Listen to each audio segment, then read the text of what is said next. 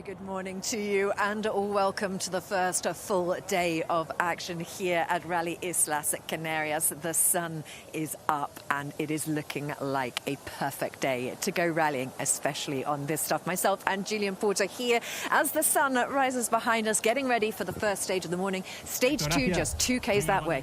Julian, it's a big day, it's a good day. Yeah, it is a big day and a good day, and yeah, we're just standing on, in theory, what is a random road section, and just some local just coming down. He's going to drive down into the village. This is part of a closed road now, so the road closes 200 or 300 meters down there, and from here on there's rally traffic onwards, and in theory it's that direction. So, and we're here hoping somewhere along here the drivers will stop. I'm not sure, it's quite steep up here, but maybe just round the corner there is a little bit of a lay-by, which I think is where they could be stopping, because they've been advised by the organisers. Yeah, that's what I was going to say. What not is to this? Stop on non-closed road areas. It's a traffic violation in Spain to stop just randomly on the road. It can cause, obviously, lots of people to stop, like us, trying to get interviews and things like that, spectators, fans and things like that. So they've kind of extended the road closure, and they've recommended that the crew stop. If they stop outside of here, they may get a fine, they may get a lot of time wasting from the police and things like that. So we're hoping somewhere along here they're going to stop with us. Let's talk about the morning then. Oliver Solberg and the rest of the crews ready to leave this morning. This was a little bit earlier on, as Julian was just saying. They're on the road section. We are expecting them here shortly. Now, what has this man got to do today? He's third on the road. Talk us through the morning, because obviously last night was a bit of a wow and a whiz and a bang, but this morning's where it's all about the serious stuff. So he's third on the road this morning. This championship title fight now particularly close for Oliver and Elvin Evans. Tacker leading it at the moment. What is Oliver going to show us this morning? What has he got to do? I think he just continues from where he left off in Croatia from Saturday and Sunday. They were so good. Him and Elliot were so good on fast. So fast. And then in shakedown yesterday, they were very, very fast. So I just keep doing that. Copy paste. Keep doing it. You know what I mean? They're really, really quick. Obviously, Elvin's quick. Tacker's got a lot of kind of like less pressure from those couple of wins. There's a big in-fight battle at Toyota. There really is. They do have a very good car here. Yeah. And as you said, there's three of them absolutely fighting for the championship. Tacker has said he realistically doesn't think he can win the World Championship just because of his lack of experience in some places and just keeping it going for a whole season. But you never know. He's leading it now. So you mentioned the Toyotas. Toyota obviously had a fantastic run here last year, the first time we saw this in the WRC Championship. However, it is the 50th anniversary running of Rally Islas Canarias. Hyundai, as I'm sure we all know by now, Croatia wasn't fruitful for them. Hayden Paddon actually managed to bump himself up onto the podium in the last minute, but Adrian Formeau, he had plenty of mistakes out there, as did Thierry Walking. Danny Sordo back in business. It's going to be exciting to see what he can make that car do on this stuff.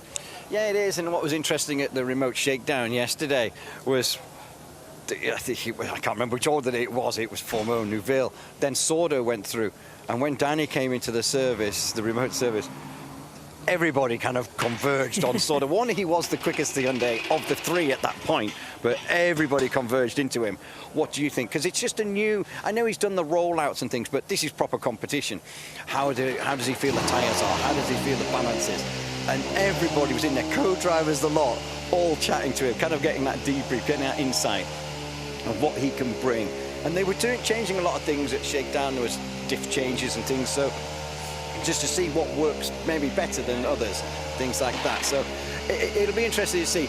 Let's hope that what they did in Croatia and being back on that pace in Croatia, they can bring here. It's a bit of a different rally, but let's hope that can happen, because we all want a mega fight. We do indeed. Don't ever doubt for a second that this man won't be back up there and fighting. Such disappointment, as we've talked about so much now in Croatia on that Wolf Power stage. But he wasn't the first man to have fallen short of a power stage, and he won't be the last. M Sport, of course, it's going to be another learning weekend for them. but we'll see what they can produce out here. These roads are incredibly, incredibly fast, Julian. This tarmac is smooth and just beautiful to watch. It's Cliff Place on one side, Armco on the other. It's a daunting prospect, but as I was talking to John and Josh yesterday, saying actually the daunting prospect doesn't really, it's amazing for the fans, it's amazing for the visuals, but you don't really take it in because all you're focusing on is the black stuff.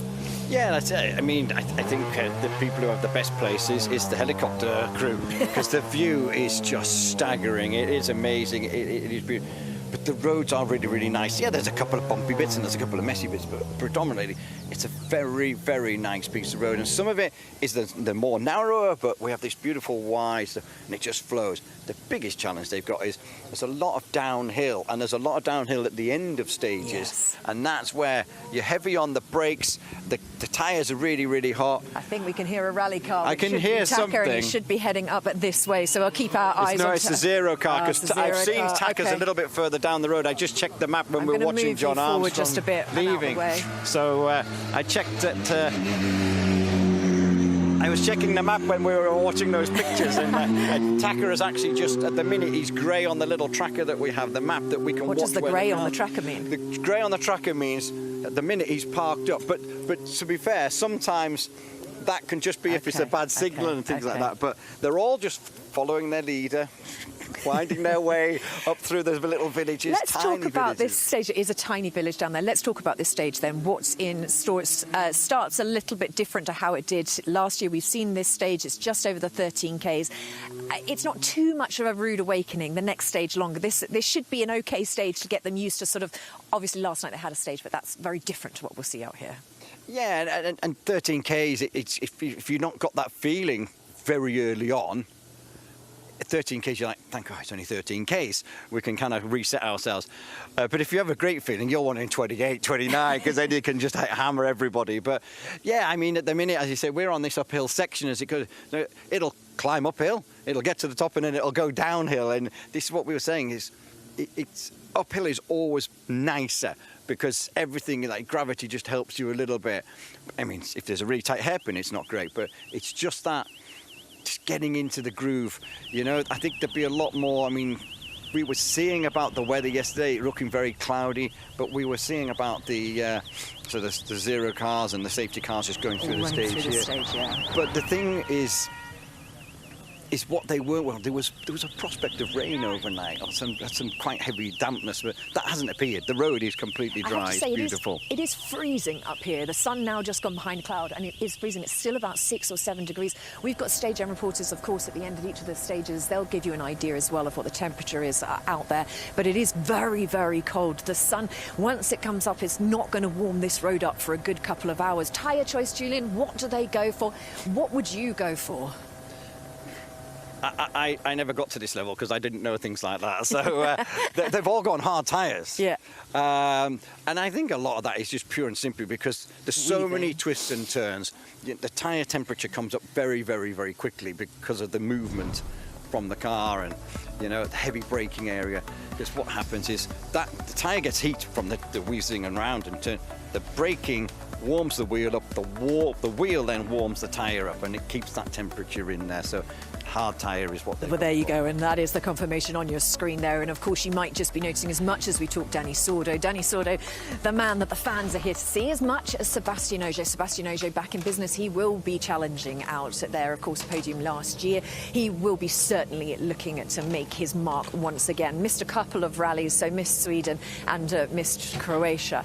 So he is back in business as well. Just eyes on the remainder, I should say, of cars leaving service. Myself and Julian just 2 Ks from the start of stage 2 this morning, 13 Ks as we see them winding their way through these mountain tarmac roads. It is going to be an incredible sight today. Now, in terms of what's coming up today, it is a formation of 3 and 3 and then a super special stage.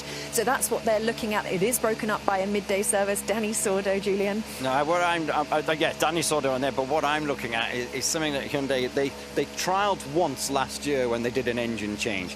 Then they started it in Kenya, and then they continued. headsets in the services. I think this is so cool. This is so kind of like dynamic. It's the headsets, they use them for their team briefings on a morning and an evening, but now the number one or the engineer on the car has a headset. He's in communication with everyone around, not the mechanics, but everybody like from management and things like that. So if there's needs changing, rather than shouting or actually having to physically go over to someone and say... Just everyone in touch. Everyone's in touch, and it's just a way of trying to fine-tune and smooth the process. Okay, yeah, I think also agree. Saw it in Kenya, absolutely brilliant idea, love it. Okay, this is the schedule here that you can see for today. It is local time. We're actually the same time as the UK at the moment, but so 8:25 first stage, that's just a matter of minutes away. 9:23 stage 3, and then stage 4 at 11:15. Broken up, like I said, with a midday service. And then it is all eyes on the Super Special. We should have a look at our standings because we've had one stage already. Taka may be leading our championship title fight, but he's also leading our rally at the moment as well. And that was after our Super Special last night. A fantastic little run through for him in the Super Special, which meant that he was leading the way. A bit of a shake-up. Roberto Dapra just breaking up our party there, sitting in third. I'm sure that'll change as soon as the guys get out onto the stages, but Sami Pajara in second and then Danny Sordo in fourth there. So that's how it's looking after one stage. Let's just remind ourselves of everything that happened there as well. Rally Islas Canarias began in the cauldron-like atmosphere of Estadio de Gran Canaria. And while the rally wasn't going to be won within the 1.9-kilometre opening Super Special stage, it could certainly be lost, as Antonio Forne found out. Let's take a look at this then. How not to do it. Wow. And we said it's so easy to do. Great to see they're all okay. In the Rally 1 field, a familiar face was on the start line for day one. 2 decades after his first WRC start, Danny Sordo returned to action for Hyundai in their rotating third driver's seat, alongside his co-driver Candido Correa. I guess this car's got a bit more power than the last one you drove here. Yeah, for sure. It was a Super 1600, so it is okay. I make a normal run. Of course, first time after many time, and we have some issues a little bit in the setup of the car. Of course, we are really far, but we can improve a little bit, but for sure not 6 seconds. But we will find a solution. And the capacity crowd in the home of Yuri Las Palmas will certainly be behind the WRC legend for what could be his final appearance on home soil. Sordo's opponent for stage 1 was Sami Pajara, who was only 2 years old when the Spaniard made his WRC debut back in 2003. The young Finn is chasing his 4th consecutive top 3 finish after a late puncture denied him and co-driver Marko Salminen a maiden win at the previous round. It's quite special stage to drive for the fans really in there, but it's a bit of a shame. This car is not really made to drive that slow, but it's a good show. And yeah, there will be now 3 days of proper action. I'm really looking forward to that, but I think it's quite a special feeling to race against with Danny on this kind of stage. Title contenders Elvin Evans and Oliver Solberg are looking to bounce back from early retirements in Croatia. And while Solberg went quickest during shakedown, championship leaders Takamura Katsuta and Aaron Johnston look set to be the crew to beat this weekend. Katsuta and Johnston are on the hunt for their 3rd victory in a row and picked up where they left off at the previous round with a rapid run through the opening Super Special stage, 4/10 quicker than Pajara and Salmon.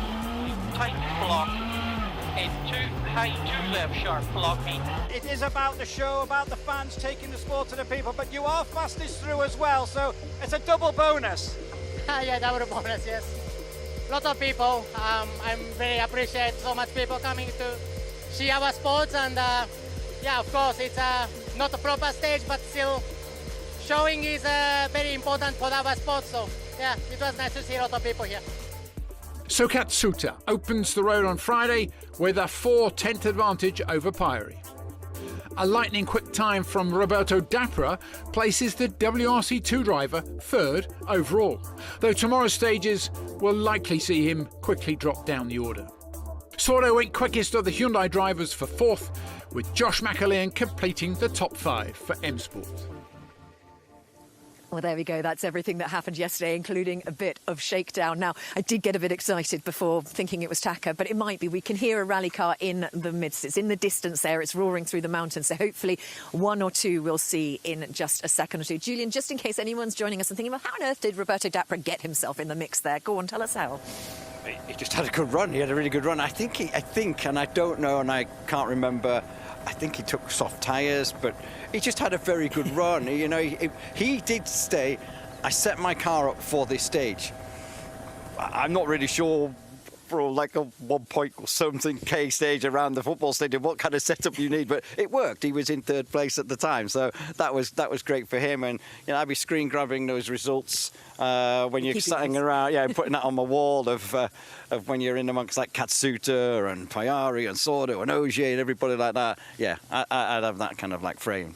All right, well, last year, of course, we saw Kalle Rovanperä, a bit of a maverick run for him, incredible times that he was putting through stages, but it was really, really successful year, really, for Toyota.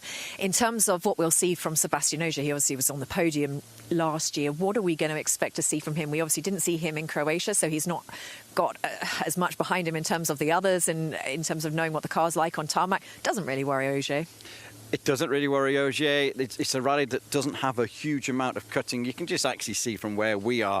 There's not a lot of like verges on the edges. There's Armco barriers, there's drops, there's rock faces. So there is cutting because they will always try and take an inch or so, you know.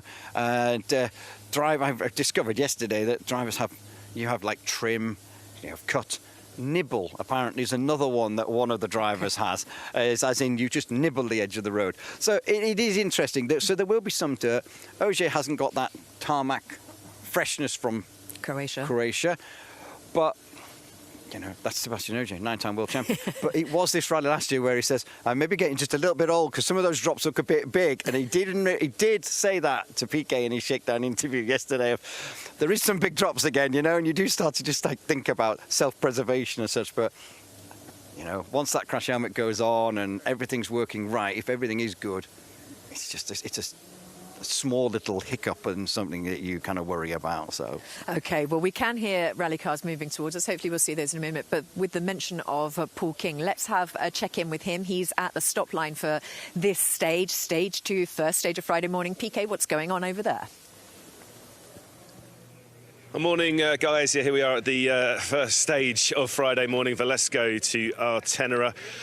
Slightly shorter this year, just over 13 kilometres, but lovely conditions, blue skies above, pretty chilly around 10 degrees. It gets pretty narrow just the other side of the hill and this downhill descent as we come through. Typical Canarian roads there with the Armco on one side and the cliff edge on the other. But it's a bit of a gnarly drive up here. But I tell you what, it is worth it for the views. Plenty of fans out here as well. And just take a look at this. It is something special up here in the Canary Islands.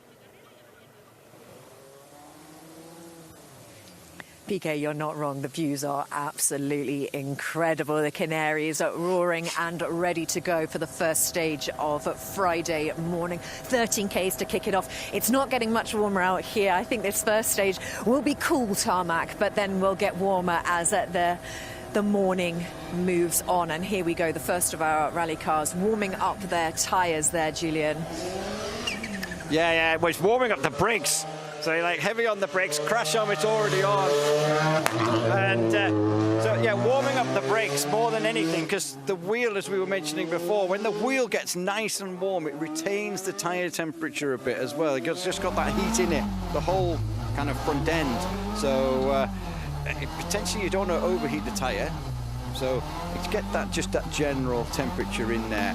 So this is the. I've been up this road this morning trying to see where they might stop, but they did stop way before us. So yeah, already kind of crash helmets on. So it's quite interesting that they've gone quite far on the road section, like 2.3 Ks from the stage, from the time control. Then they have a 500-meter tyre warming zone. Again, that's not that he's didn't think we were going to be here or did think we were going to be here. In theory, if someone was to see them and judge a fact, if they were warming their tyres here, they might get told off because there is a special place for them to warm their tyres. They have 500 or 600 metres, just under 600 metres between the time control and the stage start. So what he's just doing as he came past here is accelerating, braking, riding the left foot on the brake just to generate some heat around all of the brakes, get everything running, and then obviously, as we said, get the wheels warm to get some temperature retention into there. Julian, you spend a lot of time on road sections. What are things that you see that are different? You know, you said Elvin always rotates the tyres. He's the only one who does it. Elvin Evans will get to a point on the road section anywhere between 2 and 5 or 6 Ks before the stage, and he stops, and more times than not, he's the only one who does it, but more times than not, he rotates the wheels. It's on the same side, so the left-hand side of the car, front to rear, right-hand side of the car, front to rear. And when I asked him about it, it's just to keep just to keep everything smooth. And he's thinking, you haven't done a stage yet.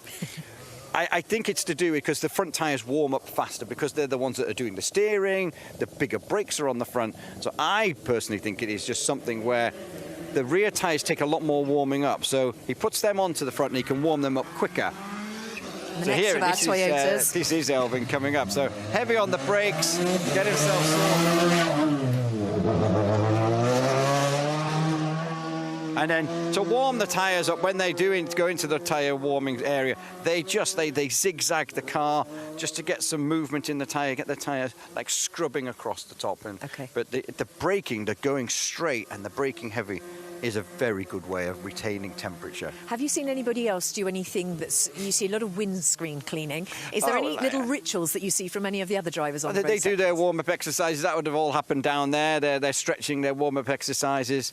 No, the big thing, the ritual, if you want to call it that, is by every co-driver. Okay. The driver gets in the car, the co-driver's got a helmet, and he just basically walks around the car, does the co-driver, and they...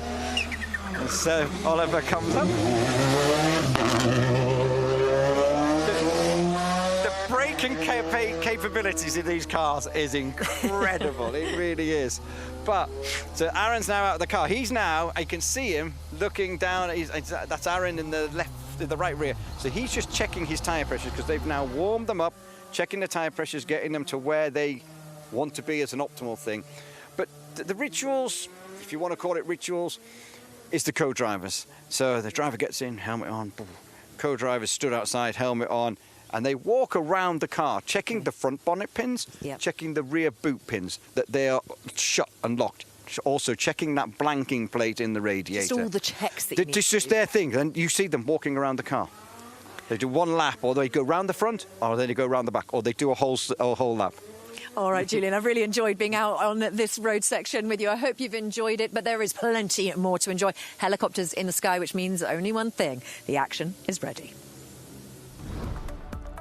Friday morning and a huge amount of beautiful tarmac stages await us. 108 competitive kilometres make up the opening day proper here at Rally Islas, Canarias. We had one spectator stage last night which had an incredible atmosphere, but it is out into the mountainsides this morning, and we kick off with some familiarity for the drivers because there is some newness this year with regard to the stages. Some of them have been reversed, some are new stages, some are new in parts. We'll talk you through it as we go, but this stage will be familiar to the crews. It is a little bit shorter than what we saw last year, and it's very technical, this opening stage this morning. There's going to be relentless note calling, relentless pace, as much as they can muster through here. It's going to be an epic day ahead, and we're glad that you're here with us to watch it all. I'm Bex Williams, ready to talk you through the day. Mike Chen is alongside me. Morning, Chenny.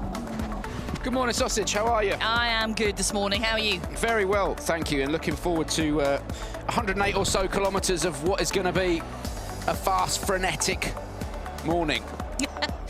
Nicely put tonight. You're doing well for 8:24 in the morning.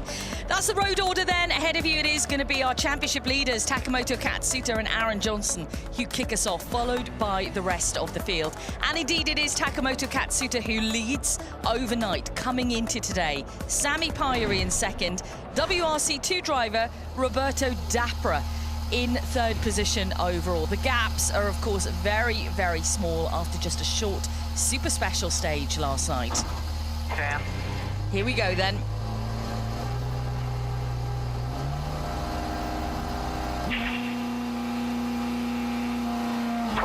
right, let me back, Now, we were hearing, Ken, the temperatures were around about 10 degrees at start. It's not exactly warm out there. Hard compound tyre this morning, so it's going to be a bit of work to get some heat into them, yeah? Yeah, absolutely. I mean, the hard compound tyre is really the only tyre that you can run, and we saw it being used last year, and that's where Toyota had the advantage. The hard compound tyre worked with the Yaris, whereas Hyundai and M-Sport were struggling to get it switched on. And because of the way the surface of the road and the length of the stages and the way that you load the tyre constantly, because you're left, right in fast-flowing corners, you'll just wear out the softs very quickly and certainly overheat them.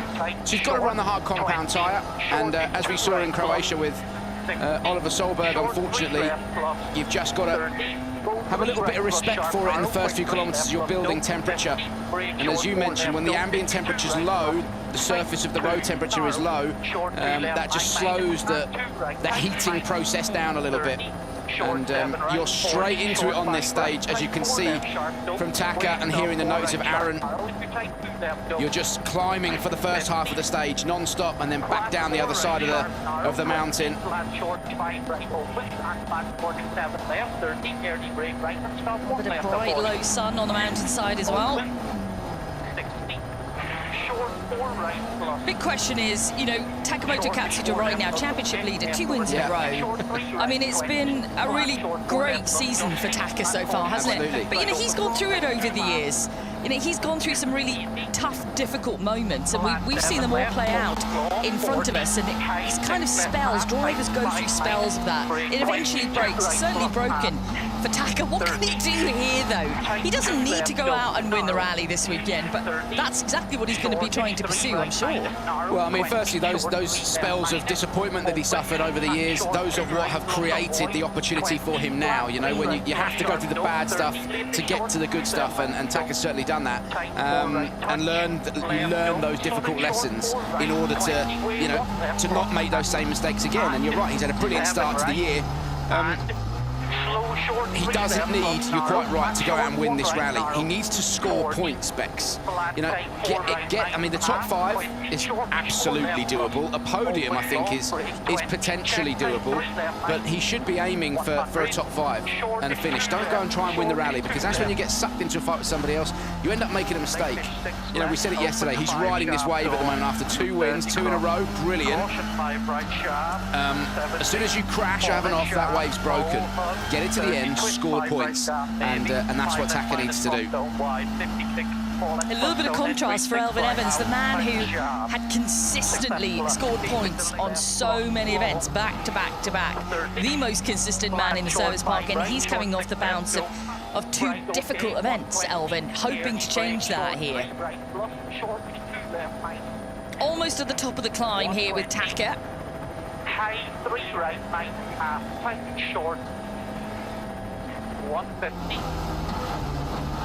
See, one of the characteristics of this rally is that there's not a huge amount of cutting, so you don't glean an enormous advantage from being first on the road, and in some cases it's actually a disadvantage because, you know, this first stage the temperatures are still low, there's no rubber gone down, there's a little bit of dust that occasionally builds on the surface of the road that you end up clearing, scrubbing for the cars behind. With a low cloud in the background there, really beautiful.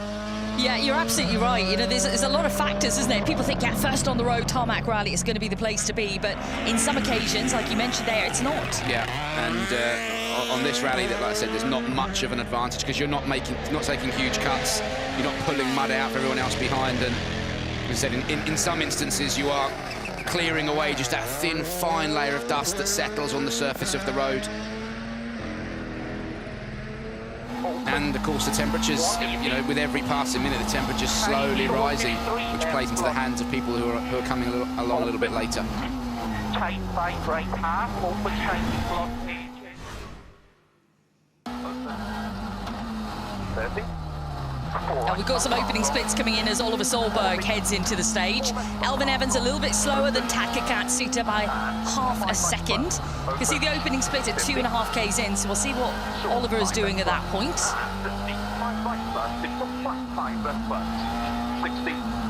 We saw obviously huge disappointment for Oliver with an off on the opening stage in Croatia, but then he followed it up with a dominant performance across tarmac, which was a horrible kind of what-if situation then for him. 100 feet left, late-ish 4 right sharp, then 3 late-ish 6 left sharp, maybe 120 feet left, late-ish 6 right out, left steep, 150 feet right.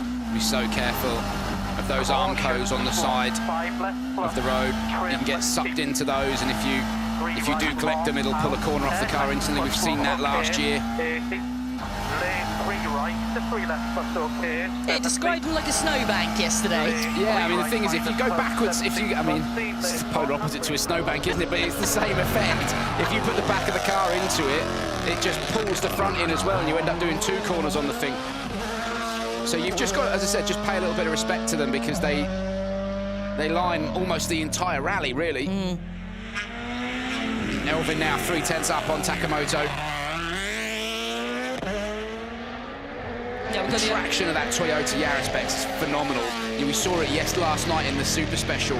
It just turned on a sixpence at the hairpins and then just picked up and was gone.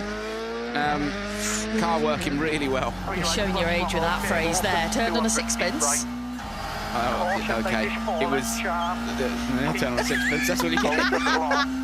Can't think of an opposite for that. Can't think of a modern day version. What is a modern day version? I don't know. We'll leave it out there to you guys to tell us what's a modern day version of turned on a sixpence. We're going to get messages going, what the heck is a sixpence? It just turned on its nose. The thing was just unbelievable. Thank you, Rebecca. You're very welcome, Michael. Now, Solberg was the fastest man of the opening split, only by a 10th, but let's see what it is come the next split. Sammy Pyrie is also in the stage for us. Sammy having an amazing rally, Croatia leading for the majority. And tight 3 right, 9 feet in, and short 3 left, plus don't watch wide. 6 feet, way shortage 5 right, Dusty, close, 6 feet, shortage 4 Rich Milner's come up with a modern day version for you, Chenny. If there was one person in the service park that was going to, it would be the old flower Rich Milner. What's he got to say for himself? Turned on a Bitcoin. There you go, nice. It's a classic one, actually. Nice. Well done. He's had his coffee this morning.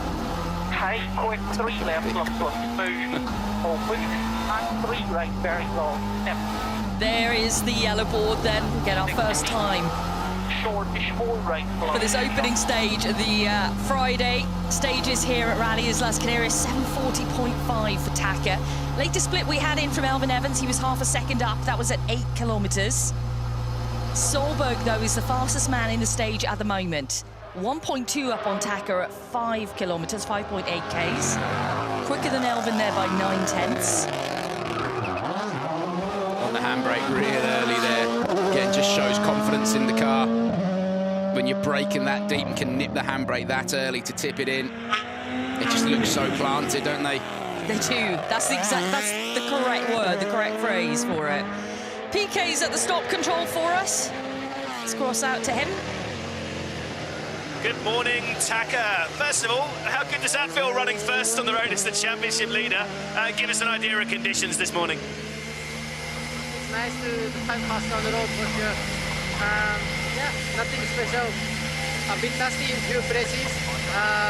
Maybe this section can be getting a bit better, but yeah, like I said, otherwise nothing special. So feels good with the car. A little bit messy in places myself, but otherwise okay. Yeah, he's picking up on, it is dusty in places, so maybe that will improve for the later runners. Now, last split we've got for Elvin, still quicker than Taka. It's 0.4 of a second now, the difference. You can see from Oliver, we were just riding on board with him. He's having a bit of a push this morning, Bex. You saw as he was braking really deep into that left-hander, he was just having to correct a little bit.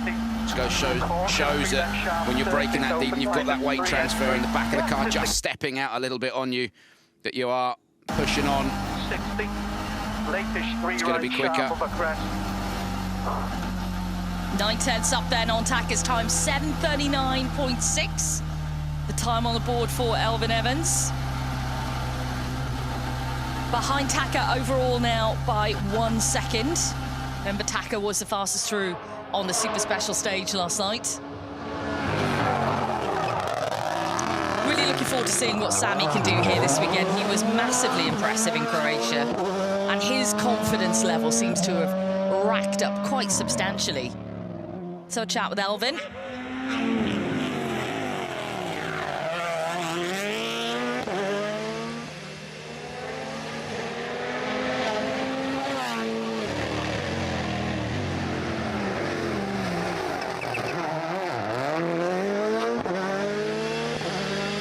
Morning, Elvin. Just 9 tenths quicker than Taka. Oliver coming pretty quick again, as ever here. The margins are going to be so fine, aren't they, between you guys? Yeah, wasn't the best start for us. I didn't feel I was in the best rhythm, but okay. How's the feeling out there? Still pretty cool out there, getting heat in the tyres, okay? Yeah, a bit challenging to start the loop, but should be okay for the rest of the day now. Yeah, quite a bit of it at the start as well was in shade. Yeah, and like you said, you just got to be respectful over the first couple of kilometres as you're building temp into the tyres. Sami using all of the road there, getting very close to the Armco barriers on the right-hand side. It's this man now who's showing them how it's all done. At the moment, Oliver Solberg still the fastest man in the stage, 1.8 up on Sami Pyrie at 8 kilometres. We've got Formeau, we've got Ogier into the stage. We're waiting for the opening split to come through from our 9-time World Rally champion, but this is going to be the time then for Oliver Solberg against Elvin Evans, 0.8 of a second quicker. It is very close between them. We've had 3 drivers through now, separated by 1.7 seconds. I think this is what we're going to see, Bex. It's going to be very much an inter-team battle at Toyota this weekend, and nobody's going to want to finish at the tail end of that.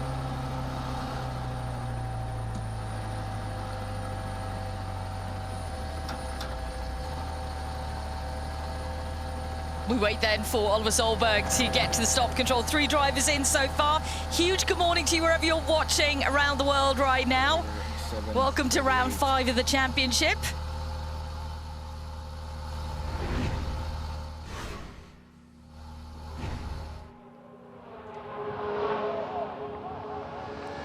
Was there a little sense of caution after what happened in Croatia in this first stage? Yeah, before I took it more easy and just tried to have a flow, really, and nothing special.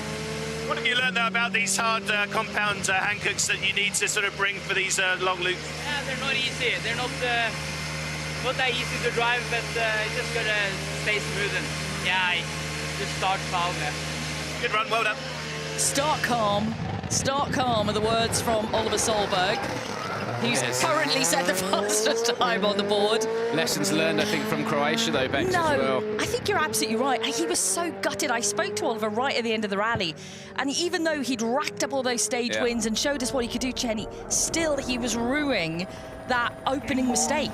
I think those stage wins actually made it almost worse, because it confirmed to him that he could have won that rally and left with not just a victory but a whole haul of points. But that's the competitor in him, and he does. He does, in his own words, he lives and breathes this sport, and he wears his heart on his sleeve, which is great to see. He's very approachable. He's just a nice young lad, isn't he? Yeah. And yeah, he was incredibly upset. I think he has been a breath of fresh air for the championship this year, absolutely. And so is Sami Pyrie's pace, and he's coming out of his shell a bit more. He's got that incredible Finnish sense of humour, dry sense of humour. But we're getting to know Sami Pyrie a little bit more this year. Thank you, Marco. Time for Sami, 7:40.2. 4:02, Sami. There we go, that's Kyle Lindström from the Toyota team on the radio there, just confirming the time for Sami on the board. 1.4 seconds slower than Oliver Solberg through there. So 3rd fastest out of 4 drivers in. Can Ogier upset the Solberg apple cart this morning? He is a little bit slower, 0.9 of a second down. Seb, possibly not as late, certainly not as aggressive on the brakes as we saw Oliver was into that hairpin. Oliver having a little bit of a lock-up, getting hold of the handbrake early. Seb, cleaner, but possibly not quite as quick. This is where you'd love to see who was on get those the brake deltas and see who was on the brakes the latest. So close as always here. 3rd fastest through, just 1.4 behind Oliver. How was your run? Oh, not the greatest feeling. It's not so clean like I expected or I was hoping for. So simply I need to improve. Yeah, it's not bad, but I need to improve. Overall, though, you like this rally, don't you? You're confident of maintaining this incredible run you're having? Yeah, I like this rally, but like we see now, the differences are so small that you need to be really 100%. Yeah, that's it. It's going to be so close between the front runners this weekend. You know, we saw Toyota really dominate on this island last year. We want Hyundai to be back in the mix. We want to see them in amongst the fight. We're looking at times here for Adrian Formeau in comparison to Oliver, 5.7 slower final split. Let's see if he's brought any back. No. 7.9 seconds slower. It's the first stage of the day, though. Let's see what he's got to say about it.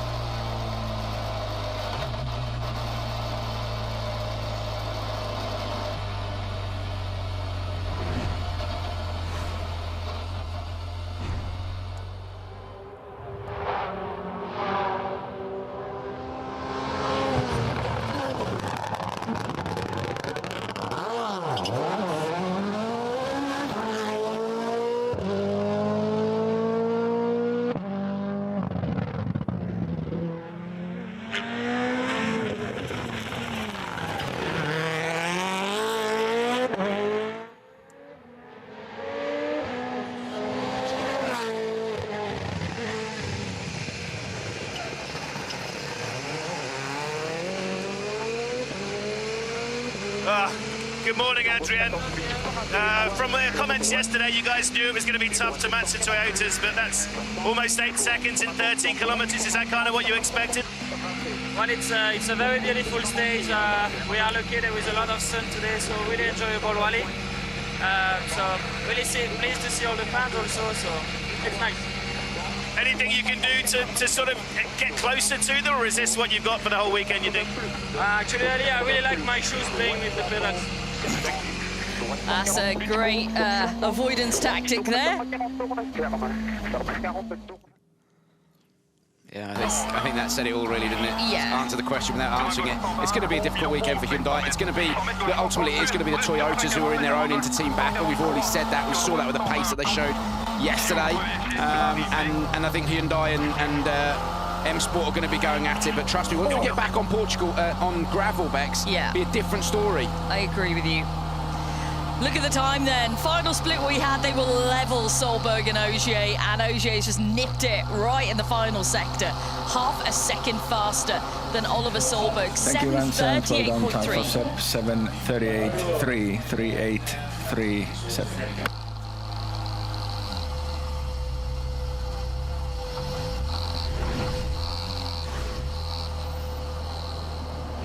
Now, John Armstrong, Shane Byrne, they really did delight in Croatia, didn't they? With the pace we saw there. We'll talk about them in a moment, though. Let's hear from the returning Seb Ogier. Good morning, Seb. It's never easy, is it, coming back in after a couple of months away, especially on roads like this, but look at that. Half a second quicker than Oliver by the end of it. Good run, good start. It's okay. I expected very close stage here as it's known from last year. But yeah, okay feeling with the car, so okay start. You told me yesterday, in a way, you're relieved that Calais not here this year after what he did last year, but your teammates aren't going to be easy to beat either, are they? For sure, but one problem less with Calais was last year he had something special here, definitely. We could not match his pace, but yeah, at the moment it looks closer, at least with my other teammate, but definitely it will be intense. Well done, great start. Yeah, I have to admit, Calais was a bit of a surprise here last year because he'd had a really lacklustre start to the season, and then all of a sudden he came here to Gran Canaria and he won all but 3 of the stages. It was on a surface that you wouldn't normally expect him to have won it on. You know, the gravel would have been his preferred surface, but just turned up and cleaned up. Yeah, absolutely he did. Let's go back to Thierry Neuville. Last time we saw him in competitive action at Quick, aside from the super special stage last night, was of course the end of Croatia. He needs to put that behind him, and I'm sure he has. You mentioned yesterday it was going to happen to anybody who can put it behind him quite quickly. It's the positive guy that Thierry is. 9.1 seconds off the pace here. of Ogier. And the body language at the end of the stage tells you so much. Sometimes you don't even need the microphone, but you could see from his hands what he's saying. I don't think there's much balance in that car at all. And if you haven't got the feeling, if it's not giving you confidence, you saw Oliver and Sammy pressing on, you know, really confident to pick up the throttle and carry speed through the corner.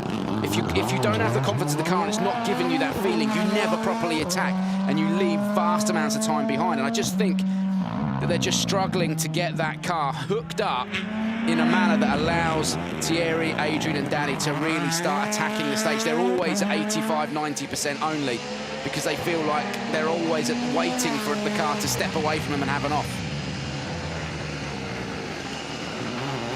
Thierry, from what you guys were saying yesterday, we knew it was going to be a tough weekend. That's 9 seconds down in this first stage. So talk us through the feeling. Yeah. Honestly, I didn't sleep very well before that day. So nervous about how I'm going to drive the car around the stages, and it's confirmed this morning. I'm honestly trying to adapt the driving. Nothing works, nothing works. It's just not possible. It feels like you don't know how to drive a car. Long way to go, keep it up. Yeah, it must be an incredibly horrible feeling. Yeah, it's just when you're not confident in what you've got underneath you, you're never going to push.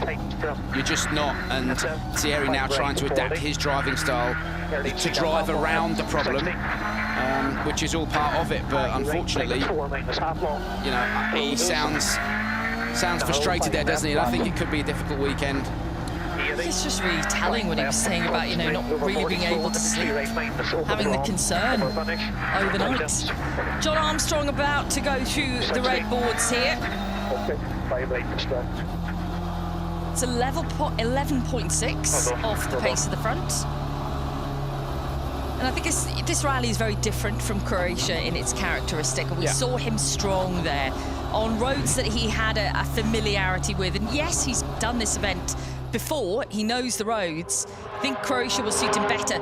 What we're looking for with Armstrong this weekend is the build and how he can increase the pace from morning to afternoon. Yeah, they're very different roads. You know, in Croatia it's point to point, not long, fast corners. This is more of a racetrack and you're relying on the downforce and the tyre, being able to get the car working well with the hard compound tyre. It's a very, very different rally from Croatia. Morning, John. You've got plenty of experience here in Canaries. I'm sure it's very different in a Rally 1 car. It's 11.6 down on the flying Toyotas, but how was your run? Yeah, to be fair, I think we had a pretty good stage and the rhythm was quite good. And I just tried to be really patient, not overwork the tyres too much. So that's sort of the aim for today, is just work a little bit on the driving style and yeah, try to keep everything in a good window. Yeah, that's the trick. Just driving smooth and efficient and not loading that tyre too much. But again, coming back to what you're saying, Bex, yes, Croatia and here, they're both sealed surface events, but very different in their nature. Different surfaces in Croatia. And again, the average speeds were lower. This is all about carrying high speed through high speed corners, using the downforce. Stay out. 5 right for 40. Tightens 3. Lip keep. Into. Flat 4 left out. 8. It's the countdown now for Josh McAlean. Slow. Keep just in. Into 3 right minus. Over finish. 60. Good job. 7:52.3 is the time on the board. That is 14 seconds off the pace of the front, 2.4 behind John Armstrong's time. We've got 9 drivers through on the opening stage this morning, stage 2 overall, after the super special last night, of course. While we were with Josh there, we just got some glimpses as well of Danny Sordo, who is on the stage. Fantastic to have Danny back with us. He is quicker than Neuville out there as well by 1.1 seconds. And that's Leo Rossell, our leader in the WRC2 category.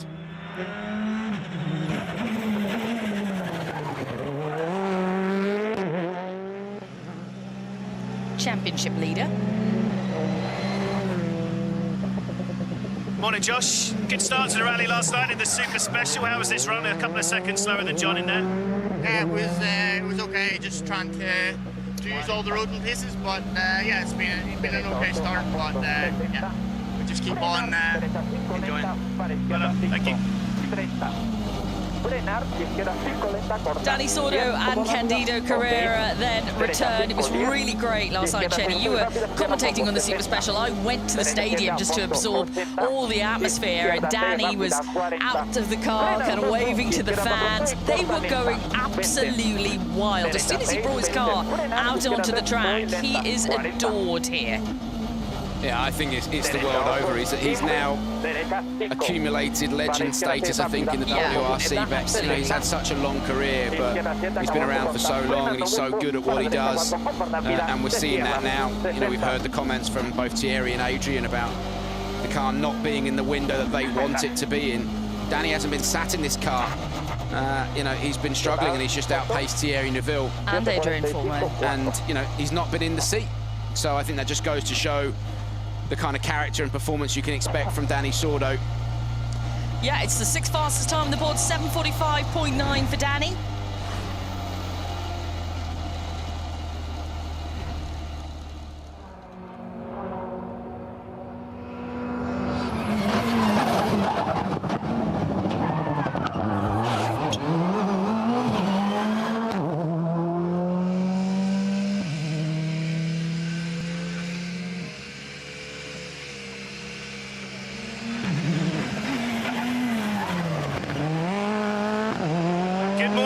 First of all, welcome back. How good did it feel to get back out to action there, especially here in Spain? It was a really nice day. Honestly, I enjoy a lot. I think we can improve a little bit the car and all and everything.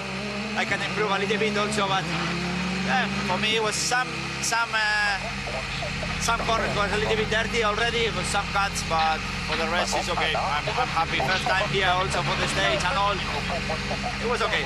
I know your teammates have had issues getting the car up to speed on tarmac sometimes, but you've gone quicker than Thierry and Adrien. That's a good return. How are you finding the I-20 this morning? I don't know the time. Let me see. You're a couple of seconds quicker than Adrien and Thierry. I'm okay. Of course, we need to improve the car a little bit. But we are working in this, and the team is working really hard. Maybe we are not yet fighting, but I'm happy because everybody are pushing a lot for make the car work. And this is the first step. Well done, mate. Great start. Listen to the contrast between Danny Sordo and Thierry Neuville and Adrian Fournier at the end of the stage. They're carrying negativity into this weekend, Bex, because of what they're expecting. They've been in the seat, whereas Danny has come into this with no expectations. He hasn't been going through the same struggles that Thierry and Adrian have been, so he's got that positivity and like the team are working hard, we can work hard, it's not a bad start, let's keep pressing on.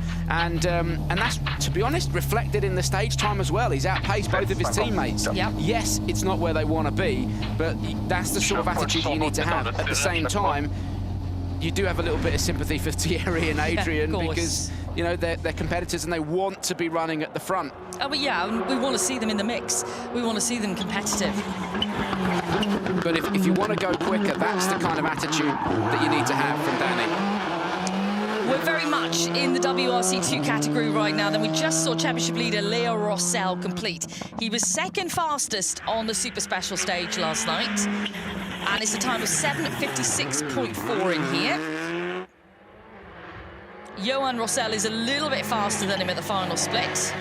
Verves is down, though, by 6.3 at the mid-split. Morning, Leo. First of all, how good does it feel to be running here as the championship leader, and how are conditions out there for you?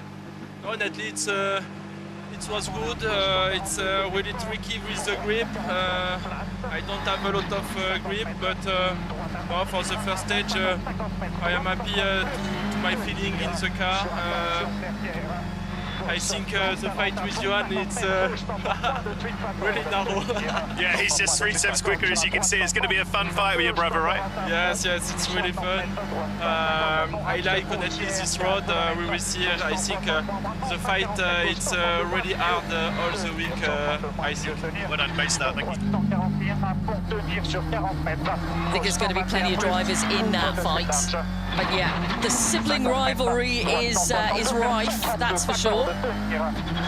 Johan Rossell was the winner here in the WRC2 category last year, Chenny, and he's shown already this year, okay, Monty aside, where he made an early mistake. You know, Croatia was a fantastic result for him and the Lancia team, and now he'll come here and try and replicate exactly what he did last year. 0.8 of a second faster then than Leo Rossell, 7:55.6 on the board for Johan. You've got Roberto Dapper in the stage, who was third fastest overall last night.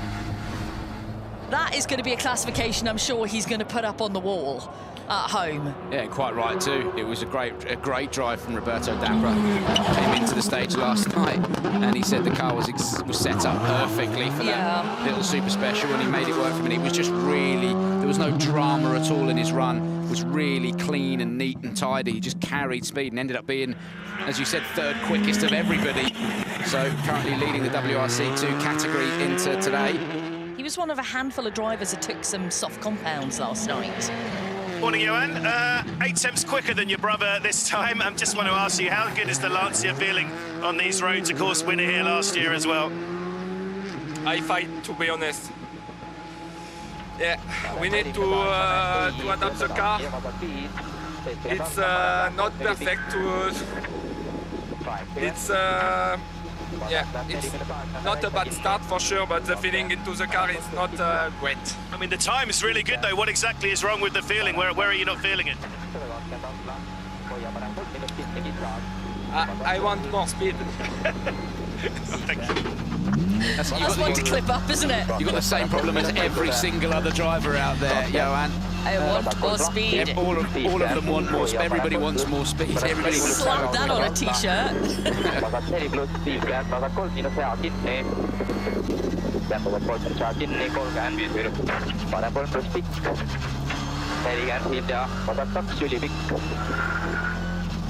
What you're seeing here in the time differences with Robert Vierves to 12.4 is to Johan Rossell is the difference between tarmac specialists, which the Rossell brothers are, and Robert Vierves, who prefers gravel. You know, he's not scoring driver points this weekend. That's right. I think that's crucial, isn't it? You know, it's teams he's doing, and he's building his performance. He's trying to get more of an understanding of how to drive quickly on tarmac, and he'd have been giving points away, I think, this weekend, and that's reflected. There you go, you can see it in the split times. He'll be quite happy to admit that he's here on a learning mission. Nikolai Gryzin was fourth fastest last night, 2.1 of Dapra's lead overall. A little bit off the pace of the Rossell brothers and Dapra this morning.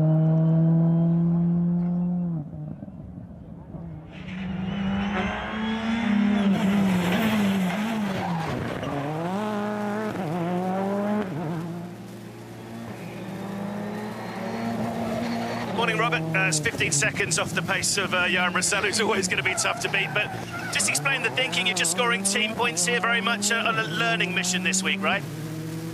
Yeah, I mean, we definitely struggle quite a lot in these kind of conditions. I mean, the roads are really nice, but it's very difficult to judge the base notes and how exactly we should drive on this road. So yeah, it's definitely not the easiest place to be for us, but we try to improve from now. Yeah, there can be some pretty scary roads here as well. I mean, how out of your comfort zone are you on this sort of road?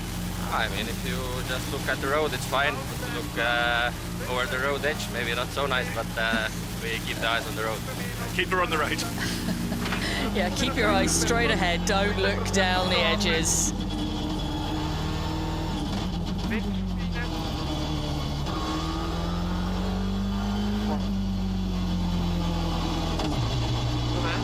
So that is Roberto through. Drops behind the Rossell brothers in the overall classification. A time of 8:02.5 for Roberto. So he's 4.5 seconds behind Leo Rossell. 4.8 seconds behind Johan Rossell overall.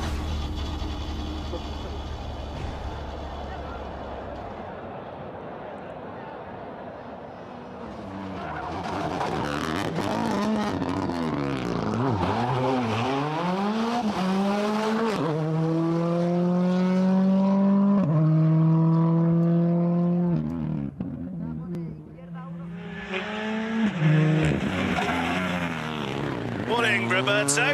First of all, we've got to talk about last night. I mean, we knew it was a good time, but did you think it was going to be good enough for third overall? That was quite some run last night. Yeah, it was very, very fun, for sure.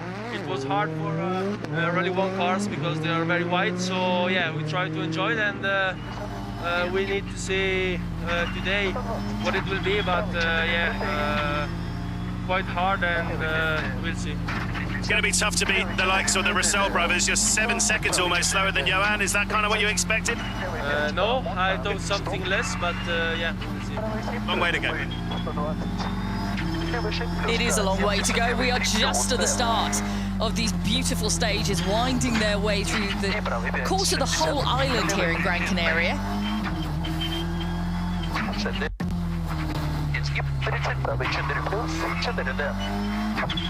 Yeah, you can see Nikolai Grice in splits here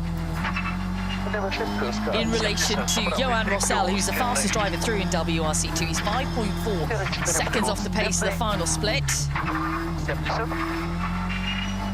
Yeah, complete 6.2 seconds down. The Rossells have had a good start on this stage, Chenny. That's going to be... you can't let it get too big, the gaps here, because they are hard to catch back. Yeah, absolutely. And like I said, they are proper tarmac specialists, and this is a proper tarmac rally. This is where the Rossells really come into their own. You know, you go to Croatia or Monte Carlo or somewhere like that, there's so many differences. So if you're not a full tarmac specialist driver, there's opportunities for you to close the gap. But here, this is proper circuit racing spec. Excuse me. You're excused. Thank you.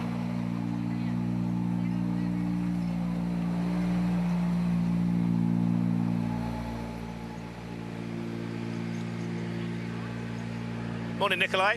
You know very well how tough Johan is to beat on these sort of roads. 6.2 seconds, third fastest through. How was your run? Was okay. Is that a time that are you expecting to see 6 seconds there, or is that a little bit of a surprise? Yeah, also surprised, but for sure, you know, Johan is know how to drive fast, but I also trying to improve. Thank you.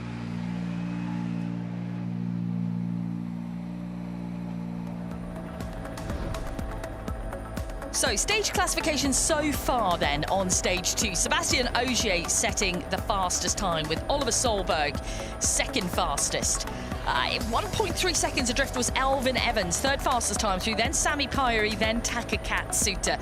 Danny Sordo, the fastest of the Hyundai drivers, ahead of Formeau by 0.8 of a second, and 7.6 seconds off the pace right at the front. Neuville was 8th quickest through, then John Armstrong and Josh McAlean, separated by just 2.4 seconds. We're with the WRC2 category right now, and Johan Rossell is fastest through on the stage at the moment, at least. Overall then, this is the way it looks. Sébastien Ogier takes the lead of Rally Islas Canarias over Taka Katsuta, with Sami Pyeri in third, the top three separated by 0.9 of a second. Oliver Solberg is fourth, then it is Elvin Evans in fifth. Danny Sordo's in sixth position, with Formeau in seventh, Neuville is eighth, and Josh McAlean is in ninth position. So, unfortunately, the next stage is cancelled due to spectator safety, and we will continue on this stage right now with coverage. So that is stage 3, unfortunately cancelled, which is a real shame, because we've got, as I said, some great stages lined up today. We'll give you some more info on that in a few moments. Arthur Palamorg, though, has just arrived at the stop control. Good morning, Arthur. I guess after a pretty difficult Croatia, how hopeful are you of bouncing back here? You're 12 seconds off Johan's pace in there. Yeah, honestly, I was focused on my dashboard, and that's not really good, because I wasn't really focused on the stage. I have to patch it and go to the next stage, but that's okay, that's good. The bumper's still on the car, though, so that's a positive. What? The bumper's still on the car, though, so that's a positive, right? Sorry, I don't hear you. The front bumper is still on the car. I'm saying that's a positive. It was you do this joke. Yes, for this moment, he's on the car, though, so that's really good. PK over the comedian. Arthur obviously lost his bumper quite a few times on the previous rally, but didn't quite hear that then. But got the joke. Well done, PK. Fouls Aldebar now. Let's give you a time for Arthur Palamorg. There was an 8:08. So that slotted him in terms of the WRC2 Championship for drivers. The slowest time through so far, which was 12.4 seconds off the pace of Johan Rossell.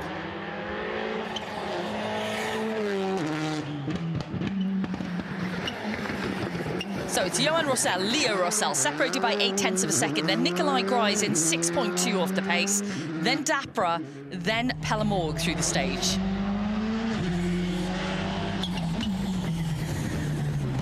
Now, Fouls Aldebar was at the opening event of the European Rally Championship last week in Sierra Morena. And the reason he was there is to build his knowledge, his strength, his confidence on tarmac. He's far more a gravel competitor. 8:16.9 is the time for Foul.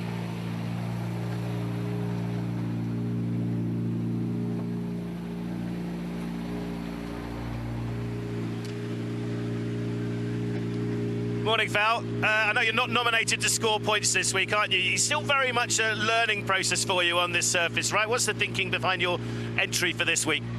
Oh yes, just to get the mileage done, to understand a bit how the tire is working, also try to improve the feeling with the car. So yeah, it's going to be a very long weekend for us, but we will go step by step.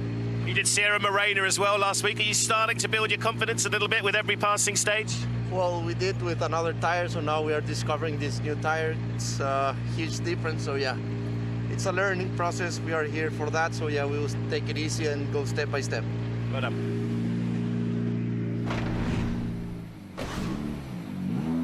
We switch out now to Eric Camely. He's going to be the next driver to complete the stage. Thibaut Delahaye alongside him in the co-driving seat. Again, though, they're a good few seconds away from the Rossells, who have kind of dominated this stage so far. I was even looking to see how Alejandro Cachon, who was on the podium here last year, is doing, but he's a handful of seconds slower. So the Rossells have got off to a really strong start on this one. Everyone's playing a little bit of catch-up. The closest driver I can see, Chenny, to the Rossells is actually Emil Lindholm. He's only 7/10 down at the opening split. Yeah. Everyone else a handful of seconds behind. Yeah, that's how good the Rossells are. And for Emil, it's not a massive surprise. We saw the pace he was showing in Croatia as well. Yeah, back to a couple of stage wins. Again, had some bad luck. Morning, Eric.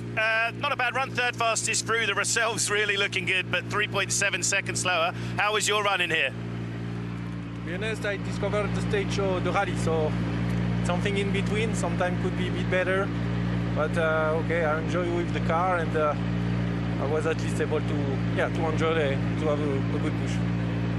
Well done.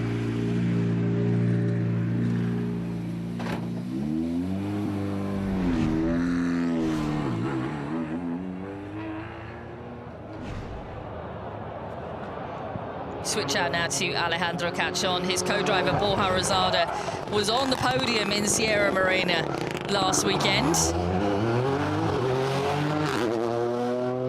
alongside Ivan Ares.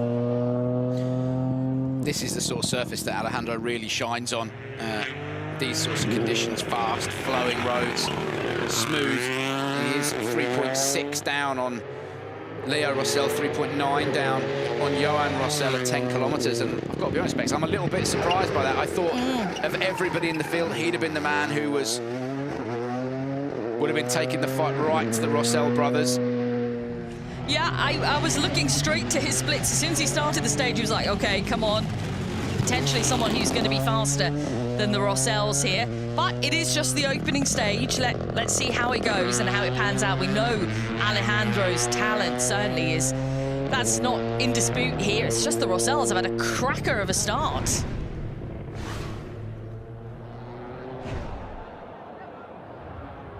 So we've got a number of WRC2 drivers within the stage right now. Cachon, Dominguez here, Lindholm, Trenton, Jurgensen and Solans. And Alexei Lukyanuk is underway.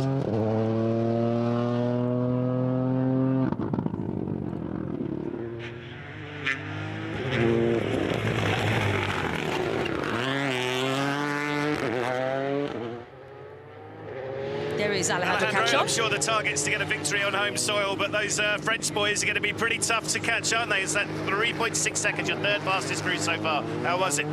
Hey, I was driving just a bit relaxed. Okay, I know that the rally is very long. I am trying the speed, the corners, everything, and then in the next one we are going to push a bit more. Obviously, we are Rally of Spain, but not everyone's come to the Canary Islands so often. How well do you know these roads? I don't know very good because it's really far from my house. I only was here 2 times, so that's the 3rd time. But okay, I love this kind of roads. The car is feeling really good, so let's try to do it. Keep it up, thank you. Yeah, that's good, positive comments from Alejandro Cachon, and he knows that, you know, the fact that he's not enormously familiar with these roads isn't really an excuse. The Rossell brothers aren't enormously familiar with them either, and there are new stages as well today. I'm not being critical on Alejandro, we just know what he's capable of. We know how good he is, we know how quick he is.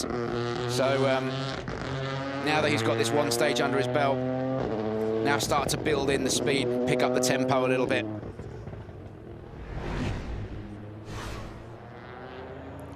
Let's take a look at Emil Lindholm. He was the closest man, wasn't he, to the Rossells at the opening split, certainly. Final split we've got is 2.9 off the pace of Johan. So still remains the closest man to the Rossell brothers. It's got a little bit dirty there, that corner, hasn't it, with all the cars going through? Like you said before, there's not many cuts at all on this rally, and that's not a huge amount of mess, but it is a little one to keep an eye on. Yeah, there's a little bit of muck there, but predominantly the wheels are quite straight there, aren't they, Bex? You're already, you know, on the power, you've got the traction, the drive out of the corner, so I don't think it's going to be causing a huge amount of issue there.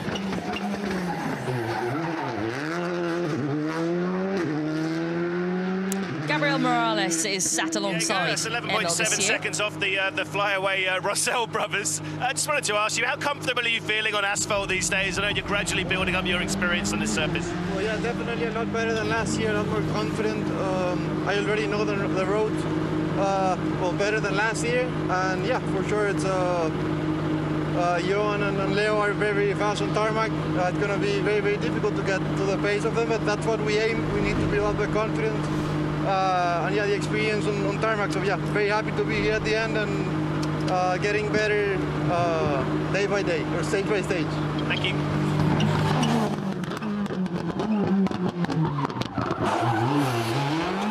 Trentin had a really good run in the Super Special last night. Again, another man who took the soft compound tyre and set an early pace. Beaten again a little bit later on by Roberto Dapra, but it was interesting, though, that Dapra said, you know, I've set my car up specifically for this stage this evening. Obviously, alter it this morning for the stages, but he was gunning for a great time, Dapra, last night, and he got it. Yeah, absolutely, and you know, why wouldn't you set it up for that stage? You know, I think really, Bex, everybody went for the best setup they could possibly get for that particular stage. But the soft compound tyre, particularly with the Rally 2 cars, worked straight away, didn't they? Everyone else opting for the hards. Yeah, that's the difference, is the fact that they used the soft compounds, and there was only a handful of them in WRC 2 that did that. Yeah, you just had the advantage of them switching on straight away. I think it made less of a difference once you got to Rally 1 between the hard and the soft in that particular stage yesterday. Today, for sure, the only tyre to be on is the hard compound Hankook tyre. Giovanni Trentin then has set a time of 8:05.8. It's 8th fastest out of a total of 10 WRC2 drivers through so far. Morning, Giovanni. You had the softs on yesterday, worked pretty well for you in the Super Special. How was your morning out there on the hard tyres? Can I see the times? 10 seconds off the pace of, that's Johan Rossell with the fastest. Not too bad. We could do a bit better sometimes, but yeah, the first stage, so we will keep improving and do better and better. Thank you, Adam. Robert Jurgensen was there in Croatia with his times. Up in podium position at one point, setting fastest times. It's really good, actually, to see a mix of fastest times within WRC2 in Croatia. Yeah, he's quick, his old rocket Romit, and I think as well that Fiesta, as we were talking about yesterday, has made massive strides forward. M Sport have done a lot of development work on that car. this sort of stage doesn't really suit him, so Romit will be on a bit of a learning mission you're as not well. scoring points this weekend, but after the pace you showed in Croatia on a tarmac, I know it's very different here, but what's your target for the weekend here? Improve throughout. That's the aim, because it requires a different driving style here with these wide roads, and still struggling a bit with this. So yeah, have to improve throughout. We need to be careful about drawing comparisons between this place and Croatia, because there was only a couple of stages, or even a couple of sections on stages that where it was similar to what we're seeing this weekend. So Croatia, very, very different rally backs. They're night and day. Yeah. They're night and day. So, these are circuit-style stages. It was only really on Sunday where there was any kind of slight comparison you could draw to what we're seeing this weekend. So yeah, Romit was, as you said, setting stage-winning times in Croatia, but on very, very different roads. But as you said, this is a racetrack, Croatia. Morning, Jan. Always very nice different. to be racing on home soil. 5.5 seconds slower than the benchmark in there of Johan Russell. How was your run? Well, it was more or less okay. I know that I have some parts to improve and to be better, but at the moment it feels a bit strange, let's say. Is a podium possible this weekend on home soil? Yeah, we will try for sure.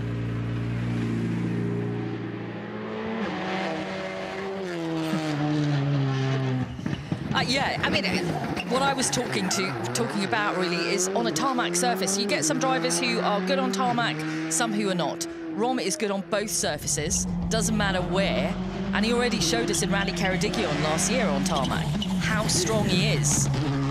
He's a driver who is capable on both surfaces immediately. Whereas some others like Faust Aldevar, who's just come through talking about a learning curve. Faust's been around quite a number of years. He's had podiums on gravel. You know, he last saw him on the podium in Kenya, but yet the strength is not there on tarmac. Now, you really do need that as a driver. It's Alexei Lukyanuk. Alexei. Tires with a car with little mileage, and with my age, it's not so easy to commit 100%, but I think we were on a reasonable pace. So we're not fighting for another Canaries win this weekend, no? You know, the situation is not like that. It's not so easy. Yeah, it's not a bad time on the board, though, and he has won this, I think, 3 times previously. He's been on the podium a number of times. The Canaries, Alexei Lukyanuk, 3.3 seconds adrift of Rossell's pace. I think that's a great start to the rally for Alexei. You know, quicker than Alejandro Cachon. I think that's a really strong start. He was playing it down there a little, wasn't he? But let's see how he builds his pace, certainly during the day today. If you are just joining us, unfortunately, the next stage, stage 3, has been cancelled. So we're going to stick with our coverage here on stage 2, and then we'll be bringing you stage 4 a little bit later on. You know these roads really well. How was this first run?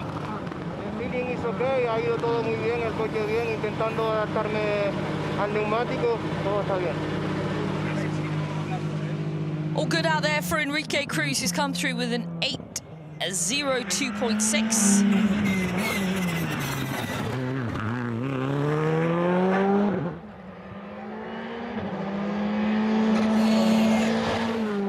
Waiting for Ahmed Martin to complete. Got 13 drivers through the stage at the moment. Weather conditions always play their part here, Chenny, don't they? We've seen a little bit of rain over the years, certainly when we've been here with the European Rally Championship. Bit of low cloud, bit of fog. Looks quite stable, dare I say it, at the moment, although we are on an island. Can change quite quickly. But a bit of rain here would... It really spices things up. It changes things dramatically.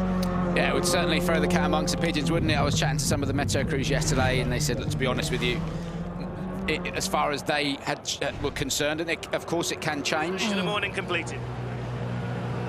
La verdad que bien para empezar el primer tramo, y el tramo estaba totalmente seco, sin alguna humedad que otra, pero la verdad que bastante bien. Gracias. Yeah, he said the stage was really dry. It went well for them. They're happy.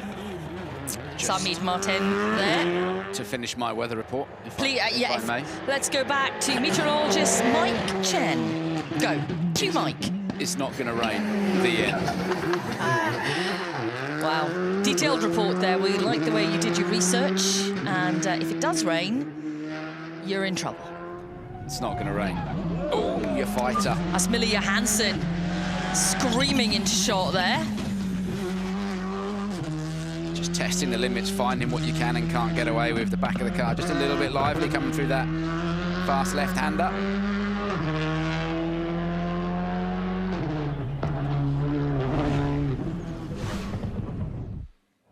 Yuki Yamamoto now and James Fulton. Had a good start to the rally yesterday in the Super Special Becks. They were third quickest in class. They were.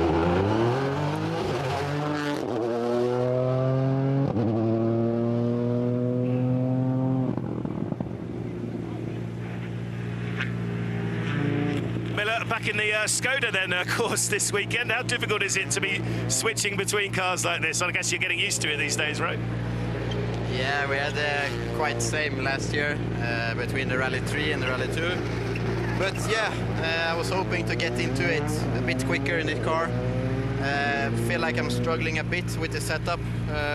It's really hard on the front tires, so we need to find some solution because I feel like we are losing a lot of time. Thank you. Yeah, that's the thing. We hear the drivers talking about management, and although everyone will be running the hard compound tyre, you're constantly loading it back to that shoulder of the tyre because it's that the stages are so fast, but it's just busy, constantly left, right. So you've really got to manage the tyre. You've got to drive smooth. You can't throw it around. Yuki, first of all, great to get back to point scoring action. How confident are you feeling now, putting all that incident in Sweden behind you? How's the confidence levels? Yeah, so fast it's been 2 small points, so yeah, really excited and nice to be back on this rally. So yeah, not the best feeling to start the day this one, but still a long way to go and keep building the pace up, and yeah, let's see. Thank you. That's Yuki Yamamoto, who's 13th fastest through the stage. Philip Allen was just on your screens, another driver who was competing at the opening round of the European Rally Championship last weekend in Sierra Morena. Philip Allen for the win. I'm a big fan of Philip Allen. I like his driving style. I like his style. He's just... He is incredibly dynamic. He's definitely a fan favourite out there. It's kind of one philosophy for Philip. It is kind of win it or bin it. He's always a go big or go home kind of guy, and I think the fans love that. Change of car for him this year.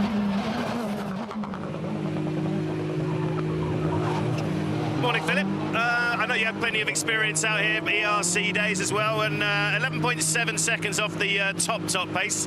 What's your target for the weekend against all these WRC2 regulars? Yeah, just obviously get the seconds per kilometre as close as we possibly can. I feel like we have no power. I don't know that it's really flat, but I'm not quite sure. Maybe it's just me. But yeah, no, I was just a safe, steady run. Didn't have to do much, but just bet ourselves in. It's probably where we want to be. Thanks. Well done, mate. Thank you. That's Philip Allen setting exactly the same time as Diego Dominguez, 8:07.3, 11.7 off the pace at the front, as we watch Pablo Sarrazin.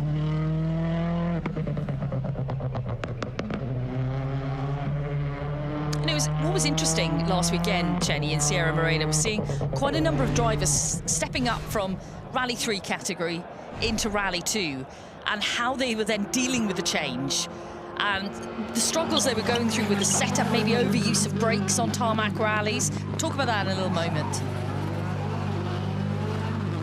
Pablo, good morning. That's a pretty good run, 8 seconds off the pace of your fellow Frenchman, the Russell brothers, flying out there. How was your run? It was not a clean run, to be honest. I can do much better for sure. This stage is for me for again. It's like for the second mile. So just I need to be confident with the car, with me, with Yannick, and for sure we can do much better. Well done. Yeah, we were a couple of places where Pablo dropped a bit of time that we saw. It was that long right-hander where he didn't confidently pick up the throttle as early as other people, and then was braking very early into that hairpin, but by himself, his own admission, he's admitted that there are places where he could be better. This was that long right I was talking about. He was off throttle for quite a long time.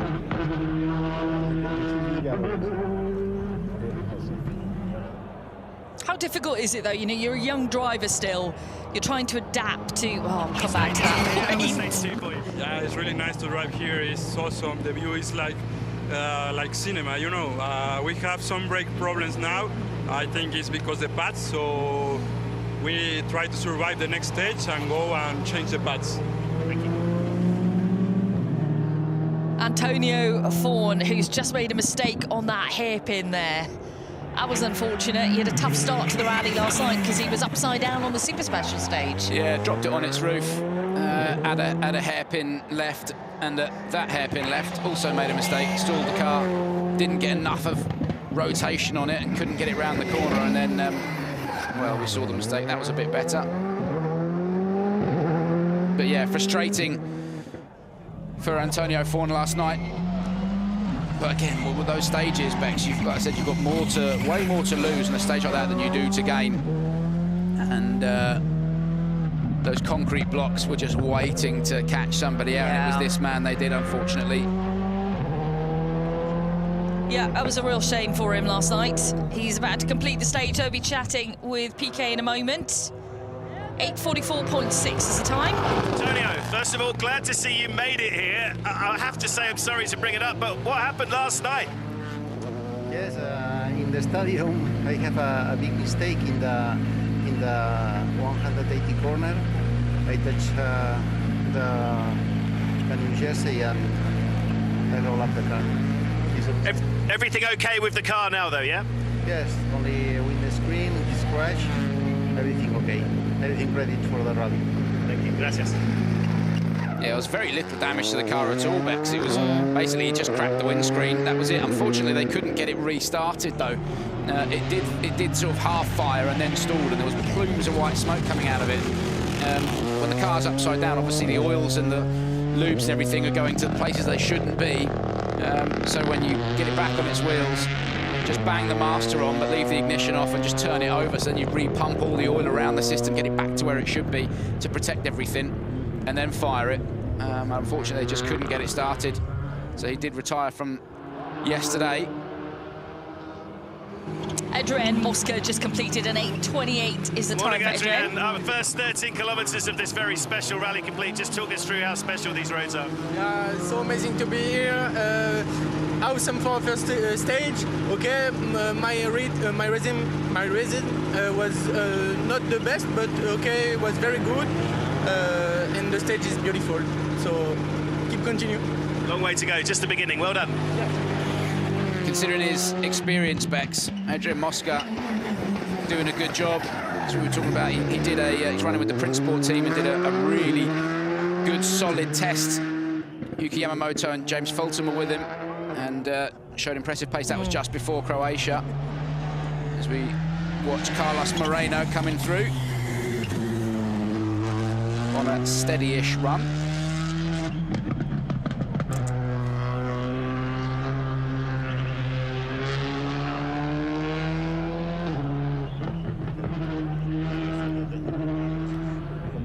We've already had Antonio Forne through, who is competing in the Masters category. We'll have some more Masters Cup for drivers competitors completing in the next few minutes, so we'll go through them for you. Let's catch up with Carlos first. Carlos, good morning. How was stage 2 for you? Bien, bien. Hemos salido tranquilos y bueno, el rally es muy largo y vamos a tomárnoslo con calma estos primeros tramos. Okay, gracias. So, leading the FIA WRC Masters Cup for drivers right now after the opening stage is Johannes Kefferbock. 1.9 seconds clear of Miguel Granados. Here is Johannes. Ilka Minor alongside. Obviously, small gap after just the opening super special stage last night, which will be run again tonight at the end of the day.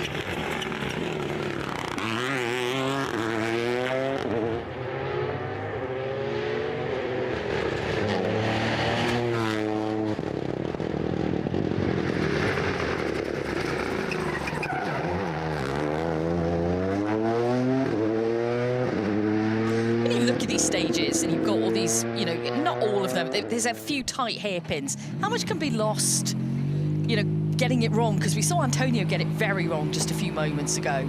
But the approach into the hairpins is so very different from some of the drivers. We'll talk about that after Johannes has had a chat with us. Good morning, Johannes. Unfortunately, I don't have any split times for you, so maybe you can tell me how you think you did. How was it a good run for you? It was for the first stage, it was not so bad, but it's early in the morning for me, and I have to wake up in the day. Go get yourself a coffee. Fun? Go get yourself a coffee. For sure. Coming back to your question about the hairpin specs, yeah, there is a lot that you can lose. You know, the trick is to carry speed into it, brake as late as you dare, start to turn in, make sure you're off the foot brake, just nab the handbrake, get the rotation on the car, get it pointed where you want it to be, and then pick up the throttle and get good, clean drive out of it. There's lots of things that can go wrong. If you're not going quick enough into the hairpin, then you can, obviously you don't get a full rotation on the car. We saw that earlier with Antonio Fawn, and he didn't get the car turned around the corner. And then, of course, you've got to keep the revs up as well, because it's very easy to stall the car too. So these things, the way that they work, though, when you pull the handbrake and it releases the diff and everything else, they do turn on a Bitcoin. And it's a lot easier to handbrake these cars to get them around a hairpin than it was back in the day. They work very well. But of course, get it wrong, and like I said, you can stall it. Good morning, or you Miguel. Not get enough as a turning Mexican, on it. I guess you're more comfortable on gravel, but how beautiful are these tarmac stages here in Canary Islands? Yeah, really beautiful. We got a good pace and really good grip. The stage is fabulous. I mean, we enjoyed it. Thank you very much. Good luck.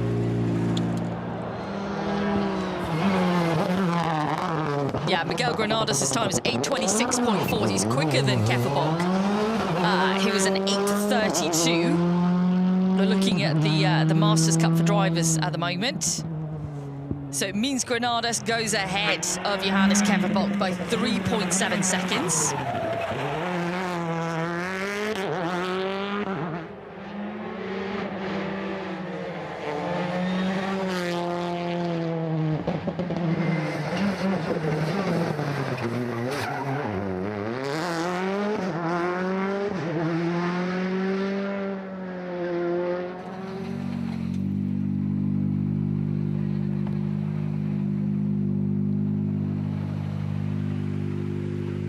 Good morning, Maurizio. Beautiful day here in Islas, Canarias. How's stage 2 for you?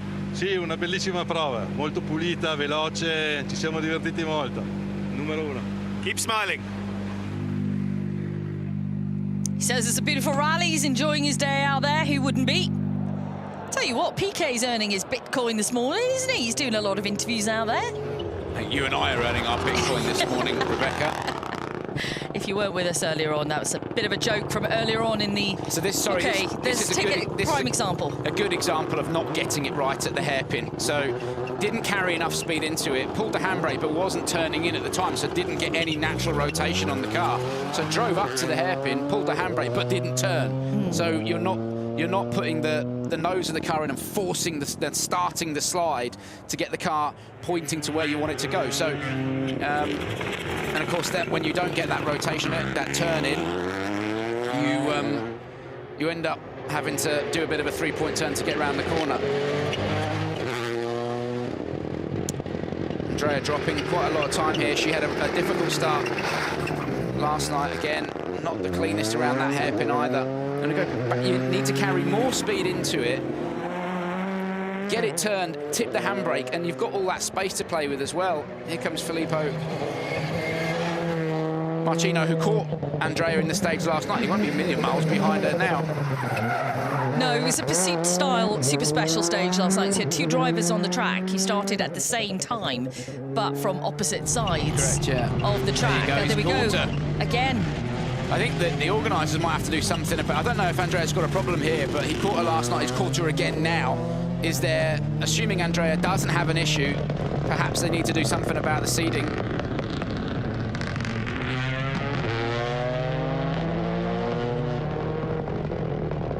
Yeah, there are the yellow boards. They're just almost at the reds. And two cars together now then for PK to have a chat with Andrea first.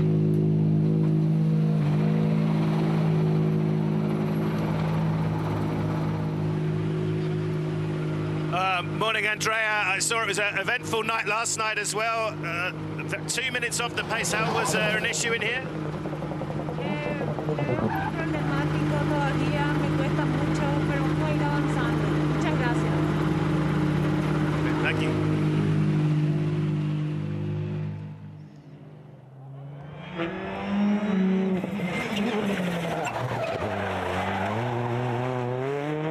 There's a bit of tyre squealing. It ain't quick, but it looks cool. It sounds cool. Julio Martinez just hanging the back of the car out, nice and wide, away from the apex of the corner. You want the nose tucked right in as well. You're still thinking about the fastest line that you can possibly take through the corner. So if you are just joining us for the first time this morning, we are still on the coverage of Stage 2 right now. That is because Stage 3 has been cancelled. Morning, Felipe. I can see, obviously, you caught up with Andrea there. A similar incident to last night. Did you lose a lot of time in there behind? Yeah, I mean, we were doing really well. And then we caught up with her. We flagged her a couple of times, seeing if she would pull over, but she didn't. So we lost quite a bit of time. I mean, it's still a spectacular stage. It's a pity for the end because I can't quite see where I'm at. But I'm feeling confident, and you know, that's a good sign for me. It's my first race with Alex, and he's doing an incredible job. First time with English pace notes. So all in all, it's a really good day. So I'm not complaining too much. Get on the phone to the stewards and get that time back. Yeah, I mean, Alex is going to take care of that. You know, being a lawyer, I got to be careful of how hard I go. So he's the diplomatic one. Thank you, mate. Well done. Gotta love Filippo. And yeah, it's a big change this weekend because he's used to having his pace notes in Italian. So English pace notes for the first time with Alex Kirouani sitting alongside him. So well spoken. He's a real gentleman and a nice guy to have around. We saw him in Monty, and then here's a rally he's done a couple of times. But again, he will go and speak to the stewards, and they will look at it. He had the problem last night. He had the problem again now, and it's also a safety issue as well, Beck. So they'll look at that, and I'm sure they'll get on top of it in a fair way. Rally 3 now. Yeah, Gil Membrado, who we're seeing competing in the Junior WRC this year.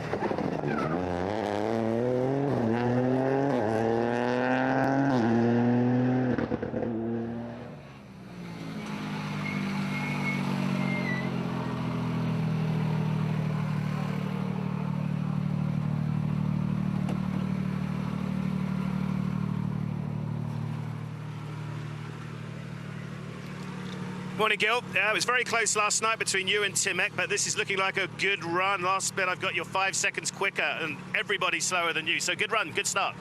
Yeah, I feel really good with the car. Adrian did the perfect job, all the pace notes in the good place, and yeah, I'm really happy with my pace and with the setup with the car. It's difficult in rally to find a pace because you have to push all the time, and you have the barrier and the blocks outside. But I am enjoying, and the time it's like this, so I'm more happy. Well done, keep it up.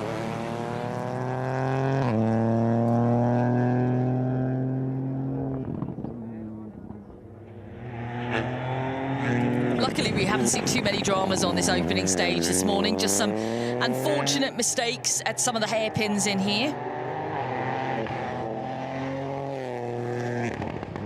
But nothing major as we follow Raul Hernandez. Tidy from Raul. Because you're coming downhill, you can really go quite deep into that hairpin, use all the weight transfer on the nose of the car. The back of the car will come round on you quite comfortably. Morning, Raul. I'm sure it's going to be a big fight between you and Gil on home soil, but 4.8 seconds slower than here in that first stage. How was it?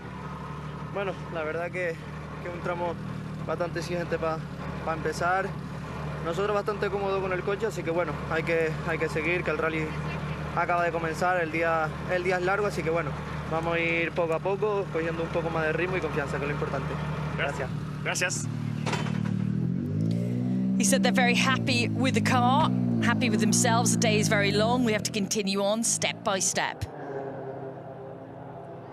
Now, Timek Abramovsky, who was the ERC3 champion last year. Really exciting young driver. He's only 19 years of age. Yeah, he's quick, this young man, isn't he, Bexy? And again, we were talking about it last night, how rallying has just become so global. You know, we've got drivers from just all over the world this weekend. We've got an Indian driver, we've got, you know, Polish drivers. From, you know, it's global now, and it's not just attracting manufacturers, but attracting drivers from all over the world, and it's brilliant. But this young man is a bright talent. Had a good start to the rally last night. He's quick. I'm excited to see what he can do in the future.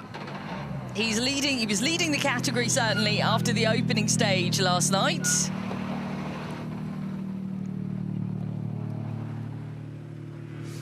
Morning, Timek. Fantastic start last night, but it's going to be tough to beat those Spanish boys, isn't it? 8.6 seconds slower than Gil. How was it for you? Yeah, the stage was quite nice. I would say the pace was safe, and approach is still the same. We're looking for some speed now. We have to compare now and take some, you know, things from that. Okay. Thank you. Yeah, he's dropped 8.2 seconds behind Gil Membrado after that stage. So yeah, definitely very much a learning curve against the Spanish guys here. But I'm sure he'll be up for the challenge as the weekend progresses. Giovanni Rossi now. There's a great livery on that car.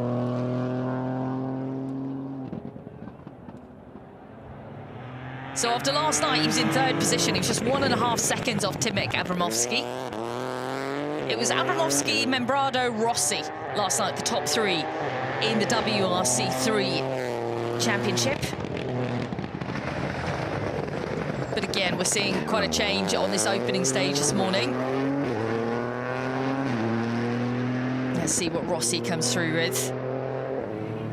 7.3 seconds off the time of Membrado, still holds that third position overall. Morning, Giovanni. Big fight, I guess, again with WRC 3, 7.3 seconds off the pace of Gil. How was your run?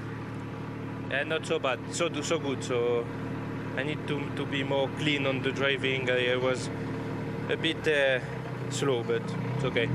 How are road conditions now? Any dirt anywhere, or is it still pretty clean? No, it's clean, it's clean. He needs to follow Johan Rossell's statement, I need more speed. It's one of those backs, particularly with the Rally 3 cars. I mean, they're by no exception. They're no way. They're not slow. Yeah, as Nicholas Otto is getting that all wrong again at the hairpin. They're not slow, but you have to be really smooth and efficient. And as Giovanni was saying, they just got to tidy it up a little bit because you're scrubbing speed off. You don't have the grunt, the power to get going again. Like Rally 1 cars can afford to just slide around a little bit because they've got the power underneath them, whereas these cars don't have that same amount of grunt. So you've just got to be really neat and tidy and always be conscious of not scrubbing off any speed. Think the car through the corner. Don't just throw it in and encourage it to start sliding around, because that's when you'll lose time.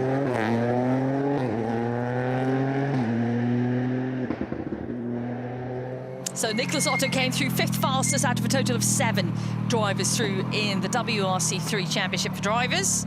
After stage 2, 25.3 off the pace of the front overall. So specialised these roads here in Spain, aren't they? How was your run? 23 seconds off the fastest time in WRC 3. Well, pretty calm, relaxed. I wasn't pushing a lot, but I was always in place and exactly where I wanted to be, so I'm happy. How difficult is it to find a rhythm? I mean, the stages are so relentless, constant cornering. Is it tricky to find a good rhythm if you don't know the roads well? I think the rhythm is not that difficult, but it's more just knowing that you can utilize the whole road. I'm more used to narrow roads, and here I have to really use the whole road. Thank you. I think that's a fair point, actually, isn't it? Well, you're used to more narrower stages where there's, I mean, we keep saying, Chetty, there's a little margin for error here, but they are quite wide in comparison to some rallies we go to. Yeah, but I think you naturally use all the road, even on a narrow road. You're naturally, you know, cutting corners, clipping apexes, and then running the car out as wide as you possibly can to carry the speed. So I think that's the sort of thing that should just hanging on to a bit of steering. Did you just say woof? More of a woof. But yeah, you naturally want to use all of the road because it allows you to carry the speed. Yeah. You know, if you're hanging on to corners on the way out, you're Morning, not carrying the speed. Those young lads are at it. How was your run? A little bit off the pace compared to Gil Membrado's fastest. Pues empezando y vamos a intentar ir mejorando un poquito más, pero venimos un poquito fríos, vamos a lograrlo. Intentar llegar a la meta hoy. Gracias. He said, we started okay, we're trying to improve, and I didn't understand a word you said. Classic. Okay, we continue on then on stage 2, our continued coverage here. Due to the fact that stage 3 has been cancelled this morning due to spectator safety, we await, of course, the very next stage and what would be the last stage in the loop. Saw Dean there coming into that hairpin, getting all his braking done, then jumping back on the throttle, and then, again, it's not tight, it should all be one fluid motion. You come into the corner, hit the brakes, turn in, handbrake, and then back on the throttle. That's how you want to be. You don't want to be breaking up that rhythm.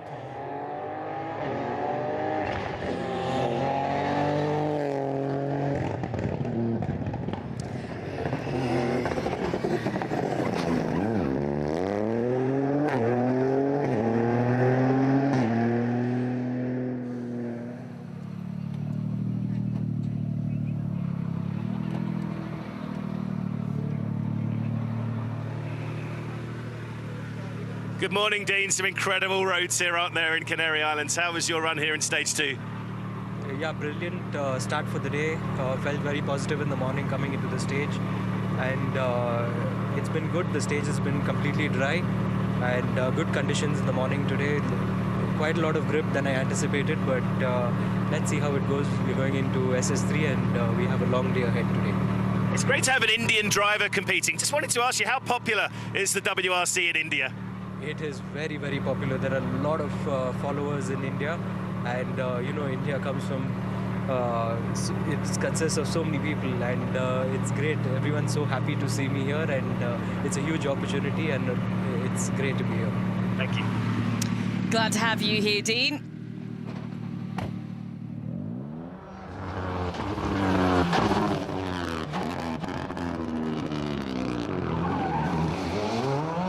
Nicely done. Not too bad. I feel like you should have a little paddleboard with like a 1 to 10 rating for these hairpins, Chenny. Yeah, I mean, look, it's if we're really picking, it wouldn't be like you to pick. It wasn't on the apex of the corner. Probably could have come into braked a little bit later into there, but not too bad. Certainly not the worst we've seen at all. Daniel getting through nicely.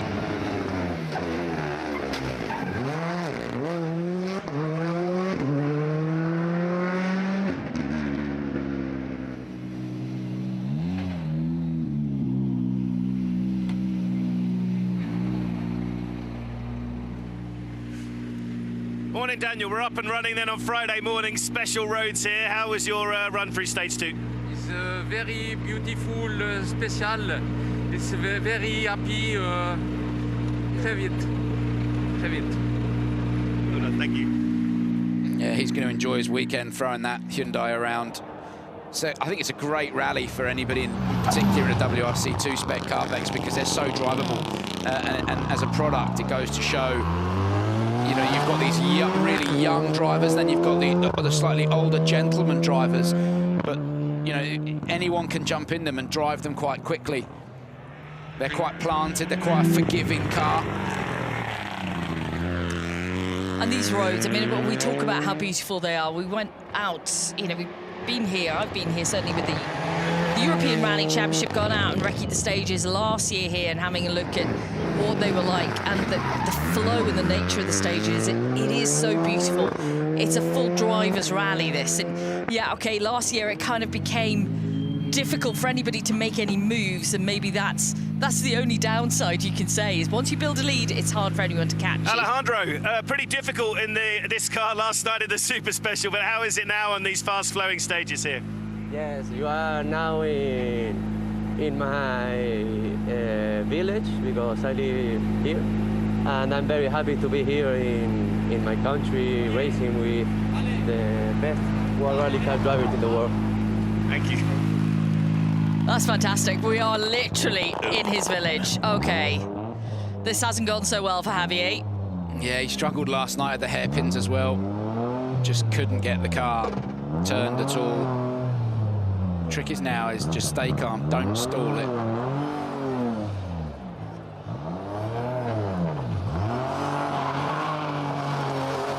Remember, these are the front wheel drive cars, Beck. So you don't have four-wheel drive to play with. When we recce'd this stage last year, that's pretty much exactly what we did on that hairpin. Who was driving? Not me. It wasn't me. Yeah, it's not naming names. It's not easy. Certainly on the Super Special we saw, to get one of these cars around, you don't have the speed between the hairpins to be able to get the rotation on. But here, there's not really much of an excuse. That's a bit better. You've just got to pick up the throttle. Remember, you don't have all of that power, so you've got to keep the revs up. You've got to keep the momentum going. That was a little bit better. So moving his head forward in the car as if to go, come on. Yeah, Alvaro Santana. But you've got to keep the revs up. Very easy to stall one of these cars as well when the revs drop.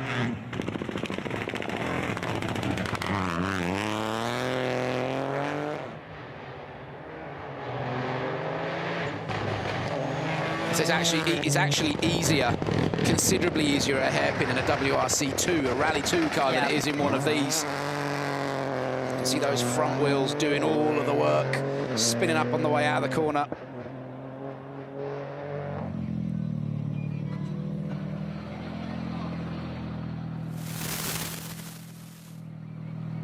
Morning, Alvaro. Joint leader after last night. Going to be a big fight between you and Alejandro, but you're 5 seconds slower than here. Pretty close. How was your run? 5 seconds slower than Alejandro, right? I mean, it's the first day of the morning. I mean, we're trying to pick the pace, and let's see. Thank you. Hablar con él en español.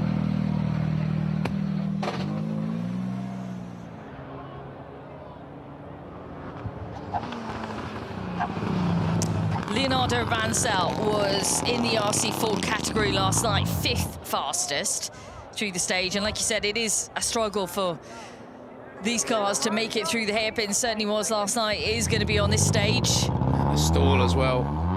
Doesn't help. You really want to try and avoid those stalls when all the temps and everything are up as high as they are. But you've got to start the rotation quite early.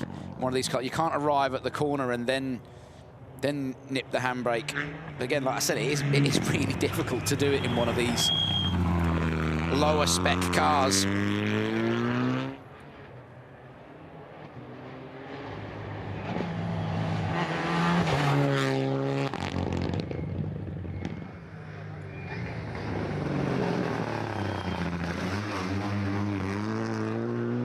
Playing it safe and opting to drive it.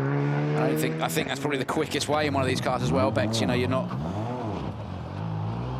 using the handbrake, risking the stall, risking losing the momentum, just driving it around that second left-hander there. Nicholas, stage 2 completed. How was your run through? Hello, I know speak English in Spanish. En verdad, la mañana bien, la temperatura ideal para empezar a coger ritmo en los tramos y vemos bastante afición y la gente bien colocada. Creo que hay una pena porque creo que el segundo tramo está neutralizado, pero bueno, estamos empezando. Muchas gracias. Muchas gracias, thank you. He said everything's good, temperature's good, a lot of crowds out there, which is nice, and a shame for the next stage being cancelled, which, if you are just joining us, stage 3 will not run here this morning.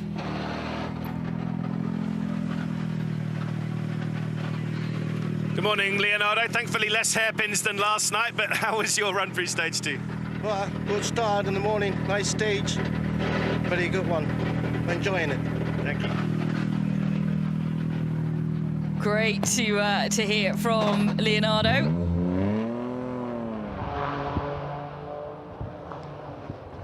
Come on, Manuel, what have you got for us? Come on. No.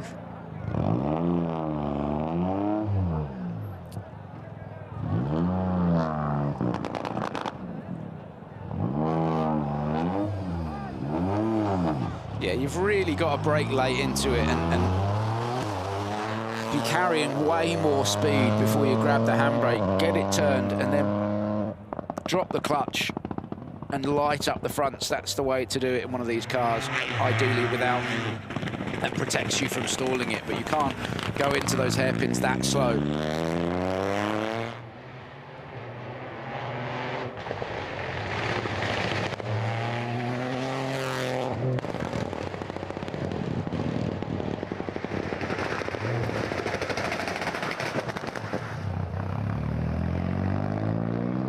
is hot, Bex. Yeah, what's going on there? There's a lot of steam on that side of the car, isn't there? Seems to be gone now that we've reached the time control. Maybe just overheating those front brakes a little bit. It could be an engine getting Manuel, warm. is everything okay? A lot of time dropped. The car sounding a bit noisy coming down the hill. Everything okay? Bien, bien. El tramo bien. Unos problemillas y tal, pero bien. Bien. Empezando el rally. Gracias. Okay, gracias. Yeah, he said stage is good. They had a couple of problems, but enjoying the rally. Yeah, but PK mentioning it didn't sound so great there. Yeah, if it's got hot, then there could be a whole list of issues that's potentially waiting to. We're round anyway, Bex. Yes, Raphael. Second to last car.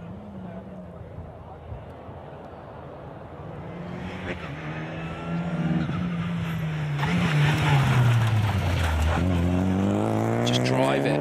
That's a drive it corner in one of these.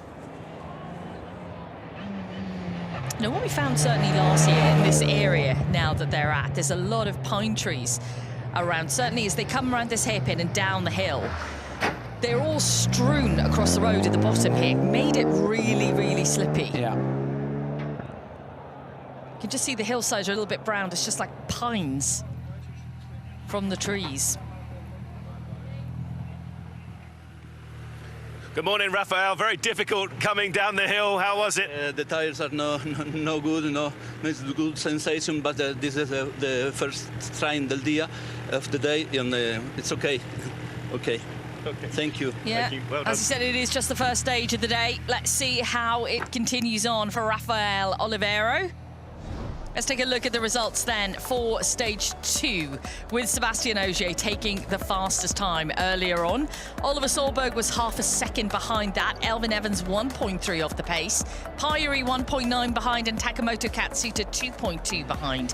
Sordo was the fastest Hyundai through the opening stage this morning, 7.6 off the pace of Seb. Then we've got Formeau, Neuville, Armstrong and McAlean to complete the top 10. Johan Rossell was the fastest WRC2 driver through, only just. Leo Rossell was 0.8 of a second behind, but they did dominate the opening stage in the WRC2 category. So it's a new rally leader after the opening stage this morning. It is Sébastien Ogier who takes the lead of Rally Islas Canarias by 0.8 of a second over Takamoto Katsuta, with Sami Pyuri in third position, just 1/10 behind Taka. Then it's Oliver Solberg in fourth and Elvin Evans in fifth position. 1.8 seconds separating the top 5 right now. We're going to cross out and join Kiri Bloor.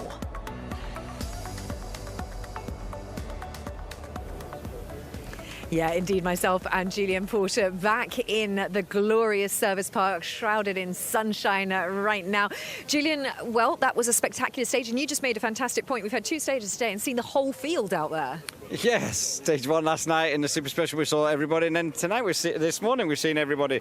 Yeah, it's through the circumstances of that second stage of the day, stage 3 being cancelled, which is it's very frustrating for the competitors, for us, for the rally itself, and you know, spectators. If the sign's saying don't park there, because they've kind of shot themselves in the foot by trying to park in an area which is not designated for parking, and the rally have made that decision of, right, that's it, we can't run this safely. Yeah, but do not worry, the action will resume shortly. There is plenty of tarmac to come in the next few hours. At the moment, the Toyotas are looking absolutely fantastic out there, but let's see what happens through stage 4, which will come your way at 11:15. Stages this afternoon will be run in succession. 3 and 5 o'clock will be our last of the stages, and then 8:25 will be that super special. Do not worry, if you missed Julian Porter on the road section roaming this morning, he will be back out there this afternoon, so that's where he is going to be. I'm going to be with you all day, as well as the commentators bringing you all of the action. Ready for some more tarmac action? Yeah. See you there.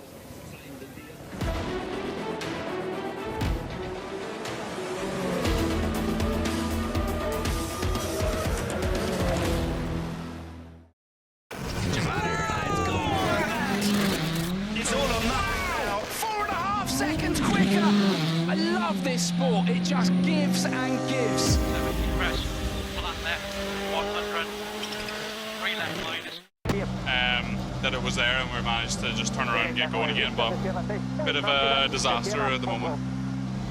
So John Armstrong again suffering with understeer. He had the car hooked up through the corner, and then as it nipped, the grip wasn't there. Lucky that there was an escape road to go down and get it turned around, but again, that would have just sapped all the confidence he had and just lost time. So again, understeer, the concern for John Armstrong, just can't get the front of the car to work. Imagine what he really was lucky with that escape road, because, okay, we're in a village now, it's different. When you're out on the main part of the stage, there really is nowhere to run off to. No. That's Josh McAlean, John's teammate, completing then 24 seconds off the pace right at the front. 12:48.5 for Josh. Those are the feet of Danny Sordo going to work. And still off the pace, but not off the pace to the same extent as Thierry Neuville and Adrien Fourmeau. Yeah, he's 4 seconds up on Neuville at the final split point.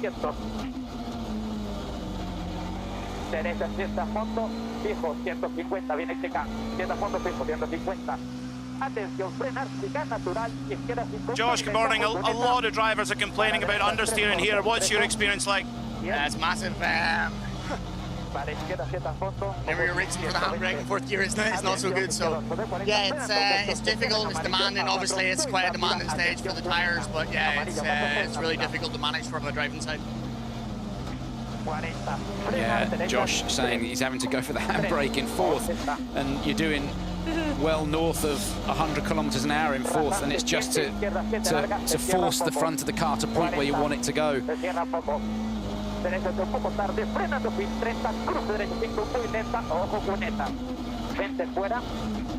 the extra emphasis there from Candido with the finger pointing. Danny doing a good job of just driving around the problems, being patient with it. So easy to get frustrated and wound up, and you end up over-driving, short shifting through there, so as not to be right up in the high rev range. And again, that would induce understeer, just gently coming on the throttle, progressively putting the power down. 12 seconds dropped. So that is, 12 seconds off the pace, 6th fastest through there, and again, the fastest Hyundai through the stage. By so comparison, Bex, Fourmeau 17.8, Neuville 17.5, Sordo 12. I mean, yes, yeah, it's a lot of time, but... This is a replay, Chenny, John Armstrong from earlier on in the stage. That's the escape road he's talking about. Right, he's a lucky boy. He's very lucky, isn't he? Wow. So lucky that was there, because for the majority of the stage, you just don't see them. It'd be great to have another look at that if we can, because that definitely crept up on us.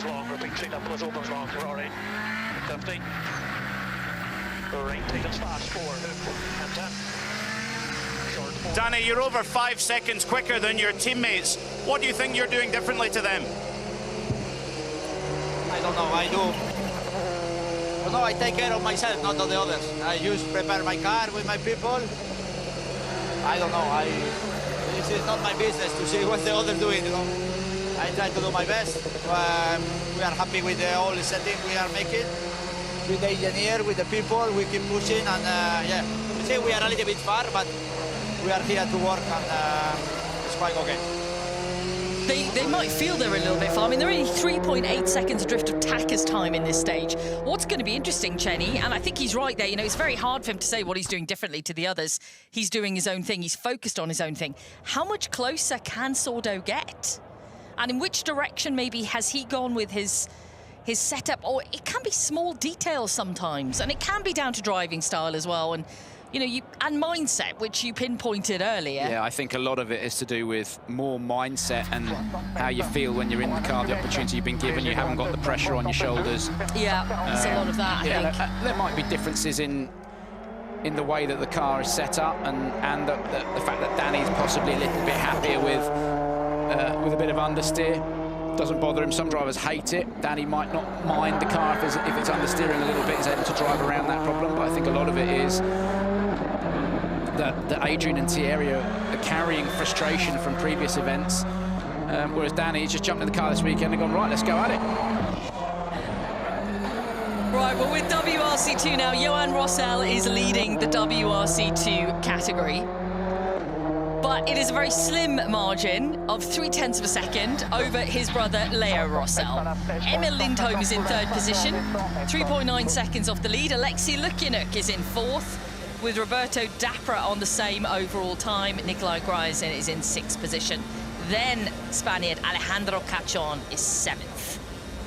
The Rossells dominated the first stage we saw this morning, Jenny, didn't they? Is it going to be a carbon copy on this one? Well, I can tell you, the Johan Rossell is on a huge flyer. He's 8.1 seconds quicker than Leo Rossell, who's just completed. Wow, Leo, you are over 8 seconds quicker than your brother at the last split. Did it feel that good? Wow, okay. Big surprise, because it's not really easy after the recce. It's completely difficult to traject, but I think my car is very, very fast all the stage, and I'm just focused in my driving for the moment. No, unfortunately, it's the other way around. It's Johan Rossell who's 8.1 seconds up on Leo Rossell. At the final split point, Johan really is on a flyer, as I said. It's looking really good in comparison to the others around him as well. And again, Bex, when you're a tarmac specialist on a difficult stage like this, when you know everyone else is going to struggle, that is when you go, right, okay, I can make a big difference in here. You know, when you know that other people are perhaps not as completely confident on a sealed surface as you are, you go, right, then let's get on with this job and do what we can do. Well, there might have been a slight margin of a lead going into this one, but Johan Rossell has made sure that it is into double digits now over Leo Rossell. 10.1 seconds faster in the stage. Wow. Still plenty more, though, to go. Obviously, we're very early days here at Rally Islas Canarias.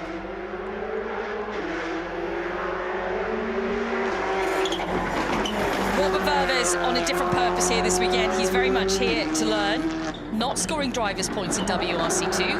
Let's have a chat with Johan Rossell. Let's cross back out to Pete.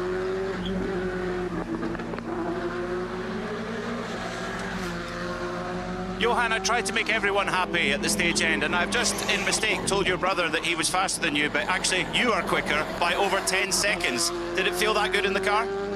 Yeah, we adapt on the front. I push very well, to be honest.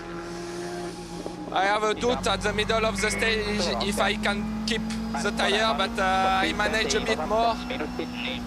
Yeah, I push on my maximum. Yeah, we can certainly tell that from the time. I want to see that John Armstrong off again. We only saw it once, and he was so lucky. He went sideways down an escape road, an escape road that doesn't really exist on these kind of rallies. It so doesn't. He was very, very lucky. And just to reference Pete Mackay, as he said, he tries to keep everybody happy. Pete, you always keep people happy at the stage end, even if you have told them they're faster when they weren't. They'll still love you, don't worry. Yeah, we'll see if we can skip in a replay at some point. Our wonderful director, I'm sure, will shoehorn that in for you, Jenny.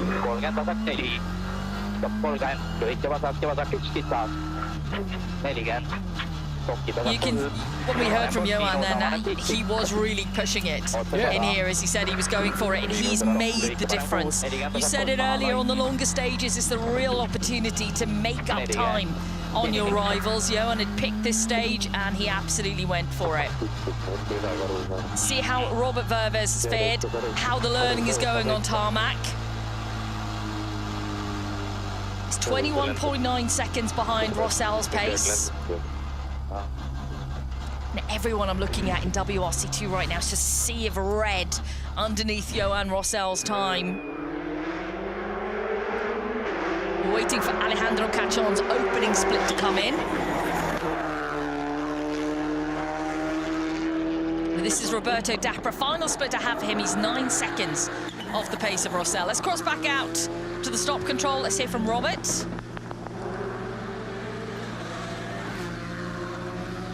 Robert, 21.9 kilometers, which seems to be putting the WRC guys to the full test. What was it like for you? Let's say it's not very enjoyable. It's proper circuit racing, and 99% of the time it looks that I'm in the wrong place on the road. So yeah, it's just surviving, let's say. It's got to be frustrating as a driver to rock up to the stop control and look up at the timing board and see that vast difference. And Robert just doesn't sound as if he feels comfortable out there at all, Chenny. Yeah, and he's not blaming the car or anything else. It's just, but it's it's just seat time, Bex. You just go out and get seat time. And Johan Rossell has done a superb job through here. A superb job. And again, when he started to see, I suspect when he was down at the start line and saw other drivers struggling, he's like, listen, I know all of my closest competition are going to have the same problem. Let's get our heads down and make a big difference. Right, that's Roberto Dapra through. Now, you wanted a replay of John Armstrong's moment from earlier on. This was 4 kilometers in. We're going to take a look at it in a moment. Here we go. So this was a replay from earlier. So look at the speed he's carrying into the corner, and it just tightens there. And look at how much lock he had on. John just nipped the handbrake, tipped it sideways, and went sideways down the escape rope, and then slams it down the box into reverse, gets going again. Now, at that point, he's lost 20 seconds. He lost another 14 throughout the stage. So look at the steering lock. Look, he puts more and more on that goes, nah, you're all right, I ain't turning into there. You haven't got the grip, boy. And he just grabs the handbrake, pitches it sideways, and gets away with, well, that's one of his lives used anyway. Yeah, definitely. The spectators who were there had a nice little show, and they were exceptionally lucky that that was there. But you saw how quickly he had grip, the car turned in, but once it nipped, there was just nothing there on him. He described it as the fronts just said no.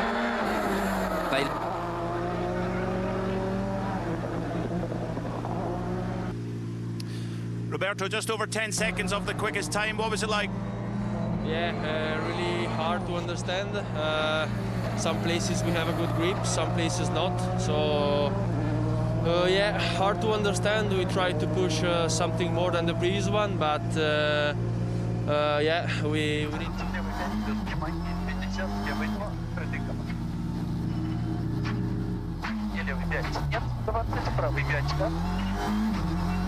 Нет, открытые 50, детки 102, нет, левый 4 минуты, шарю. 80. Yeah, big gaps here. We're looking at Nikolai Gryzin just crossing the flying finish now, completing 8.8 seconds down. Just looking a little bit further down the running order, down to Alejandro Cachon, who's the only driver to be faster than Johan Rossell on the opening split by half a second. He's still close. He's a little bit slower now by 0.2. But he's the closest man within the stage. The rest are a good way off Johan Rossell. I think it is going to be quite the wake-up call when people have a little look up to the timing board.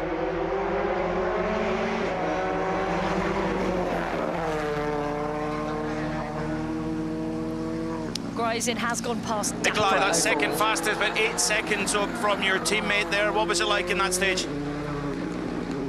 Just in the middle, I went off and hit the barrier. I was lucky, to be honest, so... Yeah, it's more or less just maybe too much mistakes. Oh, wow, yeah, so he's had a bit of a moment as well. Yeah, and I think, Bex, it's you've got grip, and then in a heartbeat you haven't got any more. You know, it just switches off, and we saw that with John. And you know, Pete Mackay just sending in a message there saying surprisingly low tyre wear. I don't think it's a matter of the tyres wearing, it's just the grip that's being offered up from the surface of the road and how the tyre is working on the road. So it's not that the tyres are wearing out, it's just that they're not generating a vast amount of grip.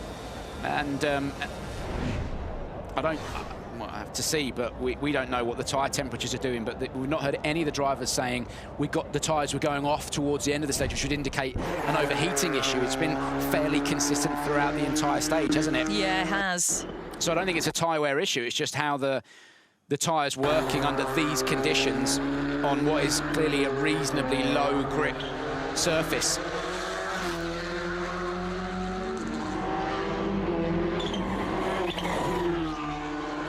Arthur Pellemork is going to be the next to complete for us. So we're watching Fous Aldabar here.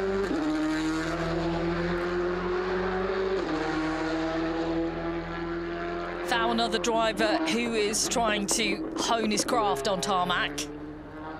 Arthur Pellemork has completed the stage 13:08.5. So within WRC2, that's the slowest time we've got through so far, 15.8 off Johan Rosell's pace. But Johan Rosell is kind of head and shoulders above everybody else. Closest man was Gryzin, but even Gryzin said he had a moment. He was very lucky in the stage. He almost hit the Armco barrier. He said he gave it a slap, didn't he? Well, yeah, a bit of a tap, but if you didn't see any damage, he couldn't have been at that much pace. No, Pete Mackay, again, the man on the ground, said just bodywork damage only for Gryzin. I didn't see any damage at all in the car, but clearly there's something there. Whatever it is, he's gotten away with it, nothing mechanical. Yep. Arthur, 15.8 off the quickest time through there. Many drivers struggling with understeer. What was it like for you? The same. Now for me the car was better than the next stage. Now we have to find the new step to do it better, but that's cool. We did, that's cool. What do you think you work on at service?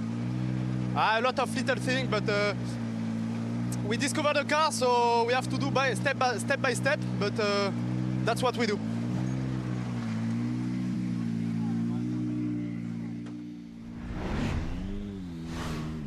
We get back out now to Eric Cameli. Cameli's in 8th position in WRC2. He's only half a second behind Alejandro Cachon coming into the stage. Cachon was only 0.8 of a second behind Gryzin. Cachon is doing well in this stage. Doing really well, Bex. He's kind of level pegging Johan Rosell. He's only 0.8 down on Johan. So I think Cachon is going to catapult himself up the leaderboard here in WRC2. As soon as we said that, at the next split, from 12 kilometres, 0.8 down. At 14, he's dropped a second and a half. But this is better from Cachon. More what we'd expect. Yeah. I would expect Alejandro Cachon to be on similar pace to the Rosell brothers. Absolutely.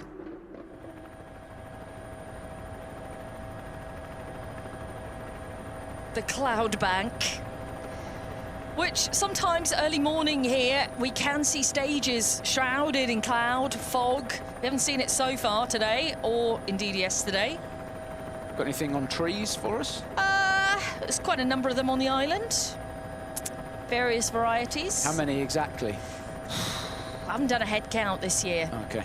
So I might be just a couple of hundred out. I don't want to shame myself on TV. No, fair enough. Not about trees anyway. You are harsh, and it is. I feel bullied. I feel like Punch the Monkey in the studio sometimes. Fou, good morning. 2 stages complete. How's the first loop been? Oh, it's we are trying to improve. We did a small mistake here. We spun. We needed to restart the car and continue, but okay, it's part of the learning. So yeah, we will take it easy and try to keep improving. I wondered if something had happened in there because it was quite a drop in time between the first and second split for Fou, so that explains it. Spun and had to restart the car.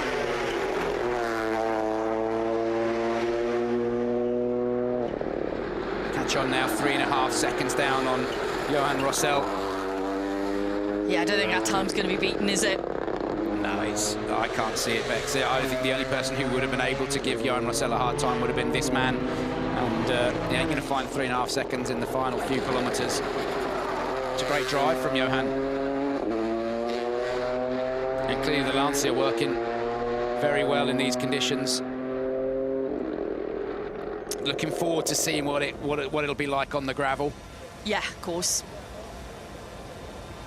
For Cachon, though, this is going to be a good stage in comparison to others, and he should move ahead of a few drivers here.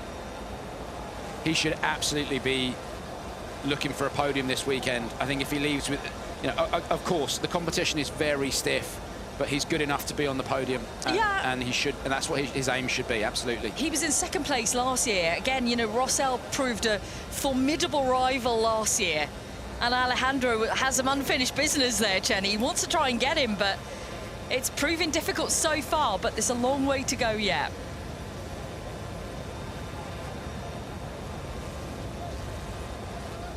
So Eric Camely has just completed the stage, 13:03.8 for Eric. That puts him 5th fastest in WRC2 after 6 drivers. 11.1 off Johan Rossell.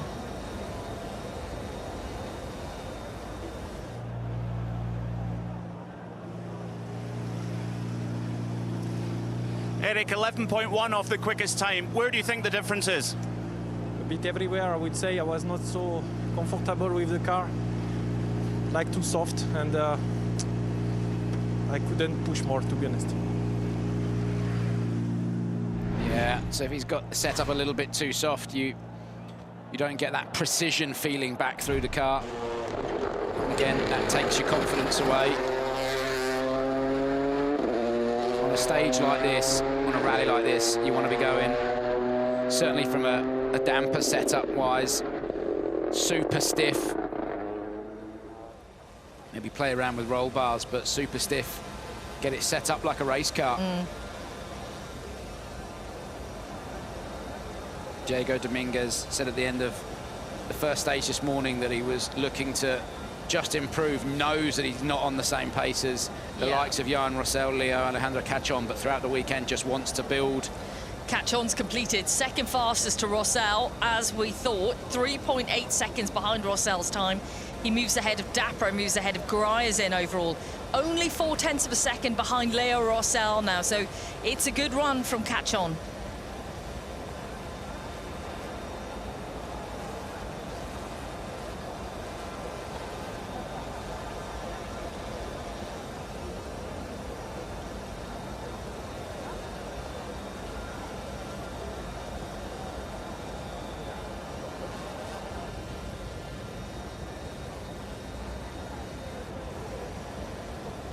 We're going to hear from Alejandro Cachon now with Pete.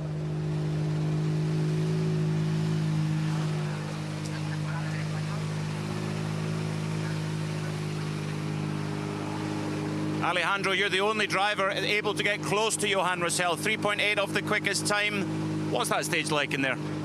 Yeah, it's really difficult because it's too wide, so the speed is high, but also the tires are super hot, so understeer all the time.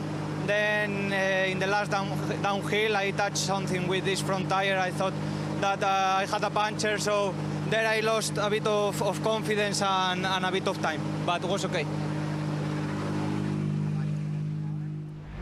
So there we go, that tells us why he kind of pulled back in the latter sections of the stage.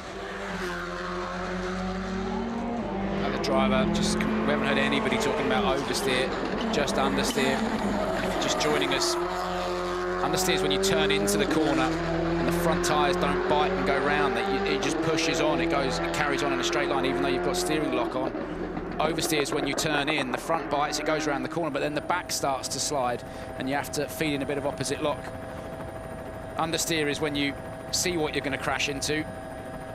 Oversteer is when you feel it on the way out. Emil Lindholm, who we just saw there, he's in 3rd position in WRC2, but things are starting to change around within the top 10. More on that, though, in a moment. Let's catch up with Diego Dominguez. Diego, how's the morning loop been for you? Well, first one it was quite okay, and then the second one, the second one got cancelled, and then this one, very tricky. The stage is very difficult, and yeah, the feeling-wise, a lot of understeer, oversteer, just no grip at all. But yeah, we are here, so that's the most important thing. First driver we've heard talking about understeer and oversteer, the balance of the car not dialed in at all. I think he was listening to your commentary then and thought, I'll just throw it both in.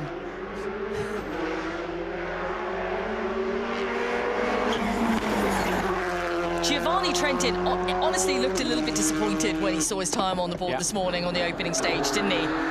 He's back in 11th position overall. He's only 9/10 behind Jan Solans. 10.3 seconds off the lead, so it's still close enough to make differences out there. Small gaps within the WRC2 running order right now.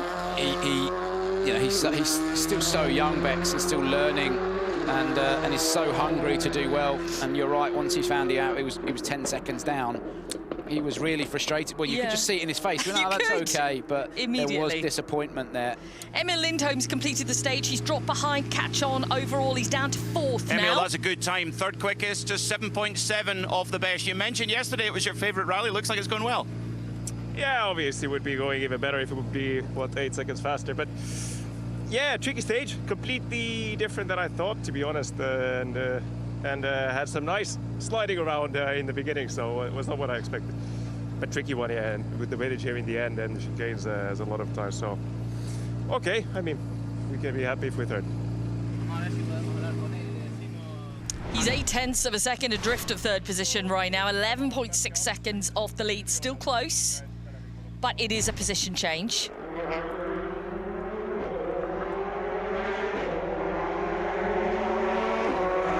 Robert Jurgensen.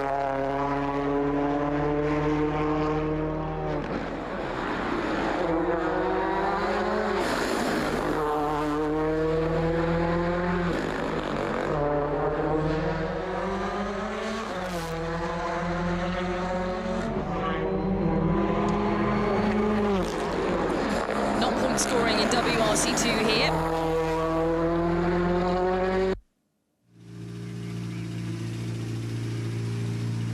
Is Giovanni happier this time around? Giovanni, around a second a kilometre from the quickest time. Are you satisfied with that so far? I thought a bit better, so I don't know. What was wrong? Nothing.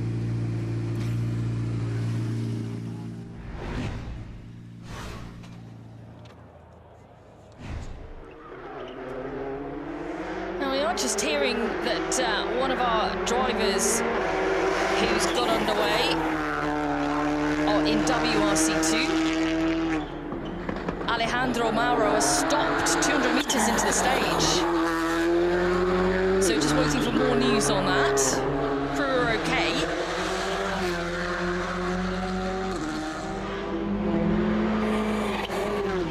Jan Solon's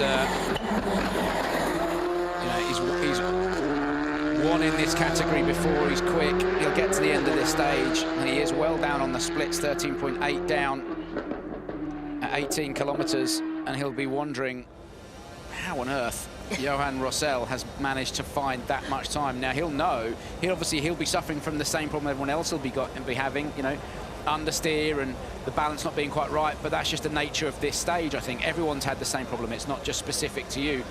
But you'll be wondering, because Jan is no slouch, she's quick, knows how to drive a rally car, particularly on this kind of surface as well, and he'll be going, how's he gone the guts of a second a kilometre quicker than me? Keen to see what Lukinut can do here after the opening stage this morning, stage 2. He's in 4th position overall, only 4.8 off the lead. And when kind of Piquet pushed him, because he's been a winner on this island multiple times, it kind of, he backed off from talking about any, you know, kind of expectations of what he could do.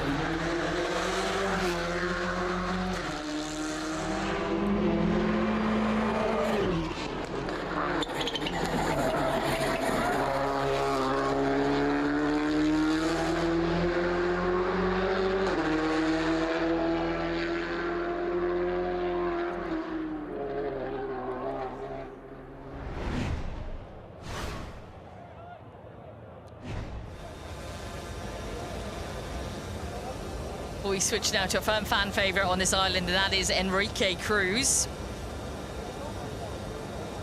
Going well in the stage, Bex, all things considered. Quicker than Alexei, Jan Solons, Robert Jurgensen. Now, he's got a fine history here, Channy, to be fair. Yeah, absolutely. And again, it's having that local knowledge of not just the roads, but how the roads can change and how the grip levels can change and everything else. I think that's the critical thing, especially on this one, because everyone seems to have been struggling with the grip levels, and he will have a real understanding of it. It certainly gives you confidence going into the stage, knowing this is what it's going to be like, and again, having an idea of where the roads go. He's doing a good job. He's not going to hassle Johan Russell, but he's going to be second or third quickest in the stage as things stand at the moment. Still got a little way to go before he reaches the end. Yeah, I think he's going to, another driver who's going to propel himself up the leaderboard, because he was outside of the top 10 coming into this stage. I think that's going to change with this kind of time.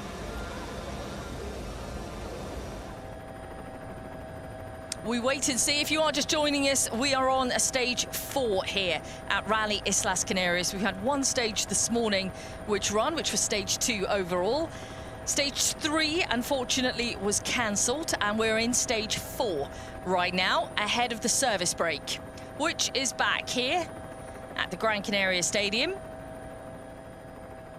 And we're with our WRC2 runners and riders. A mixture of point-scoring and non-point-scoring drivers making their way through right now. Ahmed Martin in the slightly older spec Skoda Fabia. Still a very, very capable car, though, built on a strong platform. It was a really good tarmac car as well when it first came out, wasn't it? It really was, and, you know, such success over the years, Jenny. You know, it seemed to be that everyone was in a Skoda. Yeah. Let me give you some completed times then. Before I do that, let's hear from Ahmed. Armida, how did it go in there? La verdad que el tramo está bastante resbaladizo, ¿no? Y yo creo que las presiones de aire vinieron muy pasadas porque veníamos esquiando mucho de la parte del morro y de la parte trasera. Pero nada, bien. Vamos a seguir, a ver si seguimos aprendiendo con estos neumáticos. He said it was a good stage. It was very, very slippery in there. Overall, everything is good. Let's see how it continues.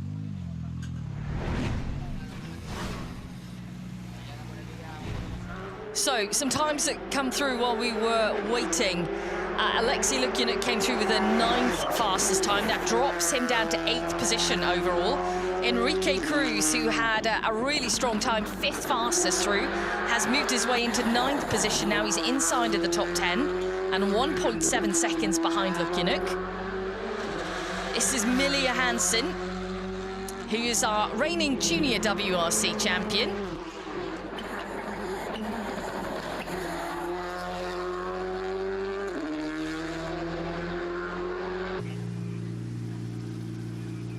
Miller, 2 stages complete. How are you progressing? It's difficult. Struggling with the front end. We need to do something. It's really bad.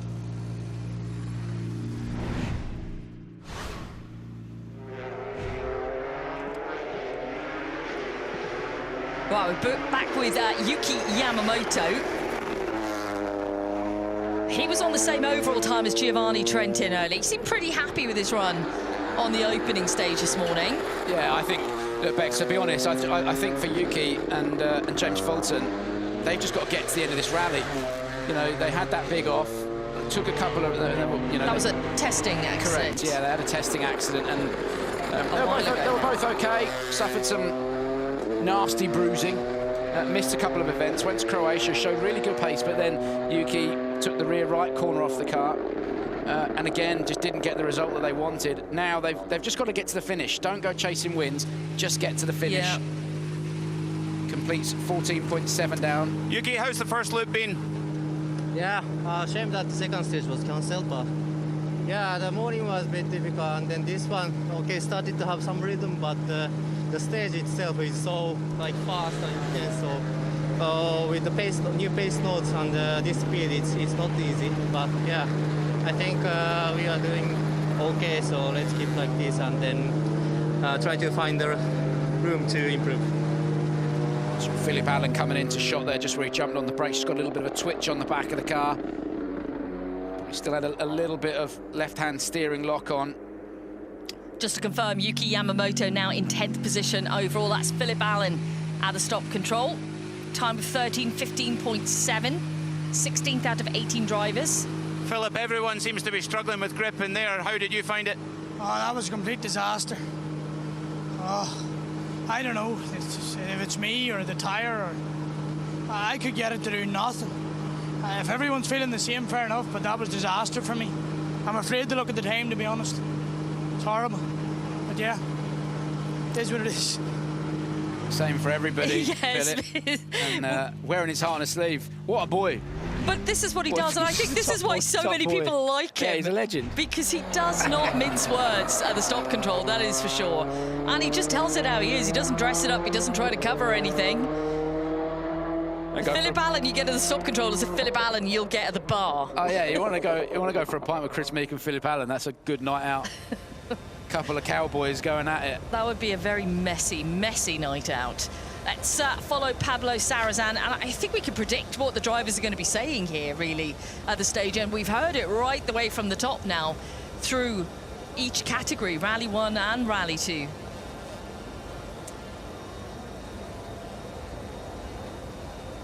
So, Pablo Sarrazin. After the opening stage this morning, I'm trying to remember his comments. He's in 9th position overall. He was only 1.7 seconds behind Cameli. Solens was 0.2 of a second behind him. See how he was doing in comparison to Cameli on the splits. He said that, you know, the time he'd left behind was in him, and we did see it a bit. You know, he was quite late picking up the throttle in places, and you know, he openly admitted the car was working quite well, but the time was in him, and that he needed to sort that out. He is almost 7 seconds off the pace of Eric on this one. Difficult stage, really, if you've not got loads of confidence. This is a difficult stage to properly find some time when the grip levels aren't there.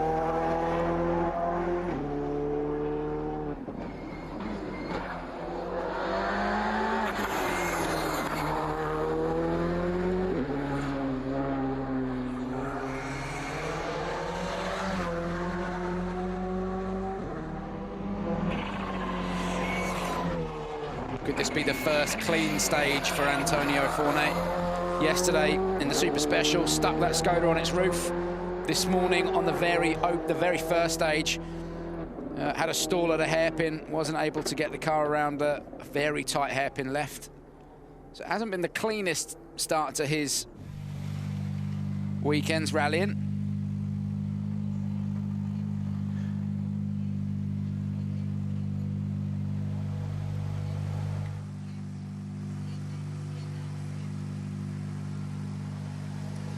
Pablo, 18 seconds off the quickest time. How are you feeling in the car today?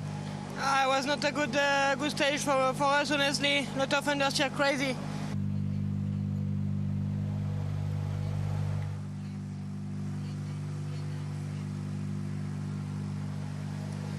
Pablo, 18 seconds off the quickest time. How are you feeling in the car today? It was not a good stage for us, honestly. A lot of understeer crazy. Just undraivable, so yeah, just I tried to finish this one to learn and to improve the car for next one. Just undraivable, so yeah, just I tried to finish this one to learn and to improve the car for next one. Yeah, same problem for everyone, I'm afraid, Pablo. Just picking up that understeer. And you've got to be honest, Bex, the best drivers in the world will instantly start to adapt their driving, start to drive around that problem. You know, we saw Danny Sordo doing it quite well. Thierry Neuville saying, I'm trying to change my driving style to drive around the problem. And he was complaining of understeer as well. As we look at Adrian Mosca coming through the stage. Good start to the rally for him. Yeah, he seemed genuinely okay after the opening stage this morning when we caught up with him.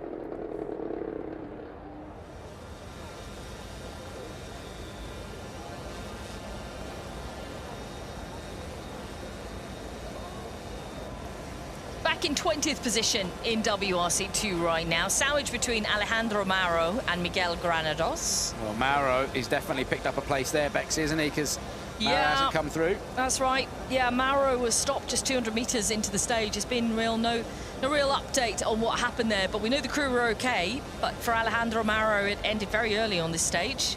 You can see the understeer there where he turned in and it just started to push, and he instantly got out of the throttle, waited, and then got going again. He's just got to be so patient with the car. Sébastien Ogier described it perfectly earlier on. Just waiting is what he said.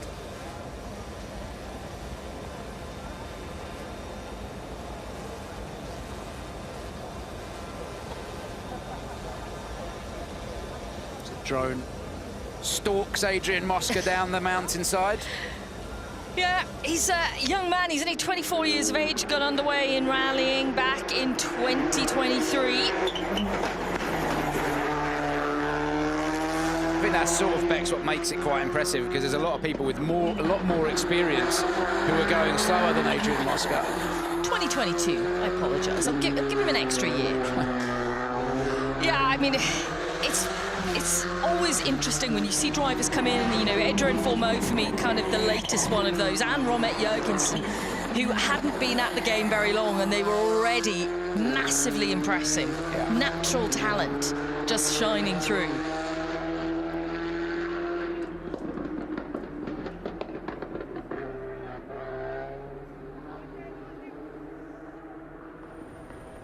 So time for Adrian Mosca through there of 13:34.5. It's a hell of a golf ball. You need a big bat for that one. A bat for a golf ball? Do you mean a club? It's a club, but I was being amusing. That's a nice smile, isn't it? Enjoyed that. Let's hear from Adrian. Adrian, big thumbs up. That's what I like to see, and you're smiling. You having fun? Yeah, I smile like my helmet. Look, the stage is so cool. This is like a circuit in a private road. No, okay, it's a bit difficult for me with the tire when they explode in temperature, but okay, feeling was very good, and we need to continue. Interesting, Adrian's thoughts there on the tire. He says he's basically saying once the temperature's coming up, maybe he's just starting to overheat slightly and drive around that, and that of course will of course be inducing understeer once the tyre starts to get a bit hot. Not the enthusiasm though, and very much looking like the emoji on his helmet right now. Johannes Kefferbock at Ilka Minor.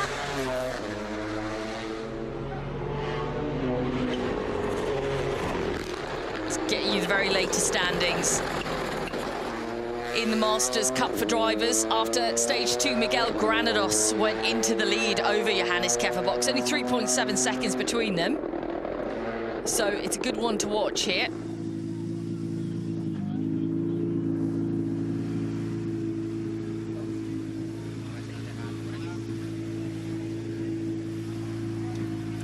Carlos, good morning. How was that? Bueno, bien, hemos tenido ahí un error en una curva y hemos tenido que girar y bueno, luego nos hemos tirado, el tramo patinaba mucho y hemos querido llegar bien. He said that we had a small mistake in one of the turns. It was very, very slippery. We just wanted to arrive safe at the stop control, which they've done. They have. Pete Mackay wishing Carlos Marino good morning in the afternoon there. Like 27 minutes. Oh. That's the level of commentary we're at now, Bexy. As Johannes Kefferbock completes. 52.4 down on Johan Rossell's time. Johannes, 2 stages complete. How's the rally going so far? Oh, we are happy with the rhythm and also with the stages. But this stage for the tires they killed the tires totally. But it's the same for all.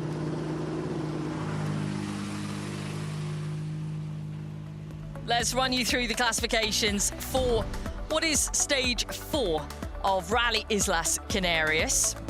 Sébastien Ogier has taken the fastest time on this stage at 12:24.5, which is 4.2 seconds quicker than Elvin Evans, 5 seconds up on Pyrie, 5.4 up on Solberg, and 8.2 on Katsuta. Classifications for what is stage 4 of Rally Islas Canarias. Sébastien Ogier has taken the fastest time on this stage at 12:24.5, which is 4.2 seconds quicker than Elvin Evans, 5 seconds up on Pyrie, 5.4 up on Solberg, and 8.2 on Katsuta. Danny Sordo is the fastest Hyundai through, with a time 12 seconds adrift of Ogier. Neuville was 5.5 seconds behind Danny. Formeau then a further 0.3 behind. We've seen some great performances on this stage, and we'll talk you through the overall classifications after what has been 3 completed stages, but this is stage 4 because stage 3 of the event was cancelled. So, Sébastien Ogier leads Rally Islas Canarias, an advantage of 5.9 seconds over Sami Pyeri, who moves into 2nd position. Elvin Evans moves into 3rd. He's a 10th of a second behind Pyeri. Oliver Solberg is 4th, just half a second outside of podium right now. Taka Katsuta has dropped down to 5th position overall. Still only 9 seconds off the lead though.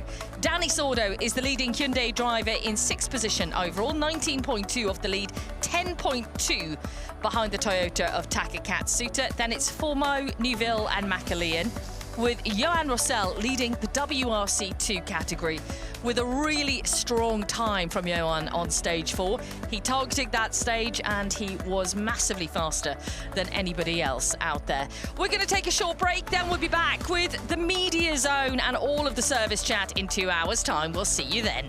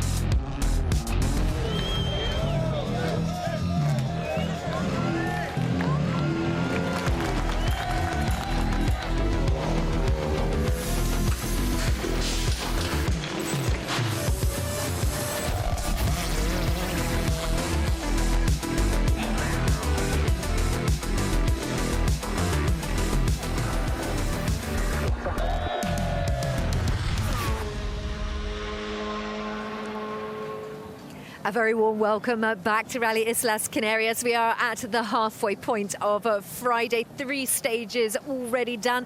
The bird's eye view of the service park. Now an empty service park because the cars are already back on the road section to the stages. Now I should say hello to you because although I have seen you, this is the first time we've seen you in this capacity. So how you doing? Hello, Kiri. We pretend like we didn't have lunch together earlier on. Yeah, well, Chenny, of course, if you've been listening, has been doing the commentary all day. Enjoyed the super special last night. But today we've only had 2 stages, the middle one of the loop cancelled. We'll see that run this afternoon, hopefully. What have you made of the first 2 stages? Quite contrasting in size alone. Yeah, I think it's been quite an interesting morning, hasn't it? But nothing that wasn't particularly expected, particularly after we saw what happened last year, Toyota dominating, and ultimately I think that basically the car is just working better with the hard compound Hankook tyre. That's what's making the difference there. And Hyundai and M Sport are kind of going at it head to head this weekend, aren't they? And I expect that's going to remain the same throughout the entirety of the weekend. I think Toyota are in a league of their own this weekend. Once we get back to gravel, Hyundai and M Sport will be giving them a hard time again. But ultimately, there's nothing wrong with the tyre, there's nothing wrong with any of the cars, but yeah, unless the 2 of them are working in union together, you're not going to get a result, and I think that's where perhaps Hyundai and M Sport are struggling a little bit. Okay, all right. Well, that sort of gives you an idea of how this morning's gone. It is Sébastien Ogier that's leading our rally at the moment. But what has happened here in the service park? Well, they've had the midday service, and we've also done a media zone. So should we have a listen in? It was Julian Porter that was down at that media zone. It was filmed a bit earlier on, speaking to all of the Hyundai drivers, including Danny Sordo. Thierry, 2 stages done in the morning. Luke, was meant to be 3, but when we look at it from us watching it, it looks beautiful. The sun is shining, the road is smooth. Just put us inside the cockpit of, you said at one point, I think you said you can't drive the car. Obviously you can, but just put it in the cockpit. Yeah, I mean, obviously it could have been worse, honestly. I expected even worse after yesterday's shakedown feeling. We got through those 2 stages.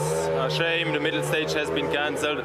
Would have been a bit better if we could have done the 3 stages and maybe try a bit more settings and get through the loop and learn something. But generally we're here. It's obviously a Hyundai competition from now on, so we'll try to improve a bit the car and yeah, see if you find anything which can make us go faster. Obviously, everyone wants to succeed. It's not like you're just giving up. Are you changing stuff on road sections just to try stuff? Because it was always going to be a challenge, wasn't it? Yeah, we knew it would always be a challenge, and I mean, we're still looking for the miracle and this one change which can change the behavior of the car and the confidence of the driver. But I'm not sure we're going to find it here this weekend. Adrian, we're back in the service park in Gran Canaria. 3 stages in the loop, but 2 driven. Give me an insight to what it's been like out there. Well, it's been quite nice to do a really nice hot trip in the Canary island. It was a beautiful landscape everywhere. It was only 2 small stages, unfortunately, but actually the stages are quite different. The first one is a bit more narrow, technical. The second one is really wide, like circuit style, etc. So, yeah, 2 different stages. We'll see this afternoon if we can improve our pace, and we'll go for it. That's it. All the drivers are saying that when you come back to a service, even if you're leading the rally, you want to make maybe some small changes. You're going to make some changes, see how you can change things? Maybe not. I think I will stick with what I've got and just drive. Danny, smiling away, enjoying back being in the Rally 1 car. How demanding has it been out there, back at that level and no speeds? Yeah, honestly, it's really nice. I really enjoy to drive the car. I think I would like to be fighting for sure with the position in the top, but it's quite difficult a little bit with the car and all. But we are working on the setup to be more close. It's not easy at the moment, but yeah, I'm happy. I enjoyed the 2 stages. Last stage was really nice. All the drive style with the circuit and really cool. If we divide this up to the Toyota rally, because they got 1, 2, 3, 4, 5, you are ahead of everybody else. You're in 6th.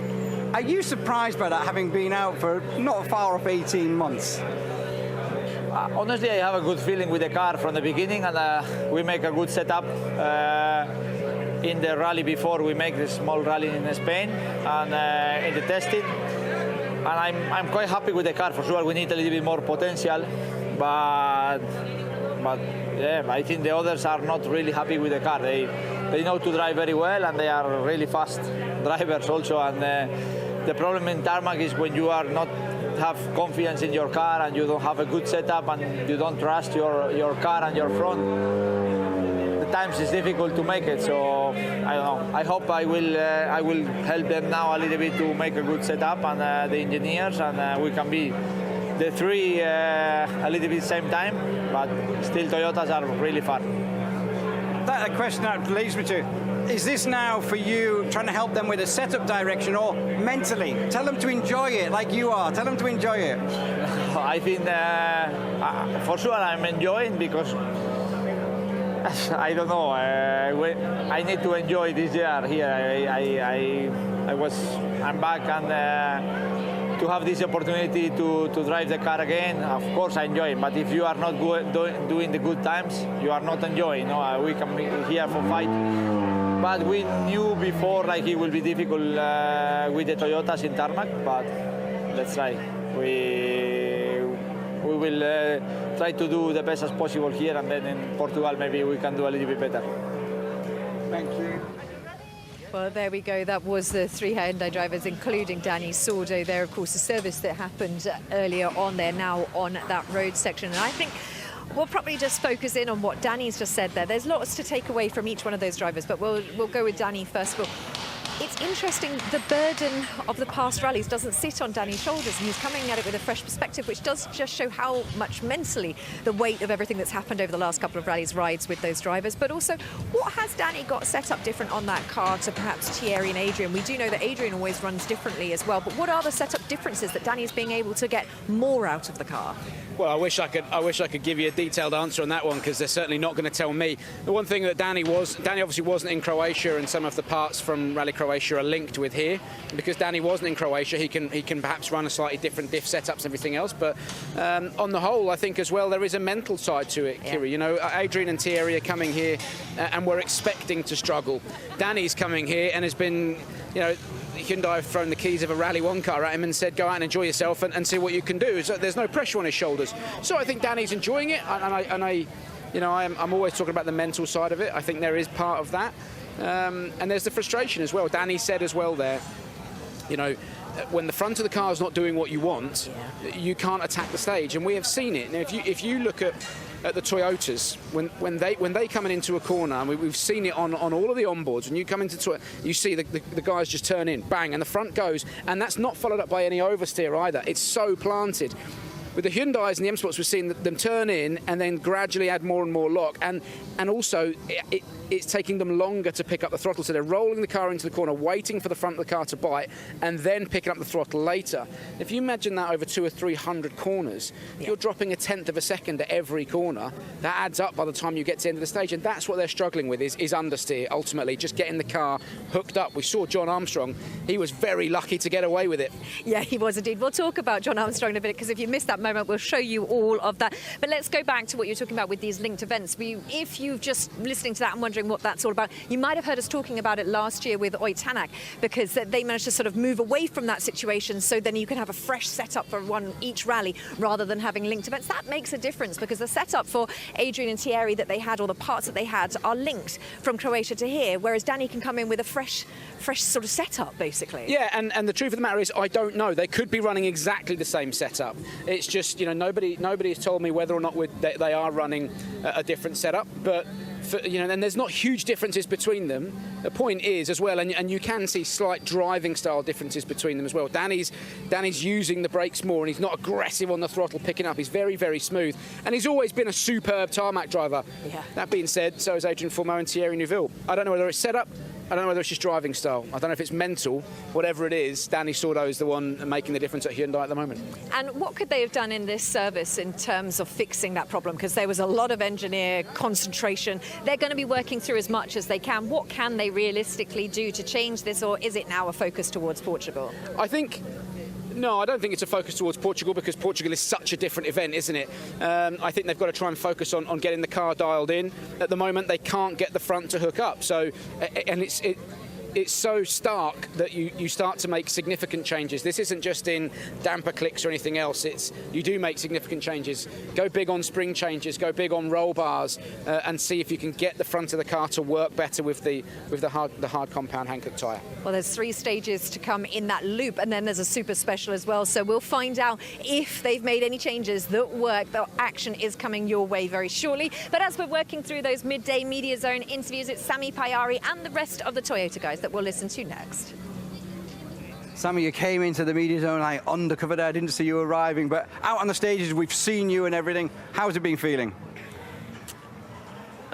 To be fair with you, actually not so great.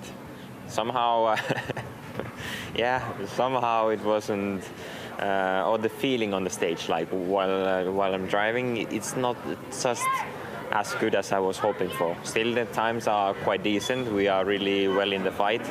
But still, like in this rally, like you can see already that the differences are really, really small. So if you are 5 seconds off the pace, it's already something. So I know some few things why we were losing sometimes. So we try to improve it.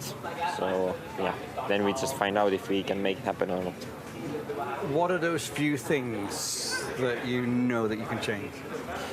Somehow, well, normally I have really smooth driving style, and feels like I don't know if the grip is simply so limited, but I'm not able to go somehow so smoothly. Somehow like so mid corner, like long corners, mid corners, I feel that the car is just pushing me like straight and not really rotating. So I try to find something, because I know it's not really a good option to just try to push more and try to load the tire more, because at some point it will give up and overheat and so on. So we just try to make the car working even better. Is that in a car setup or a driving style change? Which one do you think it is? I think it's a really combination of both. Anyway, we are not too far off from what it should be. So if we can just make few tiny steps here and there better, so then I think it should be all right. I know it's second place, I know it's close, third, fourth, fifth, but there's only Ogier, 9-time world champion, in front of you. Don't beat yourself up too much. That's true, but still, yeah, I hope one day we can also beat him. So, yeah, anyway, it's a really cool rally. I just hope at the same time, of course, try to make the times better, but of course I would like to be able to really enjoy, like when you can really make it right on the States, it's maybe one of the most beautiful rallies there is. So I'm just trying to find this even better feeling.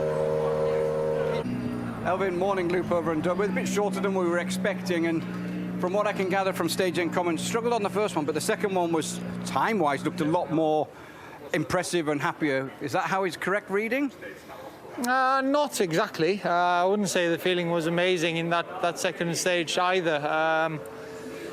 Yeah, it's a tough stage. It's obviously a very demanding one on the tyre. It's very demanding on the car balance. So I was struggling a bit, especially in the beginning there. So still some improvements to be made. You talk about car balance. What are we looking at? Is it understeering? Is it oversteering? Always understeer here, I think so. Yeah, I'm not sure how much more we've got to help in that case, or if I maybe need to drive a bit different, but let's see. How big a change is that, though, if you've got to drive a bit different? Well, I mean, it's always, you know, the case here that you are always surprised by how little grip you have. Let's say on these wide, faster roads, you expect to have much better car balance. Is always a shock here, but like I mentioned a bit at the start of the rally, you know, the way the cars are, it's not really made to turn in this type of environment, so it's quite normal. Lunchtime service now, so what kind of things would you consider looking at or try and do to give you that little bit more feeling?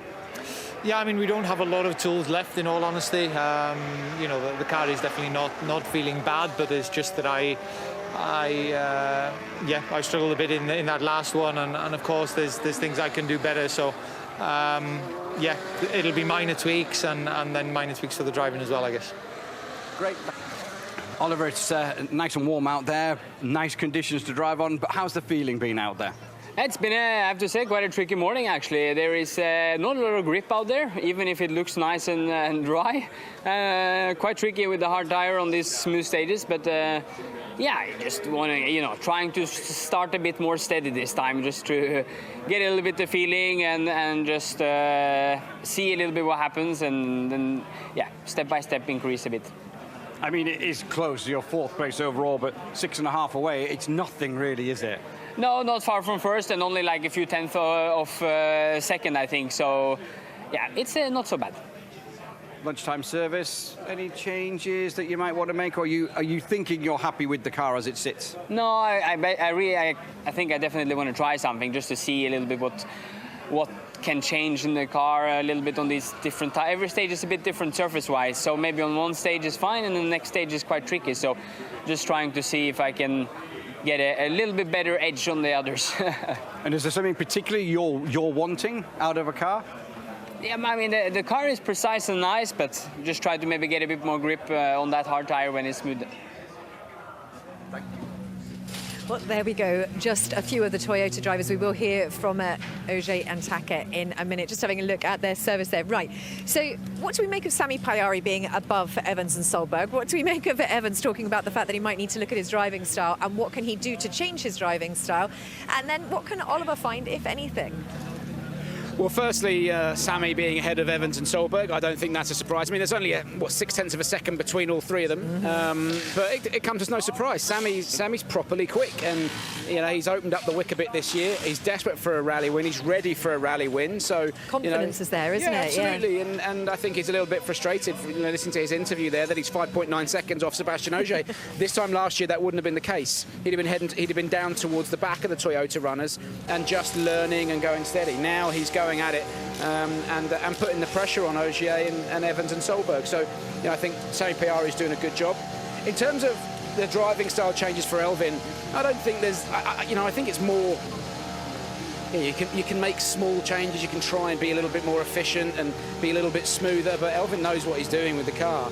I think that the thing is, we were talking about with Hyundais, they're at the point where you can make big changes, significant changes. Toyota are now just dialing in. They are doing the small stuff. Is he talking like braking late? We obviously saw Calais last year. He maximised on braking late and things like that.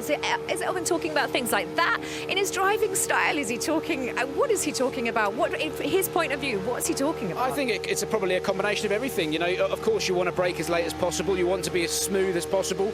The trick here is carrying as much speed as you can, but the grip levels are always changing. Oliver said it, the first stage this morning was actually reasonable grip. Yeah. And then the later stage, where the sun was up, it was 21 degrees. There should have been more grip to play with, Kiri, but actually on that stretch of road there wasn't a lot of grip to play with, and the hard compound tyre was skating across the surface of the road, and we saw drivers struggling with understeer.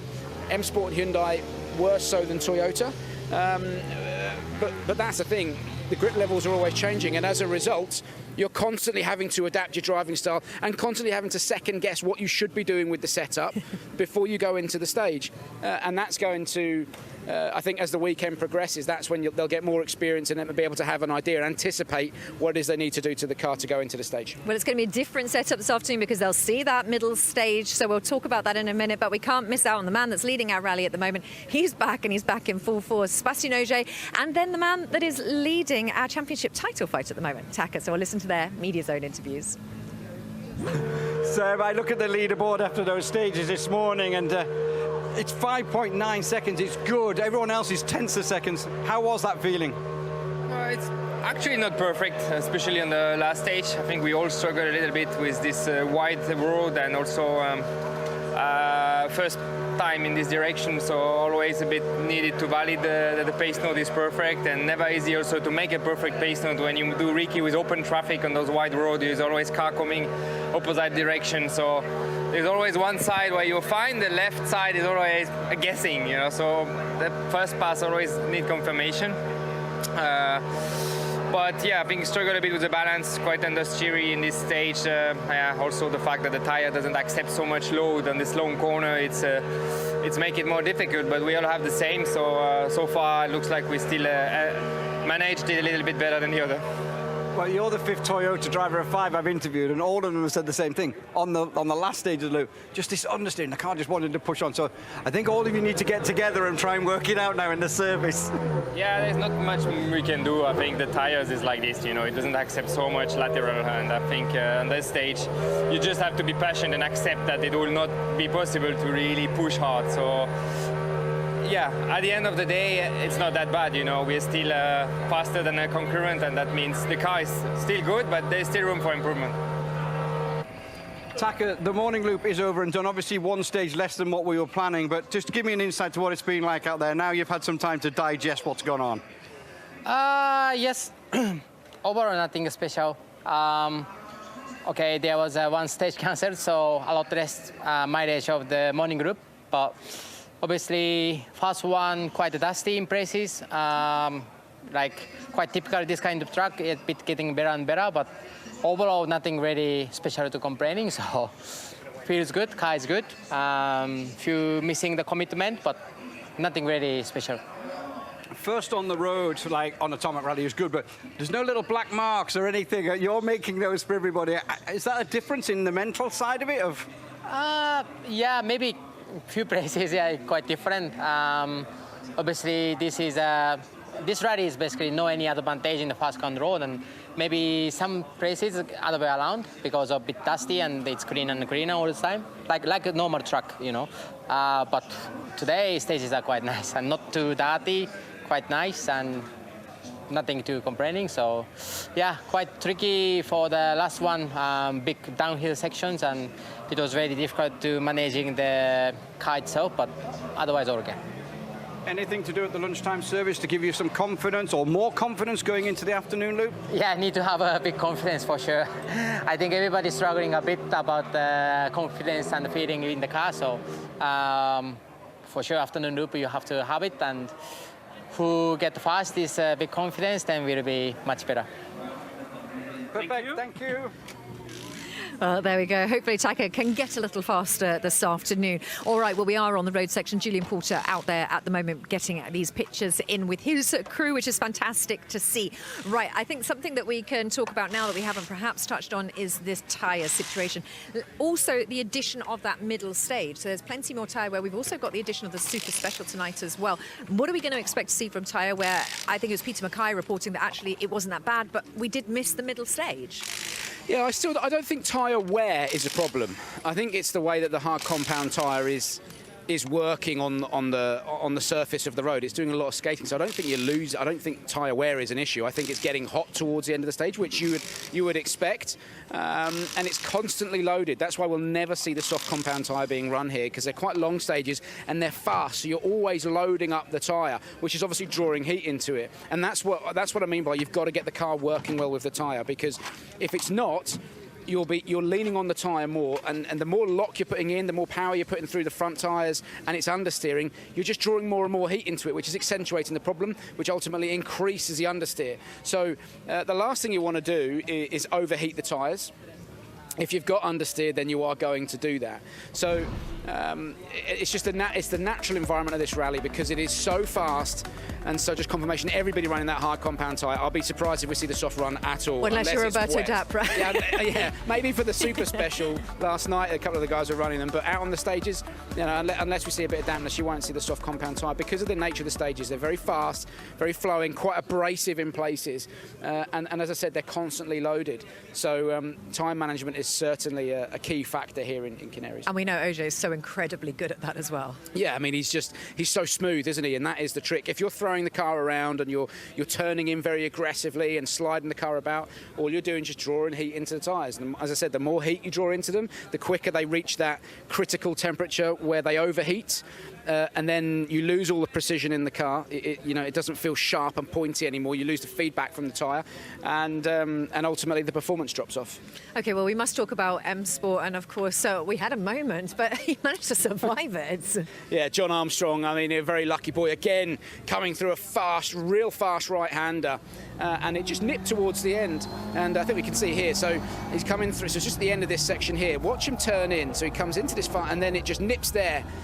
And he's very, very quickly made a decision to just nip the handbrake, put it sideways, slam it down the box and get going again.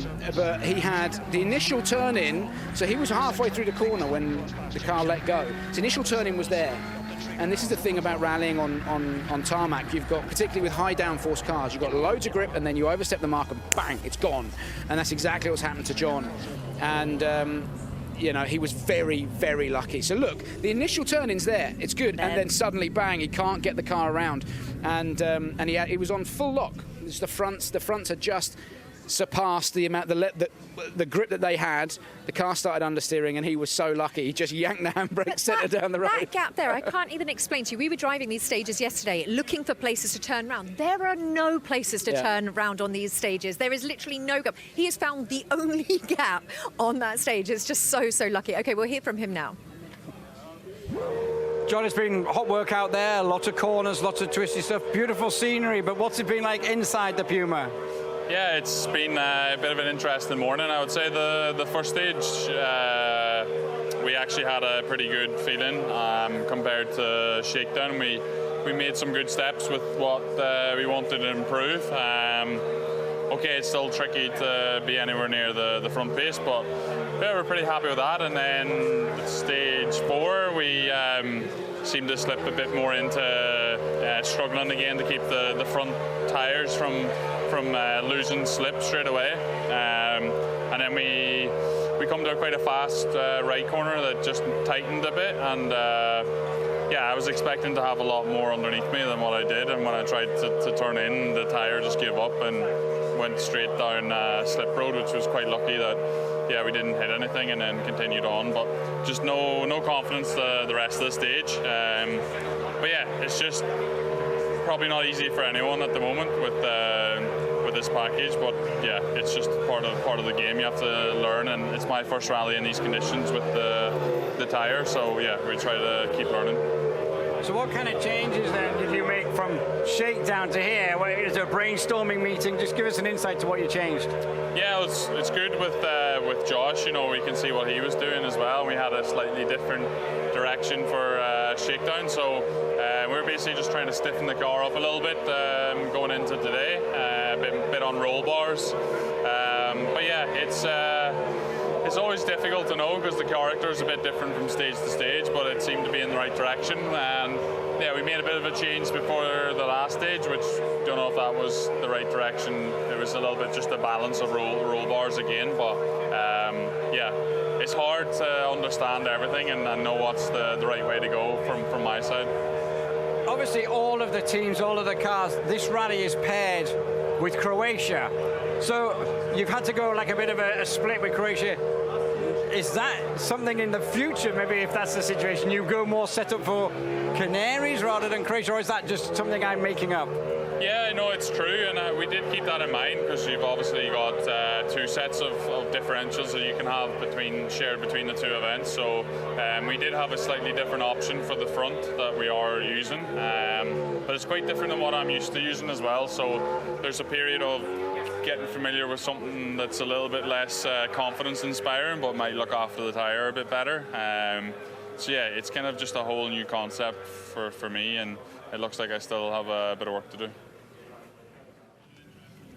Interesting, John just talking about the linked events there. Oh, that is some special moves, Chenny. Ready for the next stage? He certainly is. Yeah, Josh McAleen doing a bit of jiving before the first stage. Did you teach him that? It definitely wasn't me. My knees don't go that high anymore. But listen, I think John Armstrong and Josh McAleen, just to sum up there, doing a great job this morning. You know, taking the fight to Hyundai. Again, they knew coming into the weekend it was going to be a difficult weekend for them. But I think Josh, who unfortunately we haven't heard of, has done a superb job. All right, well, let's do it. We've got 3 more stages and a super special to get through. Let's hand over to the commentators. Welcome back, everybody. It is Friday afternoon. It is tarmac rallying, Rally Islas Canarias. We are back at it. We head to the opening stage from this morning, which will be run as stage 5. Familiarity to the drivers from last year, of course, so a stage that they know.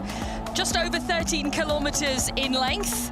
And as we go into it, it is Sébastien Ogier who is leading the rally here by 5.9 seconds over teammate Sami Pyrie, with Elvin Evans in 3rd position overall. Still really nice and tight in terms of times. Let's get Tacker off the line. Tacker and Aaron, of course, our championship leaders as we head into round 5 of the WRC for 2026. Tacker right now is in 5th position overall. 9 seconds off the lead at the front, which is held by Ogier, 2.5 seconds behind Oliver Solberg.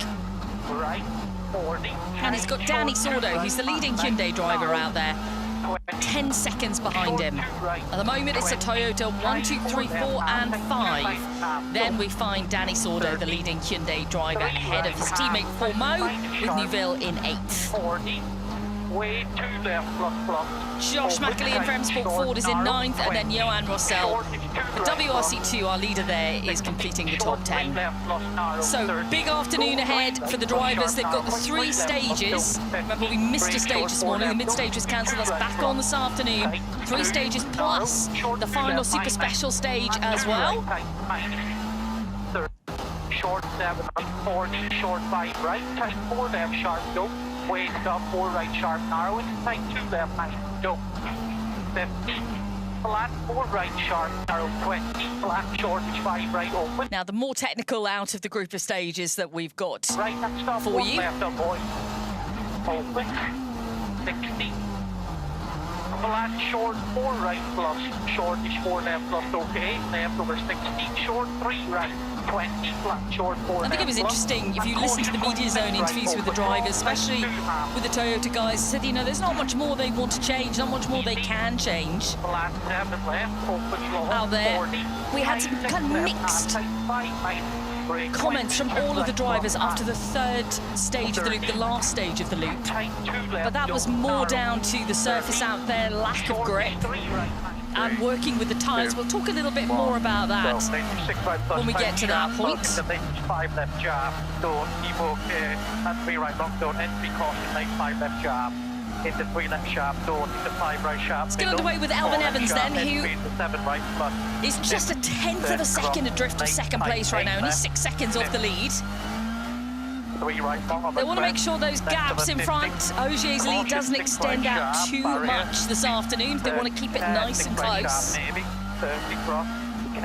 Some shots from the liaison section there of the drivers, just watching on, seeing if they can glean any information from what they can see from the onboards here. Chenny joins me in commentary for this afternoon. 4 left sharp, pull, 30, twist 5 right sharp, maybe 5 left minus long. Chenny, big afternoon for all of the crews. It's still nice and tight, as I was mentioning, in terms of the top 10, but we talked about the fact that if those gaps really start to extend out of the front, they're difficult to hunt down here under stable weather conditions, which is what we seem to have throughout the weekend. Yeah, absolutely. It's quite a fast rally, isn't it, Beck? So it's always difficult to. It's a bit like Finland, isn't it, in some respects? Once you've got a big, healthy lead, it's difficult on performance alone to reel somebody in. Gaps still, though, not worryingly big, certainly in the fight with all of the Toyotas. Takamoto Katsuta in 5th place, but the gap isn't so big that it's cause for concern just yet, but you don't want to really be getting too far into double figures. No, exactly. No, it's nice and close at the moment. Let's hope it keeps like that, or indeed gets even closer out there. But quite a few messages from people who are actually out on the stages today, who are talking about what a great atmosphere it is out there. Pockets of fans from Belgium and Ireland have been messaging in. They're having a heck of a time out there. Yeah, I bet they are. It's a great rally to spectate on, and say massive thanks to all the fans who are watching and who were out on the stages. But please listen to the marshals, park your cars where you're supposed to park them, and be safe, because unfortunately we will have to cancel stages if you don't, and we don't want to do that. We definitely don't want to do that. We want to see the action out on these stages. They are some of the most beautiful tarmac roads that we see. Very close, as you can see, between Elvin and Taka here. Advantage Taka, but only by a 1/10 of a second. Similar to the first run through, Bex, wasn't it? At the first split, Taka was just a little bit up on Elvin. It was on the final stage of the final full tarmac stage that Elvin was able to make a bit of a difference this morning. This is much more technical. It's quite a busy stage. You're just left, right, left, right. It's quite narrow in places. You'll see the stages to come quite a bit wider, flowing. But you're really relying on the downforce of the car and being brave to use all of the road available to you, carry the speed.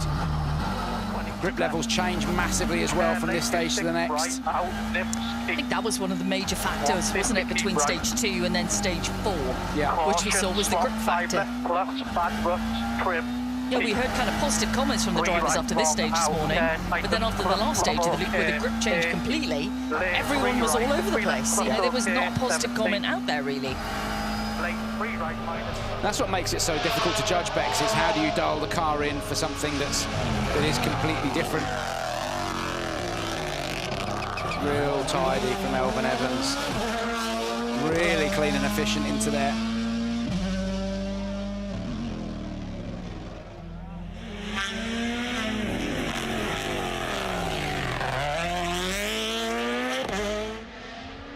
And now up on the split over Taka.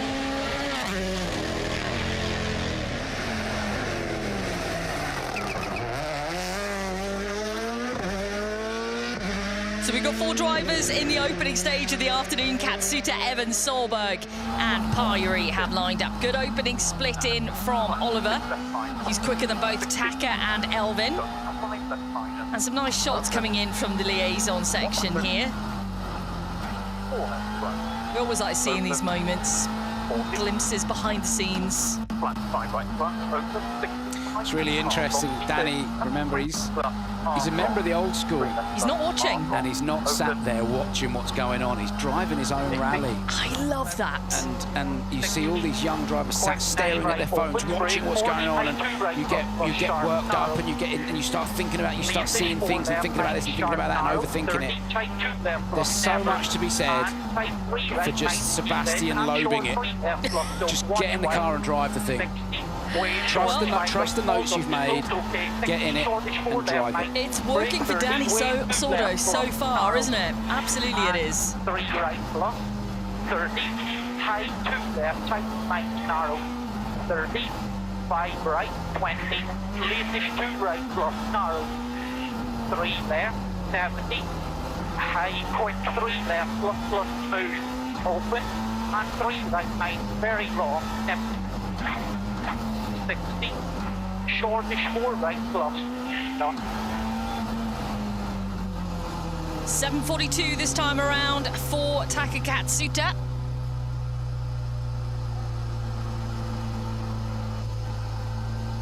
On this morning's run, it was a 7:40.5. Yeah, it's not huge changes, Specs, in the way that, I mean, like we said, there's not a huge amount of cutting or anything like that going on, so the times won't change significantly.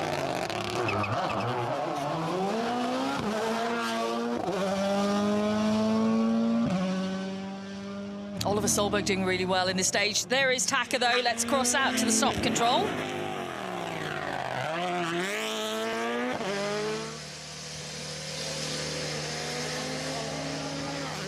Taka, good afternoon. How's the feeling in the car changed this afternoon on this one?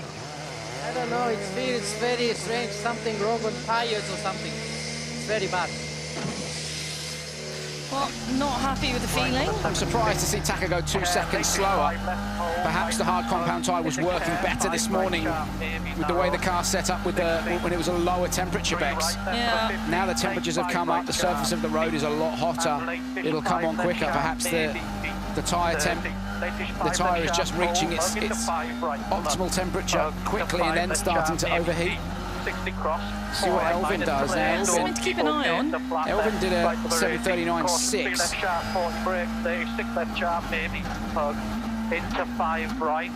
this morning, and he's going to be slower than that, Bex.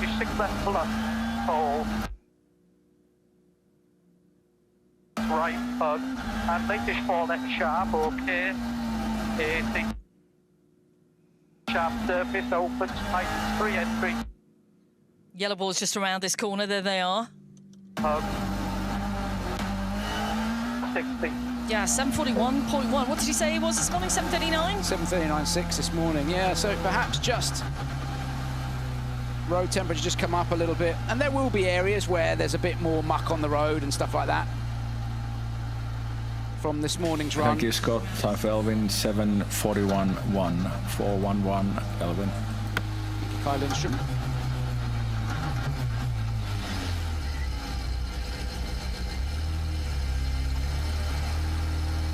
Our cameras are waiting at the stop control. Pete Mackay is there to chat to all of the drivers at the end of this stage. Let's switch out to Sally Pyrie, who's currently in 2nd position overall.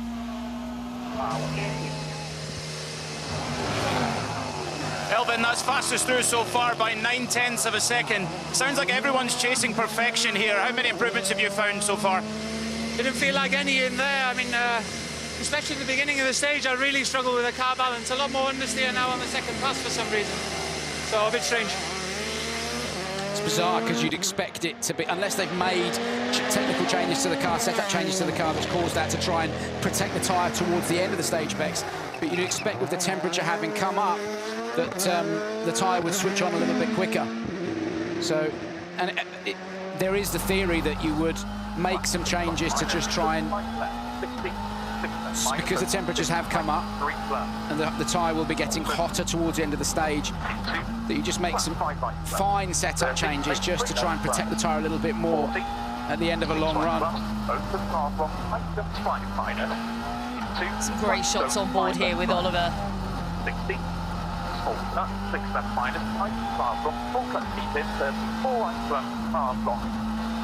Good commitment into there. Time is going to be great here. Yeah, 2.8 seconds faster. It's a good start to the afternoon for Oliver Solberg. Nice and patient through that final right-hander as well, just waiting for the car to... He moves ahead of Elfyn Evans overall. Waiting for the car to take a set before he picked up the throttle. Good run through.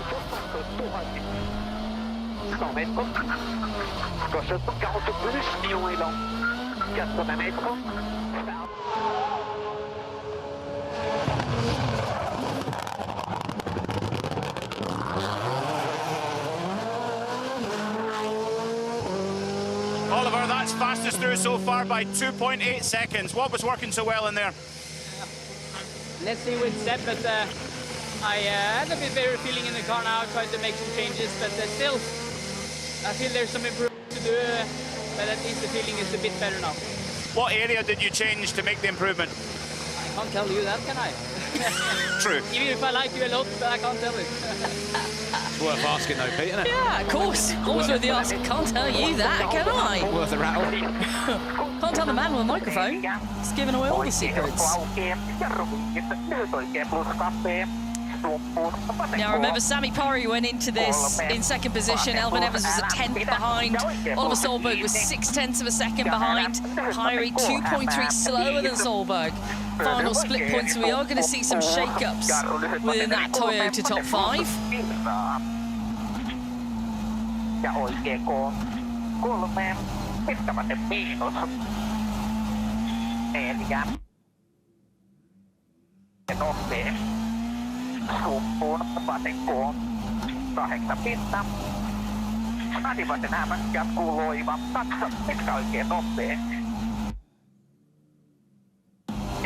There is the countdown to Solberg's time. We're definitely going into the red. 2.4 seconds slower, then Solberg moves ahead of Sami Pari overall by 1.8 seconds. So good run for Solberg. As he said, he's waiting to see what Seb delivers. Let's take a look at him. He is slower than Solberg on the 2 opening split points, but only just 0.2 of a second down. Yeah, nothing to choose between them. Find 0.2 at that hairpin. Real clean again from Seb.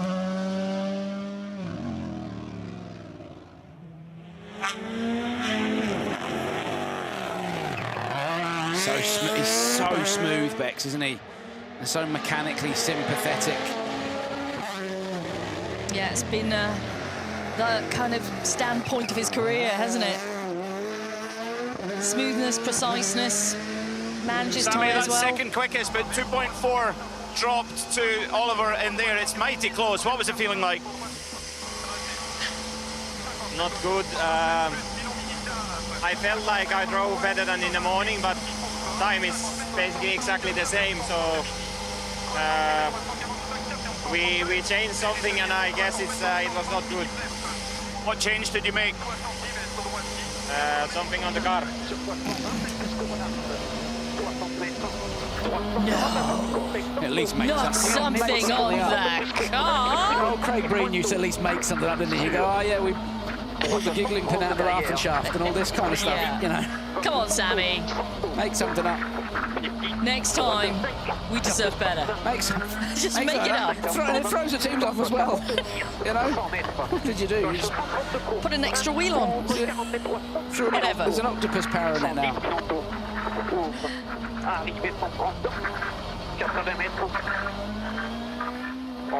Adrian Formeau completes 7.3 seconds off the pace. Crucial thing is, how is the car feeling this afternoon? Again, I'm sure they won't tell us about changes they've made. He was 8.4 down this morning, Bex. So a little bit closer. He's gone a bit quicker, hasn't he?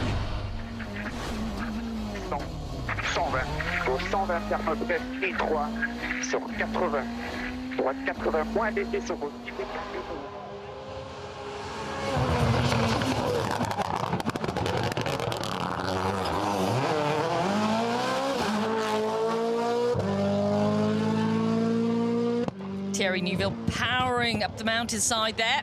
Let's have a chat with his teammate though, Adrian Formosa, the stop control. Adrian, just a quick sprint to start the afternoon. How did it go? Same as this morning, enjoying the landscape and the view, and just driving through, I would say. I try, but yeah, I think we are playing around, so yeah. Thank you.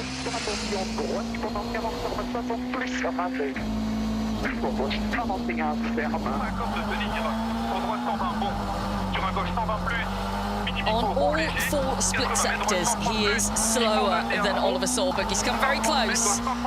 Just a tenth of a second down at 8 kilometres. He's 8/10ths down at the final split point. What, though, can Ogier, our rally leader, do in the final sector here?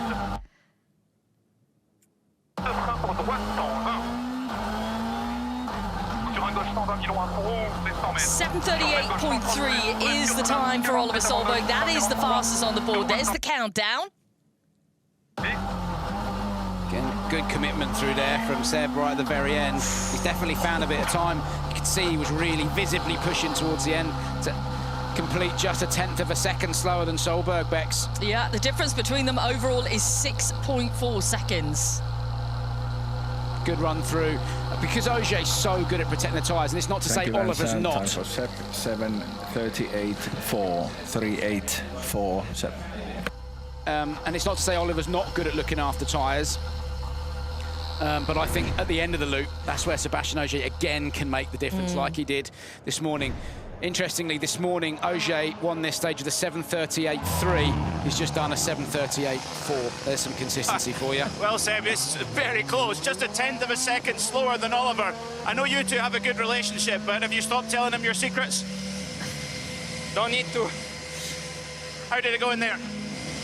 Okay, it's a stage that everybody know by heart, so it's kind of expected to have such a small gap. Yeah, this is what a couple of them were saying in the media zone as well. You know, on the stages that they know, it is difficult to make any difference.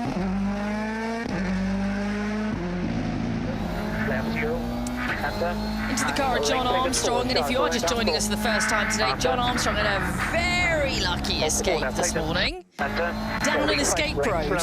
Sideways. Yeah, sideways to boot, yeah.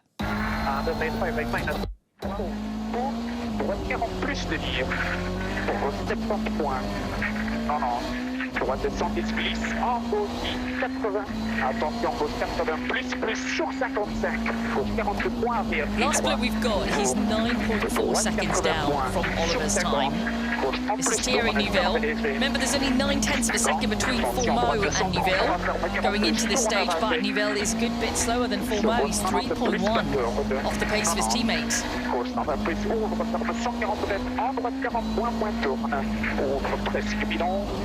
I just don't think Thierry's got any confidence, Bex. As we always say, rallying is a confidence sport, and if you ain't got it, you don't push. And if you don't push and you just leave a tenth or 2/10ths at every corner, the result is you're 10.5 seconds off the pace at the end of the stage. Yeah, 7:48.8. It is the slowest time through so far. Let's head out to Josh McAlee and Owen Tracy now.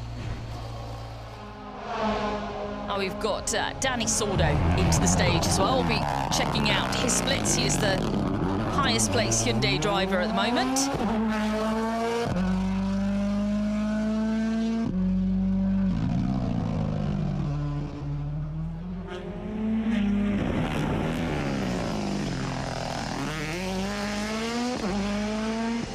Thierry, 10.5 seconds to Oliver Solberg, who was quickest through there. Well, 10.5. Feel like that? No.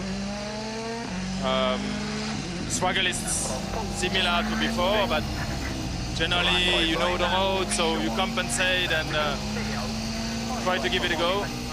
But yeah, I end always up by finishing with massive understeer, and I can't go back on throttle, so I need to wait. And for sure you lose time, but 10 seconds is a lot. It's a fairly sizable chunk, isn't it? In such a short stage, it's only 13-kilometre stage. Again, they're just struggling with the understeering. We've been talking about it lots. I've explained it till the cows come home. And the front of the car's not biting. you can't pick up the throttle. You have to wait until the front bites, and you just saw it just there with John Armstrong.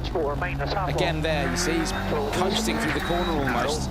Using the word that Ogier used earlier, which was patience. Yeah, but there's patience, and then there's having to roll it through the corner because the understeer is so bad, and I think that's what Thierry's struggling with. You know, you can't attack the stage because whenever you pick up the throttle, it just starts to push. The front starts to push on again. So you're just driving around that problem all of the time. And it doesn't just affect your speed through the corner. Of course, it affects massively your exit speed as well, which is arguably even more important. Danny Sordo up on the splits on his teammates. He's half a second faster than Formeau at 5.8 kilometres. He's been enjoying his drive out there this morning, Danny.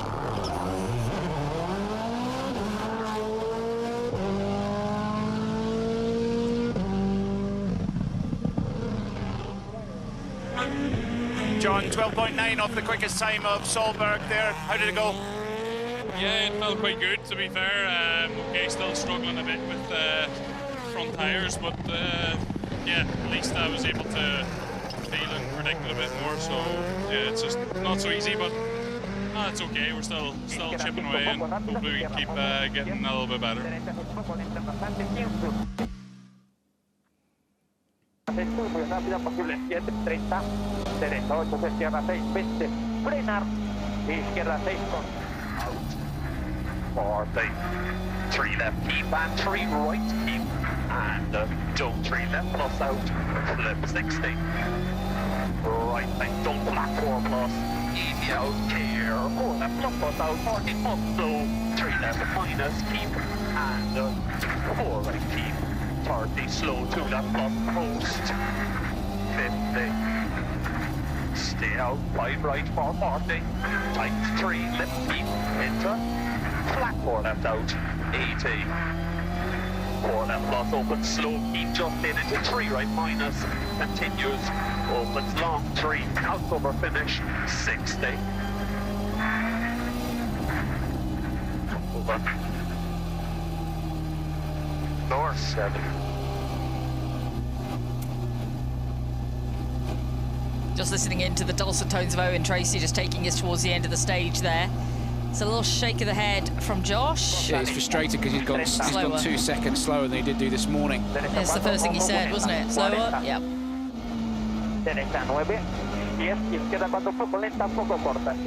Sordo in the middle of the pack here with regards to splits. Para izquierda 7, 30, izquierda 6 corta muy rápida, 60, frenar, izquierda 4 corta lenta, 20, derecha 6 corta, ojo con esta, para izquierda nueva, fondo 50, derecha 3 lenta. Josh, a couple of seconds slower than this morning. Is it just the heat in the tarmac or something else? I'm not sure. It's quite strange. Yeah, we just can't get the front to bite, but yeah, it must maybe a bit of heat and maybe a bit of me. The thing is, it's the same for everybody. It's just Oliver Solberg who's gone quicker. Oliver did a 7:38.3 this morning. He did a 7:38.8. Sebastian Ogier has gone a 10th slower in this stage. Evans has gone slower. Payari. So you know, Taka as well. It's not just Josh. It's across the board. We're seeing it. So I suspect that maybe just a bit that extra heat. Now the temperatures have come up, has just slowed the stage down a little bit. I think it's really made a difference. Let's see what a difference Danny Sordo can make here, because he's level on splits with teammate Formeau at the final part. Formeau's time was a 7:45.6. We're obviously counting down to the fastest time here. 7:45.9 then for Danny Sordo. 3:10 slower than Formeau. So the gap between them overall, 6.7 now.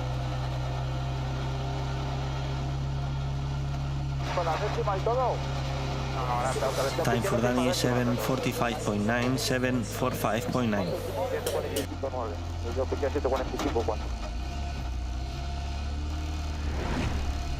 Proche l'action droite, 40, gauche 100 points, 110 points, c'est-à-dire court. Et droite 110 points,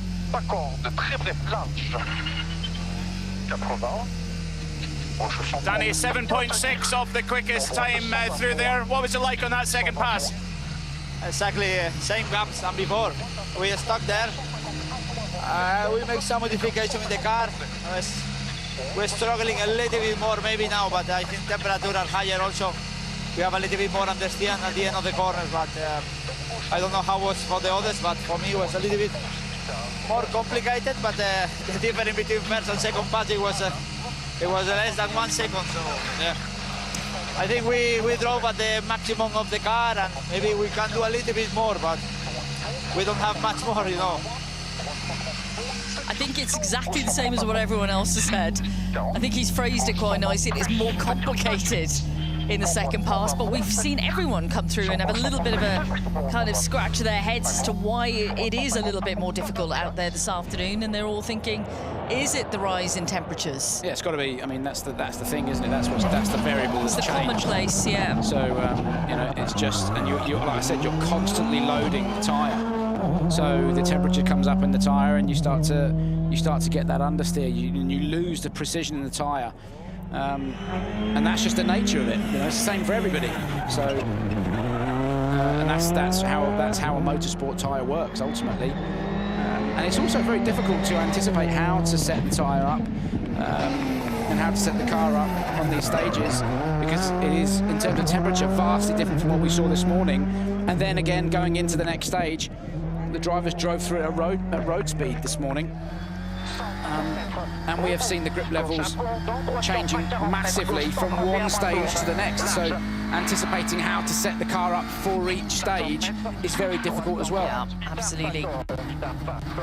We're back with our WRC2 drivers now. It is Johan Rossell that is leading the WRC2 right now, ahead of his brother Leo Rossell by 10.4 seconds, with Alejandro Cachon in third position overall. Leo's already completed the stage. 7:58.4 first time on the board. Leo, first of all, I owe you an apology, because at the previous stage I thought you were faster than your brother, but I read the split wrong. I'm sorry. How did this one go? Yes, no problem. Honestly, it was a big surprise, because my feeling it's not best, not bad. For this stage, it's hot for the tires, a lot of movement, and I manage my tires. Not a clean stage. We will see with Johan or Cachon. I love that, a little apology from Pete. Like he said, just spreading happiness, trying to cheer the drivers up, tell them they were faster. They weren't, but never mind. Leo, very gracious there. Unfortunately, though, for Leo, Johan is faster than him on this stage as well by 2.7 seconds at 10 Ks. We have to wait a little while for Alejandro Cachon to start the stage, to see how he's going to level up, because Cachon is in third position now. He's putting pressure on Leo Rossell. There's only 0.4 of a second between them. That's another good stage on the board for Johan.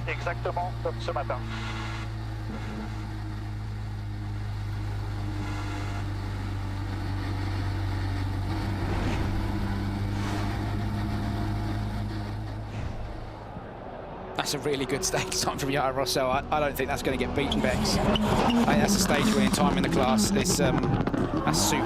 7:55.6. I think that's pretty flawless, to be honest, Bexy. It's just exactly what it was this morning, yes. Yeah, exactly the same. That's what his co-driver was saying. Exactement from this morning. Wow. Johan, that's fastest through so far by 2.8 seconds. You said this morning you wanted more speed. Looks like you found it. Yeah. It's more difficult to manage the tire now, but the seating is quite good. Yeah, we need to continue, and let's see on the next one. It will be challenging. It's like a first pass, and Yeah.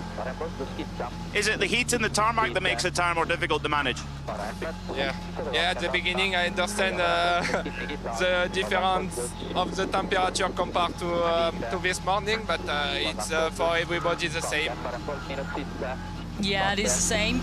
You'd maybe consider starting the stage, and again it's difficult because the next stage that they go through is the first time they've done it in competition, but maybe consider starting the stage with a slightly lower pressure just to stop the tyre from overheating towards the end. Again, if you know, and I mean slightly, yeah, a couple of pounds max, half a pound. Make up your mind. £1 fish. Mike Chen coming to market stalls across the country. Hey, I'm glad you remembered though, Bex. That's good. Remember that song, the £1 fish song? No. I'll play it to you later. It's in the charts. Do you have to? Anyone else remember that? Because I don't.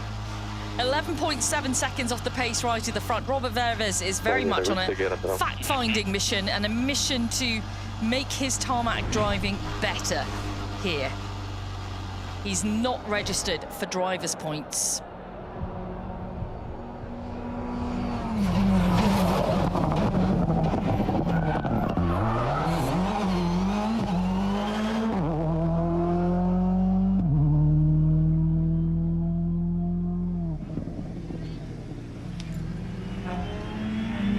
It's got 3 seconds quicker than he did this morning, Beck. Robert, so there's a long rally good. ahead, but give us an impression of what you were talking about at service and what you were working on.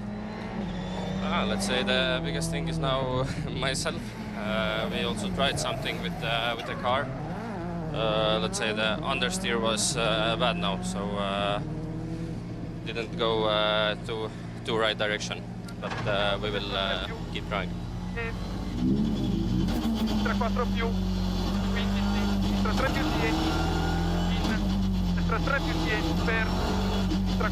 With Roberto Dapra, 6th position overall for him. He's in a great battle. Trying to hunt down Nikolai Gryzin. There's only 0.2 of a second between them in Nikolai's favour. Nikolai is a little bit slower than Dapra on the stage as well. 2.2 down at 8 kilometres. So could well be a change of position here.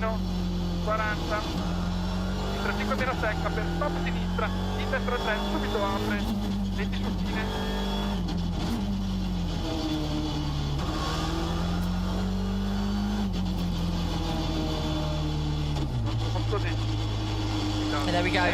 6.1 seconds off the pace of Rossell, but Dapra completes with 8 minutes, 1.7 seconds.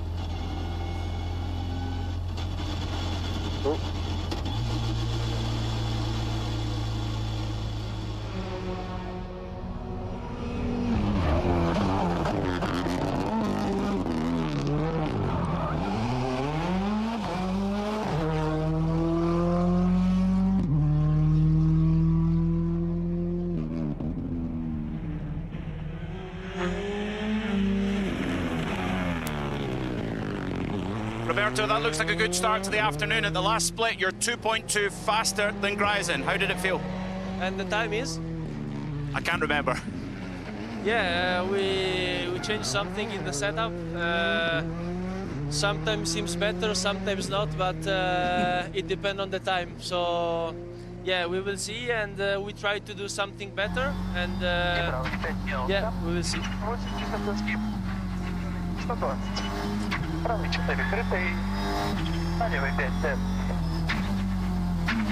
Yeah, last split I've got now. Gryzin is 3 seconds off the pace of Dapra. Let's see how he manages towards the end of the stage, whether he can pick up a bit of pace towards Dapra's time. There was the smallest of margins between them. It was only 0.2 of a second that Gryzin was ahead of Dapra, so there will be a position change here.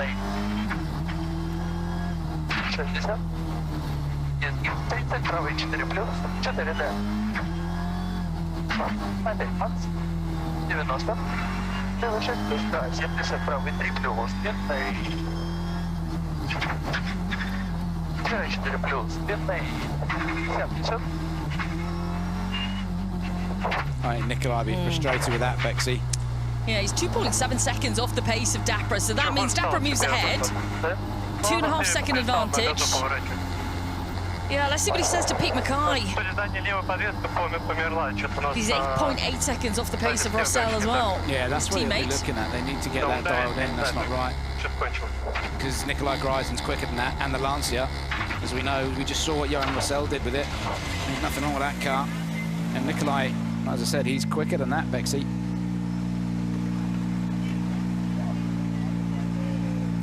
They want to get on top of that, and quickly. Ooh. There's a bit of a moment there. That's hit something for sure. There's lots of curbs and stuff around the outside that you can. Nikolai, only 2.7 drop to Dapra there, but the rim is badly bent. What happened? We changed the car on this on the service, but now I cannot drive. It's too much understeer, so I try to adapt a little bit. How did you damage the rim? I just understeer on the cliff, and so we heard Josh McAleen saying earlier on it's not great when you're putting the handbrake in fourth gear, and that's what I'm sure Nikolai would have done if he's been understeering. He'll have just pulled the handbrake and pitched the car sideways, and then the back of the car will have hit something. We saw him coming through that final corner. He was on the throttle, then off it, then back on it again, and that was to manage the understeer. So Nikolai needs to try and do something to get back to closer to where he was this morning.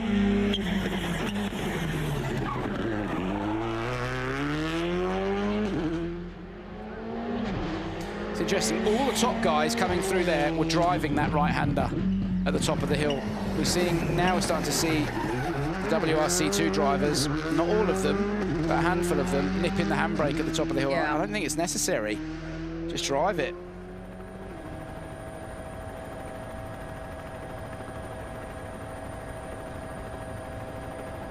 Now, Arthur Pellemorg has just completed the stage, 8 minutes, 6.8 seconds. Is the time for Arthur. That is, in comparison to Dapra, 5.1 seconds slower. In comparison to Rossell out front in the stage, it's 11.2 seconds down. Pellemorg is in 14th position overall. Good battle between him and Giovanni Trentin, 2.9 seconds between them. Milja Hansen just behind by 4.6 seconds as well.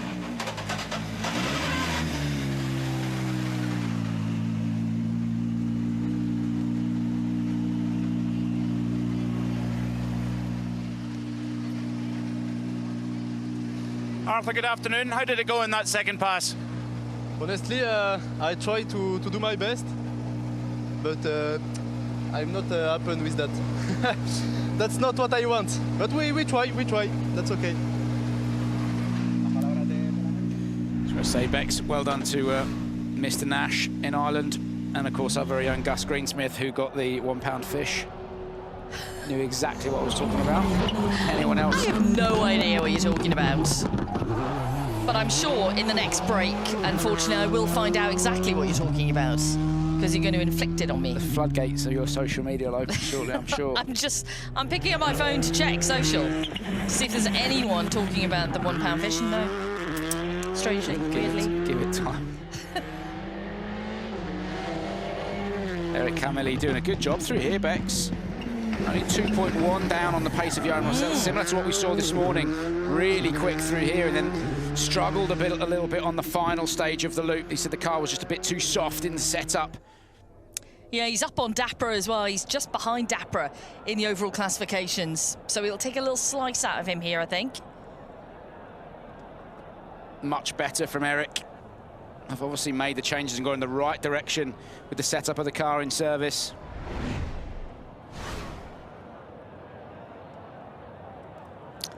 Now, let's take a look at Alejandro Cachon, who catapulted himself up the leaderboard in WRC2 on the last stage. He was relinquishing kind of at the back end of the top 10, then up into third position overall with a really strong time. In comparison to Johan Rossell, he's 1.9 slower at the second split point. And remember, we're looking at Leo Rossell first because he's only 0.4 of a second behind Leo. And he's 0.3 slower than Leo at the second split point. So it's really close between them. It was that final stage of the loop, though, where we saw Cachon really make his move. That was good from Cachon. Carried loads of speed down into that hairpin. Just launched the car at it. You can brake so late, Bex, because you're tipping the car sideways anyway. The gravity helps the back of the car good rotate. Chance to get another look at a stage you've run before. How was it? Just too slow. Struggling a lot, to be honest. We are trying to work out and find out ourselves, but at the moment it's tricky, and we need to try to find some solutions, but at the moment it's not possible. Keep pushing. We will.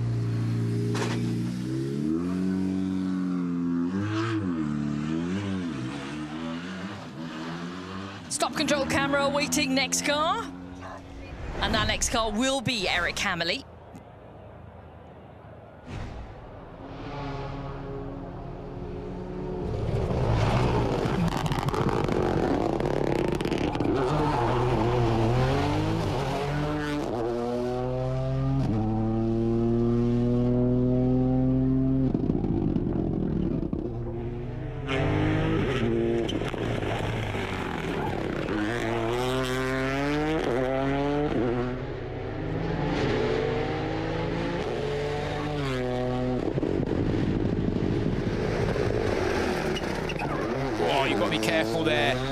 You can damage a tyre. You saw the way he just nibbled the start of the Armco barrier, and it's sharp.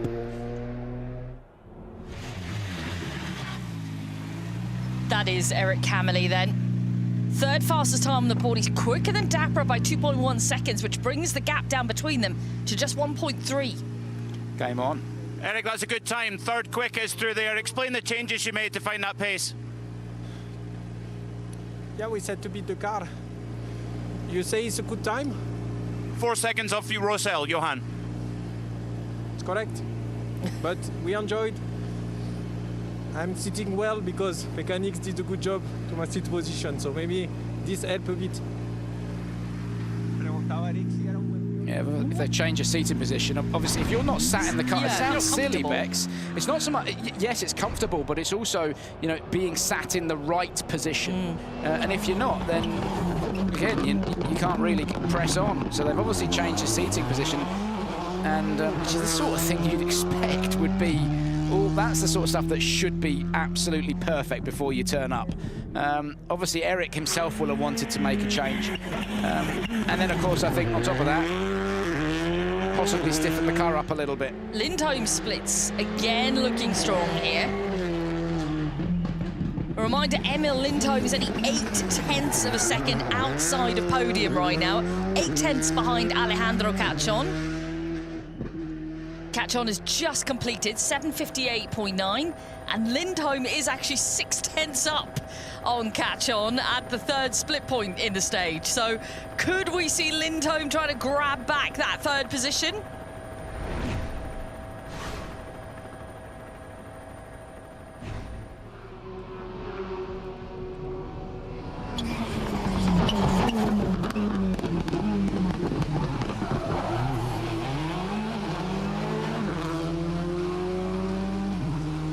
Alejandro, the splits are so close. You finished half a second off Leo Rosell in there. How hard are you having to push?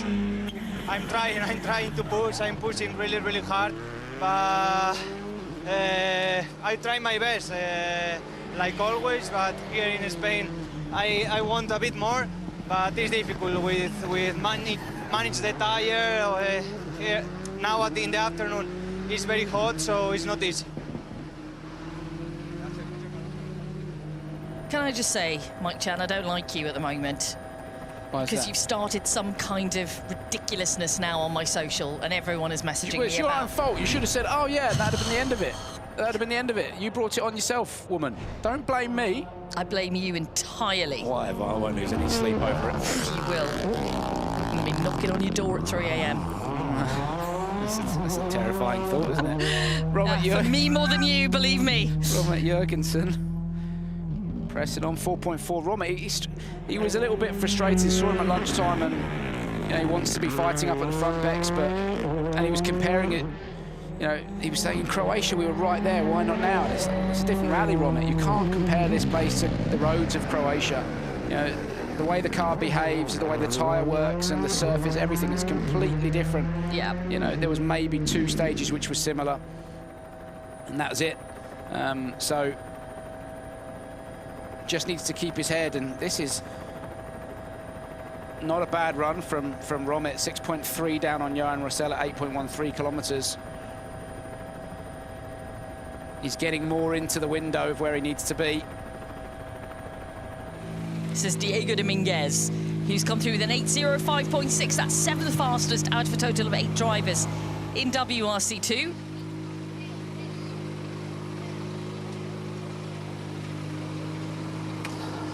Diego, much warmer this afternoon than this morning's pass. How is that changing the feeling? Yeah, definitely. Tires are doing very well past the mid part of the stage. A lot more understeer, oversteer. Car isn't feeling very good, but yeah, overall quite okay.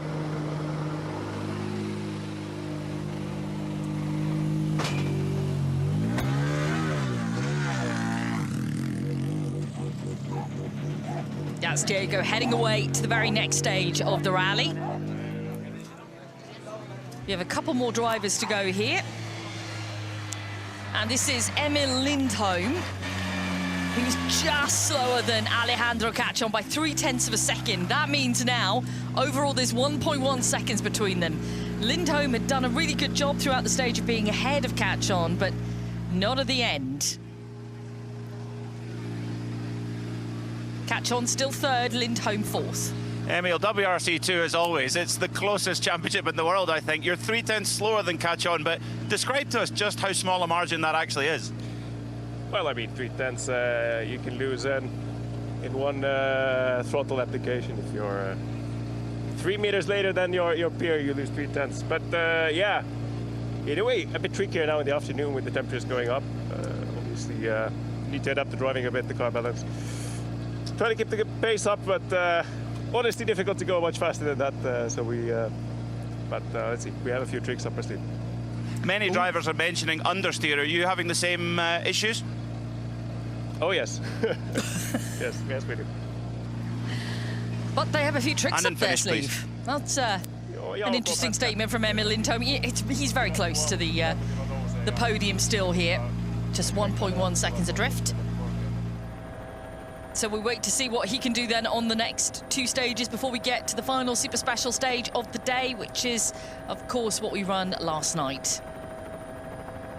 Right now in the WRC2 category, we have 10 drivers through, registered point-scoring drivers.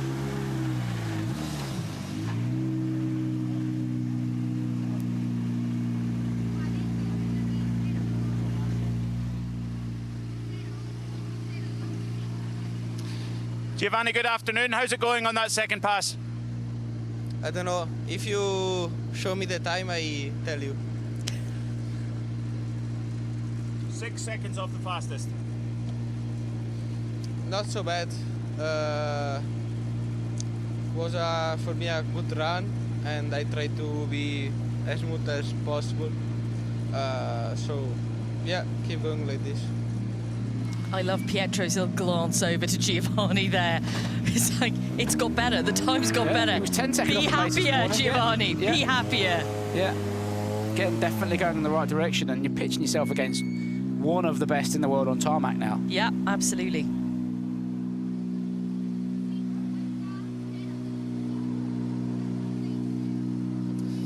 Romet, good afternoon. I know you weren't happy this morning, but what improvements have you found? Nothing. Felt good, honestly. Felt like a decent run, but just, yeah, I don't know. Lacking grip on the front as well, and just difficult overall. I don't know what I have to do. Yeah, not so positive there from Romet, was it? Oliver Solberg's taking the fastest time on the first stage out this afternoon, 7:38.3, with Ogier just 1/10 of a second behind that. Then it's Sami Pyrie, Elvin Evans, Taka Katsuta, then Adrian Formeau, the fastest of the Hyundais, which was 7.3 seconds off the fastest, then Sordo, Neuville, Armstrong, and then, of course, we get into WRC2 territory, Johan Rossell leading the way both through the stage and indeed overall as well. Let's take a look at those overall standings. Ogier is out front, but now his advantage is over Solberg, who moves into second position. 6.4 seconds is the difference. Sami Pajari drops to third. And then Elvin Evans is in fourth position. We're going to cross out into the service park now to catch up with Kiri Blore, who's down at Hankook with Stephen Cho.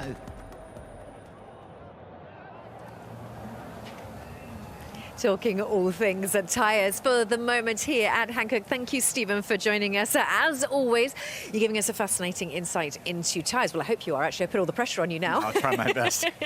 OK, well, what can we say about the tyres so far? So we've got the hard, the soft and the wet, but basically the hard is the right choice. Yeah, clearly. I mean, as we saw last year as well, we knew that the hard would be the one that everyone would go for. Interesting that with the bit of the dust on the road and the surface not being super abrasive, I think we've been hearing from the drivers that they expected a little bit more grip and a little bit more warm-up speed and activation. But again, with a lot of the stages being very extremely downhill, tires not having a whole lot of chance to rest, there's still a lot of temp going in the tires as well. So it's been an interesting challenge for the drivers. OK, and you've put out here for us a whole selection of the hard tyres. But can you just sort of talk us through what we're looking at, and in terms of, this is basically as close to circuit racing as we'll get with a rally car, but it's still a very different tyre to what you'd see in perhaps Formula One. Yeah, absolutely. With a Formula tyre or a GT tyre, there are some similarities, and like the compound is properly soft, like it's circuit racing Formula tyre soft. But because, as we saw in Croatia or in Monte Carlo, these cars are jumping and going into ditches and doing heavy cuts and lots of pollution, as we saw in Croatia, the construction of the tire is much more robust than what we would use in circuit racing. And perhaps that's where we're seeing a bit of a compromise, in that this is the same tire we used in Croatia. You see the conditions are so much different, and as everyone's saying, it's the closest to circuit racing that we'll get. And so for these kind of conditions, we probably want to have less tread pattern and a softer construction, which would give more compliance and more mechanical grip as well. And so, that's one of the beauties and challenges of rally, is that you're always trying to get the best in difficult, ever-changing circumstances with the same car and the same tire and all these sort of things. And we hear the drivers saying time and time again, you'll never have the perfect setup for each and every stage, and you'll probably never have the perfect tire either. And also, dependent on road position, everything changes through every stage and for every car and for every driver. Yeah, absolutely. And then again, the nature of the stages here being quite clean, quite fast.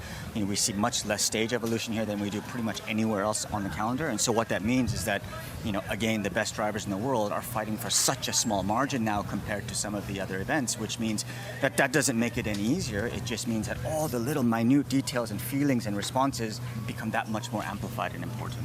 And how much insight do you have into the different cars, the different teams, and their setups working with the tyres? How much feedback do you get from the teams, or is that very sort of exclusive to them in terms of the information that you're getting? Perhaps what I'm getting at is from Hyundai, why is that car not working with these tyres? How much do you know about that? Well, all of the above. So we get lots of different feedback from the teams and drivers, of course. Sometimes the results and feedback are very different.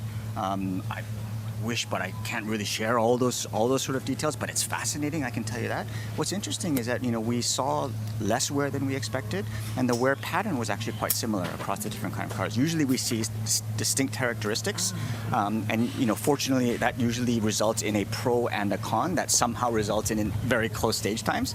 But this time, we saw, of course, in the morning there was the one cancelled stage, so there was about a third less mileage on the morning loop, so we'll see how the afternoon loops. But there was very low wear this morning, but still a lot of high temperatures, which tells us there's a lot of sliding going on. Okay. So yeah, it looks pretty smooth and clean from the outside, but it's going to be a handful for the drivers. And not only that, in terms of adding that middle stage that they didn't have this morning, we've also got a super special, so tyre wear could come into play for that last stage, but it's also about managing those tyres. Yeah, absolutely. It's we see everyone's fully on the hards, and there's 5 at least for the Rally 1 guys. I think out of like 62 cars at the tire checking zone in Rally 1 and Rally 2, there were only 2 softs in there. So we'll see if those come into play for those 2 guys in Rally 2. But yeah, I think again, the characteristic of such minor variances that we're dealing with between the drivers. The tire choice is not as an interesting story as it is today. But then we'll see tomorrow and the last day as well. Yeah, indeed, Stephen. Thank you as always. The action back upon us. So let's hand over to the commentators. Welcome back, everybody. We are now heading into the middle stage of the loop. This stage we did not see this morning. The drivers did not run through the Tejeda stage this morning, but we will see it now, thankfully. Thanks to the organisers for making sure that everything is ready to rock on this stage. 18.62 kilometres in length, and there will be some familiarity in this stage for the drivers, but there is a new section of finish. Now, because we didn't see it this morning, it's all brand new for us to watch right here. And I think, you know, it'll have a knock-on effect for the last stage as well, because what we didn't see, I suppose, because the kilometres were a little bit lower this morning with the loss of this stage, is that there wasn't too much pressure on any part of the car going into the final stage. That might be a bit different now. Yeah, I think maybe, again, I think the cars will be all right, mechanically and everything, Bexy. I think maybe tyre... Yeah, that's what I'm referencing, tyres. But tyre wear hasn't been an issue, and it's not really an issue. It's just tyre temperature that the drivers are trying to manage more than anything else. And this is a stage that is quite hard on the tyres, 18.6 kilometres. It's very busy, similar to what we've just seen, actually. So you need to be quite careful. And there are some little places you can see. You're straight into it, up the road, it's just bang. Left, right, go, go, go. So particularly on the downhill sections as well, it really loads up that front tyre. So it's not so much tyre wear, it's more managing tyre temperature. And there's a nice break between this stage and the next one. So yeah, I think they'll be okay. It'll be more the unfamiliarity of the fact they haven't had the dress rehearsal of running through the stage this morning. At running through a competitive pace. In goes Taka.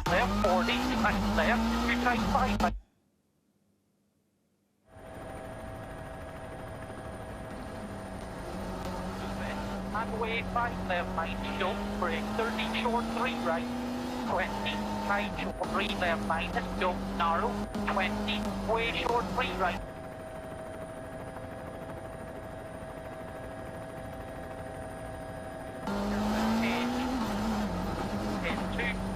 Shortish 2 right left, 3 left open, short 7 right, 30, flat short 5 right, open half tight 4 minus, cage, open, 8 left 20, leave the short 3 left narrow, 20, right, 100 kick, tight 2 right, tight, minus, narrow, left. I've seen this graphic, Bex, it's so worthwhile watching when the drivers are picking up the throttle, and particularly on a rally like this, once you've committed to getting back on the throttle, you don't want to get back out of it. And if you see that green flashing up and down halfway through a corner, it's indicative of a car that's understeering, because you're back out of the throttle, waiting for the front to bite, then you go again, and then you want to be brakes and then pick up the throttle and stay on it all the way through the corner.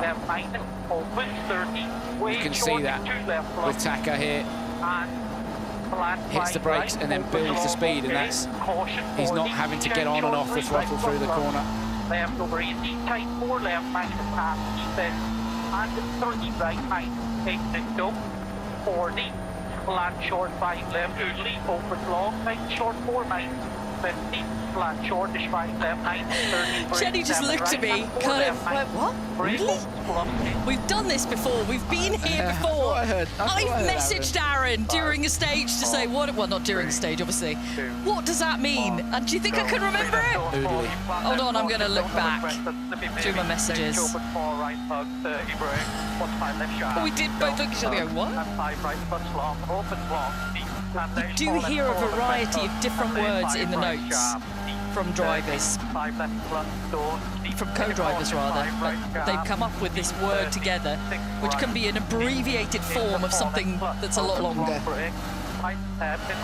which will mean nothing to any of us, but everything to them. 5 left plus hug opens, the 3 right don't open, the tight's 3, opens long out, tight's 4 long, flip, deep, and the 3 left, very long out, but best caution tight, unseen, 5 sharp, heavy, 43 right, 100 kick, deep left, latest 6 right, sharp, narrows, and 3 left long, 40, unseen, 7 right sharp, 30 cross, late 6 left sharp, don't deep, into 3 left, left of a 80, 6 right sharp, maybe full, hairpin left.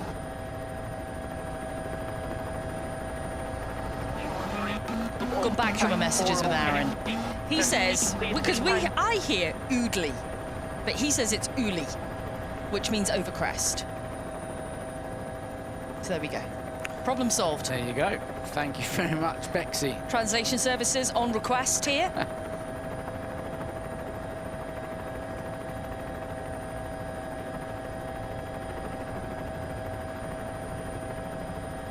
I'll be keeping a track of the drivers. 4 right long, tight hairpin. 7 split points within this stage. And 5 left, 30, short 5 right. Oliver Solberg had a great run on stage 5 overall. Put himself into 2nd position overall. Was fastest through on the previous one.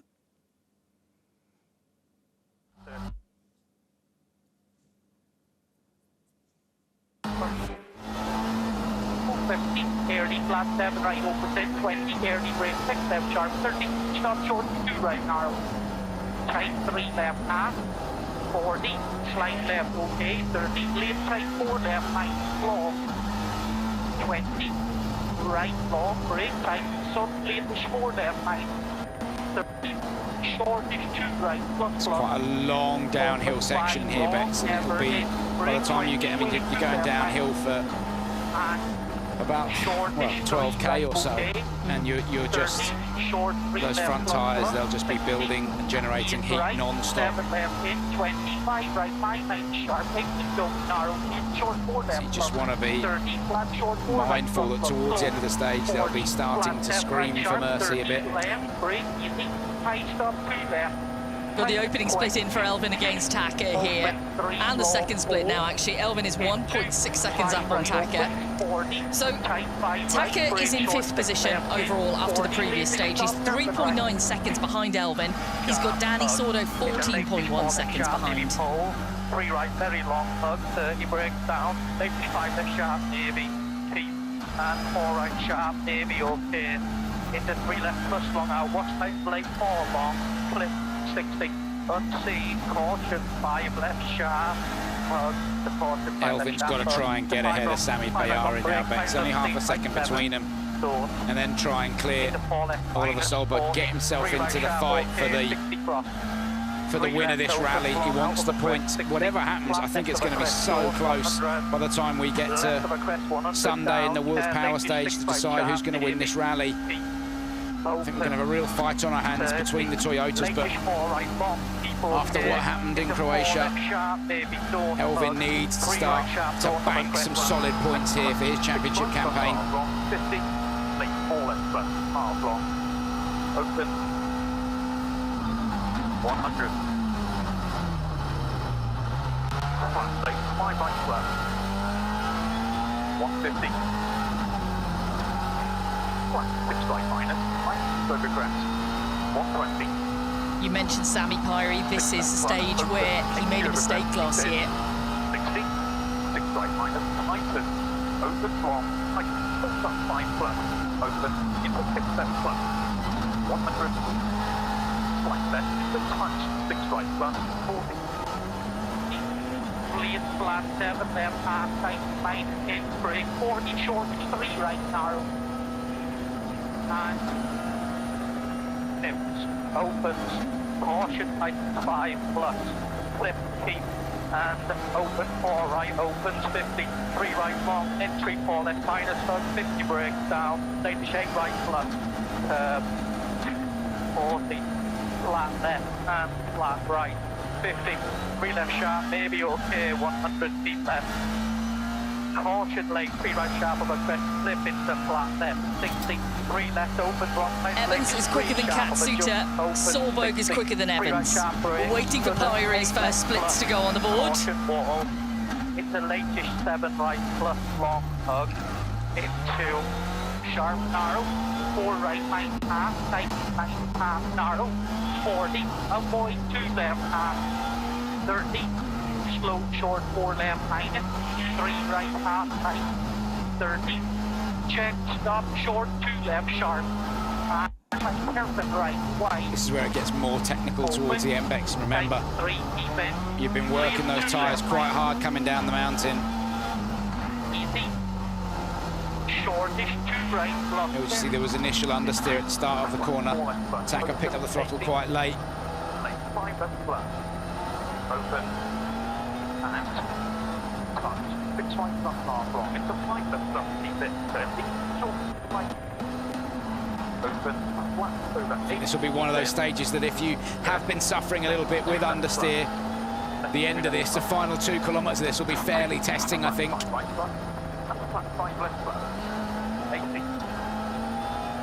Right now it's looking very good for Oliver Solberg. Some good splits coming in. Sami Pari's only a 1/10 of a second adrift of Oliver at the opening split point. Formeau has got underway on the stage.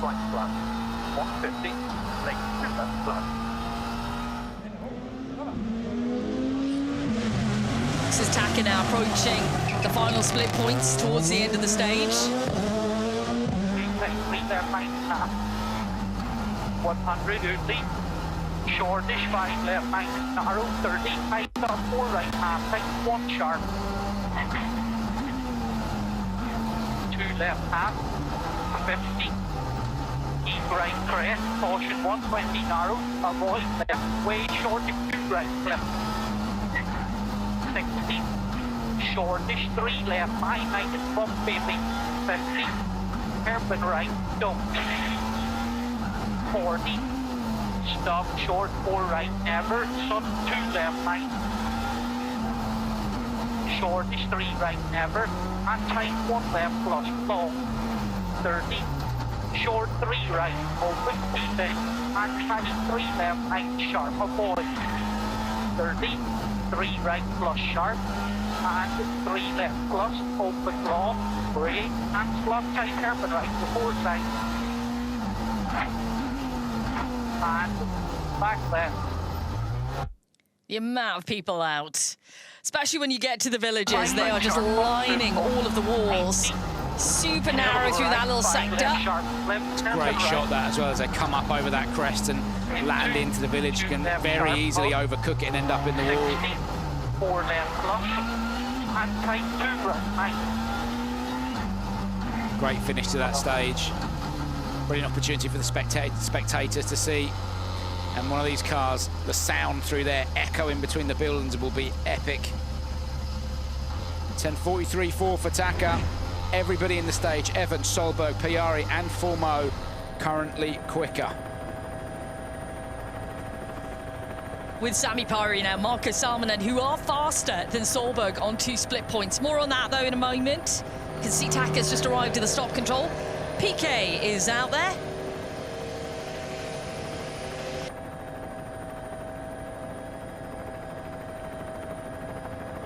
Afternoon, Taka. Obviously didn't get to do this stage this morning. What can you tell us about this stage? A lot of new stuff in here. Yeah, it's a bit less grip and few places and very struggling the front grip. Very difficult to track on the front and it's very difficult to following the grip on the front. So I don't know what's happening wrong, but especially this afternoon it feels like I'm really not matching the temperature of the tires or something.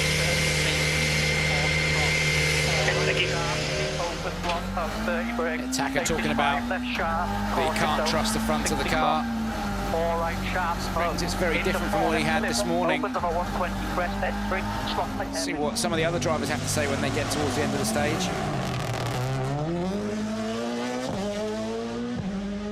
Oh, 5 right sharp, 4 left door, 30, 6 right sharp, maybe caught and down, bad jump.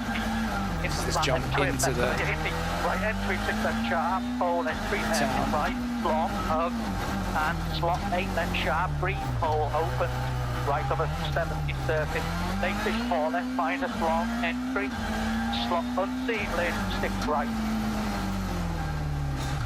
4 seconds up on Taka's time. It's a 10:39.4 for Evans. We've got Oliver Solberg 2.7 seconds faster at 15Ks.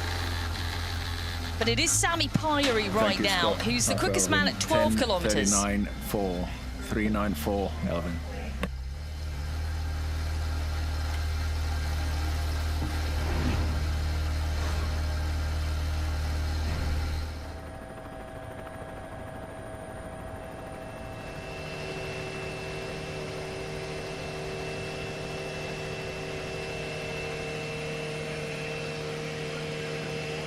Well done, Elvin. 4 seconds quicker than Taka, but the boys behind coming even quicker. I mean, how tough is that? It looks like hard work coming down the hill. Yeah, it's hard to get a good feeling. The grip seems really low. Don't have the best feeling, so yeah, it's like that. Not so much we can do at the moment, but let's see. Any improvement from this?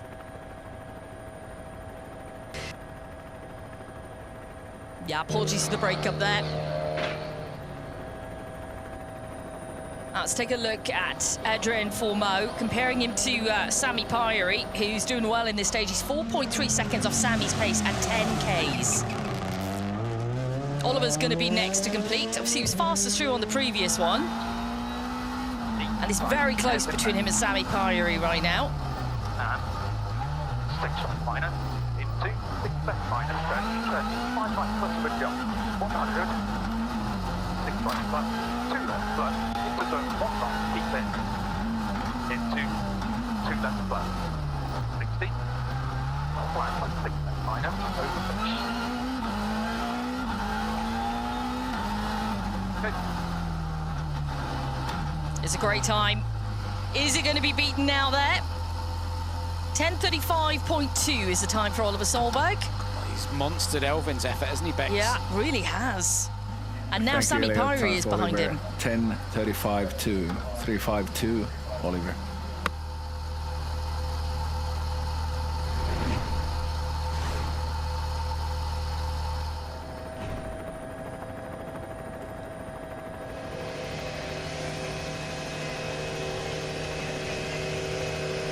Wow, Oliver, that's an impressive time. 4.2, quicker than Elvin, who especially seemed to pick it up coming down the hill there. How was it?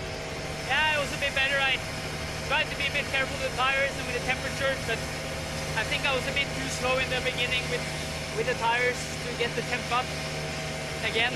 But yeah, I was a little bit better. How hard is it to manage the performance of these tires when you're coming downhill, the temperature rising? It must be tough. Well, you know, it's first time for me doing this stage compared to the other guys, you know, so for sure in some sections they have a big advantage, but I try my best, you know, so, you know, first time properly trying to take care of the tires in this car too, so still a lot to learn, but I'm getting there. You're a quick learner, mate, well done. He certainly is. Now, we've seen Sami faster on 4 split sectors in this stage over Oliver Solberg, but from past the 12 kilometre marker onwards, he's lost a little bit of ground to Oliver. He's 2.1 slower at the final split.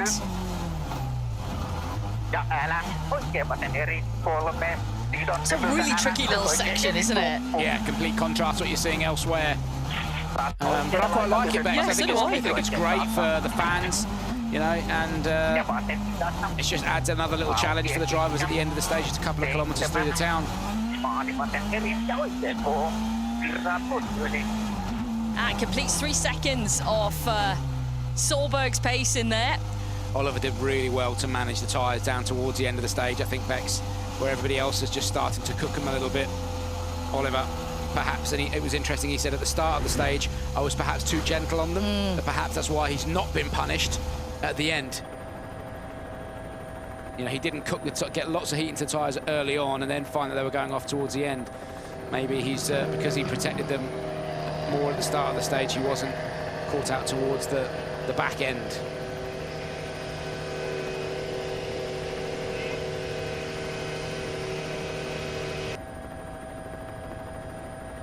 Well, Sami, after last year, first of all, I'm sure you're happy to come through that stage. Last 5-6 Ks, why do you think that was? I don't know. I would not like to be complaining really, but it's not. Apologies, we are just losing a little bit the stop line there. We'll see if we can do something to stabilise that.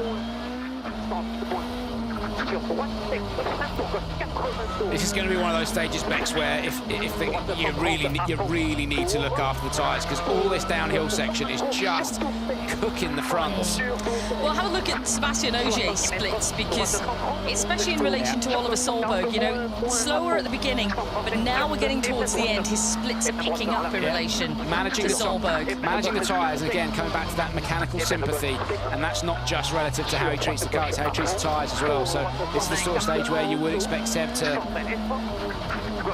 go well.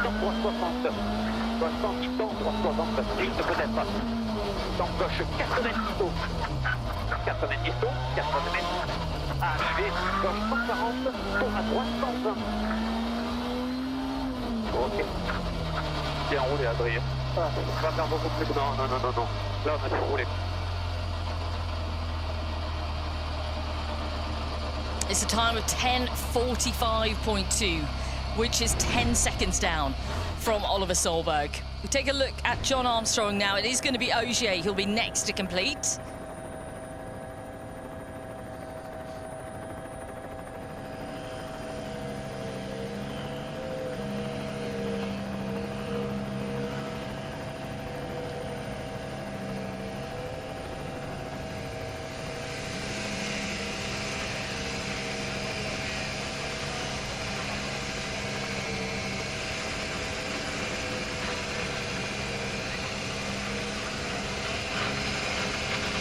Good afternoon, Adrienne. First time we've looked at this new look stage. How was this run? At least you were the fastest of the Hyundais in the previous stage. You're starting to move in the right direction. I had a very good stage. I was really enjoying it. So I'm very pleased with my driving in this one. For sure there is some places I would like to improve, because it's also first pass on the second part of the stage. But for the rest, I was quite happy and enjoying the drive. So yeah, that's the matters for now. And yeah, the stage was quite technical and quite fun. Is it tough to manage the tyres coming down the hill with the temperature warming up as well? Yeah, for sure, but I don't care. I push on them. Yeah, he's just doing what he can do with what he's got underneath him for the time being. But right now, it's Sébastien Ogier who is setting the pace in this stage. He's now 6/10 up on Oliver Solberg, and Seb's so good at managing the tyre, so good at being neat and tidy and not overheating the thing. It's always a masterclass in tyre management from Sébastien Ogier. Just 2/10. He is faster. Yep. That's how good Oliver Solberg is, though, Bex. You know, that Sébastien Ogier's only gone 2/10 of a second quicker than him. You know, you look next to Sammy Payara, and we're talking seconds. 10:35.0, 350. Confirming that that is going to be the fastest time on the board.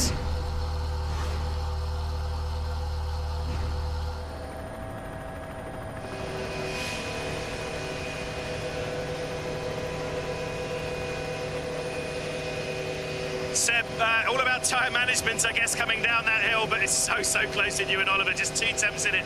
How was your run? Obviously a new set of notes for a lot of it too. That was a nice stage, actually.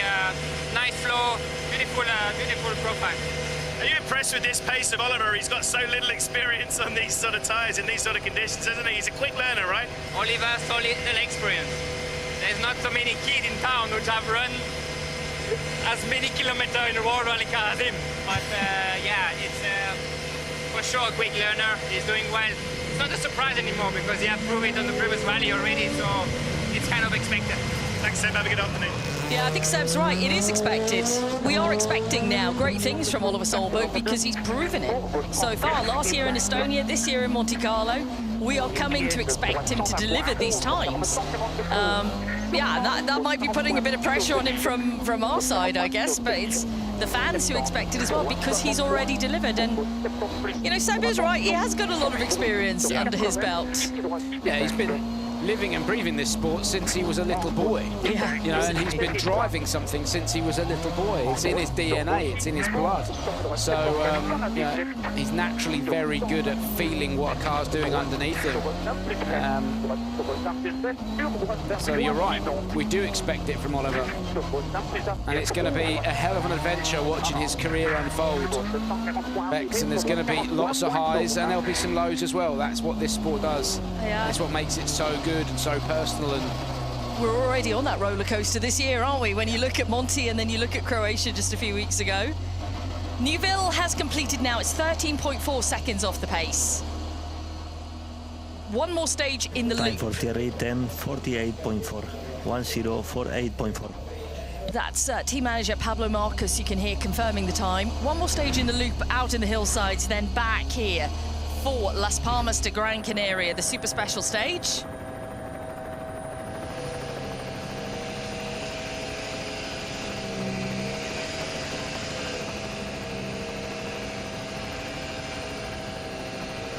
Afternoon, Thierry. Tricky stage this one, obviously didn't get to run it this morning. A lot of new pace notes. How was your run?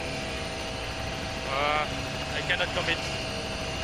With the new pace notes, tricky corners, as long as you don't know what the car will do in the entry and on the exit of the corner, I cannot commit, and I was pretty much struggling in there.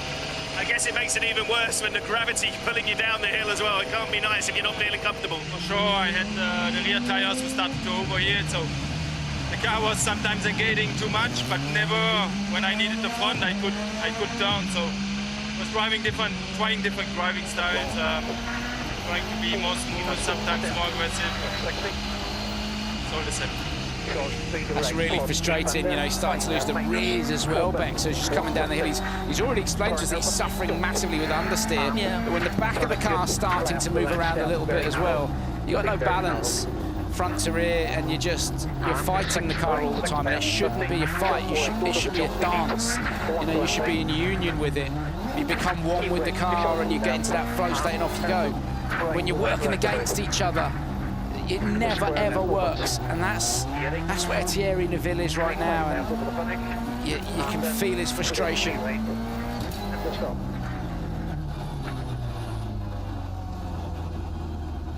20 seconds off the pace at the front here for John Armstrong. Man who had a lucky escape out there this morning. It's looking hot in that car, although John has said himself he's probably the sweatiest driver out of the P1 boys, but it is hot work out there this afternoon. Everyone's working incredibly hard behind the wheel. You know some weird stuff about Well, these he drivers. said it himself. I know, I do know some weird stuff about these drivers, this is true, but he has said it at stage ends. Afternoon, John. Still continuing that fight back from that little moment this morning. The first 10K is pretty similar to Thierry's pace out there, but coming down that hill pretty tough, huh? Yeah, pretty tough coming down the hill, and okay, I tried my best, and to be fair, down the hill felt not terrible, but for sure not being able to kind of drive the way I want. And yeah, it's never going to be easy, so it's just trying to figure out how to make it a bit more easy than what it is. But yeah, I think searching for perfection is pretty impossible, but yeah, you just got to try and do the best you can. Okay, not happy with where we are, but we're trying our best.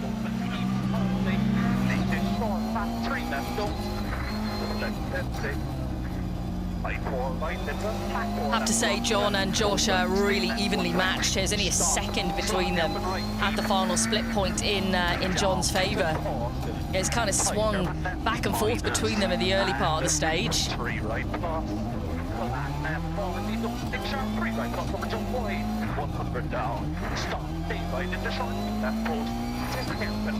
Around the roundabout, into slot 1 left plus post, opens 60, finish 4 left plus, keep up 20, slow, tight 3 right minus don't. It's a 10:56.1, exactly 1 second slower than John Armstrong.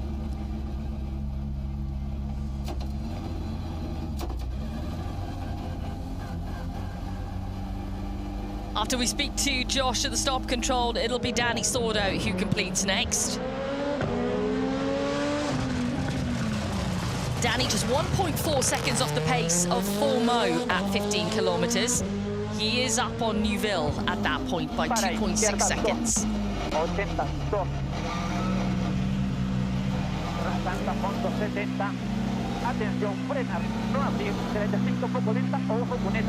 Afternoon, Josh. Really, really close between you and John all the way through there. Just a second down at the end of it. How's your feeling inside the car at the end of the day? It's okay. It's so difficult to manage. I'm trying to be patient as possible, trying to focus on the driving and not worry so much about the setup and try and improve what we can at the moment. But yeah, it's a nice race with John. Obviously, it's a big stage, a lot of character changes, and just to be a second between us is quite nice. So yeah, let it continue. What are you doing with your own driving style? Are you trying to keep things super smooth to look after these tyres? Yeah, it's been super patient, especially on entry to not overload the tyre, and then trying to manage the throttle and exit, because if you go too fast too quickly, it pushes quite early into understeer. So you have to wait so long, and yeah, when you think you can go, you still can't. So yeah, you have to be really patient, but it's so hard to manage because you're cutting so much entry speed, then you're losing the whole exits. But sometimes I see the lines as others with the tyre marks in the road, and I just can't make that happen right now. So yeah, it's okay.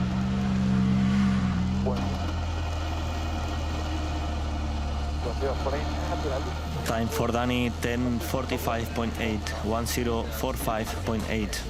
Just 0.6 of a second behind Formeau's time, so he brought some time back to Formeau in the latter section of stage. It means Danny is still ahead of Adrien overall by 6.1 seconds.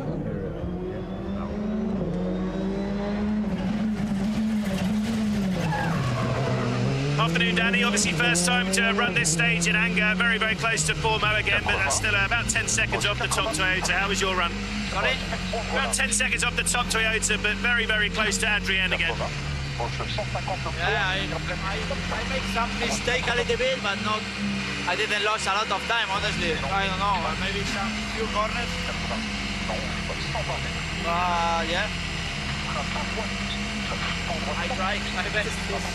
Few corners I miss a little bit of time, but for the rest I don't know where I can take it. You've got to be pleased though with the pace. You haven't been in the car for so long. I know you did the Portuguese Championship last year, but to get in the car and do this straight away must feel good though. Portuguese Championship with Chris Mick is something, so thanks to Chris to push me all the year, and we can have fun, and honestly I really push myself there, and for sure it's a small evolution, so Chris, I need to pay you for a dinner when I arrive home. Chris Meek is here this weekend. He was doing some demo runs on the Super Special stage last night. He'll be doing the same tonight, and it was great watching him and Danny battle in the Portuguese Championship. Went right down to the final stage. It was a hell of a battle, and those are the sorts of things that you need to keep doing to stay sharp, right? And then if you've got you know, competitors like Chris Meek who never give an inch, you know, they're flat out all the time, it forces you to do the same. Leo just running a bit wide of that roundabout there, you know, and ultimately it's kept Danny sharp, hasn't it? And, yeah, very much so. And Danny doing a good job, currently outpacing Thierry Neuville and doing it comfortably.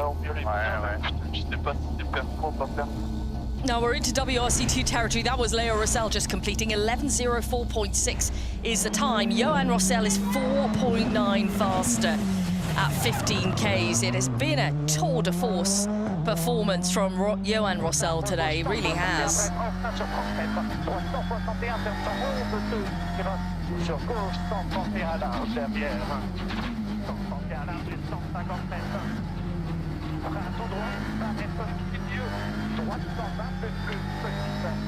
Afternoon, Leo. Interesting to do this tricky stage for the first time, and Johan again just flying, isn't he? But how pleased are you with your own driving? You're still doing a terrific job out here. How was this stage? Honestly, it's good. I push a lot on the limit, but for the moment, Johan and Lancia flying in this race, and we will see. I manage a lot my tires. but I push on my maximum. Obviously, Johan been driving the Citroen the last few years. Did he give you any tips the last couple of years to stay in touch? Honestly, I don't know. I think the Lancia, it's a new car. I think it's better. But last year, Johan, it's really fast in Citroen. Yeah, Johan's got a little bit more experience than Leo. They're both exceptionally talented drivers and they've both achieved so much in their careers to date. But Johan is showing here that he has got the edge. There's also been an awful lot of development that's gone into that Lancia, Bex. You know, that's right now, you know, they've come back here and they're not messing around. They're coming back here to win championships, that's fact, and they've given themselves two great drivers in Johan Rossell and Nikolai Gryazin. Has there been the same amount of development that's gone into the Citroen? I don't know, but certainly the Lancia is right in the window, and again, that's why it's going to be so interesting to see what happens when we get out onto the gravel.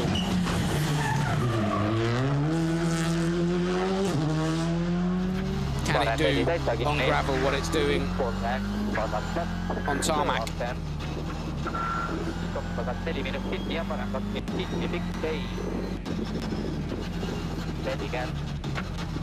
Good news again, Johan. The charge continues. What are we now? 5.6 seconds up on Leo and a sea of red behind you. How was your run coming down the hill? It's an interesting stage, this one. Yeah, it was good. I don't expect to be to have this gap, but yeah, to be honest, the feeling is not easy because you have a combination between push and keep the tire, and sometimes you feel to lose so much time, but if you need to drive like that for to be fast, we need to continue.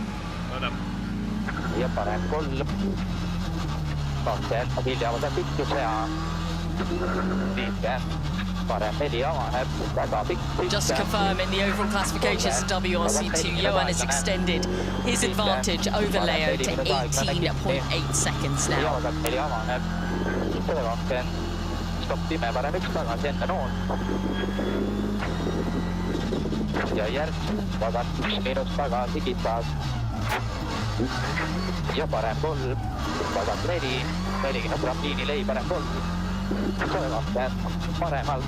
Quite a bit of camber on that second hairpin. Later runners just want to be careful that they end up popping the car up onto two wheels. Easy enough done.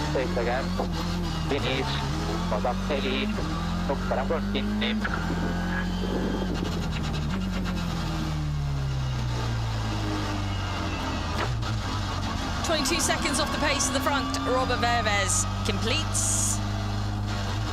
We're seeing the first, for me at least, Bex, the first weak link in Robert Verves' armour is these fast-flowing roads. Yeah. In Croatia, he was quick. On gravel, he's phenomenally quick, but it's these fast-flowing circuit racing style roads where now we've seen Robert's met his match and he's got to sort it out. And time in the seat is the only thing that will fix it.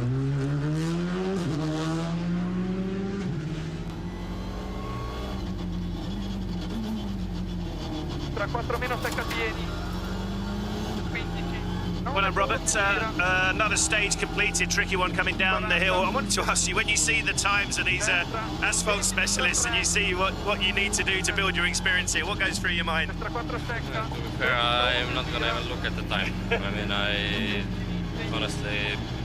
think I never had so bad feeling inside the rally car, so can't explain too much right now.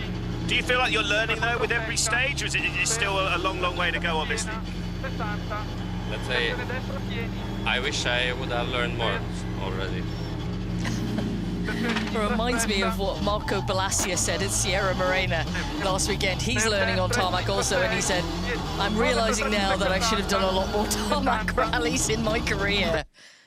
Yeah, as I said, it is. It's time in the seat, or go and do some time, some seat time in a race car around the circuit, and have a proper race engineer with you and a driver coach who's used to that, who's used to it, and can teach you how to carry speed, and because it is unique, and it is, as I said, just time in the seat.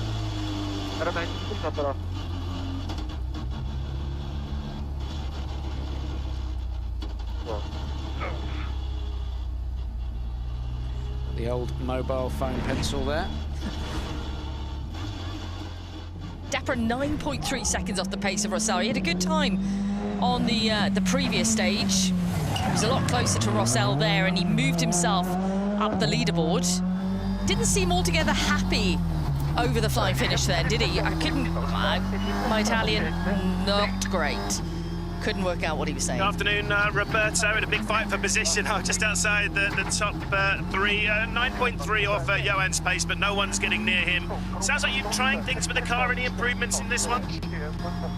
We try to improve something, but it's really hard to understand because everywhere that we move, there is always something missing. So yeah, probably we need to adapt a bit more to the tire, but still hard to understand, and we're trying to do our best.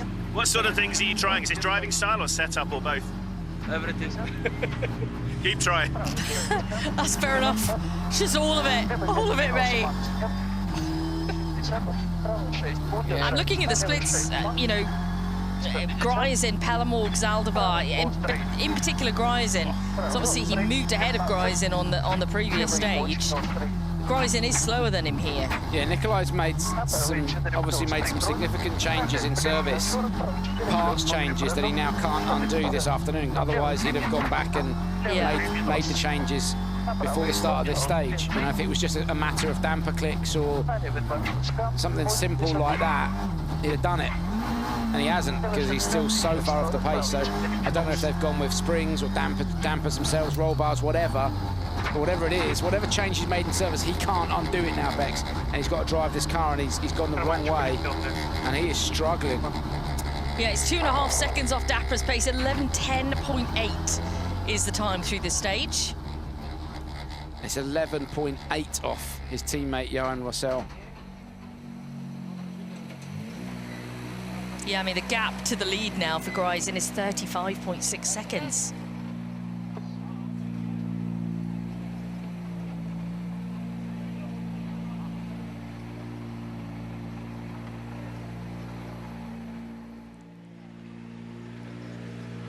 Nikolai, very different conditions this afternoon with the heat coming down, and obviously this new stage, 12 seconds almost off Johan.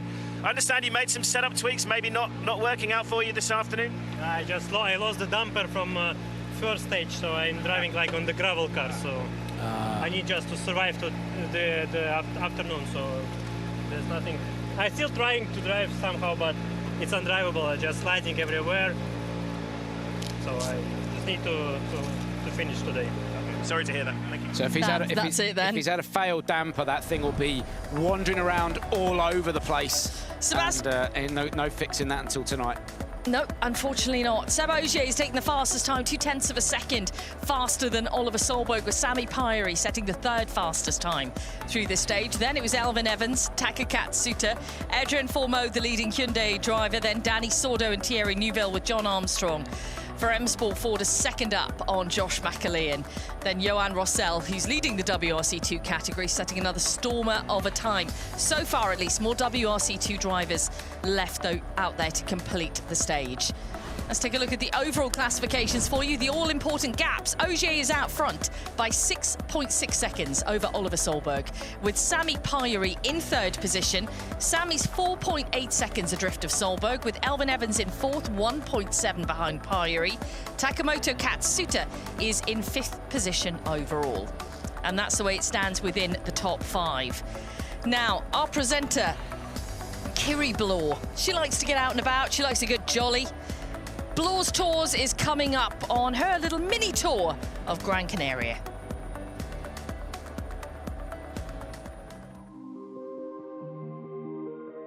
Gran Canaria is an island shaped by contrast, where coastline, landscape and history all come together as part of one journey.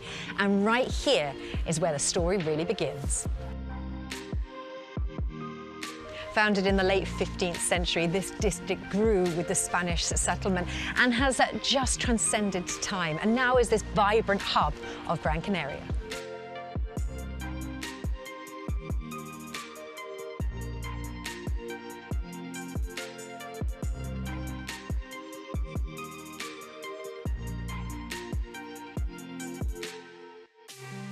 And as it was for Christopher Columbus, this is just the beginning. As we climb higher into the centre of Gran Canaria, the landscape opens up in every direction. This road leads to the island's most visited high point, Pico de las Neves.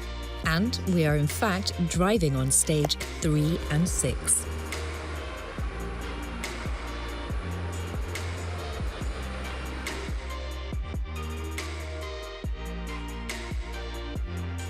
At nearly 2,000 meters above sea level, this is where people come to see Gran Canaria from above.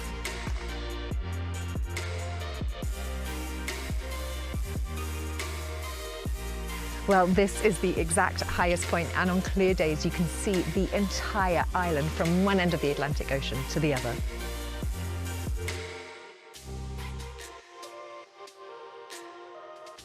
Well, with a little bit of time and a bit of patience, the clouds and the mist clear from behind us and you get this incredible view. Puts everything in perspective. And from here, we now start our descent all the way back down to see just one more thing, the coastline. You can see how much the weather changes. The mist rolls in and you can hardly see the road, and then all of a sudden it clears to bright sunshine.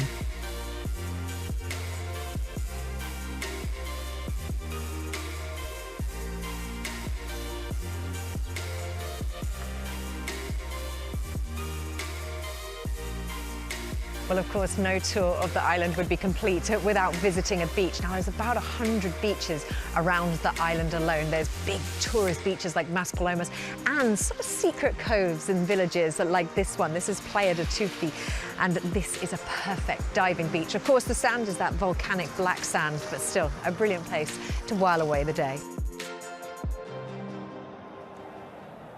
A little adventure around the island, a bit of calm during the storm, and of course we've got the luxury of driving through some of the stages as well. Okay, well, we have got more action coming up for you today. The super special later on today, and then we have the last stage of the loop. So all of that is still to come. Plenty of action for you to keep your eyes on here Friday at Rally Islas at Canarias. So stage 7 and 8. 8's going to be that super special. It's going to be at 8:25 local time. So check your clocks around the world for those timings, but that is what's coming up from us. 2 more stages and 2 more bits of action to keep eyes on whether the Hyundais can make some progress, or can Sébastien Ogier pull away even more. Oliver Solberg seeming to find a bit of pace, so he's definitely going to keep that pressure on now. It's going to be an interesting battle over our last of the long stages for the day, but anything can happen in those cheeky super specials as well. 25,000 fans were there last night. It's going to be more of the same tonight. So certainly a spectacle in that stadium. Okay, well, we're going to see you in a short while. It's just goodbye for a very short moment.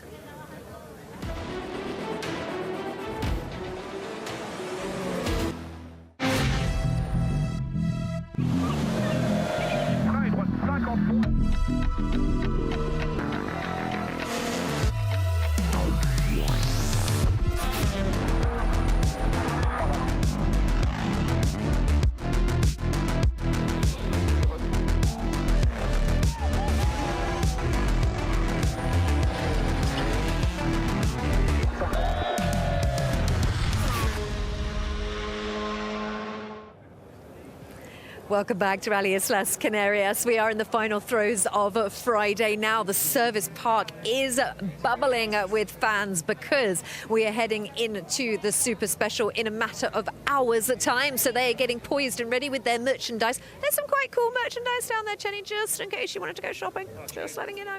Yeah, thank you for that. That's all right. I'm not really a shopper. No, you're not actually. Yeah, no, I'm not really a shopper. Can't really see that. All right, what have you made of the stages that we've had so far? So we've got one of the loop basically left, and then into the super specials. So what have you made of the first couple of stages? A lot of people changing setup and not liking the way they've gone. Yeah, I think what's happened morning to afternoon is that the temperature has come up. The road temperature has obviously come up with the ambient temp. So straight away you're drawing quite a bit more heat into the tyres early on, and then they're getting punished towards the end of the stage.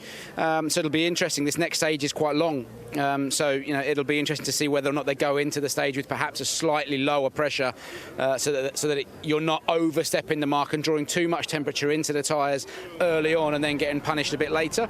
But to be expected, really. You know, Toyota's still dominating out of the front, still you know, setting the pace, and I think Hyundai, with Adrian foremost, seem to have made a step forward, haven't they? You know, Adrian is there or thereabouts with Danny Sordo. Thierry's still struggling a little bit. For some reason, when they're struggling with setup, Adrian always makes the jump, and I don't know whether they make the biggest change with Adrian, what the reason is, but he sometimes always makes the jump first, and we see it pay off first with Adrian, and then perhaps we see the other guys following. He always gets sort of the setup that works basically first. Yeah. I mean, it's so difficult, isn't it? Because you're trying to have that eureka moment with the setup of the car. You're looking for something that's gonna dial out the understeer, and it's just not there for you. And I believe we've got an interview. Julian Porter has been on the road section, and we've got an interview with Adrian Formeau as well. So we are going to dip into that. We're watching him switch his tyres around, and he actually explains to Julian all about what he's doing up there. Adrian, we're just in a little village, in a town here, stopped on our side of the road. Wheels front to rear, some adjustments in the back. Just give us an insight to what you're doing on these road sections. Well, we put a little bit of sun cream because it's very sunny today.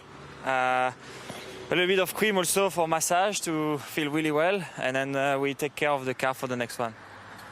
I was looking when you were just swapping the tyres front to rear. What are you looking at when you're comparing the two tyres side by side? Well, first of all, we look at which one have more tyre wear. We try to put the one with the best shape on the front, because it's where we get the most of the tyre wear on this rally. And also we check if there is any cut on the inside, in the middle of the tyre, to make sure we don't have any puncture, or if there is a risk, then we put the tyre in the boot. Was there a ride height adjustment in the rear there I saw happening? Yeah, I just tried to make this car turning. Yeah, and interesting enough, Adrian talking about that tyre wear there. That's the first time we've seen this full loop, so it's obviously going to be different to this morning, and Adrian just talking about that as well. And I suppose we'll see after this one what they've got left to get into that final stage of the day. Yeah, again, I don't think tyre wear is a huge thing. I think managing tyre temperature has been the critical thing, hasn't it, really? Once a tyre overheats or goes above a critical temperature, it then drops off performance-wise. So I think that's been the key thing. I don't think it'll be too much of an issue in the super special stage. They've gone out with 5. You know, obviously they've got one hard spare compound tyre. One hard compound tyre in the back, thank you. So, so you'll use that. There's a couple of cheeky softs mixed in there. Yeah, further down in WRC2, there's a couple of softs as well. So we might see another Roberto Dapra Maverick moment. You never know, you never know. Maybe. If you didn't see the super special last night, he was sitting in 3rd in our overall classifications. Overnight, different story today, obviously. All right, we are heading back into another stage. What can we expect? I think it'll be much the same. Toyota setting the pace, Hyundai and M Sport doing whatever they can. It's a nice stage. It's really fast and wide and flowing. So, you know, it's proper circuit racing style. So, yeah, it's certainly an interesting one. It is indeed. 2 more stages to go. One long one, one super special. Let's hand over to the action once again. Welcome back, everybody. We are ready to go into the action. The last stage of the loop out on the hillsides here before all the drivers make their way back to the service park for the final super special stage. So we head to Mogan to La Aldea, which is what we ran earlier on. It's in reverse of what we saw last year and slightly longer as well. So there's additional kilometers towards the finish here. Now, I'm pleased to say that we've had a change of co-driver in commentary. The wonderful Greg Munster has joined me in comms. Greg, great to see you here. How are you? Yeah, very good. Thank you, Bex. Good. It's good to have you here, and good to have you here talking about these incredible stages, because I have to say, some of the stages, all of the stages on this island, they're real driver stages. They look like a real pleasure to drive on. They're very difficult to make differences on in terms of time, though, and that's certainly what we've seen so far. What have you thought of the whole event? Yeah, I mean, it's like you say, a bit track racing stages. You need a lot of commitment. You try to use all the width of the road, carry a lot of speed, and hit the right apex. Not an easy one, because you need perfect pace note. A lot of work goes into the recce before, also in the onboards, but then as soon as you're fully confident with the pace note, with the car setup and so on, you can really push and try to maximize everything. There's the differences then in front of you as we head into this next stage. Sébastien Ogier is out front. 6.6 seconds is the advantage over Oliver Solberg. And it's still very tight behind with the drivers. 4.8 seconds the difference between Pyrie and Solberg. Alvin Evans is 1.7 seconds outside of podium. Taka is in 5th. Sordo is the leading Hyundai driver in 6th position overall. We'll be watching all of the small gaps as we get underway on this one. Greg, you talk about, the recce being so important here, and obviously we've seen a few changes with the stages this year. Some reverse, some added onto, some brand new stages as well. It keeps you guys fresh. Yeah, exactly. Like the one they're doing now. You said it's mostly reverse, and then they've added a couple of kilometers. It's strange because, like, most of the stage, like around 80%, is really wide with quite high speed. Then you get to the top of the mountain, a very steep downhill where, at the end of the stage your brakes are already hot, the tires as well, surely at this time of the day with the really hot tarmac. And then the new kilometers, like 2 or 3K, it's really fast. You're going into a village and completely different than this very twisty but still flowing roads. So yeah, a nice addition to the stage.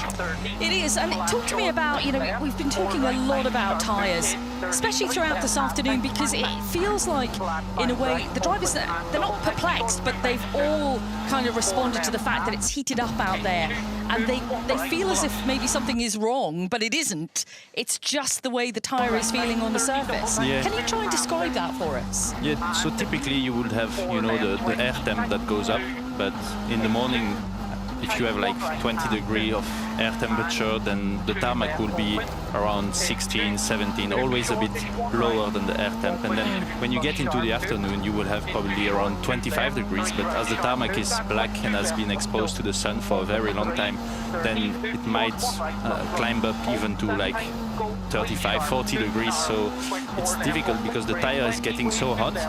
And normally when the tire gets hotter, you get like more grip, but at a certain point it's like the surface of the tire which is kind of starting to boil, and it's just like too hot to give you that tire performance and the grip, and so you start to slide a tiny bit. It's like it's kind of progressive, but you feel that underneath you the grip is just like slowly starting to disappear. Is there any way, I mean, you obviously anticipate that, that it's going to get hotter in the afternoon, the effect that's going to have on the tyres. Is there anything you can adjust within the car to compensate for that?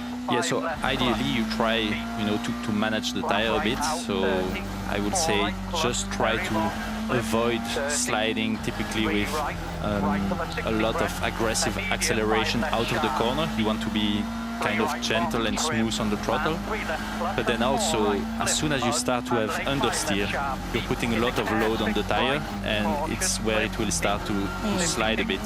So if you can avoid understeer, it will obviously help the tire not to get too hot, but it's easier said than done, because that was going to be my next line to you. Yeah, exactly. As soon as you start to have that understeer, you want to add steering angle, because it's not a nice feeling to have, but actually you're just going to put even more friction to that tire, and yeah, that's the vicious circle you will end up in. Yeah, unfortunately so.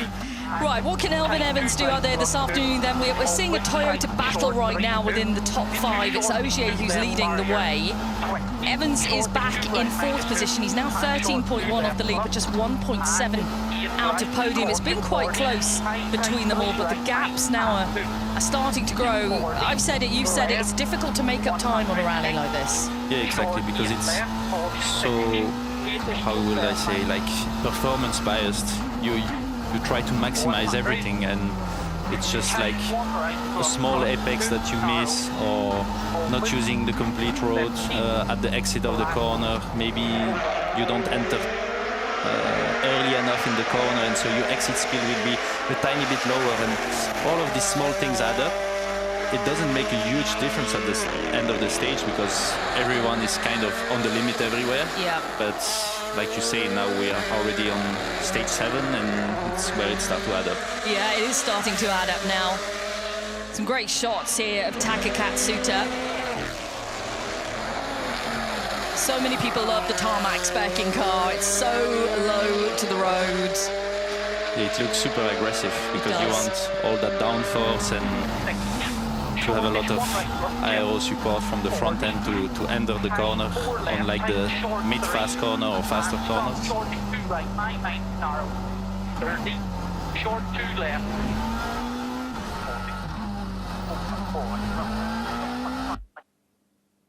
Switch out to Oliver Solberg, who's made his way up to second place now. 6.6 seconds adrift of Seb, but Ogier is a tough man to try and catch, especially when he manages his tyres so well, which is certainly what we saw on the middle stage of the loop, that last downhill section in particular. Yeah, exactly. I think he's very well known for being one of the best to, if not the best, to manage his tyre.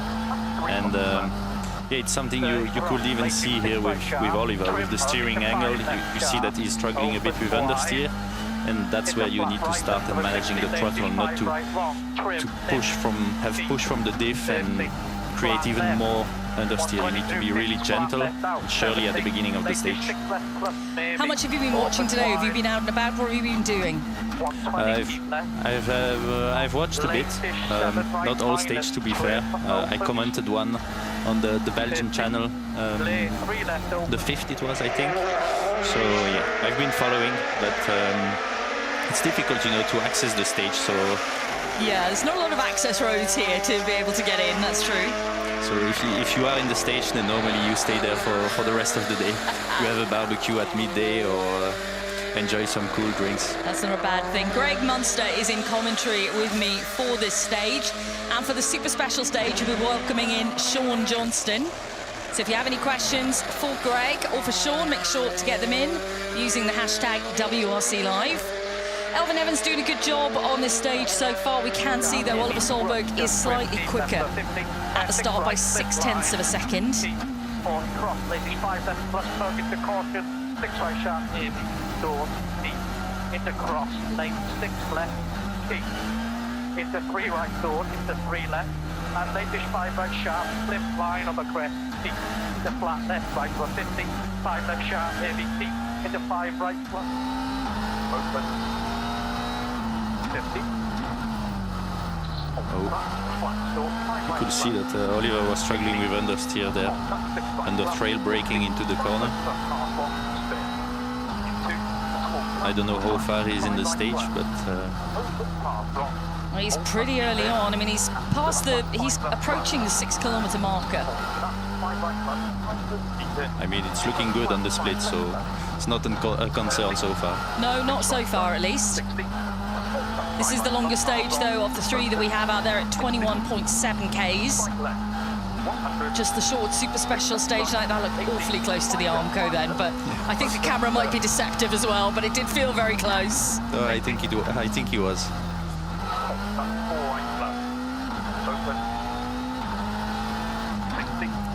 How difficult, Greg, is it? You know, we saw Oliver make a mistake in Croatia right on the first stage. You know, I'd barely taken 2 sips of my coffee in commentary and he was off the road. And then he came back, he bounced back during the event, set fastest times, but he already said this morning on the first stage, you know, he's like, I'm staying calm. It was like, I needed to get through the first one and now I can go a little. How difficult is it to turn it around?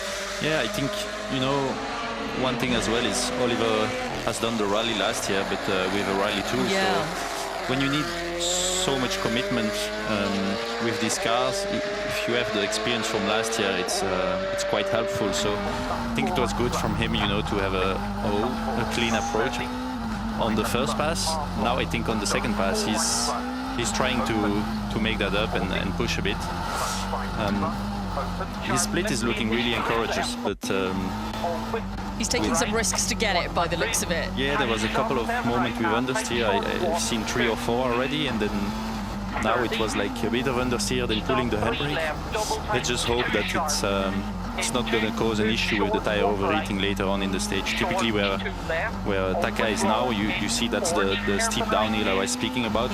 So you're heavy on the brakes, and that temperature you have from the brake is also going to impact the temperature you have in the tires. there's so much more to be aware of.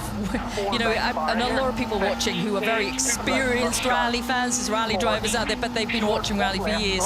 They understand a lot of it. To new watchers coming in, it's not just you and the wheel and thinking about the stage, you're thinking of everything mechanically with the car at these points. Yeah, totally. I mean, on one of these events, you know, it's not like Croatia where you have a lot of verticality in the stage, where you have a lot of cuts and pollution. So you could think that it's maybe a bit less interesting to watch, but actually you just need to focus on how one driver is going to attack the corner, how the car is going to behave, and try to look at the differences or similarities. And this is where it gets interesting, because you will see that maybe one driver is going to struggle a bit more at that part of the stage, or one driver is going to say that his change of setup at midday is improving a lot for the second pass, or the opposite. So that's where it gets a bit more technical, but as soon as you start to get it, it's actually really interesting. 100. Slide right, 50, high 4 right, open plus narrow, and 8 left. Easy, brake 9 right sharp, 30.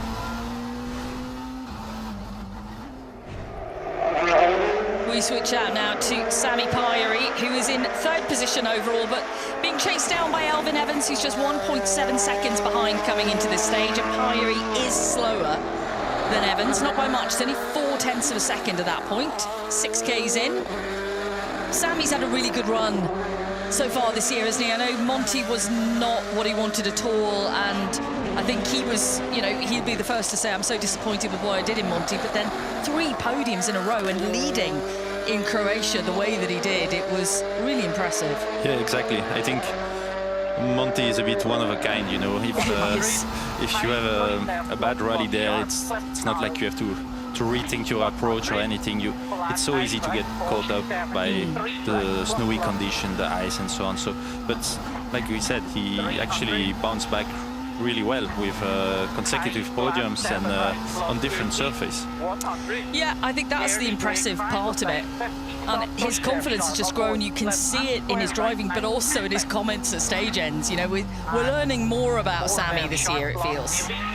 Yeah, I think it's also typical from a driver that's getting more experience, more comfortable with the car, within the team and so on. And yeah, it's just it's good to see him having that smile, and even starting a bit with, you know, a bit of, I would say, mental chit-chat at the stage end, just being confident in what he's doing and his capabilities. So yeah, it's nice to see. It is good to see.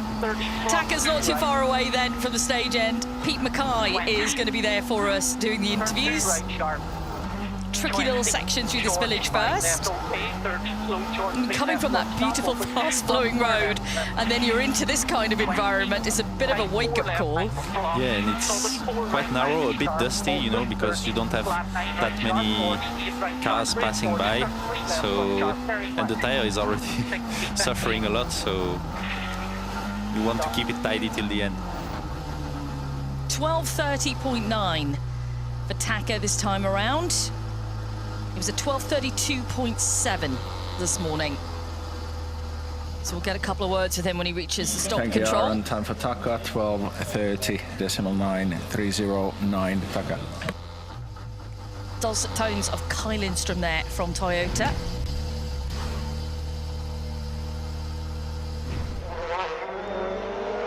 We'll switch out now to Adrian Formeau and Alex Correa. Let's hear from Taka while we watch.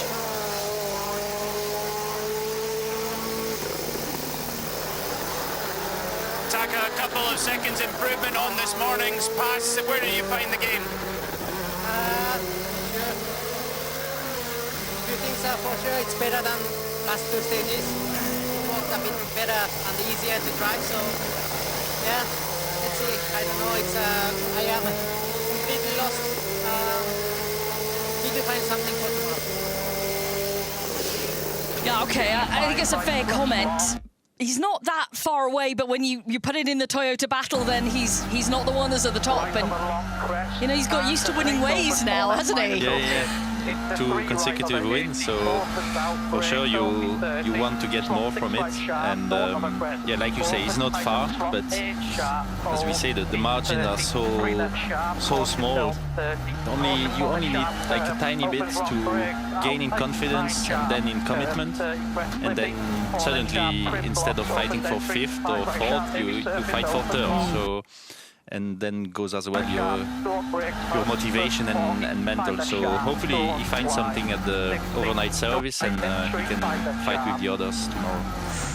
Big time on the board from Elfyn Evans, which is 7.2 up on Tacker. And just looking at the splits of Solberg is now slower than Evans, not by much, up at the penultimate split, but 2/10 down.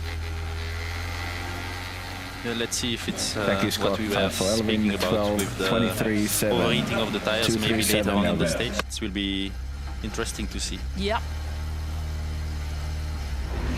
We've got a number of drivers in the stage, including our rally leader, Sébastien Ogier, who is up on Evans by 1.4 at the second split, and up on Solberg by 0.3 at the same point. Elfyn, that looks like a really strong time, and on the splits you might just pinch a spot on the podium before the end of the day. How was it? Yeah, feeling was a bit better, not perfect. Obviously it's a demanding stage, but I was a bit happier in the feeling in the car, at least a bit more rotation now, so some small changes help, but let's see how the others went. Right, be honest with me, Greg. When you have access, as you all do now, via Rally TV, to onboards, everyone's on board. Whose onboard have you looked at the most across your career as a comparison? I mean, when you have a driver that's multiple-time world champion like Seb Ogier, I think it's a fair thing to say that I'm trying to watch from the best. So. Yeah. Also, it's French pace note for me, so even though I'm not using the same pace note system, it's easier for me to understand. I would say I focus more on the pace note when we are at the hotel watching the onboards, and then just the driving. But it depends as well, because at the end you're just before the start of the stage watching the guy that is the first starting, so it changes a lot. You're just watching the first guy in the stage just to try and gather a couple of information before entering the stage. Yeah, we see everybody doing that. Unusually today, as Solberg finishes, 12:23.4, fastest time through. He did take some time back towards the end, 0.3 up on Elfyn. Danny Sordo didn't appear to be watching any onboards. He was just sat on the Armco barrier, taking in the sun. 12:23.7, correction. Very often you try, to see how sorry. deep the ruts are, where the stones are located, to try and avoid them. But on such an event where I would say things are mostly straightforward, yeah, I would say it's less of an important thing to do before.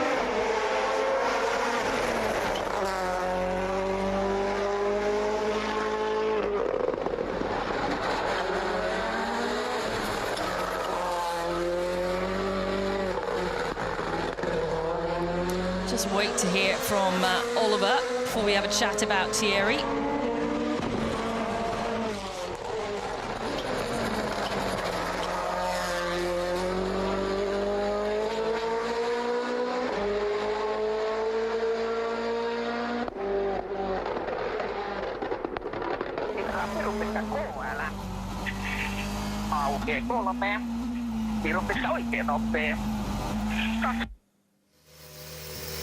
Oliver, that's fastest through by 0.3 of a second. Last year in Monte Carlo and Canarias were your two weakest events, and in the Rally 1 they seem your strongest. Why do you think that is? It was a horrible stage, really bad. Pushing too hard, with the tires a bit too warm, and just sliding around too much. Not a good run, not at all. No, he's not happy with that one, and from the splits we can see Ogier is 2 seconds up on Solberg. You would have hoped to maybe taken some time out of Seb, but it doesn't look likely here. Yeah, I think he has a good stage analysis at the end. He said he pushed a bit too much and struggling with the tire. I think he's also driving like quite open diff, which is quite good because you have the car is really free to turn in and so on, but then when the tire is starting to overheat, it's maybe a bit more, the switch of balance from understeer to oversteer is maybe a bit more sudden, and yeah, we could see he had like some snappy moments, had to pull the handbrake, and probably, like we said, near the second part of the stage, it started to become an issue. Yeah, it started to disappear from him. Sami Pyri has completed and lost position to Elfyn Evans in this stage. Elfyn moving ahead by 1.3 seconds overall.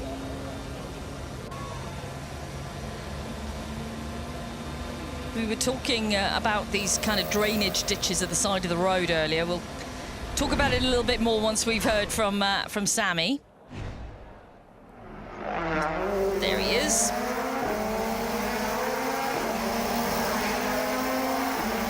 Sami, unfortunately, that's a position change. Elfyn was 1.3 ahead of you. What did it feel like in there? Actually didn't feel so bad on this stage, but maybe it was, let's say, more straightforward also for the others. So it's not easy, I must say, but okay, the differences are really small anyway. Yeah, he's right, the differences are really small. Well, we'll see what Ogier's time is when he comes in, because he is starting to rack up a bit of a lead. What's your take on the Hyundais here then? Because we're seeing Dani Sordo kind of making the best of it right now in terms of time, Greg. Yeah, it's difficult to say. I mean, I think they're all struggling a bit if we compare it to the Toyotas. But, you know, I guess having two drivers that have been struggling already from the start of the season, maybe even a bit last year, and then you bring, I will say, a new guy, not a new guy because he's been here since a while, but yeah, he's coming in fresh with just the will to drive the car and this as fast as possible, and so he's actually doing pretty well, better than the two others. And you know, sometimes having just that tiny bit difference in the mental aspect, like coming into the rally, it actually makes a difference in the driving as well. And so far he's doing the best job out of them three. Yeah, he certainly is. Dani Sordo is in 6th position. Phil Mo is in 7th coming into this stage. There's only 6.1 seconds between them. That is Phil Mo at the stop control. Adrian, many drivers talking about tyres today, but tell me, what's the most difficult thing? Is it managing the temperature of the tyre, or its wear? No, actually it's more the temperature into the stages and more than the wear. I think we just burn the surface more than the wear actually, so it's about the compromise. So it's really forces to be trying to be really smooth all the time, etc. So, but the difficult thing is one hard braking a bit late or whatever, then it burns your tires, and for a few corners or even 1 or 2K, then you lose performance. So you really need to be on it in every corner. Yeah, it's a nice description there from Adrian. Let's take a look at Sébastien Ogier then. The final split we've got is 2.3 seconds up on Oliver Solberg's time. Oliver is the fastest man through the stage right now. That's about to change though. 2 seconds faster, takes his lead up to 8.6 seconds. We're almost into double figures. Yeah, it's starting to build up now. Thank you, Vincent. Yeah, well really good 21.4 afternoon loop. 12.214. Like we said, small gaps, but almost double digit. It's a full sweat, although it's hard work in those cars. Temperatures kind of warm outside as well. Yeah, I mean, at the end, it's quite twisty, so turning the wheel quite often, and that gets physical. Well, Seb, that's 2 seconds quicker than Oliver. A clean sweep of stage wins today. How pleased are you with this day? Yeah, I'm happy because feeling in the car is better now. We walked a little bit on the service, and now it's still in the afternoon, and I start to enjoy it a lot. Yeah, you can certainly see that enjoyment. Let's take a look at Dani Sordo then. Some, you know, incredible stats for Dani over the years, and he's been such a massive part of the World Rally Championship. Since he took his junior win back in 2005, the years with Citroën, and the years with Hyundai. You know, we've even seen him compete with M Sport Ford as well when he stood in for Jari-Matti Latvala on one occasion. Yeah, exactly. I mean, I think I was 10 years old. I was already watching him drive or things like that. So yeah, he's been around since a while, and it's good to see him back. He's always, he's always fighting for the podiums, fighting for a result anywhere he competes. So it's good to see that even being away for a while in the WRC, he comes back and he's straight into the pace. Yeah, he kept himself fresh last year in the Portuguese Championship, didn't he? Yeah, exactly. I mean, at the end of the day, you just want to drive. The mileage is important, and getting in the car. He has the experience of Rally1 machinery, so for him, it's just getting back into it. And when you're good, normally you don't need a lot of time to adjust. Well, he's certainly proving that he doesn't. Thierry Neuville completes. I'm not sure what the hand signal there was from Martin Vidager. Yeah, I was asking myself the same question. It was like they were shaking hands, and then maybe not, or then... Oh, yeah, it was a weird one. You can explain that to us later. Talking about wanting to drive, we're having a lot of questions in asking when we're going to see you in a rally car again. Yeah, for me, the soonest possible. But actually, I will be driving a small rally in Belgium next weekend. Great. Just as a preparation for the rally in Ypres. Brilliant. Thierry, a long day out there. Tell me, what do you take away from today? It has been a challenging day so far. We're struggling to find the speed. Nevertheless, in here, I started to enjoy it a bit. The balance got better, but now I'm always need to be careful on the entry, not to lose the rear. If the rear doesn't come, I still understeer. So not perfect yet, but we keep on working. And honestly, yeah, I need a lot of trust in the front of the car, otherwise I can't go fast. And for that, we're always decreasing the rear, and at the end, the times are not coming like this. Yeah, he's mentioning he's trying to decrease the rear, so basically, I think he hit an arm co. I'm not sure. But, yeah, we'll find out when he gets to the stage end. It sounded strange then, didn't it? Yeah, it did a bit. But so yeah, he's trying to decrease the rear. That means like give the rear a bit less grip so that it helps to rotate and avoid understeer. But then obviously it's a bit tricky, because if it starts to move massively from the rear axle, then it can be he's punctured. I don't know. This is John Armstrong who we're looking at now, and this. Yeah, he's punctured. He punctured. We saw it, or we heard the noise, but you could also see the shudder of the car when we were watching his footwork. Yeah. Earlier, so we think he's clipped something. I think he hit the arm co and probably had a puncture and had to manage it through the end. We'll take a little look around the car when we get to the stop control. 21.8 seconds off the pace of the front. Now, well, there's the clip. You can see the damage to the rim.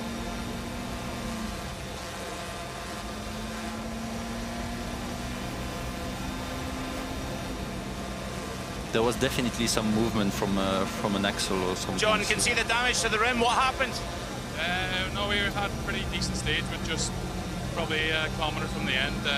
Just ran wide on a corner. It took me by surprise that the braking grip wasn't quite there, and we just ran wide and clipped the arm co. So we'll just go and assess the damage. Hopefully we can continue.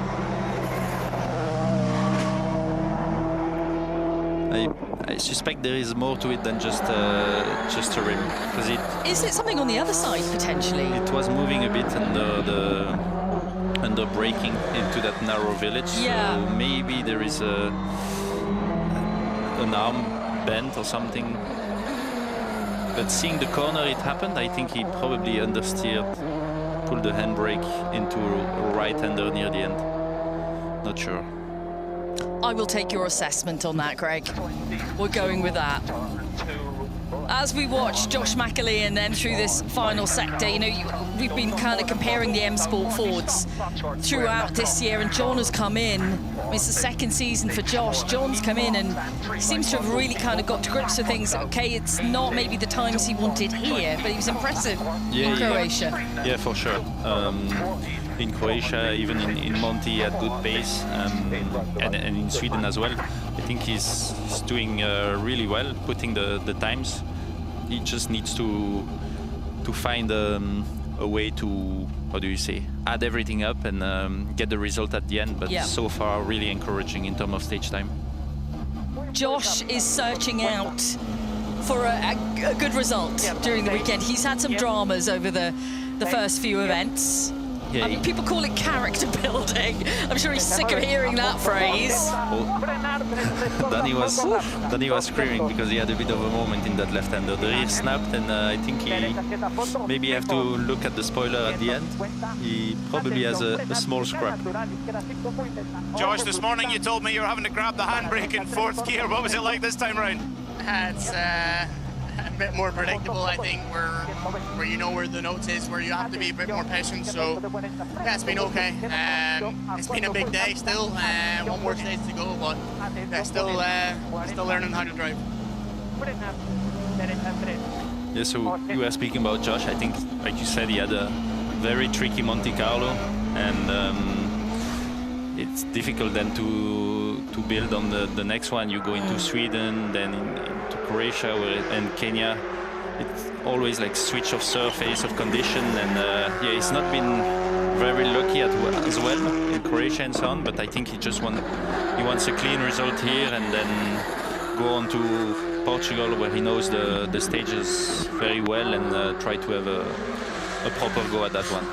Well, yeah, it's where Josh took his first ever WRC stage win, wasn't it? On a little super special. Yeah, exactly. Actually outright in a Rally 2 car. Anyway, back to Danny Sordo and Candido Carrera. They've completed, but they had a little bit of a moment just as they were approaching the village sector. Well, you can tell they were enjoying it anyway. They got away with it, Craig. But what you think, maybe there could be some damage to the spoiler, maybe? No, I don't think so. Just like, you know, a very little bit, or maybe not even the spoiler, probably the rear right bumper, but just you know, a mark of that Armco. But I don't think there is damage. But it's good to see, you know, sometimes you have a moment and you're a bit like scared, or you don't get this emotion, and then Danny, some of the drivers do. When they take a break, it takes a while to get back in the rhythm, but not for you. How do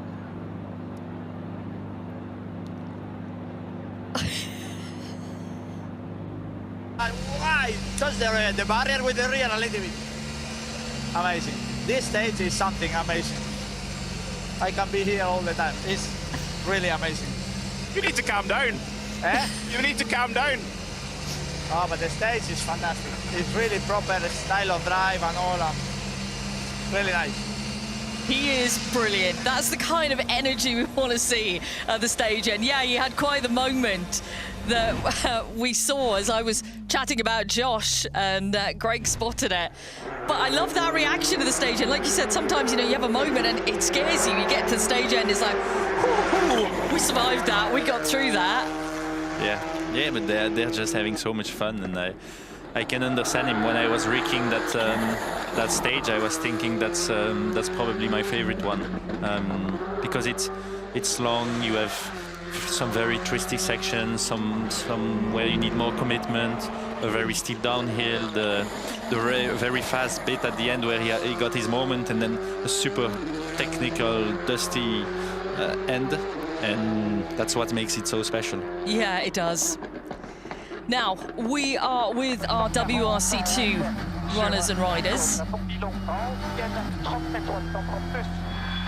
Leo Rossell is first on the road as championship leader. He's in 3rd position after the previous stage. Alejandro Cachon passed him into 2nd. Johan Rossell leads. Johan has had an incredible day. Yeah, he's been really strong. I think only Leo and Alexander can try and fight with him, but he's been super strong, and I think if he continues like this, then there's not much to it. He will have a clean win, I think.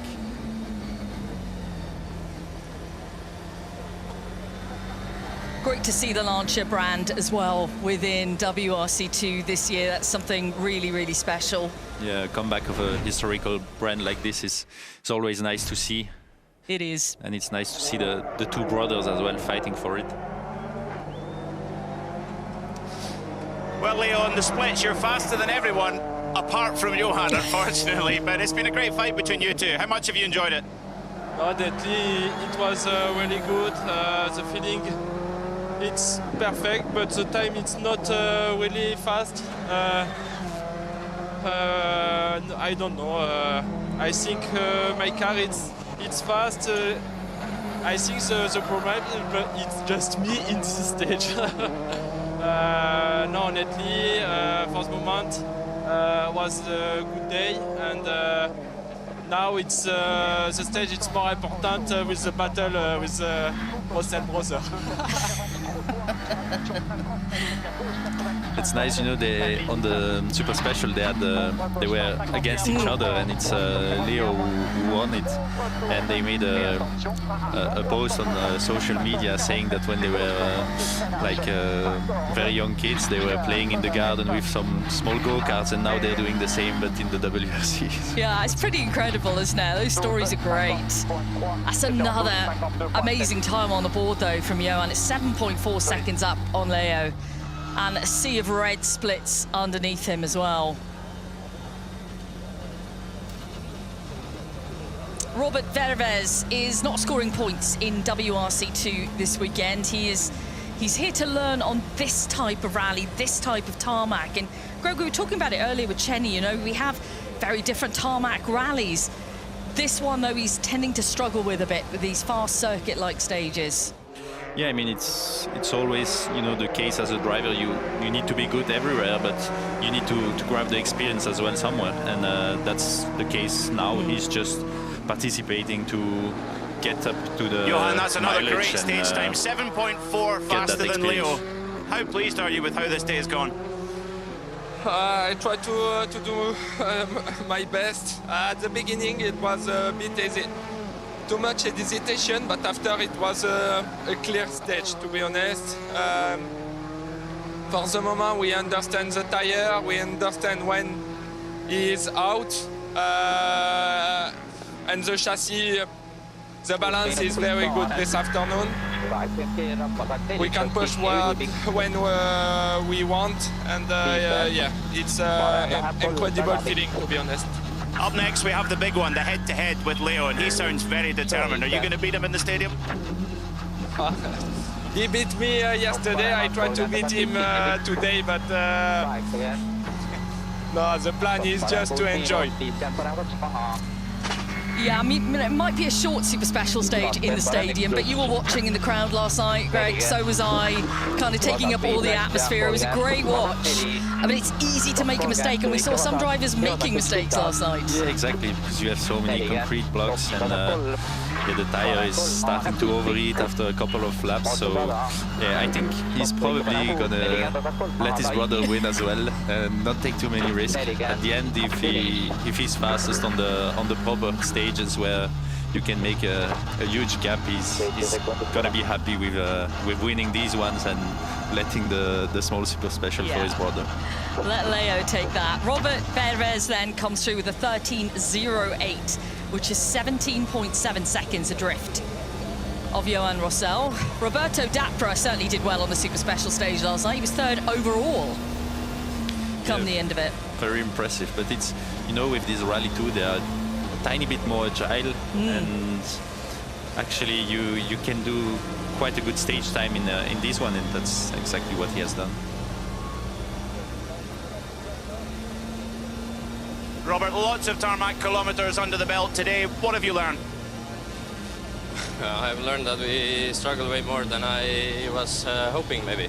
But no, definitely very difficult road. We, from the beginning, have been struggling with the rhythm and feeling and everything. This one now felt slightly better than the others, but still the flow is far from where it should be. I mean, it's a honest comment from Robert here, but I mean, it doesn't have to be hard on himself. I think when you don't have that much experience on these kind of roads, and you have like the Russell brothers in front, they are really used to drive on such roads, and it will come with the time. Just making sure everything is perfect, every apex, trying to reduce also the distance you're covering. Not, you know, often when you start driving the mountain, you always want to hit the apex perfectly, so you will always like coming in a bit late into the corner, but actually you're just doing more kilometers, more meters than everyone else. So it's a different type of driving style, and it takes a bit of time to have it right. Yeah, it certainly does. And both the Rossell brothers, they're both former French tarmac champions as well, so it's pretty difficult to go, you know, to compare your times to them as much as you want to have a look at the times in front.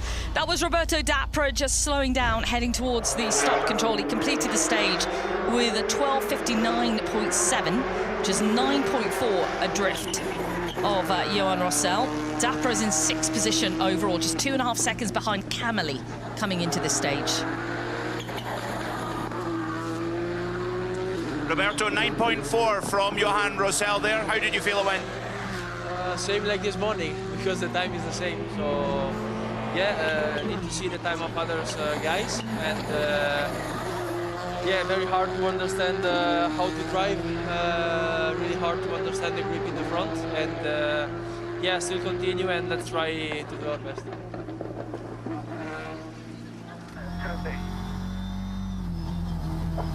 Now, Nikolai Gryzin is competing with a problem this afternoon. I think it's a damper. Broken damper. I think it's from stage 5. He said he understeered into the mountain, hit the rear left rim pretty badly, and so yeah, that's probably what's causing the issue. It's a real shame for Nikolai, because he was in amongst it with the mid-set of the pack, and he was battling with Dapra, but well, that battle is kind of gone for today because he can't really make any inroads into the times in front. Well, luckily the problem is not too big, because sometimes you can have a damper issue and then that's like game over, or losing much more than 15 seconds per stage, but yeah, for sure he's not going to be pleased with that.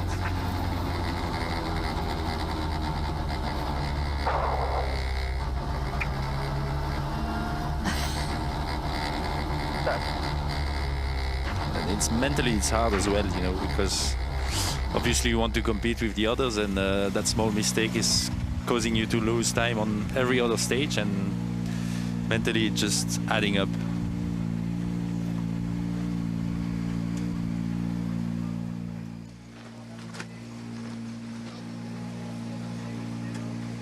Nikolai, I understand you're carrying a bit of an issue of the car. What is it? Yeah, we tried to make some kolkhoz repairments on the road sections because we have time, but maybe at first corners it was working, but after it was the same. So some places it's possible to drive, but when you have some bumps, I lose a few times the car, quite scary. So okay, at least some experience maybe, but for sure we need just to drive through, and let's see tomorrow. Yeah, he's just got one stage to go through. It is a super special, though, and it's could lose a little bit of time there, maybe, but not so much, I guess. Right, this is Danny Sordo from earlier. Yeah, there we go. That was the little tap that he told us about. They entered a tiny bit early into the corner, and then you had like that curve you were speaking about. It actually can hold you inside the corner a bit. That's from John, I think. This is John Armstrong. Oof. So we were on the foot cam when that happened earlier. Yeah, exactly. He's lucky to get away with that one. Oof. Yeah, that was quite the crunch, wasn't it? Yeah. I think there's probably something to the suspension or the damper. That's something to check for the next stage, because he might lose a bit of time as well. But I'm pretty sure I've seen him struggle on the braking into the village. Now, Alejandro Cachon, who moved into second position after the previous stage. Still a little distance away, though, from Johan Rossell. It's 16.8 seconds, and Cachon finished in second last year in WRC2, behind Rossell. So it's like he's got some kind of, you know, I want to fix this year. Yeah. I'm on a mission. Yeah, for sure. But then Johan has also a new car, and yeah, he Arthur, won last second year for a pass, reason. what was it like in there? I tried something, and I think that's not so bad.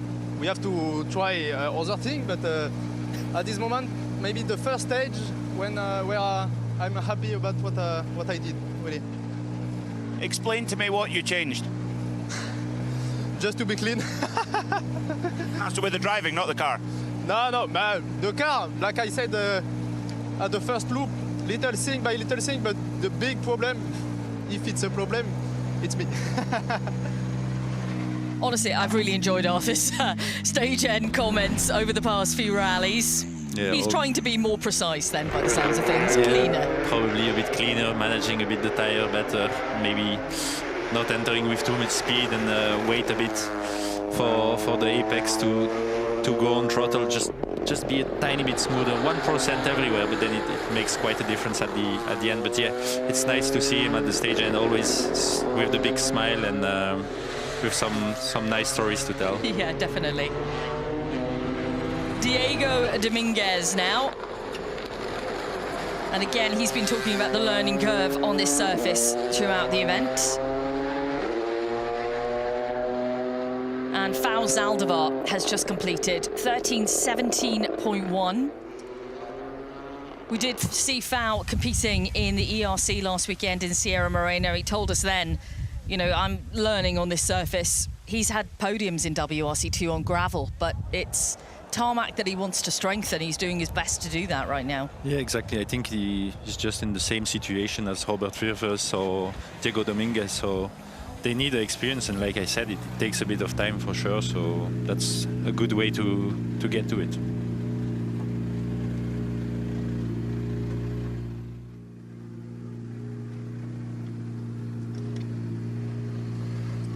Far many drivers are talking about the tire temperature today and managing it. How do you manage that behind the wheel? Well, I don't know.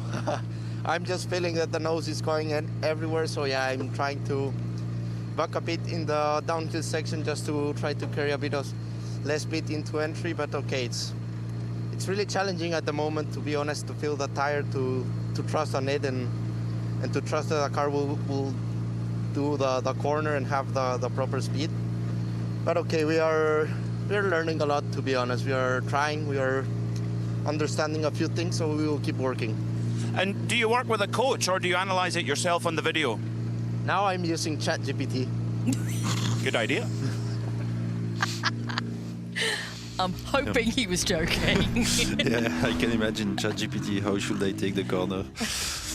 Where can I find the limit of the grip? I'm not sure he will be able to find the proper answer. No, I don't think so. Emil Lindholm has impressed on a tarmac surface here.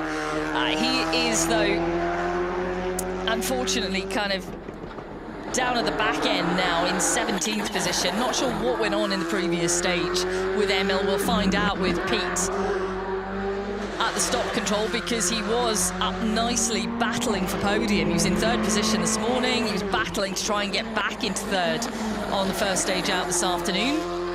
But on the middle stage, something has gone awry. Yeah, I don't know what happened either. Nope. Oh, well, we're about to find out, because Pete will ask for us. He's very good at the stage end. More change in the car, and was a lot better. A lot. So it's only this that we changed it. What's the time, sorry? You were 2.6 faster than Dapra. Okay, so that's not so bad. Yeah, Eric Camely ahead of Dapra now by 5.1 seconds overall. He's actually second fastest to Rossell in there, so it's a good time on the board from Camely. Yeah, for sure. He said he found something, I think, on the setup, and said it was much better or a lot better. He seemed to be happy wherever he's changed. I'm hoping Giovanni Trentin is going to be happy. He's our young Italian driver who, even though he was setting good times this morning, he's putting a lot of pressure on himself, it seems, because it wasn't good enough for his expectation. Yeah, I mean, it's good to be ambitious and have this kind of chit chat at the end of the stagehand. But I think he can be already pleased with what he's doing for sure at his young age, to be able to compete at that level for such early entry in the WRC2. It's good to see, and it's also promising for what's upcoming. If you are just joining us, we are going to be doing a few more cars here on this stage, and we're waiting for Alejandro Cachon, who's come through with a great time here to extend his advantage over Leo Rossell. He's still behind Johan Rossell, though, by 20.5 seconds. Second fastest in WRC2, 3.7 seconds off Johan's time.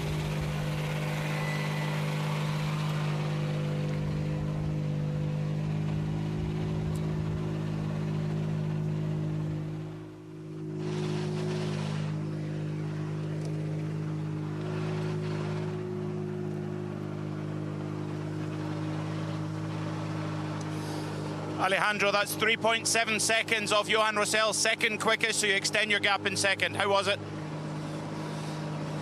The same as the previous one. I tried to push my maximum. I'm trying to do my best, but I cannot do more.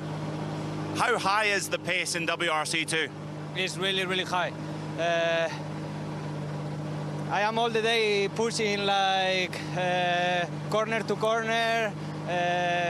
It doesn't matter the understeer, it doesn't matter nothing, but I cannot do more. It's impossible. Sounds like he's reached his limit in kind of every capacity. He's changing things on the car, he's doing his maximum, but he's just got to keep that pressure on, I guess, Greg. Yeah, for sure. He just needs to, you know, to stay in his pace, stay in the rhythm. He needs to apply pressure to Johan, and then just like that, he will still get a bit more gap with Leo behind. So yeah, just need to keep doing his thing. But from what he's saying, it looks like he's really putting a lot of commitment, and you also don't want to overdo it, because when you're on the limit everywhere, only one corner is enough to, you know, like we've seen with John. If you hit the armco badly, it can become yeah, like terminal. So you need to find that sweet spot in pushing, but I think he will still give it a go. It's too early on in the rally to settle for second. Yeah, of course. Yeah, he still has to give it a push. And I mean, tomorrow it's a brand new day. We're watching Robert Jorgensen now, who has had such success in his young career. Let's hear from Diego. We'll come back to that.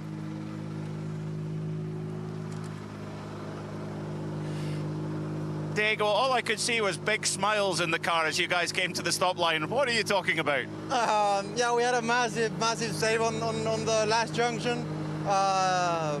Tires were too hot already, and we were too hot into the corner.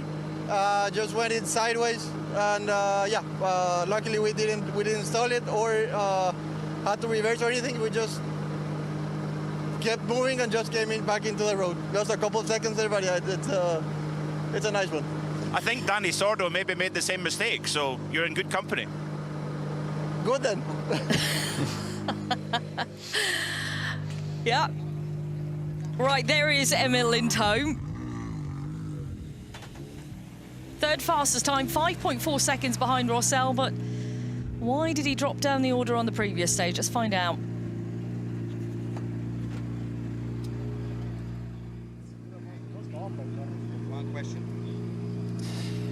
Emil, that's a good time, just under 6 seconds off Rossell there, but tell me what happened in the last stage, dropping over a minute?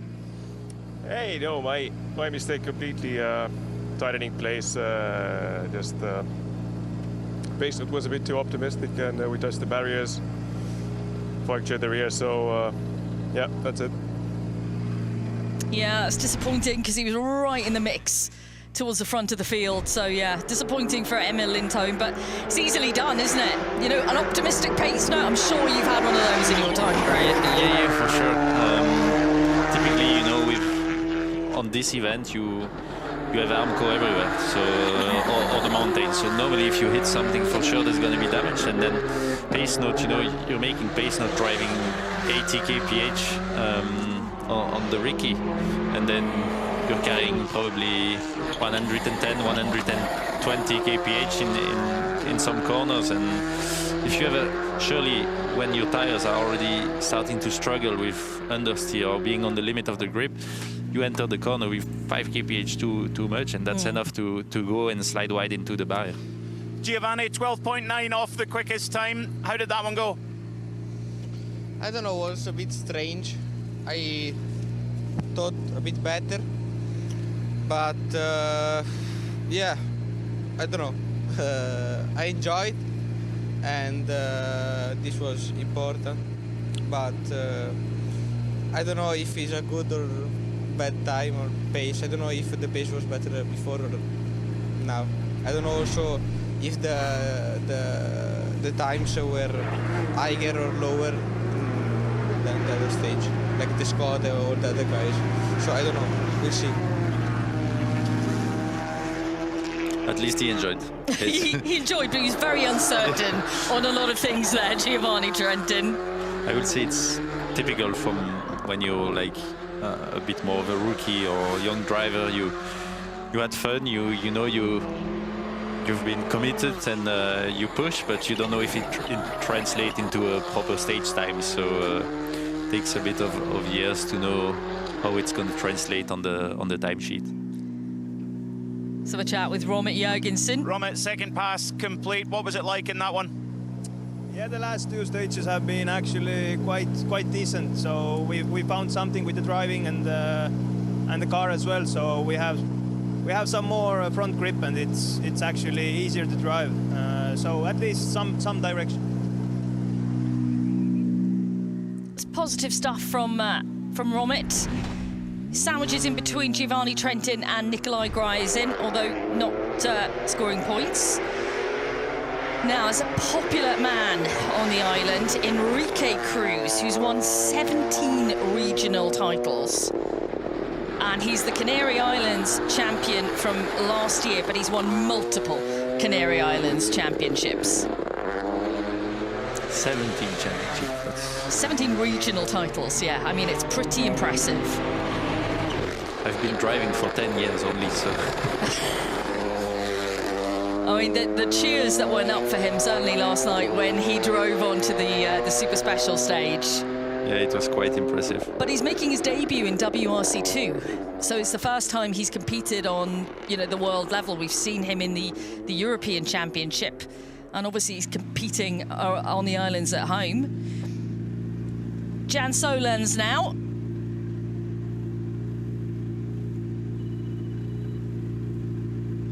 I think Jan's phone is ringing. Calling the engineer.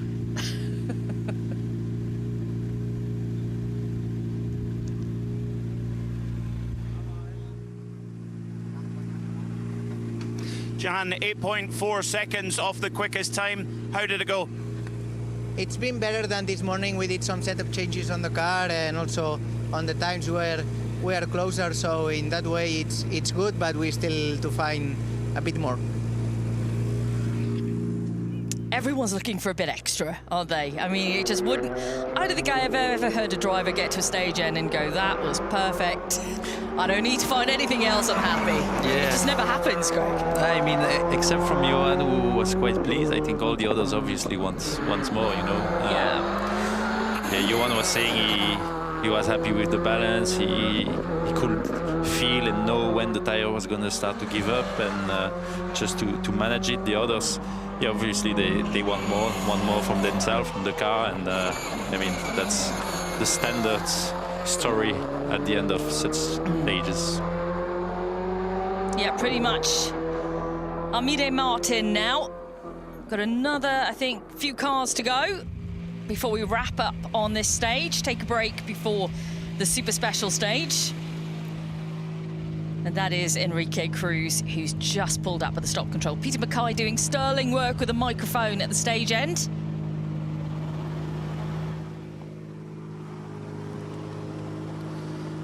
Enrique, your pace all day has been so good. How happy are you with it? Muy contento, la verdad que vamos muy bien. Cada vez vamos aumentando en el ritmo, conociendo más el comportamiento y bien, contento. Gracias. He says he's very happy. He's been stepping up his rhythm gradually throughout the day and very happy with what they've achieved.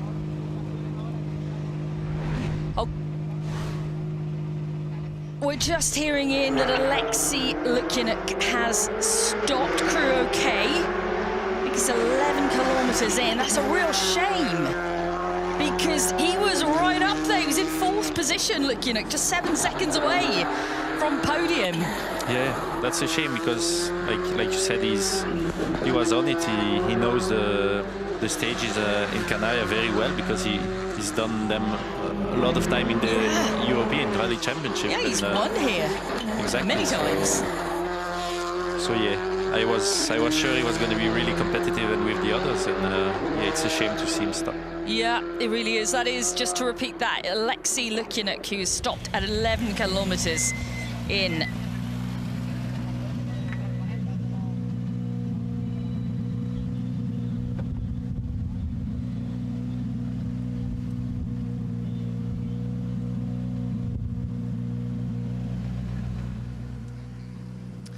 Armide, how was that stage?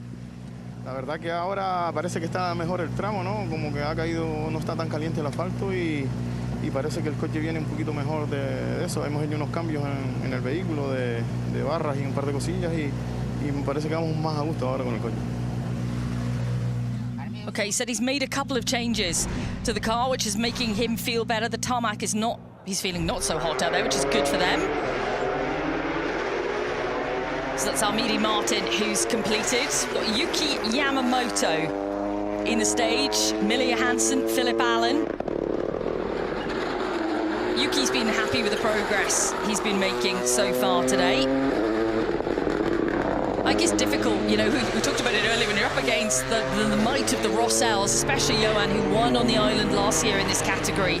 It is tough to kind of pitch yourself against them. Yuki's back in 10th position right now. Good battle with Jan Solans. There's only 0.4 of a second between them. Yeah, but you know, it's good because you have then a benchmark with 2 different cars, like with the Lancia of Johan Rossell and the Toyota of Cashon, and then that gives you the benchmark, and then you try to fight it out with the others that are a bit less experienced.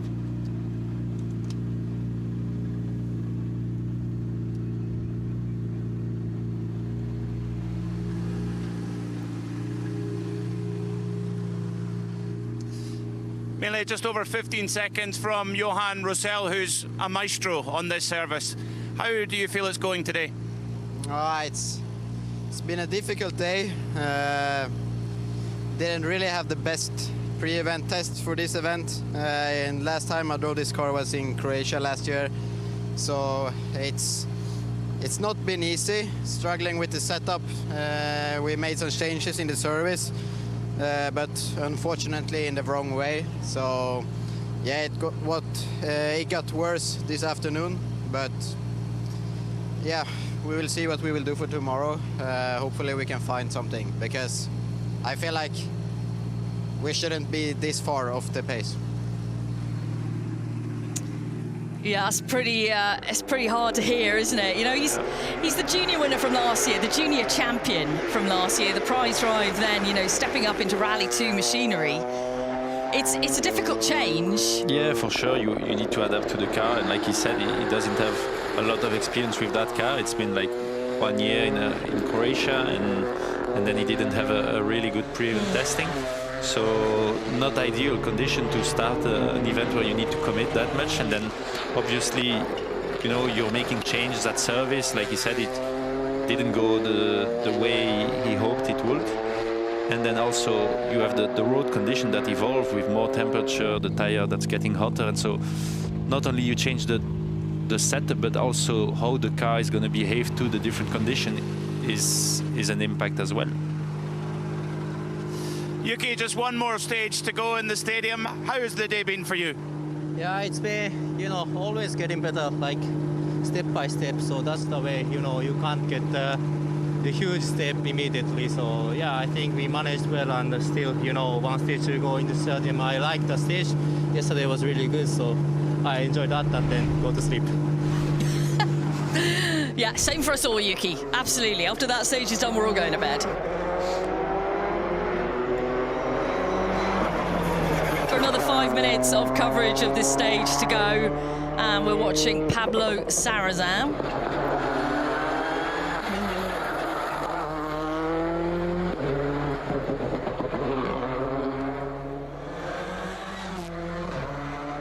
Pablo's just 2.2 seconds behind Yuki Yamamoto in the overall classifications in WRC2. But again, another driver, Greg, we're talking about that's, you know, still very young in terms of age. I mean, he's got some nice experience, and he's got his dad to learn from as well. Yeah, typically. He's got the perfect advisor in Stefan. Yeah, I think we all know that his dad is a proper track racer as well, so he for sure has good advice for him. Philip, a full day on these stages in Gran Canaria. How's it been? It's been a day of learning. I'm not going to lie, I don't love the tyre at all, but yeah, it's a lot different. It's going to take a bit of getting used to, but it's fine. It's the same for everyone, I suppose. But yeah, we're miles off. I don't know. Maybe reset tonight and try and do something different tomorrow, but yeah, it's fine. Thanks. That's Philip Allen. He's not a happy chap, is he? You know, he's got through. That's the main thing. Philip, I'm sure, Greg, you're well aware of Philip Allen. Yeah, his dynamic driving style. And we love seeing him when he's on the pace. He's great, but consistency has not been brilliant. No, and I think he also mentioned the fact he drove other tires in the past, and so he need to adapt to the Hankook.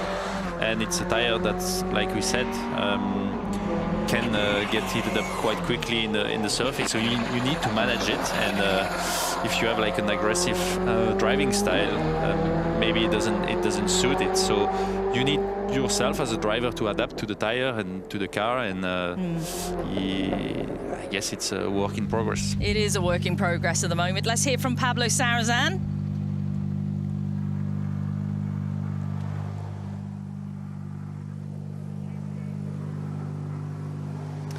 Pablo, nearly at the end of the first day. How do you feel it's been? Well, it was a difficult day for us. Honestly, we did a good 2 previous stages, and this one was just unavailable with the car. Honestly, I had a lot of understeer, a lot of oversteer. Really difficult to find the grip and to find the confidence. So I'm not happy, but we'll try to work tonight for tomorrow. Okay, let's hope he can do that then. Still a long way to go on this rally. Now this is Antonio Forney who's come through. Fingers crossed for the super special stage tonight. Let's see how his day has been. Antonio, good afternoon. Some beautiful stages out there. How much have you enjoyed them? Nice, beautiful, nice weather, perfect, dry. There's a fantastic day. It's perfect to full gas. Excellent. Okay, we're going to take a look at the stage results now then. Ogier taking another stage win. It's been an epic afternoon for Ogier. 2 seconds ahead of Oliver Solberg, with Elvin Evans 2.3 seconds behind. Then it was Payuri, Katsuta, Formeau, Neuville, Sordo, Armstrong and McAlean. Let's take a look at the overall classifications ahead of the super special stage this evening. It is Sébastien Ogier who leads here by 8.6 seconds over Oliver Solberg, with Elvin Evans in 3rd position. Sami Pari's dropped down to 4th. There's only 1.3 seconds between Sami and the podium. Takamoto Katsuta completes the top 5. We're going to take a break. Big thanks to Greg Munster for joining me. Thank you, Greg. With pleasure. Thanks to you. We'll be back with the final super special later.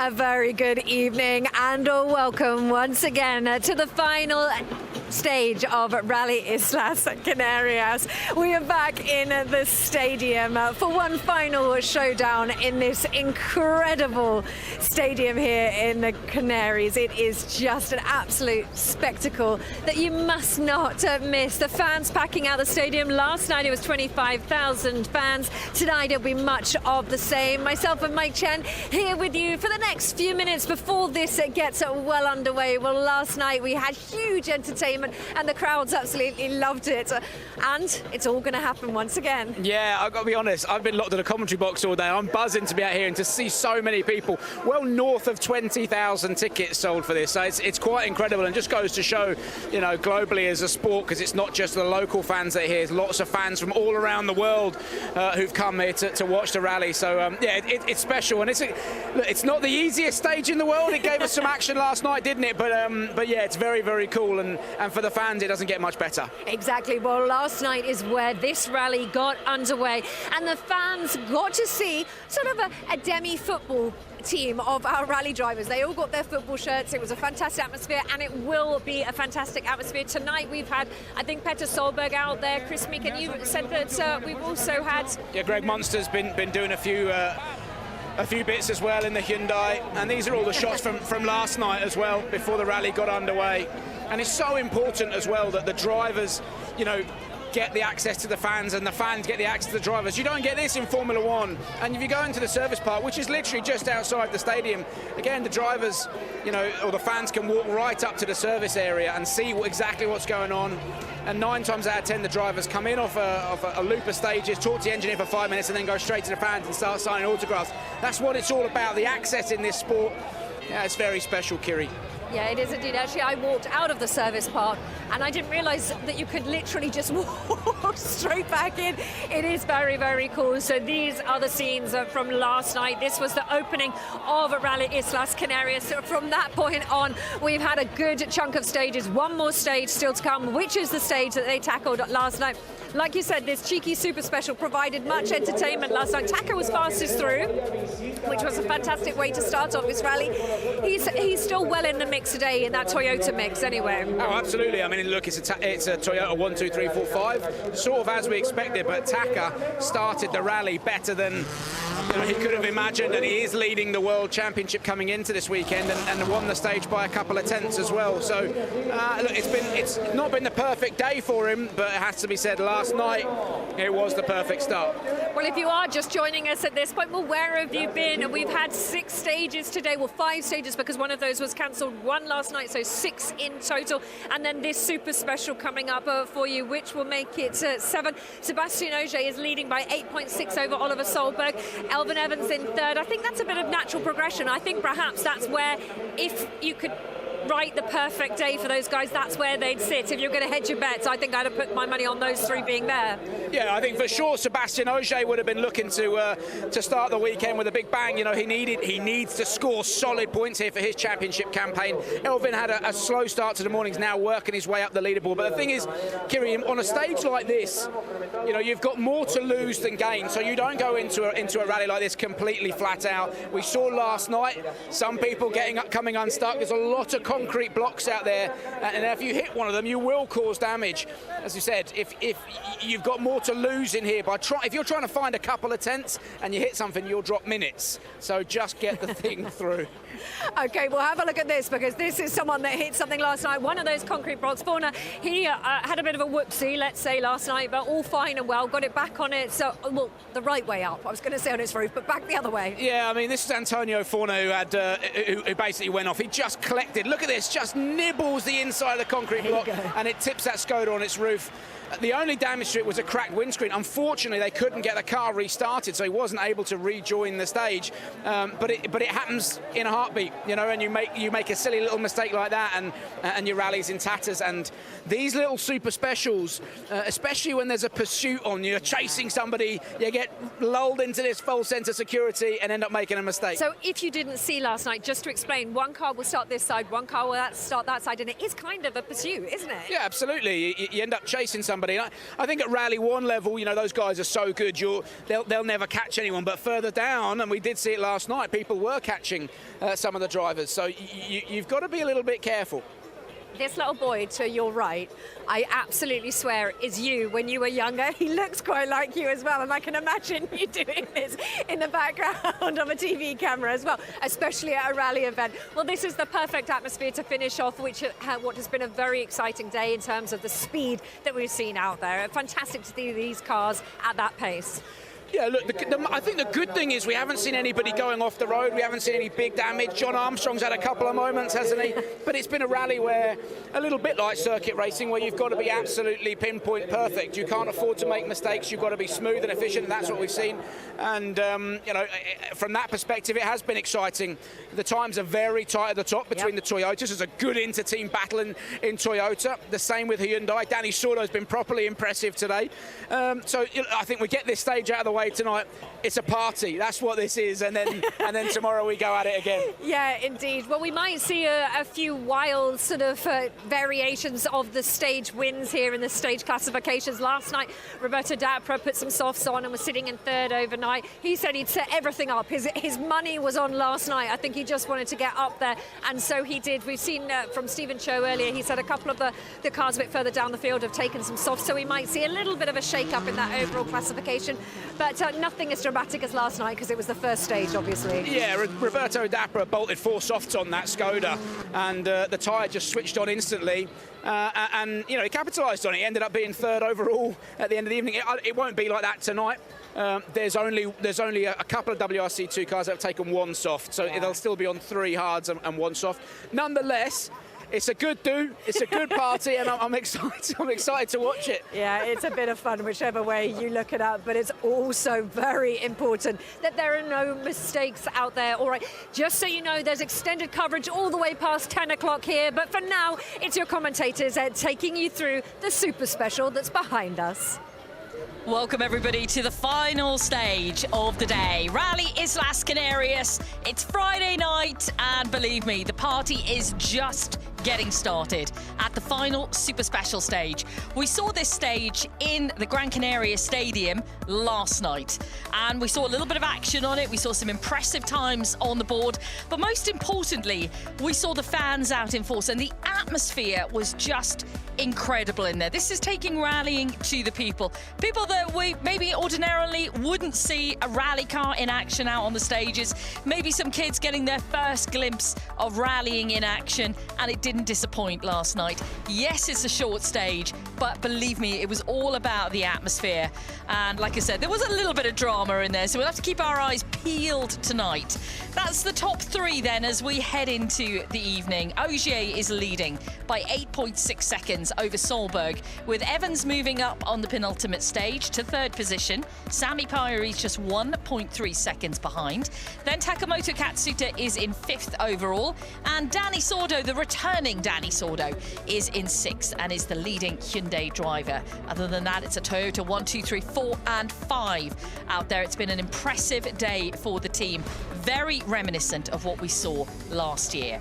I'm Bex Williams, ready to talk you through this final stage tonight. I'm delighted that I have Sean Johnston, who is Rally 2, Rally 3, circuit racer, sim racer. But if he's got a wheel and an engine, that's exactly it. He's behind the wheel, right? So wonderful to be here with you this evening. That's exactly it. Yeah. Can't wait to watch the stage. It was amazing last night. I was actually blown away by the atmosphere there, sitting live in the crowd. And yeah, what a treat to get to be here you know, with the microphone in my hand today. Well, it's always a joy to welcome you into commentary. As I always say, we'd rather see you behind the wheel, but this is the next best thing. That's exactly it. This is a tough little super special stage. You were watching in the stadium, so was I last night. Tricky. I didn't care about the time. Surprisingly tricky. No, exactly. Is that it's there's a lot more going on than you think. That having it be so tight and claustrophobic is actually a unique thing to something like this. Is that usually you have at least a bit more width to the road, but here, no, this is a tough one. It is a tough one. It's a pursuit super special stage. So the drivers start at opposite sides, as you could just see, and they basically chase each other around. We did see a couple of cars catch each other last night. Moments last night where, if you get one of these hairpins wrong, it's really, really tricky to actually get going. We saw a number of drivers have to stop, reverse, and get going again. And yeah, we saw some cars catching each other. So we'll see if we see it again this evening. Now, Dapra set the 3rd time overall last night. So, it was a great run for him. He was super precise, Roberto Dapra. That's the thing with the Rally 2 cars, is that they're quite capable. And yes, it looks like he maybe had the soft tire on as well and got absolutely everything out of him, got him fired up quickly, and really, really clean, precise driving, so that you can be surprisingly quick with these cars here. It is amazing, isn't it? But like we said, room for mistakes, because those little blocks there, they're concrete. Yeah, concrete and cars don't get along well generally. So yeah, we unfortunately saw it happen once last night. We hope that everybody's been able to get through it safely today. But yeah, no, this is trickier than you would think. Yeah, there's a lot of people in the service park right now, a lot of people in the stadium, but there's been the majority out on the stages today. Some people have come back here tonight to watch this. Some people have gone home to prepare for tomorrow. Yeah. Some people are still out on the stages enjoying the party, Sean. I'm sure. Yeah, the stages here, this rally are just phenomenal. I was fortunate enough to do this rally as part of the European Rally Championship back in 2019 and have very, very fond memories. The stages out here are really, truly phenomenal. Yeah, they're real driver stages, aren't they? I think we had Greg Munster in earlier in commentary on the previous stage, and he said, and I feel like it's like a fine wine, because he said you're looking for those fine details, how the drivers take each curve, each corner, and you're looking at these precision moments. You're savoring what the drivers are doing out there. Yeah, no, it's, having a lot of the stages be this double wide, super fast stuff, is that there's actually a lot of room for interpretation and line selection. And so, different drivers are able to come up with different ideas of where are they choosing to build the speed, and it's really, really fascinating to watch. Roberto Dapra then, no surprise that he is quicker here than Robert Verves by 2.1 seconds. It was a great time on the board. He's got the experience from last night, exactly. He seems like he knows exactly what he's doing. Pete Mackay is at the stop control for us. We'll cross out to him and hear a few words. It was Robert versus Roberto there, but unfortunately it went the way of Roberto. Robert, how was it? Now it was already quite painful for the back, as we were not so prepared this time, but yeah, I hope it was good fun for the spectators.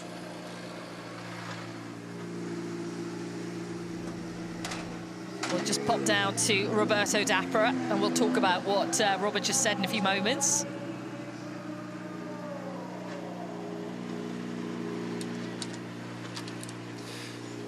Well, Roberto, you really seem to love this stage because you won that battle by over 2 seconds. What is it about the stadium you love so much?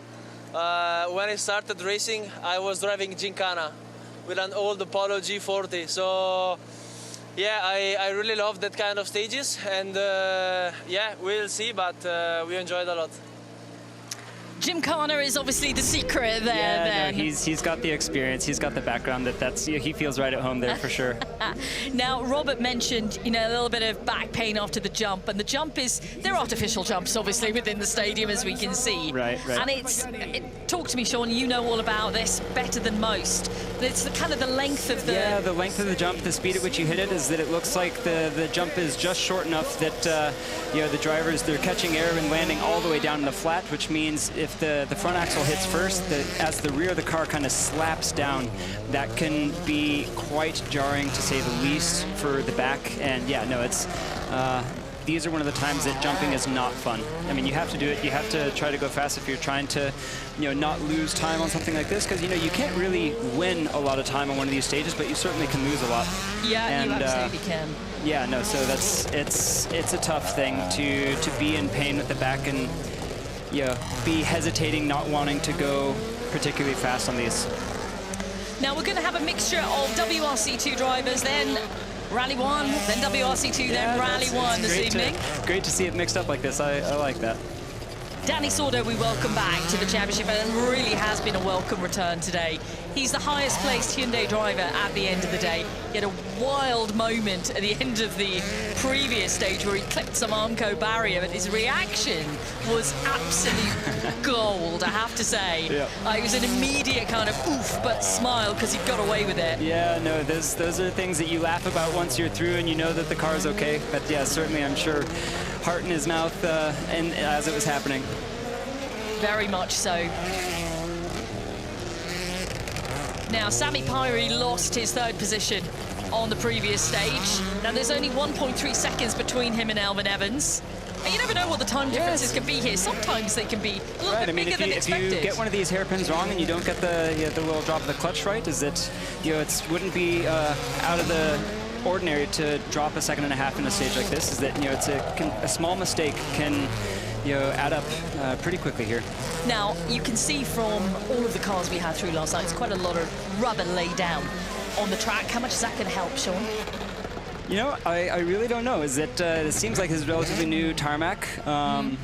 I think it also depends the condition of the tires that the guys have on the car right now. Is it's certainly not going to be as fresh as they were last night. You would think that the stage would rubber in a little bit, but again, this isn't particularly high-speed corners or anything like that. I think they're really just doing their best. I mean, it might help a little bit with some traction. I mean, it looked like Sami was actually struggling to rotate the car there a little bit. So yeah, who knows? Maybe it is a little bit grippier. It's Sami who wins this pairing then. 1:53.5, the fastest time. Let's hear from Danny. Danny, 1.5 seconds from Sami. He got you there, but how proud are you to perform in front of all these Spanish fans? Sami was faster. He was. Toyota JC. It's okay. It was nice. He's such a true competitor, isn't he? He really is. He really is. I love it. Yeah. Yeah. Let's have a word with Sami Pyri then. He'll be trying to hunt back down that third position. Tight battles between the Toyota team as they battle away here on the island. Well, Sami, you win that little battle with Danny by 1.5 seconds. That must be nice. Yeah, it's nice to race with Danny. Yeah, he's just a gentleman who I've been watching the drive when I was, let's say, 10 or whatever, something very young. So really nice to race with him. Of course, always nice to win, but anyway, good fun on this kind of stage. Do you know what? Danny's going to be feeling it a little bit old. Yeah, I hope Danny can take that as a compliment that, Sami looks up to him like that and not any kind of ageism going on there. But no, fantastic. I mean, completely respectful from Sami. And yeah, I mean, Danny sort of is a legend. He's been here a long time and he's just such a fantastic competitor. It's wonderful seeing him out there. Greg Munster echoed those exact sentiments. He said, I was about 10 watching Danny compete. So yeah, exactly the same. Now, the Rossell brothers. Brother showdown. Yeah. Now, Leo cooked it pretty hot in that one. He really did, didn't he? It was Johan that got him last. I'm trying to remember which way around. It was Johan that won it last night, wasn't it? I believe so. Yeah, over the two of them. It's a full-on Rossell battle out there. Yeah, you can tell Leo's definitely going for it as he was 2 wheels over into the opposite lane there on the first corner. Do you know what? It was Leo who's faster. 156.6 last night for Leo Rossell, and Johan was a 157.1. But Johan has said, Leo can take the win tonight. Right, exactly. I'm not going to battle with him. Johan's been, making the time out where it counts on the big stages today. So yeah, it's been an incredible performance from him. Yeah, it really has. They've both been impressive, but Johan has really pushed the envelope today. He's taken risks out there. He's wanted to extend his lead, and he's done that. Yeah, they certainly seem like they've figured something out with that new car. It's great to see them going that well.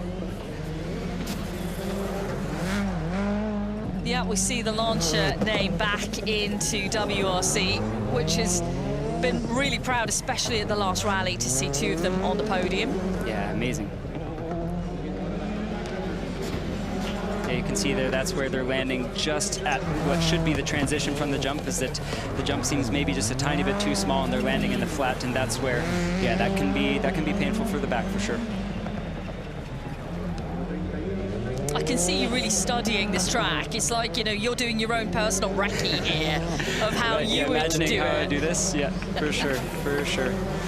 Yeah, I mean, these things you absolutely have to use the handbrake to get around. But you know, it's always have to remember the handbrake has the word brake in it, and it does slow you down. So it looks like Johan there trying it. You know, and this is what I also love seeing is, you know, drivers trying different lines. That time it looked like he didn't use as much of the handbrake. And who was faster? It was Johan, actually. It was so Johan tonight. took brothers' honours this evening. 156.7 for Johan Rossell. Leo Rossell was 157.4. Yeah. But yeah, it's the performance out in the hillsides today which has really counted, especially for WRC2 leader Johan Rossell. A superb day for him.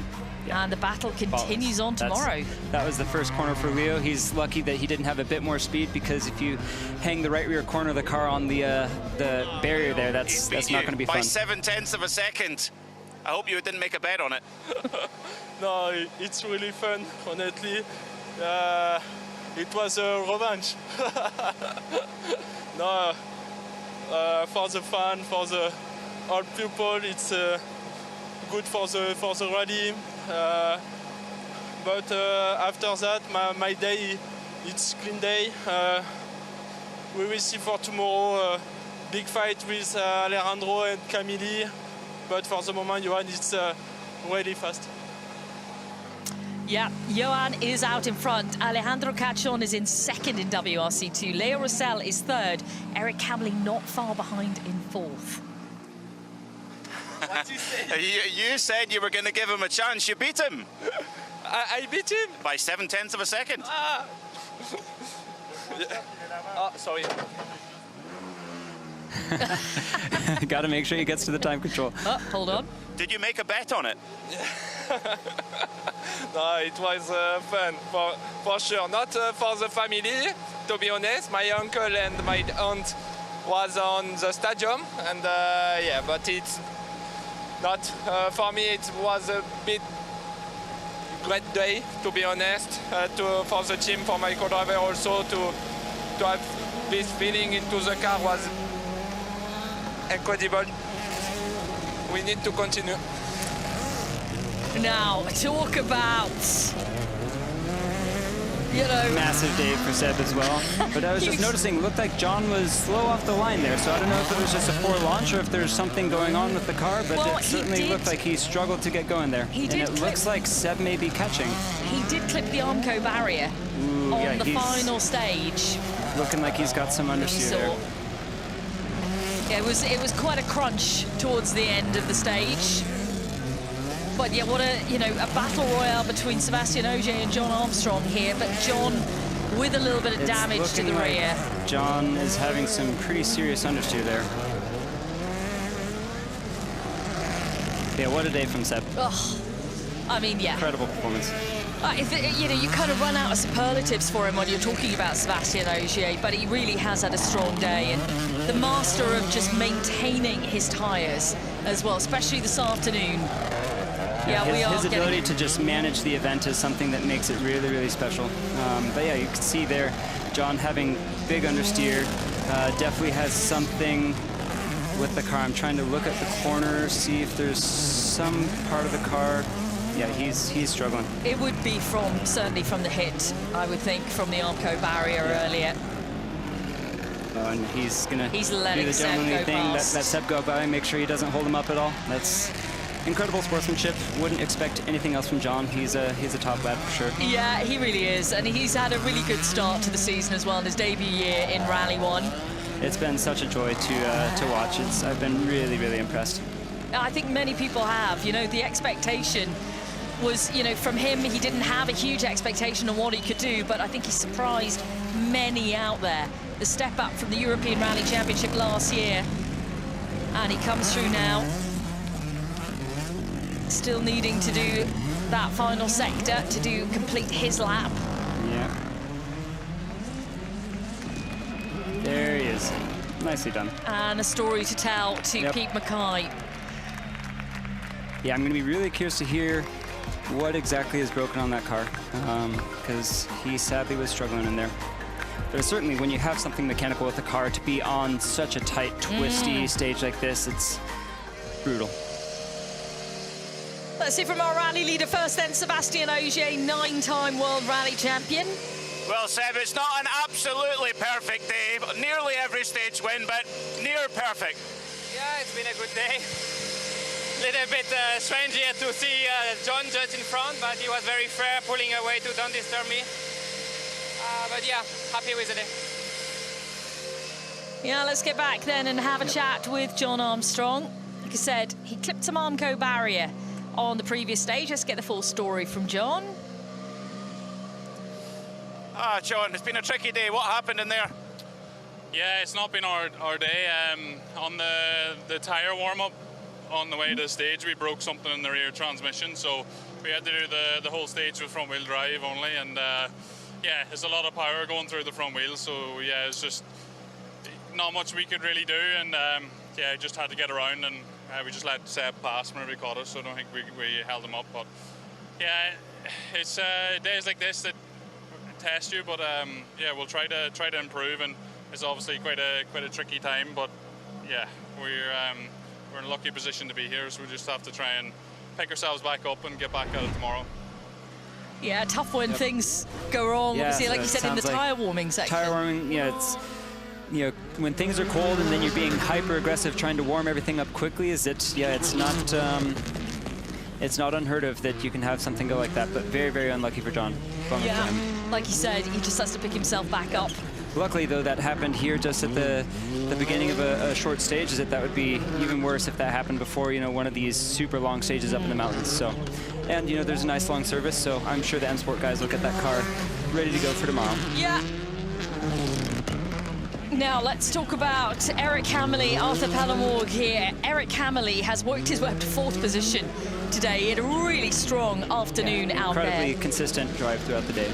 And he's now challenging Sean for podium position, just 8.7 seconds adrift. That's it. No, it's not a big gap. He's been slowly working away at it. It's been great to see. Arthur Pallamorg, well, he's entertained us at the stage ends, also entertained us out on the stages. He's got such a great character, Arthur. 100%. He's in 12th position overall in WRC2. Yeah, have a nice, another little French battle here out on the Super Special. It's good to see. Eric Hammerly obviously hoping he's going to take, even if it's just a sliver of time out of Leo Rossell. It all helps because I think the times are going to get pretty close out there tomorrow in WRC2. We've seen quite a number of drivers step up today, catch on, elevated himself from 8th position up to podium earlier, then Hammerly working his way up the leaderboard. That's exactly it. No, I mean, it's still a very long route. It's another completely full day of stages tomorrow, and then, you know, Sunday, still some very tricky stages to navigate, so they still have the majority of the event to go. Yeah, they really do. It's a long, long way to go out there. Luckily, though, the conditions are looking stable. When you did this event in 2019, did you get any rain? We had one day where we had quite a bit of rain and fog, and it's just crazy to see how much these stages can change from day to day, even from hour to hour. Is that, you know, the microclimates here on this island, you know, you can have one weather on one side of the island and have something totally different on the other end. So, I mean, it's always exciting to watch for the fans, but from a driver perspective, you always appreciate when it's a little bit more consistent throughout the course of the event. It makes tire choices a little bit more straightforward and a little bit, I mean, these are always stressful events, but it makes it a bit more straightforward when it's clean. We prefer it the other way here in Coventry. Arthur, battle of the Frenchman, and he just beat you there. Did you feel the time ebbing away? I don't know, but I give everything, and we did the same time. Like yesterday, so that's not so good. Oh, great energy. It's a 2:01.1 from Arthur. Hammerly was 2 seconds faster, but slower than Leo Rossell, so he hasn't taken any time out of Leo. Leo has extended his advantage. Yep. Eric, it shows you that experience counts in the battle of the French drivers. You won that little battle there. What did it feel like? Yeah, that's good. I have to be honest. It's a good show tonight to finish the day. It was a good day for us, to be honest, and because we came from quite far, I would say. So we are very happy about the day. We enjoyed with the car, and yeah, let's see tomorrow. Yeah, we will see tomorrow. Yep. Okay, Josh McAlean against Oliver Solberg. Oliver is in second position overall right now, heading into the final stage of the day. Desperate to hunt down 9-time world champion Sébastien Ogier. He's done it once this season, so yeah. I'm sure he's going to give it absolutely everything that he can. Josh McAlean is in 9th position overall. Let's see how they do battle here. I was stood just above where those hairpins were, and they are incredibly tight. It's super, super tight. And, you know, if you go too fast and you over-rotate, you know, there's concrete on the outside as well. It's not just that they have the concrete barriers on the apex, but, you know, they're everywhere out there. So, no, you really do have to be incredibly precise on this and find that right balance of risk, even though it doesn't seem like, oh, it's just a small little super special, what kind of risk is there? But you can do a lot of damage. Yeah, the organisers certainly weren't going to make it easy for them. No, that's exactly it. Nor should it be. No, exactly. Even though it's a short super special, it shouldn't be absolutely easy to take these cars around. And like we said, we did see some drama last night. Yeah. So yeah, the sound of the Rally 1 cars with the loud exhaust reverberating off the walls of the stadium, it's really a wonderful atmosphere in there. Very, very cool. Also fascinating to see the Toyotas. I was noticing last night is that they have those carbon fiber wheel nut plates, and it looked like they have a habit of ejecting on the landing of the jumps here. So yeah, you saw some disappearing from the car on the first jump with Oliver. That's exactly it. Beautifully handled.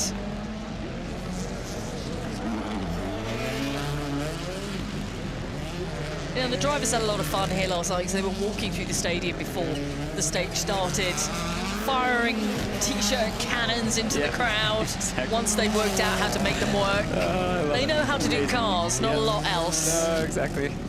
So I would say is, you know, co-driver just tells me where to go, what to do, is that we try to keep life nice and straightforward. I think that's the second time that Oliver has tagged one of those barrels off the top of the jump. Amazing, he's making a habit out of it. It's a 1:54.6 for Oliver. That's the third fastest time through. Josh McAlean, a 1:57.8. Yeah, you can just see what you were talking about there. Carbon fiber looks like lost both the left side ones, maybe. Yeah. Well, at least the team know where to find them. They know where to find them. And it looked like the... Oh, well these we'll guys talk about first. that in a moment. Yeah. Let's hear from Josh. Josh, that finishes off a clean day. How important is that for your confidence for the rest of the rally? Yeah, it's important to get a good, clean Friday. It's been a long time since that there, so yeah, it's been a nice battle with John this afternoon. Obviously, it's a Puma race at the moment, but yeah, really enjoyable, and hopefully we can make some steps forward with everything over the next 2 days.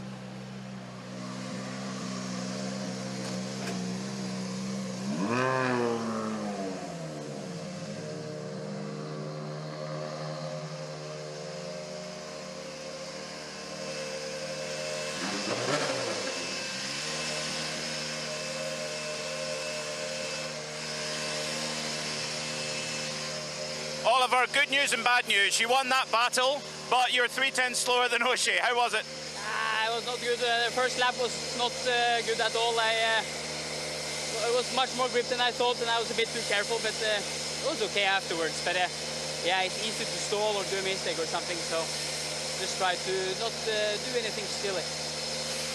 That's the important thing, isn't it? We have our answer, is that it looks like there is a noticeable increase of grip from yesterday to today. There you go, yeah. Right. Emil Lindholm now, Diego Dominguez. Emil had a bit of a disappointment earlier.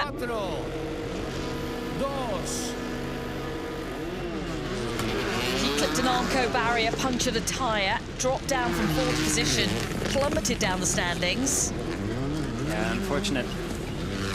And you know, when you're fighting for a podium position, is that the margins are so small there that yeah, it certainly can happen.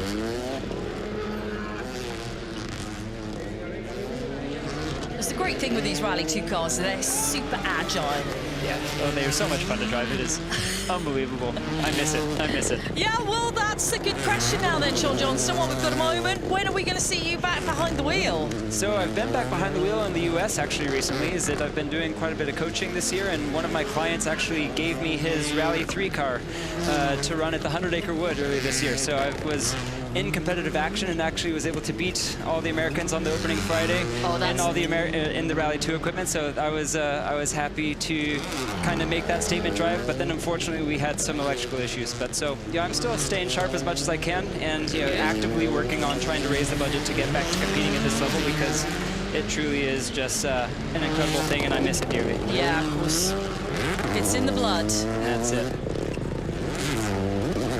What are you thinking of Diego through the switchbacks there? Yeah, no, doing well. I mean, maybe a little bit of over-rotation in there, but certainly is that getting the car around is no easy feat on these things. Finding the right balance between just enough but not too much. So this actually is a quite tricky little stage for the drivers to navigate.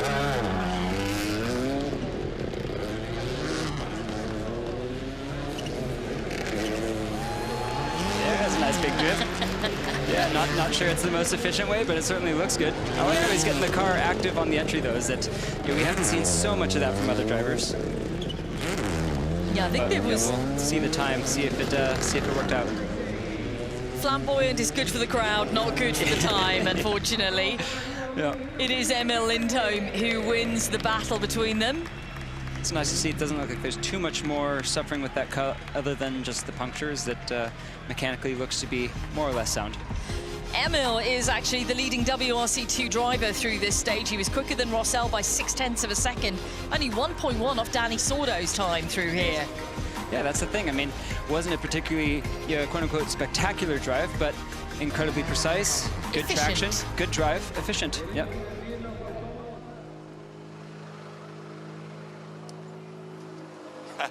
Diego, a great way to finish off the day. What was that like there in the stadium?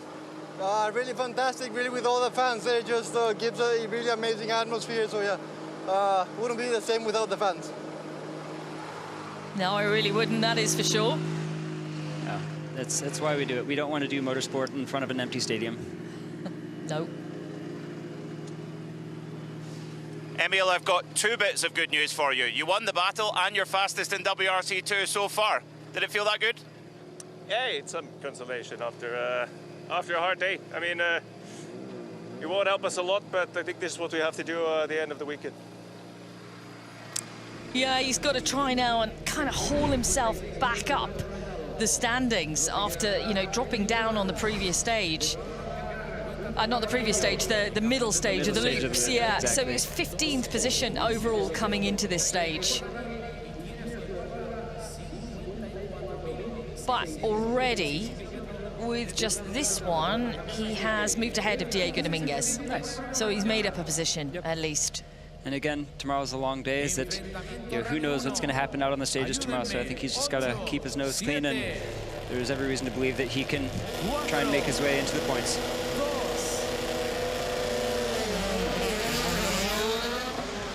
Thierry Neuville now and Elvin Evans go head-to-head.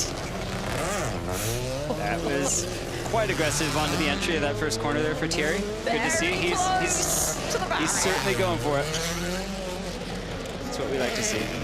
No reason why not. Thierry Neuville right now is in 8th position heading into this stage. Overall, he's a bit more positive out there this afternoon, certainly than he was this morning. Thierry told us this morning that he didn't sleep very well last night because he had such concerns about what the car was going to do out on the stages today. Yeah. Wasn't the best of mornings, but it did improve a bit in the afternoon. Certainly he felt he knew a little bit which direction they could go in. Right. Yeah, I don't know what it is about this surface or this island, but the track record for Toyota here is just pretty remarkable. So. Yeah, it certainly was last year, and it's proving to be yet again. For Elvin Evans, though, he would dearly love to get ahead of Oliver Solberg and Sébastien Ogier. He's currently 15.4 seconds off the lead, 6.8 seconds behind Solberg. He knows what a tough job it is going to be out there to try and beat both of them tomorrow. 100%. But that's got to be the target. Yeah, finding that balance between taking the risk to make some of that time up, but then wanting to make sure you don't make any kind of mistake and get tag something take a cut where you otherwise shouldn't, and getting a puncture would be the last thing he wants to do.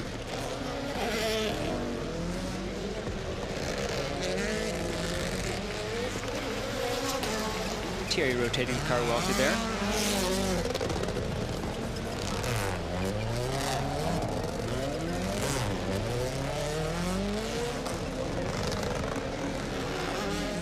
Time to beat on this super special tonight is 1:53.5. Thierry Neuville, the fastest of the pairing there, a 1:54.5 for Thierry, a 1:55.3 for Elfyn Evans. Thierry has, in latter years, really kind of been king of the super special stage. He doesn't get the fastest time tonight. Not tonight. But he knows how to deliver a fastest time on the shorter, trickier stages. Yep.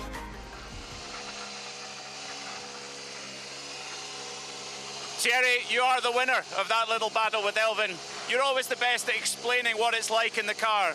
What's it like driving one of these monsters in a little stage like that? It's very technical, and the only thing you try to avoid is hitting one of those concrete blocks. So you are mainly focused on getting around as close as possible, but not too close. Yeah, he did a good job of that. It's another advantage of the Rally 2 cars, that they're a significantly smaller car, right?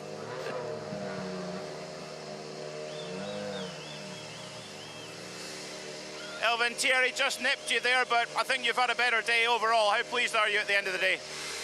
Yeah, like I mentioned earlier, not super happy. Obviously, we wanted a bit more from the day, and obviously Oliver and Seb have been clearly a bit faster. So yeah, definitely looking for some improvements tomorrow. Can you catch them tomorrow? I'm not sure, but we have to try and be closer at least. Yeah, he's got to try. He can't let that gap get too much bigger. And in fact, I think we had a position change back. We have, yeah. Sami Pyrie has gone back into third position over Elfyn Evans by half a second. Yeah, so that's what we were talking about at the beginning, is that it's a very small stage, but you can still have those differences in times. Yeah, for Elfyn, he's 16.4 seconds off the lead now and half a second behind podium. 4, 2.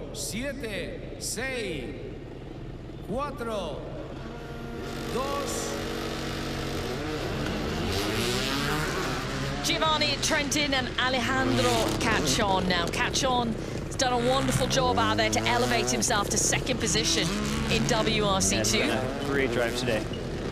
A little bit understeered, maybe slight under rotation there in that hairpin, but we'll see if it costs him so much time. Giovanni Trentin's been very, very tough on himself today. It's just as if he's kind of pushing himself a little bit too hard. He wants to be closer to the guys in front, but you're looking at the Rossell brothers, who have way more experience than this youngster depth does. Of experience, not only at this event, but on the tarmac surfaces. That the relative amounts of experiences that I think he's got to maybe just have a bit more patience and recognize that this is a sport, and especially an event like this, that it demands an incredible amount of commitment, and that commitment comes with the time and the experience. That's not really a process you can rush, and if you try to, there's a danger of having a crash. So I hope he can take an in-breath and take the time to really just recognize that he's going quite well. Is it certainly you can't say that he's struggling out there, and recognize that the time will come. Yeah, it certainly will.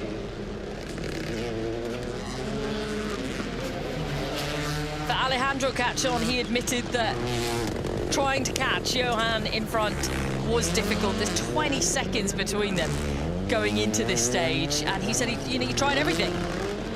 In terms of his driving, but also changes to the car, but he just couldn't find that last bit of gold to try and get Johan. It's going to be frustrating, because this is the positions they were in last year. Alejandro finished second, Johan won the rally in WRC2. That's exactly it. Yeah, again, I mean, I don't know how many times Johan has done this event, but it's many. I mean, he has such intimate knowledge of these roads, and you put him in that car, and I mean, it's clear that it's a pretty unstoppable package this weekend. It is an unstoppable package. He's done exceptionally well. It is the third time for Johan Rossell doing the event, so he does have knowledge of the stages, but also, he's a former French tarmac champion. Exactly. And it's hard to beat those credentials. The tarmac surface is where he is at home. Yeah, very much so. But Giovanni Trentin, he's a star of the future. All the road there. He was. Yeah. He was. Let's hope at the end of the day he can say, look, I've done a good job out there. He's in 10th position in WRC2. Giovanni, you win that by 2.1 seconds. It's Italy versus Spain. Is that going to be like the World Cup this summer? And the general classification, what is? Not sure. 7th fastest. I don't know. It's fun. I tried to do my best. I wanted to win this, so I hope I will do it. Yeah, he is the leading WRC2 car through the stage. Yeah, 7th overall and fastest WRC2, so not a bad result by any means. No, absolutely not. Alejandro, Giovanni was pushing hard in there. He won that battle, but you've got a big picture to think about. How nervous were you in there? Yeah, I don't like a lot this type of stages. You cannot make a mistake very easy. So yeah, I prefer to push hard on the stages, on the normal stages, that in this type of conditions. So yeah, tomorrow is a new day, still long rally. So let's see if we can push a bit to Johan. Giovanni and Emil Lindholm said the fastest time, 1:56.1. So, next pairing is up. Taka Katsuta, Adrian Formeau. You know, when we talked about these drivers previously, Sean, through rallies at the start of the season, it was always right, who's going to get the first win out of the two of them? Right. And then Taka went and did that in Kenya, and then Taka went and did that in Croatia. Again, right, amazing. And it's been an incredible season for Taka so far, and it's really good to see all the hard work he's put in over the years really paying off. Determination and the perseverance, it was just, you know, it's one of those things, it felt inevitable, and we were all surprised that it took so long, but you know, so elated and happy for him, so deserving, and yeah, to follow it up with another incredibly consistent and good drive in Croatia. Yeah, no, amazing to see. Yeah, really amazing to see for Taka. For Adrian, it's been a bit of a tough start, like we'd said for Thierry as well. You know, he wasn't so happy with the way the car was performing, but he's just doing his best out there, dealing with what he's got. Let's see how he does. I think right now for Adrian Formeau, in terms of where we see him overall in the standings, he's just behind his teammate Danny Sordo. It's 3.9 seconds between them. Yeah. So that's the objective for Formeau tomorrow, is to try and get ahead of Danny. Yep. Or maybe can he take some time out of him tonight? Let's see. Yeah, we'll see. Right now, it's still Sami Pyrie who's leading the Super Special stage at the end of Friday. And with that great time from Sami Pyrie, he's put himself back in 3rd position overall over teammate Elvin Evans. Yeah, that's the thing with small little stages like this, is that you can almost feel like it's a little throwaway stage, but you know, Sami came out, delivered an incredible result, and was able to move back up into 3rd for overnight. There's the countdown then. Oh, looks like Taka tied it. Amazing. Taka with the same time as Sami Pyrie, 1:53.5. Adrian with a very, very strong time in the stage as well. Yeah, just 0.4 of a second behind that time, meaning he was faster than teammate Danny Sordo. So the difference between them overall is just 2.8 seconds now. There it is. But a good run from both these drivers, and a very close finish. Taka, that's the way to finish the day. Your joint fastest with Sami through there. Yeah, at least something positive from the day, so no, very struggling day, but yeah, like I said, nice to finish the day with a lot of fans, some good times, and good sleep, hopefully. Well, I'm sure you'll have a good sleep tonight, Taka. It's been a long day, demanding day. Yep.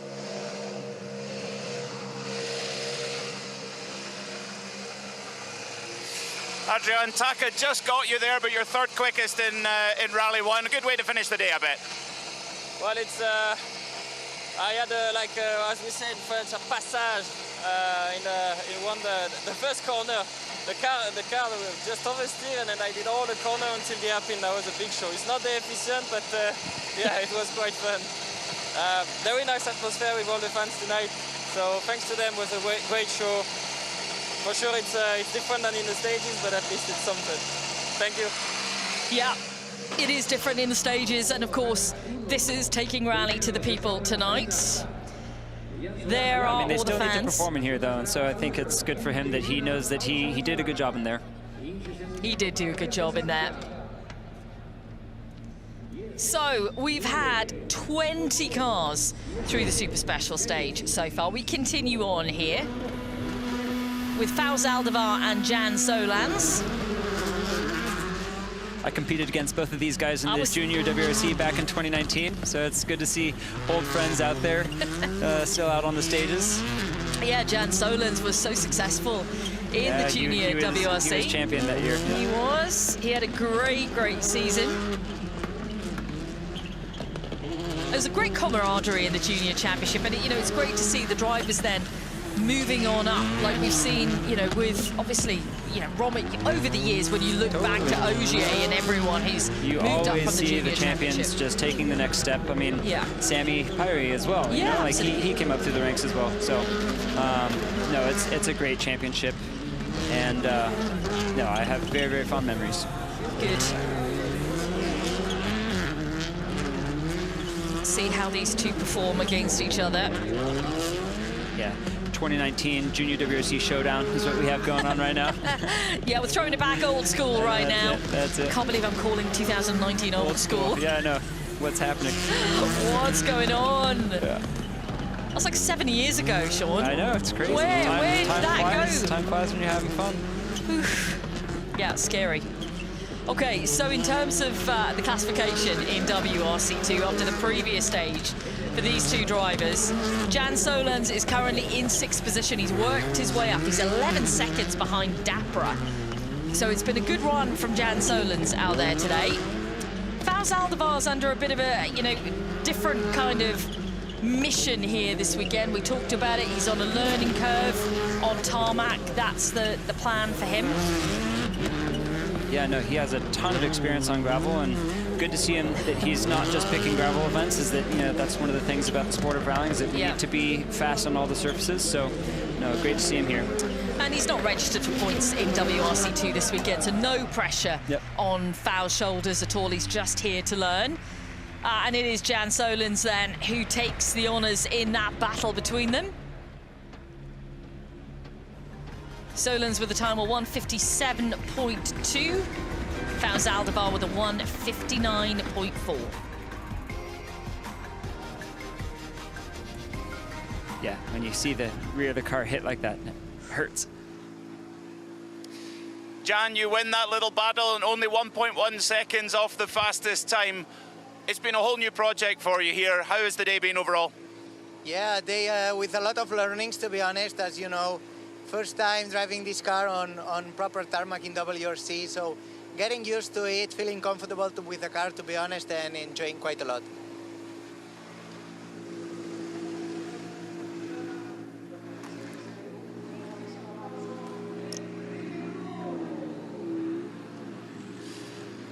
Fau, when you started rallying, could you imagine driving this kind of car in a stadium full of people like that? To be honest, no. But okay, it's quite enjoyable, to be honest. It's good for the fans. But okay, the time is not the best for us, but still we started to analyze a bit what to do for tomorrow. We have an idea, so yeah, we will try to focus on tomorrow, try to get a better feeling with the car and try to be a bit faster. What did ChatGPT tell you? No.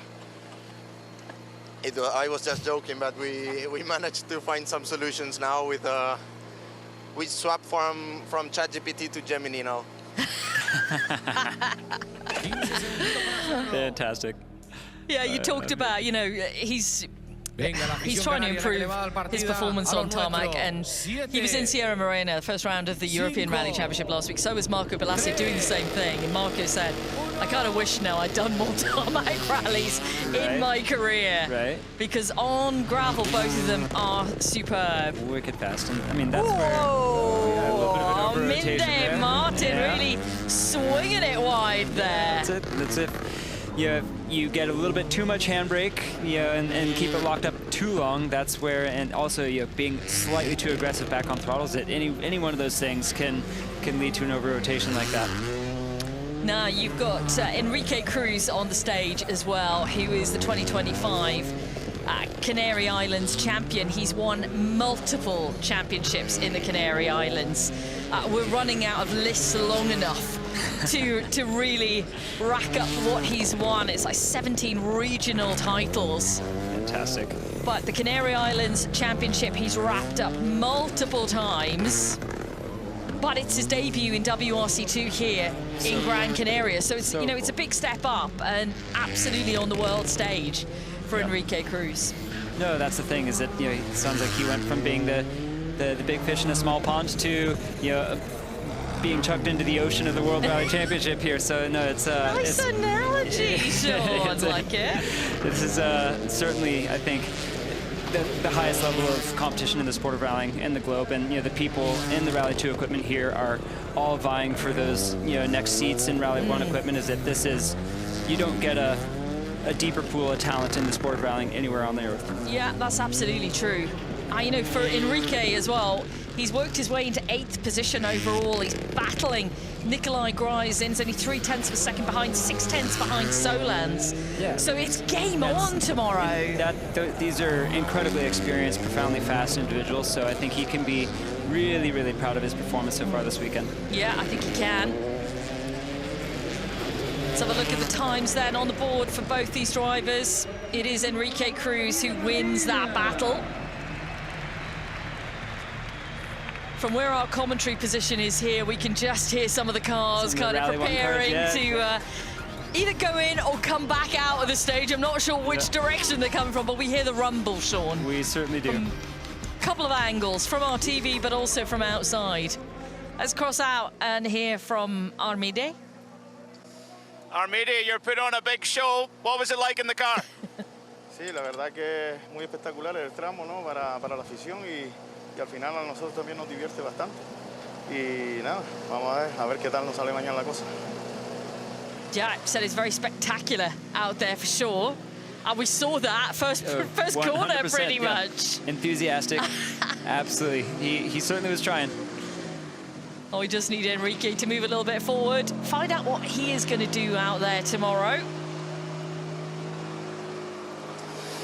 Enrique, you win this battle here in the Gran Canaria Stadium. What's that like for you? Hemos disfrutado mucho y la verdad que hay muchísima afición canaria, así que esto va por ello. Canarias, okay. There we go. He said he enjoyed it a lot of Canarian fans.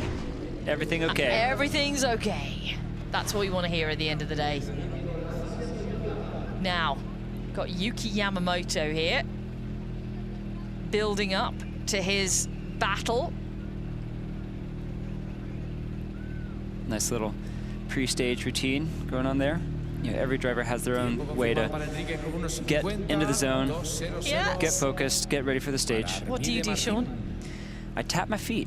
You tap your feet? I tap my feet. Yeah, I pull my feet back from the pedals and I just tap them back and forth. Is it back and forth, and I breathe with them, and then you get ready to go in. Wow, okay. Yeah. That's a reminder for us to get the old foot cam when you come back then, just so we can see your warm-up procedure. Yeah.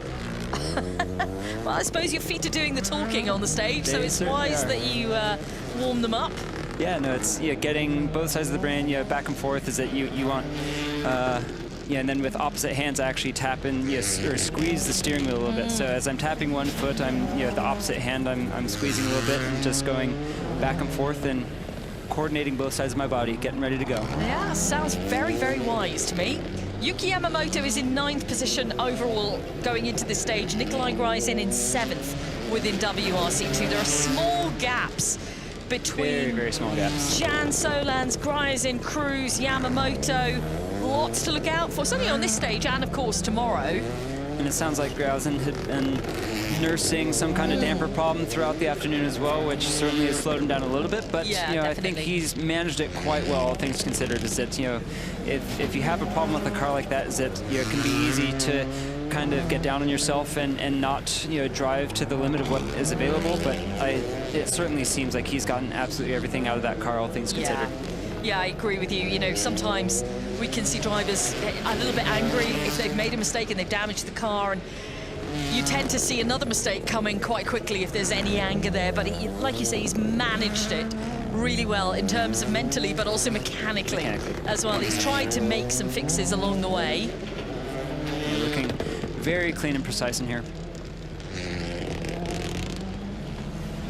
Yeah, luckily no high-speed, long-duration corners in this one, so hopefully the damping isn't too much of a hindrance for him in here. Yeah, hopefully it shouldn't be. Yuki also looks like he's doing a nice clean stage. Yeah, he's been very happy with his progress out there, and he's right in the mix. As I mentioned, he's in 9th position, but small gaps within the overall classification. So through that stage then, in terms of WRC2, Nikolai Gryzin completed ahead of Yuki Yamamoto. 158.2 for Gryzin, 158.3 for Yamamoto. Still the fastest times, though, through in WRC2 are Giovanni Trentin and Emil Lindholm, who set the joint fastest time.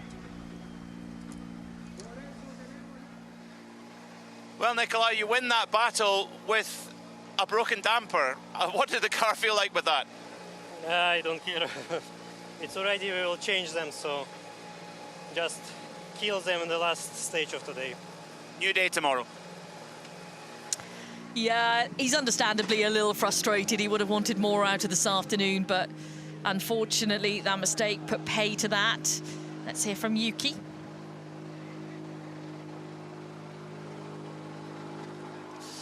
Well, Yuki, he just got you there, but only by a little bit.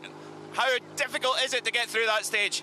Yeah, yesterday I had a soft tire there, so this was the first time to do hard tire, so it was a bit difficult. But yeah, anyway, good fun, and in the dark night it's even more fun. So yeah, it was cool to see. Yeah, that's a good point Yuki makes. There's a couple of WRC2 drivers who went for the soft compound tyre last night, Dapra included, who got the third fastest time, and obviously that really worked. It switched on way quicker. Right, if it's a standalone stage and you don't have to think about it within the context of a larger loop of stages, that you certainly have the option to run different tires and maybe even different pressures. I know that Alex and I, when preparing for stuff like this, is that we try to overinflate the rear tires, try to get the contact patch down to about the size of a quarter to try to get through the corners faster. So, no, it's if it's a standalone stage on the opening night, you can be a bit more tricky. Certainly paid off for Dapra last night. We've got Milja Hansen now against Romit Jurgensen, the battle of the junior champions. There it is, yeah. Romit Jurgensen, who was part of the FIA Rally Star program and won the junior championship 1 year ahead of schedule. It was, you know, a 2 year, it was supposed to be a 2 year effort for him to win the junior championship, but he won it within the first year. And Milja Hansen, who's our reigning junior champion. So big talents right there on the stage in front of you. No, love it. It's great to see. It is great to see. Both of them had pretty mixed days out there. Milja Hansen's talked about, you know, he wants to be faster. He feels like he should be faster on the surface, but you know, he says this, but then also it's been a while since he's been on this surface, this kind of surface, the circuit-like stages, and in this car as well, in Another a Rally 2. Where I feel that the patience for the process is in order, is that, you know, nobody is questioning that he's a talent. You know, obviously you don't win the junior WRC if you're not really doing something special behind the wheel, and for sure is that he just maybe lacks a little bit the experience on the surface, and certainly with the new equipment. So, you know, I think it's just something he needs to give himself the time. Yeah. And I trust that he'll get up to speed soon. Yeah, he's a super talent. We've certainly seen that over the past, what, 2 years now of watching Milja Hansen and seeing him take now the steps in Rally 2, of course, as well.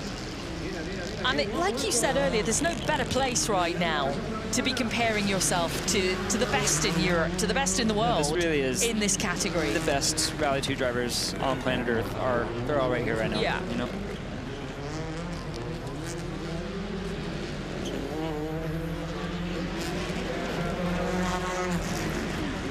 Using all the road on the exit there. It's good to see the commitment, and you know, certainly going for it. So time for Milja Hansen of 2 minutes, 0.9 of a second. And of course, we don't see Romet registered for points within WRC2, but his time was 1 minute 59.5. So winning the battle of our recent junior champions. Well, Miller, that was the battle of the junior WRC champions, and you came out on top. Did you want to win that one? Yeah, it's always nice to beat Romet, but wasn't the fastest run. It was a lot of fun, so yeah, really nice to end the day like this.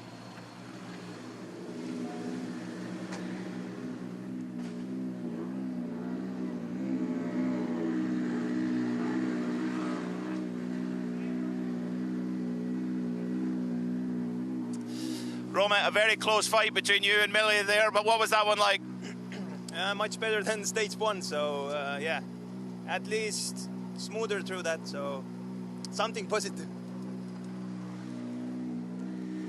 Yep, always got to find something positive to take away. Absolutely. So just confirmation there, the Romet Jorgensen's time was 1:59.5, Millie Hansen 2 minutes, 0.9.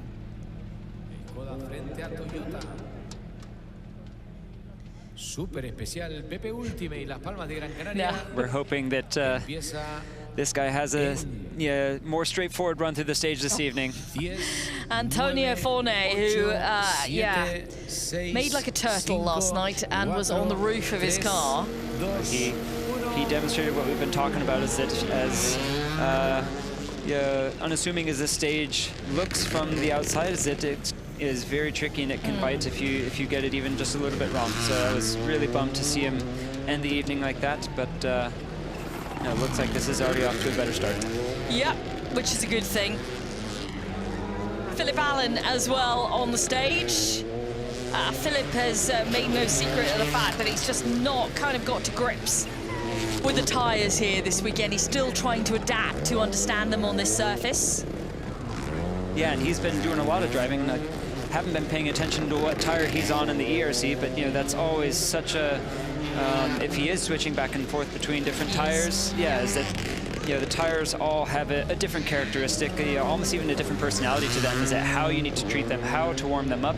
Is it what happens to them when they get hot? Is it there's such intricacies to these tires, and to be jumping from one tire to the other and needing to adapt to your driving and the setup accordingly, is that it's completely understandable to feel like maybe you're a little bit lost or struggling to come to grips with the new tire, coming from having just been in the car last weekend. Antonio doing well here. I think he's had a good day out there. When we've spoken to him at stage ends, he seemed to be relatively happy with his day. There's been no issues. Of course, he's down at the back end of the WRC2 standings after what happened last night. So he's going to win this battle between them then. Thank God for the Super Rally rules, right? I mean, it's unfortunate to have something happen like that on the opening stage, but still was able to repair the car and get out and go to finish the rest of the rally. Yeah, thank goodness for that.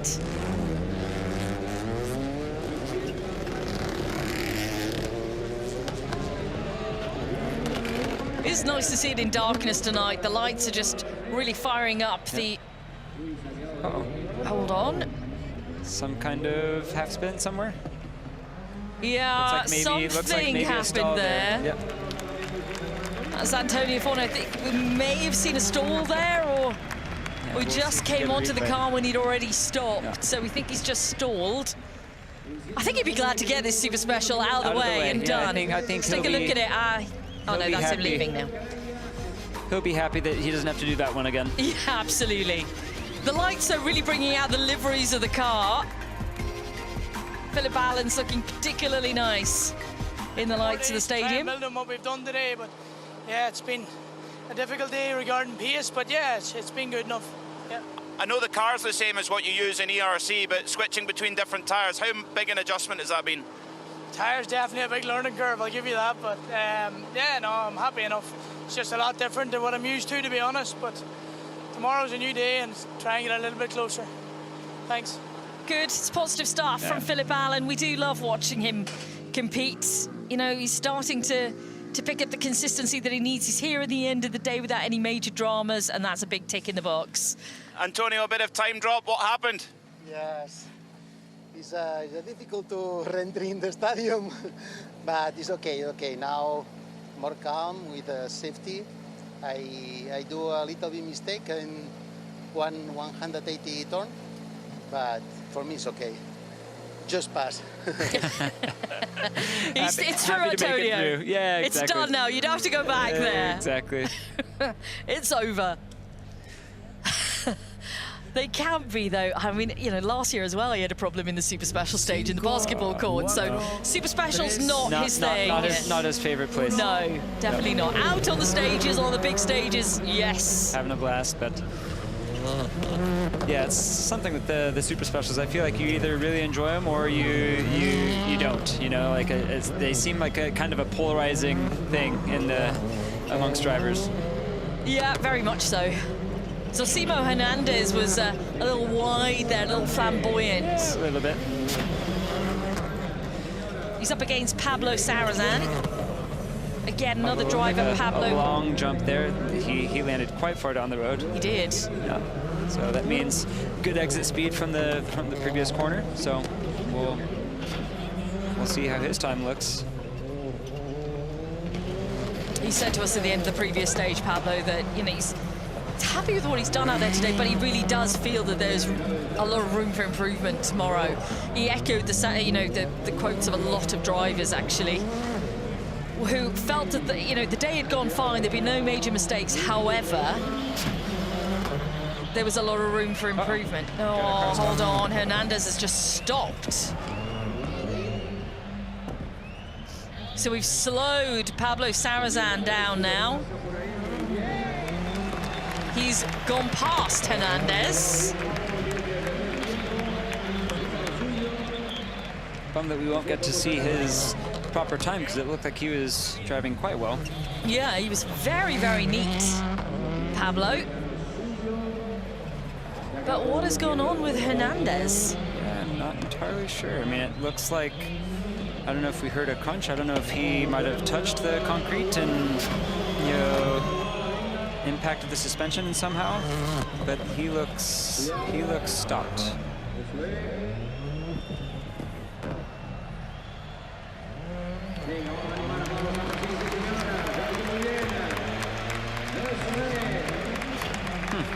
Okay. Looks like we might be needing to do some kind of recovery here. Yeah, there's plenty of people there already, and they are getting out of the car.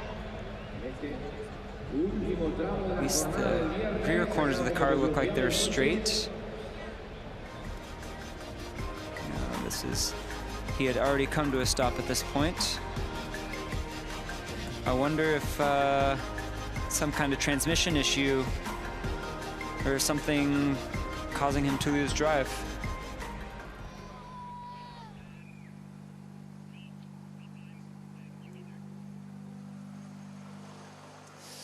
Pablo, looked like you were driving really well there, but a little bit delayed. What happened? Yeah, I was a little mistake with the guys. It's okay. It's like a good remember from the track. No, it was a good day for us. We learned a lot, and we need to continue to learn for sure. So we will work tonight.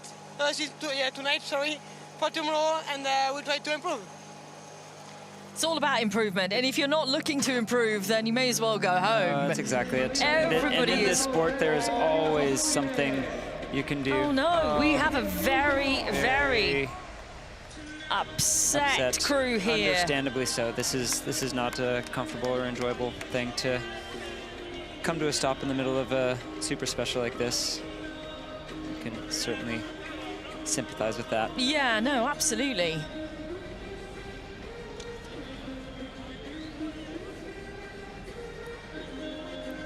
Okay, well, I think we're going to take a little look at what actually happened here.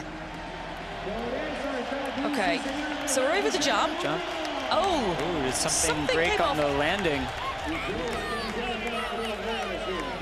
Was that the light that came up? The rear light at the top seemed to have dislodged, but... Yeah, interesting. I mean, it looks like on the landing... Something happened on the landing. Something might have broken. Yeah. And yeah, it kind of looks like the car just ground to a halt. Certainly didn't look like any kind of contact with any of the barriers in there. So yeah, unfortunate. Yeah, it is. So this is Zosimo Hernandez and Maite Guiterres, who are on the track right now, and the tow truck is there. Let's just take a look at it again, Sean. So this is the jump. Let's just have a look at the landing.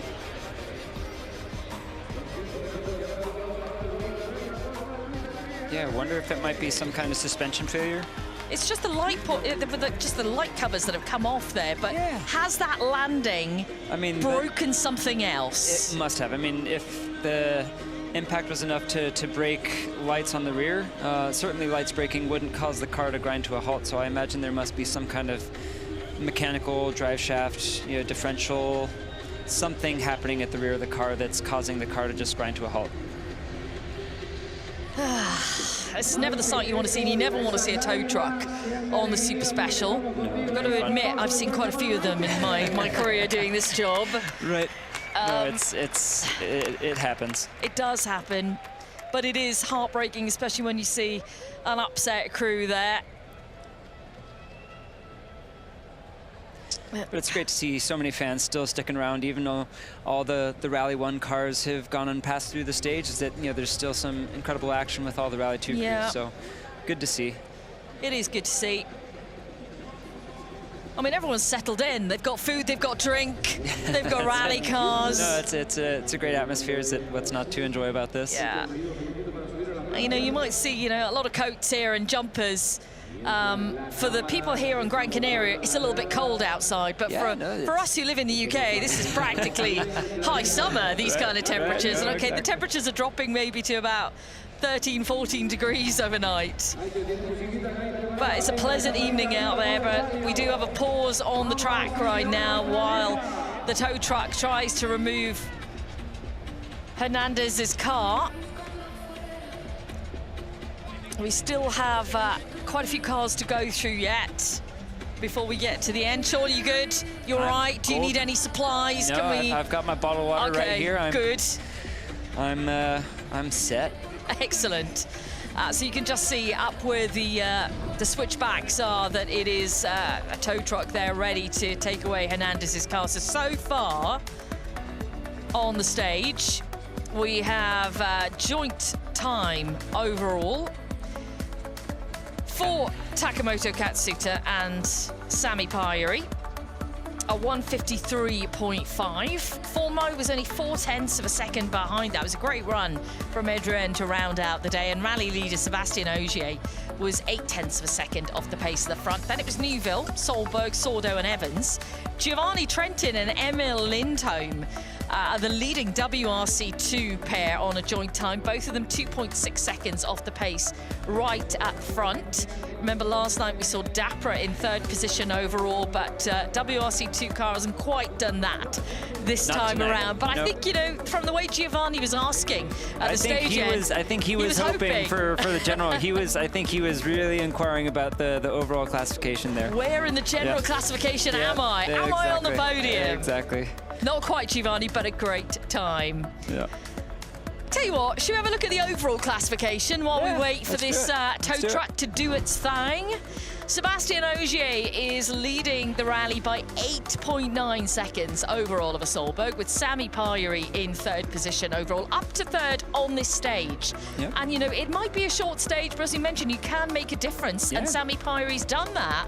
Sean, he's moved ahead of Elvin Evans, half a second to battle over tomorrow. Every single stage counts. Is that this is a short one, but it was enough distance for Sami to make that difference and claw that position back. Yeah, absolutely. He did a great job. You've got Taka Katsuta in fifth position overall. Taka wasn't so happy at the end of the day. I mean, he was happy, don't get me wrong. He's always happy. Yeah. But he wants to improve the car tomorrow, improve his pace out there. He wants to be in the midst of this Toyota fight that he sees going on in front. He's 13 odd seconds away from it right now. Now, we've had some fun on this Super Special tonight. In fact, the past two nights.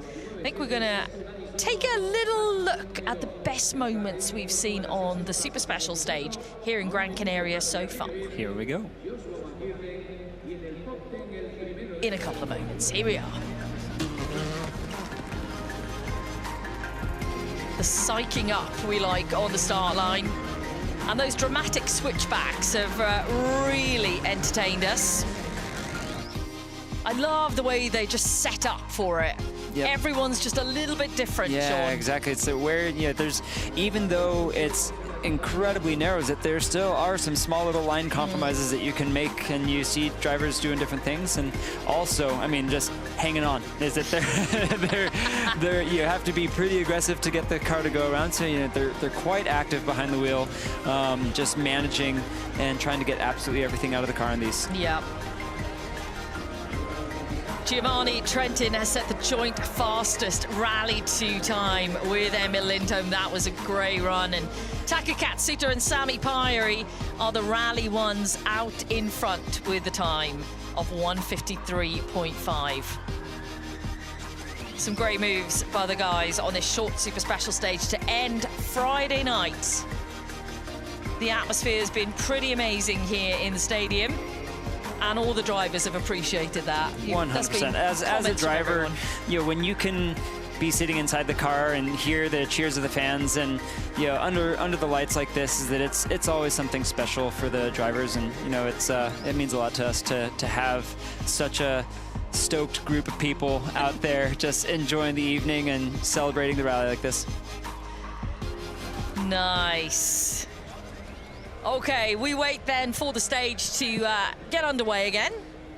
We do have a pause at the moment while Hernandez's car is taken away from the super special stage. They seem to have quite a heavy landing over the jump. We saw the light covers just ping off the car. Yeah. But something ejected itself, but I imagine it must have been some kind of mechanical issue, something either with the suspension or differential or drive shaft or something like that on the hard hit. That maybe coming through then that last hairpin, something might have just locked up and then prevented the car from going any further, because it looks like it just kind of ground to a halt and then would not move an inch. No, that's the unfortunate thing right now. So we wait to continue on. As you can see, there's plenty of people out there having a bit of a fight with some flags and some blow-ups there. And we'll move away from that shot. Feisty crowd in the stadium tonight. Yeah. It's going to be interesting for the competitors that come up here next, is that they will have done a tire warm-up and then will have sat for 10 minutes. So any amount of temperature that they built up won't be there. Yeah, that's a very good point, Sean. Cold tires, short stage. It'll make something like this even a bit more tricky. Let's take a look at some more moments then from the super special stage this evening. We've seen some class moments. Here we go.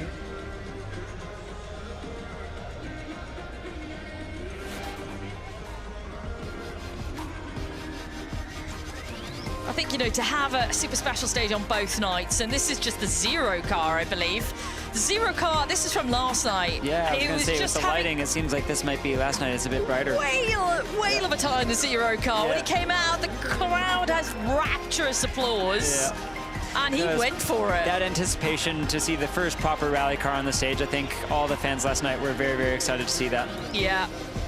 I guess it was Danny who knocked the barrel away last night. I attributed that barrel to Oliver, but Oliver was the one to tag it this evening. Yeah, someone was going to do it, weren't they? Yep. Leo Rosell with a great time in the stadium last night. Now, we continue to wait for the stage to continue on. What's your plan tomorrow then, Sean? Are you going to be out on the stages? What are you going to be doing? Well, so I'm going to be continuing to do some coaching here. Is that the driver I'm coaching is going to be coming up here shortly. I'm mostly hanging out in the service, but also having a number of meetings. Is that I am trying to raise the money to get back behind the wheel. So that's exactly it. So Sean, let's talk about your career a little bit, because we've seen you do pretty much everything. We've seen you do sim, sports car racing. Then into Rally 4, transition to Rally 2. the AAC Opel Rally Cup in Germany was my start. It was kind of like what an incredible championship that was. Kind of like a modern day Rally 5 cars that, you know, very low horsepower, but 5-speed sequential, and everybody had the exact same equipment. I actually was competing against Gregoire Munster, you know, back in that first season of rallying ever. So, you know, my friendship with him goes all the way back. But yeah, then ERC and back in the R2, so the modern day Rally 4, and then we transitioned up to the R5 or the Rally 2 equipment. So yeah, it's been quite the journey to go from having never driven a rally to the slowest class of the German National Championship up to WRC 2 in just a matter of 3-4 years. And that's quite a steep learning curve. It really was, and I always felt like we were punching above our weight. Is that, you know, I now only have 48 rallies to my name, but I was going up against guys like Andreas Mikkelsen who have 200+ rallies, and so yeah, that's the thing with the sport, is that it demands so much experience, and yeah, so we're working on building it. Now, as you can see, if you notice those eagle-eyed amongst you, the car is now being transported off the track. This is a reminder of tomorrow's schedule. We are on air from 8:15 in the morning with our huge Wake Up Good Morning Rally Fans show before we get into 3 stages back-to-back, then back here for a service break, and again we repeat those 3 stages. It's another demanding day stage-wise for the drivers, and a lot of time can be made up on these stages potentially tomorrow if you want to take some risk and be brave out there. It's a lot of rallying to come. There is a lot of rallying to come tomorrow. It's going to be a good old day out there. So the lights, trying to keep everyone entertained right now as the tow truck has its moment in the sun. Exactly, but it looks like they're just about exiting the stage, so I imagine we'll be seeing some more competitors enter the stadium here shortly. Yeah, I've commentated on tow trucks, I've commentated on kind of forklifts that have been moving concrete barriers that have been put out of place on stages. You learn to have a kind of comprehensive knowledge of these vehicles. Of all the different vehicles, yeah. Oh, here we go. Now, this is Johannes Kefferbock. I'm kind of guessing that the driver you're coaching could potentially have your co-driver next to him. Am I guessing right? He most certainly does, exactly. That's Filippo Marchino then. Filippo Marchino exactly is. Marchino, thank you. No, you're very welcome. And he is making the transition from Italian pace notes to English pace notes this weekend. And so that was his request. He said, hey, Sean, this is a big transition. Would you be willing to come support me? And yeah, in a heartbeat. Yeah, Filippo's absolutely. a great friend. Now, our next pairing has lined up, but like you said, they've been sat there a little while. Adrian Mosca and Johannes Kefferbock will go head-to-head here. Johannes just flexing his wrist, loosening the wrists. Loosening the wrists. Bringing some sensation in the hands. You know, we have so many nerve endings in our hands, is that to wake them up before you grip the steering wheel and get ready to go, it's always a good call. Get some blood flow going. Very focused Adrian Mosca there. He's been pretty vibrant at the stage ends today. He started his rallying career, foray into rallying back in 2022. So still relatively new to the game. Yeah, it's very fresh.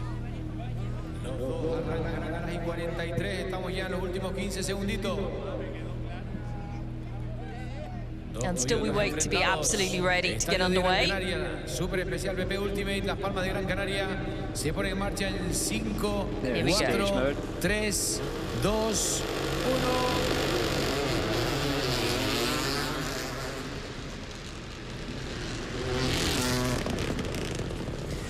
1. Nice to see some cars back at it now after a short break.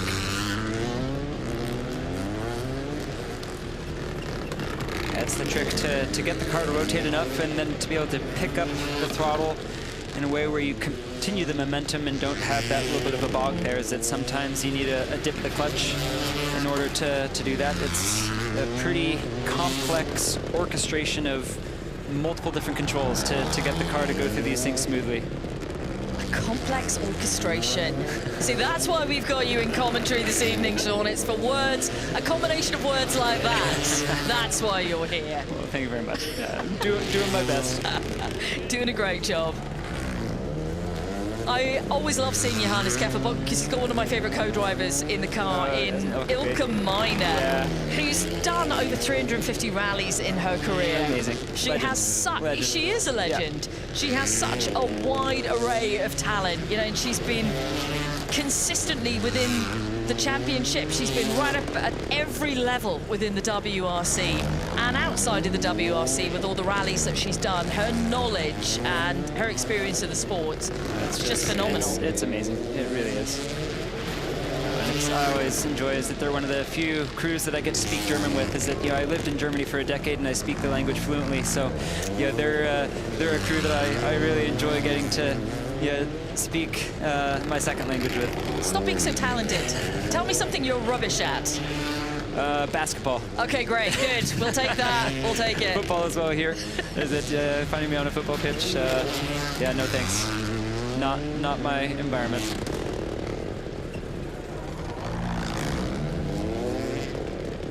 You can see the countdown to the fastest times that have come through from WRC. So Giovanni Trentin's time with a 1:56.1.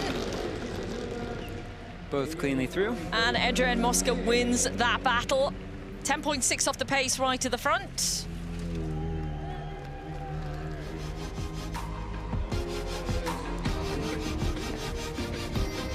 Cleanly navigated. Yeah, at the end of a long day, and especially after a delay like that where you're sitting on the line or I guess sitting outside the stadium waiting to come in, I think they're just going to be grateful that this one's over. Yeah, absolutely. Let's have a word with Johannes first. Johannes, you had a long wait there. Cold brakes, cold tires. What's that like? This is not so good when you have issue in the stadium and you wait for a start about 10 minutes and you have cold tires. It's not really safety. Yeah, he managed to get through though, which is a good thing without scathing. But yeah, it is you take a tricky factor. thing and you make it even more tricky for sure. Yeah. Adrian, a good way to finish the day. You win that little battle with Johannes there. What was it like in there? Yeah, well, this exercise was not easy because we had a twist up before the stage and the hard compound is like it's not easy to warm up, but okay, in that condition we just drove it and do it like that, and tomorrow is the next day and this is important. Yeah, I think you have to deal with the conditions that you're given, and adaptability in rallying is one of the key things, and it's an unfortunate situation there in that they were sat there for a while. Exactly, they didn't choose that, and it's just bad luck that they were the ones that had to sit there and have to enter into this with cold tires and brakes. Miguel Granados now and Carlos Moreno. 5, 4, 3, 2,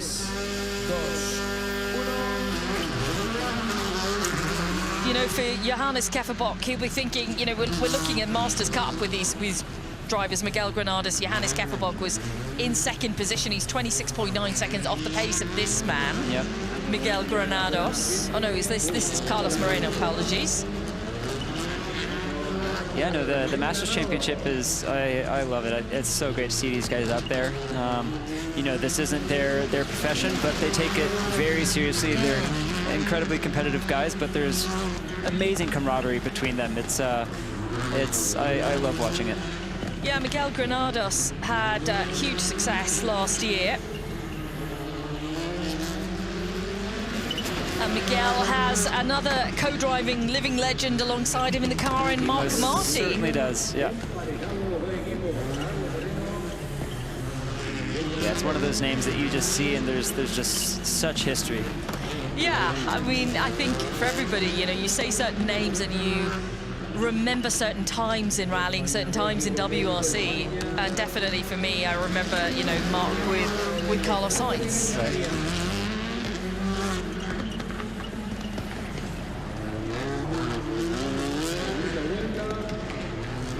And for Miguel, you know, what a treat to get to go through these stages with such an icon and you know, such a legendary and storied co-drivers. That must be just wonderful. Yeah.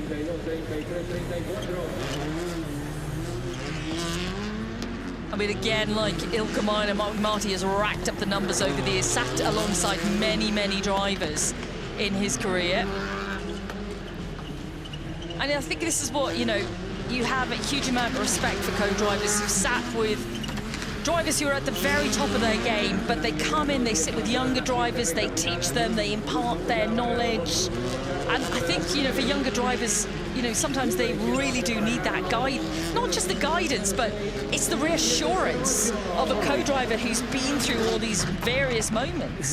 Who's been there, seen it all. No, it's incredibly comforting for a young driver to have a super experienced co-driver in the right seat next to them. Yeah.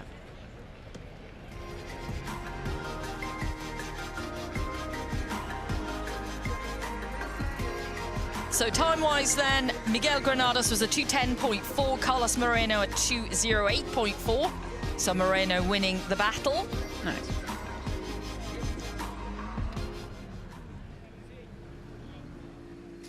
Carlos, you win that battle.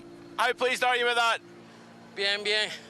Sí, bien, bien. Hemos querido cerrar la noche sin ningún incidente, descansar y mañana salir con más ganas y sin ningún tipo de incidentes. He said it's all good, very good. He wanted to close the day without incident. They did that. And looking to give a little bit more of a push tomorrow. We hope to see that. Miguel, you've made it safely to the end of the day and got through that stage. I'm sure that's a relief. Yeah, total relief. I avoided jumps and because I hurt my back yesterday, and at the end we did a really good day. Thank you. Yeah, I saw him just doing a light tap of the brakes to make sure that he wasn't going to be getting airborne. Yeah. So yeah, here's some faces that I recognize for sure. Is that Filippo's who I'm here coaching this weekend, and so we can all thank Filippo that I'm here in the commentary booth, because without him inviting me out, I wouldn't be here. But yeah, he needed to have, was looking for a new co-driver, and I said, hey, I know one. Is that, because I'm not doing a full-time season, and Alex is also sitting with Chris Ingram, who also sadly does not have a full-time program. Is that Alex is sitting at home, and he is a true competitor, and he wants to be in the car. So Alex jumped at the opportunity to hop in with Filippo. But very different, because Filippo, although when you get to stage end, if you're just watching the coverage now thinking, okay, I haven't spoken or heard about Filippo before, you'll hear very much, oh, Filippo. Overcooked it a little bit in that one. Looks like did he stall? No, he's got it going. Okay. Okay. Filippo he'll be disappointed. Wonder if there's something. It kind of looked like he was gesticulating a little bit in the car, but it looks like he's getting going. Yeah, he's very close to getting caught. I wonder if... Has he got a problem? I think he's got a... It almost wonders like there's some kind of throttle issue. I know that in Shakedown yesterday, he had a slight electrical issue with the car where in stage mode, he was having intermittent throttle cut out. So I wonder if that might be something that's caught back up with him, but we'll certainly see. Looks like he's gotten going again, though. So good. Filippo Marchino, Maurizio Chiarani, who are on the stage right now. Looks like it's going much better now. Well, we'll find out when he gets to stop control if there was indeed that intermittent issue, which you mentioned. A bit of a drift there.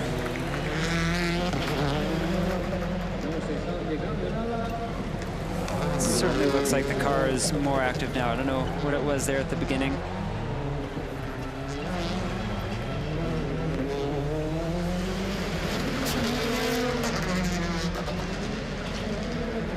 Got another half a lap or so to go.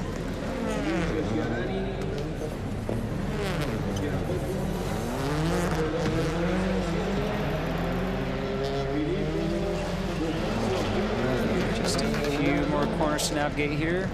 Well, at least you can give Sean the full assessment. Yeah, exactly. You are, it's like your teacher here. Yeah, exactly. Taking notes. We're going to have to look into the data, though, and see what was happening there, because I think certainly it looked, at least from the outside, like he felt that there was something going on with the car there for a moment. But most important thing is it didn't hit any of the concrete barriers. That would have been a bummer way to end the day. So I know he'll be disappointed with this. Looks like maybe a little bit too late on the brakes there going in, but you know, I think Filippo has a lot of positives to take away from the day. Molto insidiosa perché si scivola tanto oggi, forse anche per via delle gomme dure. Comunque, vabbè, insomma, dai, l'abbiamo finita, va bene così. Said it's very tricky, very slippy, but happy to finish this way. Yeah, and Filippo, in comparison to last year, his, you know, the gap on seconds per K to the top is that he's been significantly faster this year than last year, even with the brand new note system and new co-driver. So he can be proud of his day. Filippo, hearing you might have an issue in there. What's going on? No, it's not much of an issue. I had cold tires, and I read the first one where I got stuck. I thought that was going to be a hairpin. So it happens, but it's a lot of fun. The people around are amazing. Such a blessing to be able to do this. And if I may, I just want to say hi to my wife and my daughters. They're looking at me from home. Hopefully I didn't disappoint them too bad. I did what I could. But yeah, it's an incredible rally, truly. And by the way, Bex, Sean, I love you guys. Great commentating. We've been watching you all evening. So amazing. Good to see you, all of you. Filippo, you're a star, and no one at home is going to be disappointed watching that. I can guarantee it. I don't think so. He put on a show. He did. Yeah. But good to know there wasn't an issue. Yeah, exactly. You know, oh, Daniel just getting that a little wrong there. Looks like he almost stalled it, but it looks like he got going. So I think, or no, it is stalled. Yep, there he is. Oh. Whoop. Well navigated.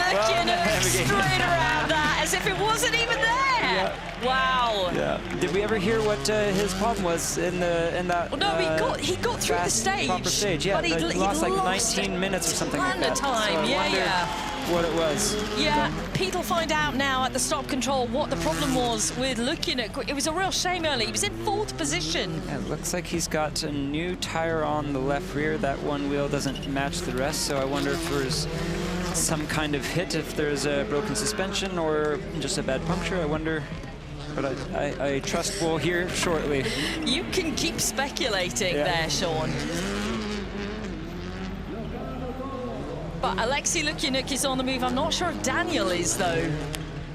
Well, I think he got going, because I think that was the, there he one is. where he was stopped. So yeah, he's been lapped in effect, but at least he's moving now.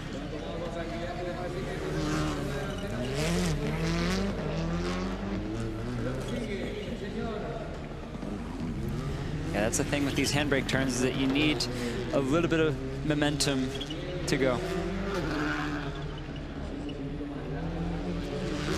You need a little bit of momentum to actually get the car to go around. So it's finding the right balance there it can be tricky. It can. That looks better. Very nice. The crowd certainly did like looking at overtaking him, though. Yeah, exactly. It's great to see. And there is the checkered flag for Alexei. I think he'll be bummed with the issue he had. Yeah, whatever it was, wish we were going to find out at the stop control, because he was on course to try and really battle down a podium. Alexei Lukianuk has had great success on this island. Great success on this island. Yeah, I was teammates with him in 2019, and I can't recall exactly what the result was, but I know that he was certainly fighting for the victory. I can't remember if he won in 2019. I know he's got 3 victories on the island. Off the top of my head, I can't remember which he is now. Yeah. No, another specialist for sure, and was going quite well this morning, and yeah, just bummed for him to see the result drop away like that.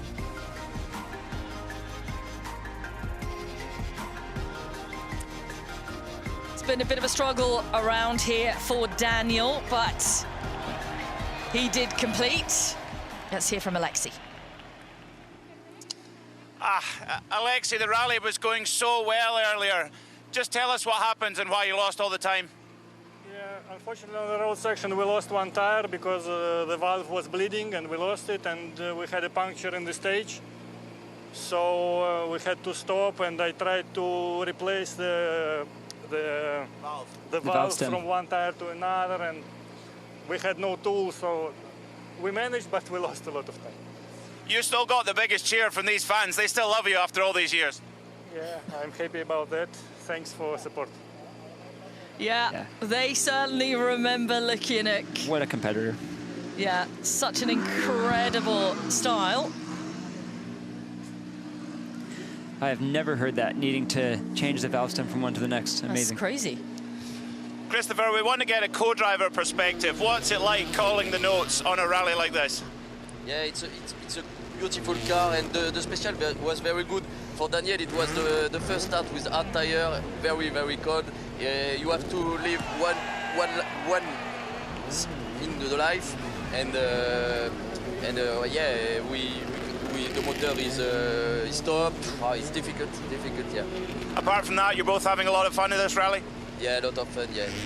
The target is to finish for Daniel, yeah. Nice to get a co-driver's perspective. Yeah, it is nice to get a co-driver's perspective, because we rarely do. Because they're so busy normally at the stop control, you know, you don't want to go anywhere near them. You Exactly. You get the they have a lot look. to do, exactly, and they have important things to focus on, and they do not like to be distracted in those moments, that's for sure.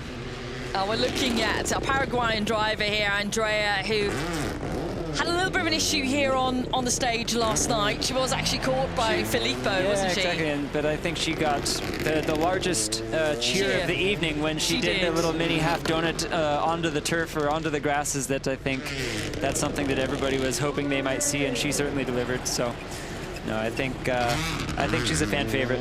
Yeah, she absolutely is, and she's here at the end of the day with a story to tell, because there's been some, there's been challenges out on the stage. She's getting used to these stages, certainly in this car.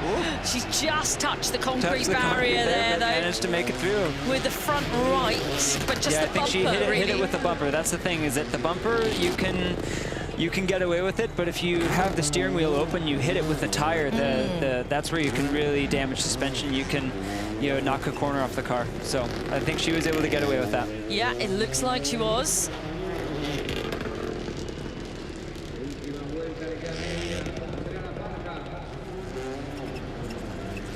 Now, it's been great to see her competing in part of the WRC. It's a big platform to step into, especially when you're still learning on this surface. What sounds to be little to no experience on the asphalt surface is that apparently she comes more from a gravel background. So that's right. No, this is really being thrown into the absolute deepest end of the pool.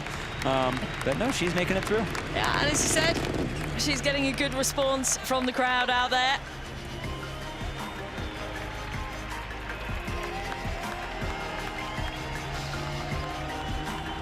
And should be with Pete Mackay in just a few moments. If you're just joining us for this evening's action, we've got some more cars to deliver for you. We have had a pause on the stage a little bit earlier, so we're running slightly behind.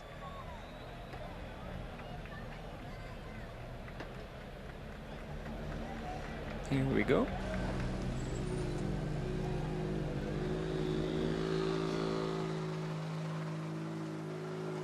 There's a thumbs up. It's good to see. Andrea, you put on a big show there. What was that like? Mejor que ayer. Mal, pero mejor que ayer. Le dedico a todos los fanáticos de Canarias. Le mando un beso. Gracias. She said it was bad, but it was better than yesterday. Big kiss to everybody here in the Canarias. That's great to see. Just the incremental step forward and making progress. No, that's all somebody, with that level of experience, is that every single stage is just a learning opportunity to progress and learn something new. Yeah, absolutely. Big learning curve. We're switching to Raul Hernandez now, Gil Membrado in the WRC3 Championship for drivers. Gil Membrado is leading the category right now by 17 seconds over Timek Abramovsky, with Giovanni Rossi in third position. Raul Hernandez is in fourth. So a different category of car here. Rally 3 cars now, exactly. So still all-wheel drive, but less power, significantly less power than the Rally 2 equipment.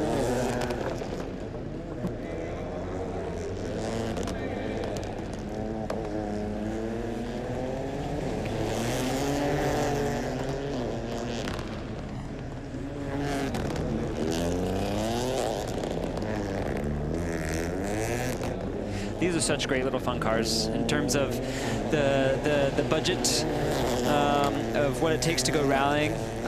In terms of the most fun you can have per dollar spent, I think the Rally3 car is such an incredible and epic little car. I love them. I've only driven 2 rallies in them, but any day of the week you say, hey, you want to go drive a rally car, and I will be there in a heartbeat. They are so much fun.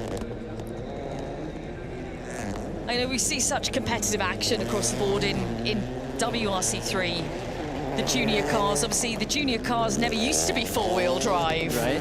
No, I think actually, when you competed, it probably wasn't 4-wheel drive. It wasn't, no, yeah. I was in the R2T, so even before Rally 2, or before Rally 4, that, the new naming convention, is that it was all front-wheel drive, which, I still think in the progression of a young driver's career, there's a lot of really important lessons to be learned in front-wheel drive equipment, and I think it's a step that shouldn't be skipped. But I think for the junior WRC, having it be the Rally3, having it be all-wheel drive, I think it's perfect. And Esport Poland just builds such an incredible car here with the Ford Fiesta Rally3. It's a true joy to drive. Well, we can see what the result of this battle is going to be between Hernandez and Membrado.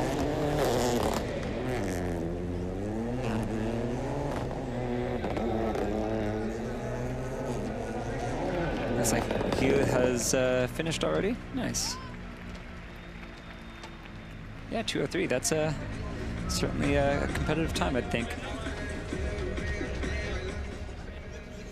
I still love the fact there's a bit of a party atmosphere ongoing in the stadium.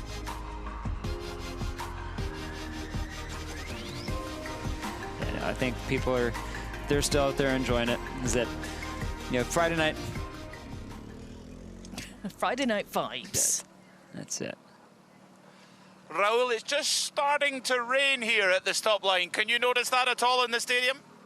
Bueno, el día ha sido bastante largo y complicado para nosotros. Hemos tenido muchísimos problemas, se nos ha roto la barra estabilizadora, los frenos de atrás y bueno, gracias a José ahora por este tramo espectáculo que me ayudaba a tirar de freno a mano, porque si no, no era capaz de hacerlo girar. Así que bueno, vamos a ver si los mecánicos hacen un gran trabajo. Seguramente que le tocarán trabajar muchísimo e intentar reparar el coche y mañana salir. Gracias. He mentioned a stabilizing bar. I think he means the anti-roll bar is broken. So. Yeah. So he said the mechanics are going to have a big job out there tonight. He's thanking his co-driver for help with the handbrake. Gio, you win that battle quite comfortably, but I can notice it's starting to rain. Could you tell that in the stadium? Yeah, it's raining a little bit. For me, it's okay because the guys in the back have to push, and for me, it's okay to be in the front. But yeah, it was a good stage. Today was a really good day for us. We are in P1 in the WRC3, so I am really happy. It's my first time in this position in the WRC, and yeah, I'm proud of my work. Yeah, he should be proud of his work, but oh my goodness, the drama, Sean, it's raining. It's raining. No, that's exactly it. And this is one of the things that, sometimes you're the bug, sometimes you're the windshield, is that he might just luck out by being the first one onto the stage where he still has relatively good grip, and everybody behind is, if it keeps raining harder and harder, it gets progressively slippery and slippery. That's certainly going to be an advantage, and that's where normally under normal conditions, a few seconds, yeah, you might lose time, but if it really starts, chucking it down and being a downpour, is that could balloon out to 5-10 seconds easy on a short stage like this. Wow. Yeah, that could make a real difference here, because Tomek Abramovsky's in second position in WRC3. He's our ERC3 champ of last season. Great performance in the European Championship for Tomek. But could this rain now, which we saw a little bit of, that the camera showed us just a few moments ago, could that have quite the effect that you're saying? And I love the phrase, sometimes you're the bug, sometimes you're the windshield, by the way. That is going to be used. It's the first time all weekend I've seen windscreen wipers being exactly. used. It's the first time we've seen them. I mean, luckily, is that being the very next car on stage, is that this isn't quite enough time. It certainly doesn't look like it's a torrential downpour, is that there's still enough temperature in the asphalt from everybody driving that I don't think the drop-off in grip will be so extreme from just a few minutes to the next with the level of rain coming down. So I don't think he has too much to be worried about, but more, I think the bigger challenge is just psychologically, is that to to not get psyched out by the fact that you had to turn the wipers on? Is it to recognize, hey, the grip is still going to be good? Is it to still drive with a high level of commitment? You know, that's one of the trickier things to do in situations like this. Let's see what the difference is going to be between these two drivers. Yeah, I mean, you can see it's a little shiny, but I think they're still doing relatively fine. Just to add a sting in the tail to the super special stage towards the end. Yeah, exactly. A little bit of spice there at the very, very end. You know, if it wasn't for the delay that we had earlier, this super special stage would actually be ending around about now. Right. But we're going to be ending a little bit later. We've got about another 20 minutes to go here. Go for so it. we Let's could do it. have some more rain. That could make it even more difficult. Who knows? Anyway, sorry, I got distracted by the rain there. I haven't given you any times for this pairing. And it's too late now because Pete McCullough's going to start talking. Go for it, Pete. Oh, Giovanni, that was so close. Just 1/10 of a second you missed out on that win. It's like that. It's good to finish the day like this. You get your own back tomorrow. Yes. Push. There it is. Yeah, Membrado's still the fastest. Brabramovsky was 1/10 of a second up on Rossi.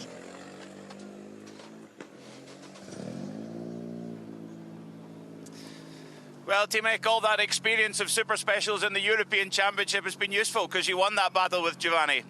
Yeah, it never worked like that, but yeah, now this time it worked. So we won another stage, but yeah, the real rally is tomorrow as well. So yeah, this was fun. We'll keep pushing tomorrow. We have some good predictions for tomorrow.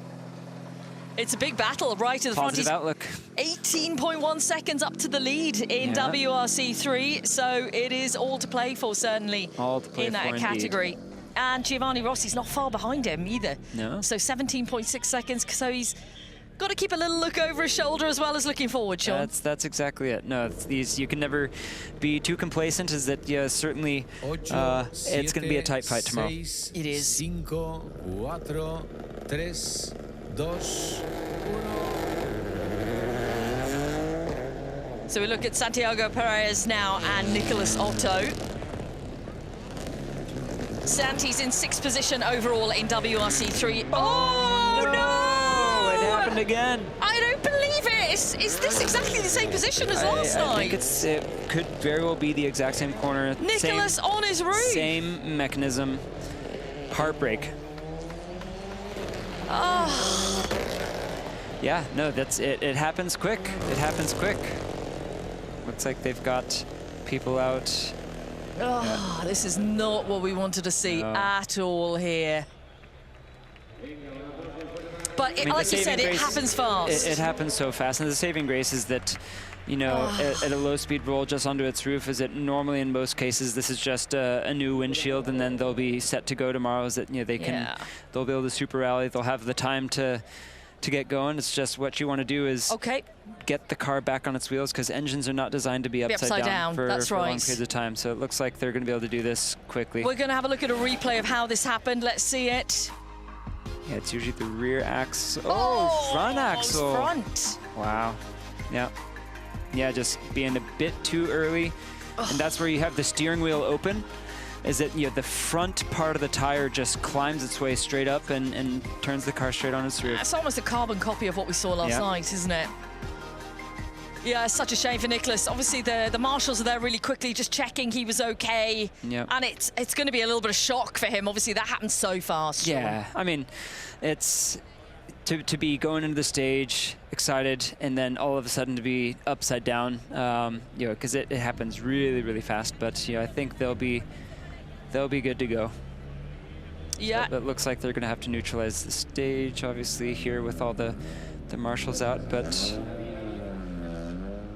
yeah, I did not pay close enough attention last night to know what kind of time they get for having interrupted the stage, if they end up getting a nominal time, or if they... it depends if they complete it or not. Right. But no, I think it'll be stopped for them now.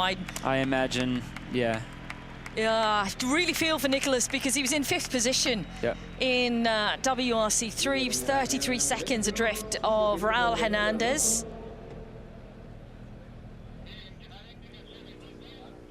Let's head out to the stop control with Pete. Santiago, a shame you didn't get a full run there. No dimos ninguna vuelta.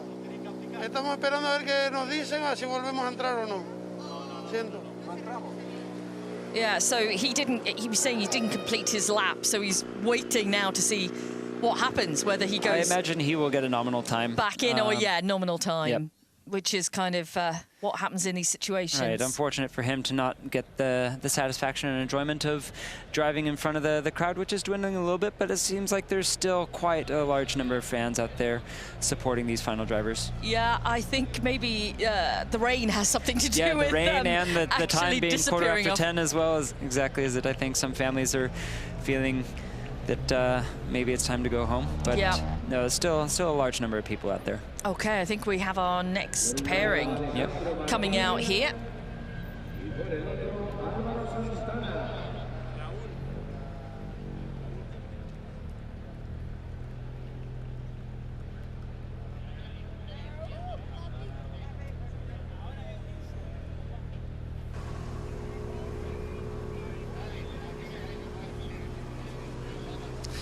Nicholas, what a shame. What happened? We were a bit confused about the time, and with like 7 seconds to go, all of a sudden they told us we had to go, and I wasn't focused on the rally, on the stage or anything. I'm sure your crew can fix it though. Yeah. Yeah, that's one of the tricky things about these, is that it's not like the standard stage where you know you have you'll be starting on your minute, is that sometimes you get very last minute notice. So, you know, that will be a learning experience for him to know that you have to be pretty much ready to go, ready to engage stage mode, you know, go through the launch procedure and be ready to go on really, you know, 10 to sometimes even as little as 7 seconds notice. Yeah, that's... It's tough, though, I think, for him to digest that right now. Incredible disappointment, and understandably so. That's no fun. So Alejandro Martin and Alvaro Santana. Now. 4, 3, 2, 1.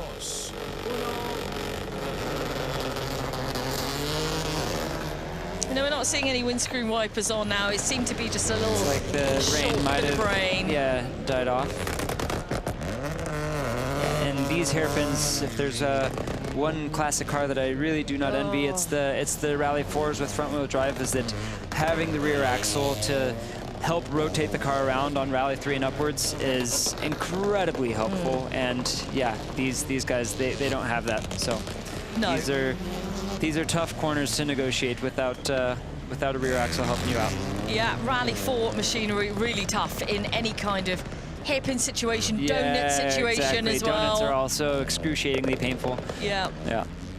Yeah, we've certainly seen it across the years within this championship, within the European Championship as well, on super special stages.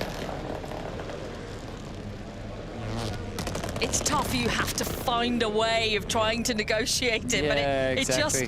I'm sure just enough speed to have the momentum and then get it going, but then you also need to release the handbrake. I mean, it's tricky, but I feel like these guys are doing actually quite a good job. They are, yeah, they absolutely are, because sometimes it can be a very cumbersome watch. Yep. Up through no fault of the driver. It's just like you said, it's your hands front-wheel drive, two-wheel drive only. Quite literally tied in terms of you know, the options available to you, how to negotiate these corners. So. But they're doing well.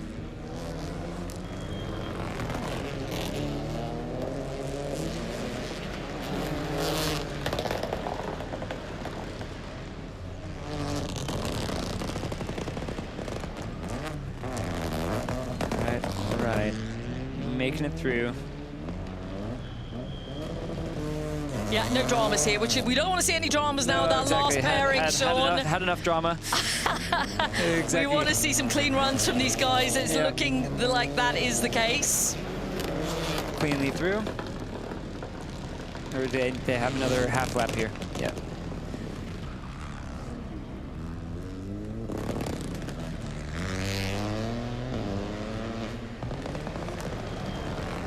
So Alvaro Santana is leading the Rally 4 category. Nice. and it's quite a tight advantage, actually. It's only 2.9 seconds over Alejandro Martin. So let's see what the result here was. Yeah, I wonder if that could be a position change then. Alejandro Martin was faster by 7.8 seconds. So, yeah, goes ahead of Santana. Amazing. Yeah, no, that's every single stage counts.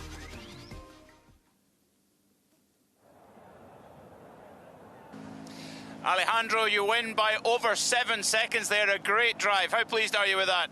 Well, I'm pleased, but I want to go home to sleep. I'm very tired. This WRC event is very, very tough, but I'm very happy to be here. Thank you very much. Alejandro, I love you. You echo my sentiments. We're all keen to go to sleep here as well, but we're loving seeing all of the cars right now at the same time. But yeah, sleep, please. Alvaro safely through. What was it like there in that beautiful stadium? I mean, the people, the fans, it's amazing. Today was clean. We had great stages, a lot of kilometers, a lot of learning, and we are here. Thank you. A lot of learning out there, but he's been, you know, running at the front there. Yeah, Tomorrow's a new day, and he certainly seems to have been going well enough out on the proper stages. But yeah, I mean, Santana speaking about how tired he is at the end of one of these days. That's one of the things that people jumping up from national level things to a world championship event is that you don't recognize the first time until you've actually done it. How exhausting the recce is that you have 2 full days in the recce, and then you have, you know, 10, 12, sometimes 14-hour days. I know, you know, Rally Monte Carlo this Saturday, it's a 14-hour day in the car. Is that it's the scope and scale of these World Championship events is something really, truly unique that you really only see in the World Championship. It is. I think it's a really valid point that you make, because it is so much longer than any regional championship at home, which sometimes can be just maybe a day recce, a day rally. Right, exactly. Is that it can be as short as 2 days, and then to have these, and if you throw on some pre-event testing at the beginning, is that you know, these can be, you know, 6, 7, sometimes even 8-day commitment in terms of being away from home to go be on these events. And you know, you were just switched on the entire time. Is that, you know, from testing to recce to going over all the notes to then starting the rally and trying to maintain your focus for these incredibly long days, is that it is no easy task at all. No, it is definitely not an easy task out there, and it can't be underestimated. So we fully appreciate the call for sleep there. We understand it from every level. He's ready, and as well as that, you know, being in the end of the field and in the Rally 4 equipment here, is that, you know, they are the ones who then have to wait the absolute longest here for a stage like this. Is that, you know, these super specials, especially the head-to-heads, you know, incredible atmosphere and experience for the fans. Logistically, you know, a big ask for the organizer, which I think they've done just an incredible job, you know, having these stages run so efficiently the last few nights. But yeah, for the competitors at the back, is that there does end up being a bit of a delay that kind of stacks up and there's like a knock-on effect for them. So yeah, I don't doubt for 1 minute that these guys are quite tired and ready to go to bed. Yeah, I'm sure they are. Now, Nicholas has been painstakingly trying to pinpoint his turn here, and unfortunately he's got it a little bit wrong. Yep, that's the challenge, is that if you don't have quite the momentum, then even a pull of the handbrake won't get the rear of the car to come around. So it's quite tricky.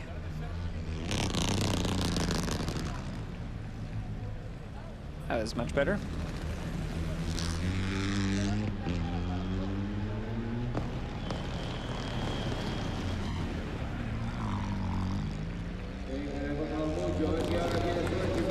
And we're almost there.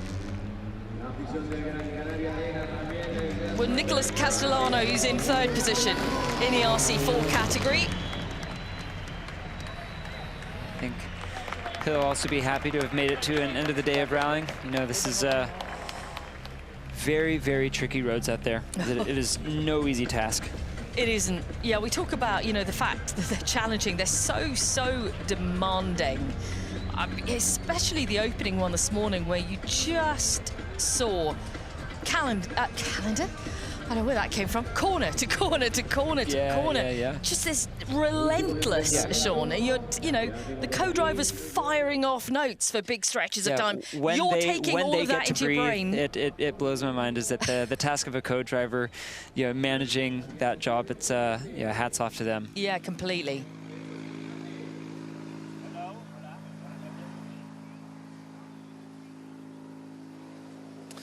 Nicholas, safely through the day. How has it been for you? El tramo ahora mismo me gusta un poquito más que ayer, el tramo, pero para este coche no sirve este tramo. Vale, venga, muchas gracias. He said, I liked it a little bit more than yesterday. Thank you very much. Yeah, no, that's it.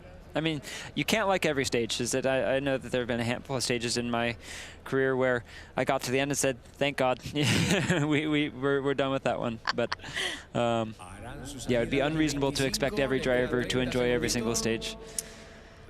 I feel like we've completed Jumanji here, but we're on our last pairing.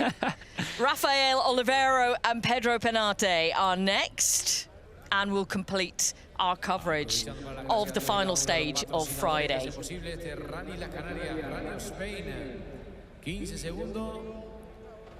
And shout out to these fans for sticking it out the whole time. Just epic. I did see some popcorn floating around when we had some fan shots earlier. Some of the kids being kept, have some popcorn. It's only another couple of cars. No, then we go home. It's great to see. Yeah, true fans that really sticking it all the way out. Oh, little over rotation there. Yeah, not at all straightforward. Again, I am not jealous of the guys that have to navigate this stage in Rally 4 equipment. This is quite the challenge. Yeah, it is. I mean, as soon as we saw kind of images of this track, we heard it was being built because last year we had the basketball stadium, so they did the outer roads of this stadium and then a donut and a small kind of hairpin section in the basketball stadium. But when we heard it was going to be in the stadium itself, I thought, okay, we'll have a little bit more space here, but the organizers have made it tight. They certainly have. They came up with, I mean, I think they used just about all the space allotted. Is that I think they came up with a novel and kind of creative little stage here, but yeah, incredibly tight. Yeah, because the pitch is still in situ, as everyone can see, and you know the hope was that the pitch would not have any cars on it whatsoever. That wasn't quite the case yesterday. Only one. I think at the end of the day they'll be happy that there's only one excursion onto the pitch, and I don't think there was too much damage. I don't think there's a lot of wheel spin, so I don't think they'll have to be too concerned. No. But yeah, it's been something new for the rally this year to hold it within this stadium, and last night it was a packed house. Yeah, the amount of fans that showed up last night was amazing, and the aerial, the helicopter strafing the stadium was amazing. And so we had an aerial display just to describe what Sean's mentioning. A helicopter did a number of passes of the stadium, and very, very low passes over the stadium, which was amazing. And Filippo actually had a comment. He said, "That is insane. That's like doing donuts in a U-Haul truck." Was was Filippo's assessment. You know, that was incredible to see a helicopter of that size, you know, a large transport helicopter being flown so hard. And with such proximity to the stadium, it was amazing to watch. Yeah, it was a great build-up to the action getting underway. The fans certainly got their worth last night in terms of the build-up and the incredible atmosphere that we had here. And of course, they've been back again tonight, and they've seen some drama out there tonight. We have seen another roll on this stage with the car on its roof. Yep, just goes to show how quickly and easily it can happen. Okay, so it was Pedro Penate then who won the battle here over Rafael Olivero. Those are our last cars. And a big round of applause from the crowd who have remained here despite a little rain shower towards the end of this stage. They stuck it out. Amazing. Well, let's take a look at the stage classification for you with Taka Katsuta taking the fastest time, joint fastest. With Sami Pajari, Adrian Formeau was 4/10 off the pace, Ogier 8/10 adrift, and Neuville was a second behind. Then it was Solberg, Sordo and Evans. Before the first of our WRC2 drivers, Giovanni Trentin and Emil Lindholm, with the joint fastest time in that category. Let's take a look at overall classifications. Then after the final stage of the day, Stage 8 overall, Sébastien Ogier leads by 8.9 seconds over Oliver Solberg, with Sami Pajari up into 3rd position on this super special. Elvin Evans drops down to 4th, half a second behind. Then it's Taka Katsuta, Danny Sordo, Adrien Formeau, Thierry Neuville, Josh McAlean to make it to the top 9. Johan Rossell completes the top 10 and leads the WRC2 category. John Armstrong outside of that top 10 position. And that's it from us today. Thank you so much for watching all day. Sean Johnston, thank you so much for being an absolute legend. Thank you for having me. And coming in for commentary. We've loved hearing your thoughts and opinions. We look forward to seeing you back behind the wheel at some point. Thank you, thank you, and that's going to be very close in the future, I'm sure. Yeah. Here we go then. It's time for the final wrap-up of the evening. We will see you back here tomorrow for all the action from Saturday. But for now, good night.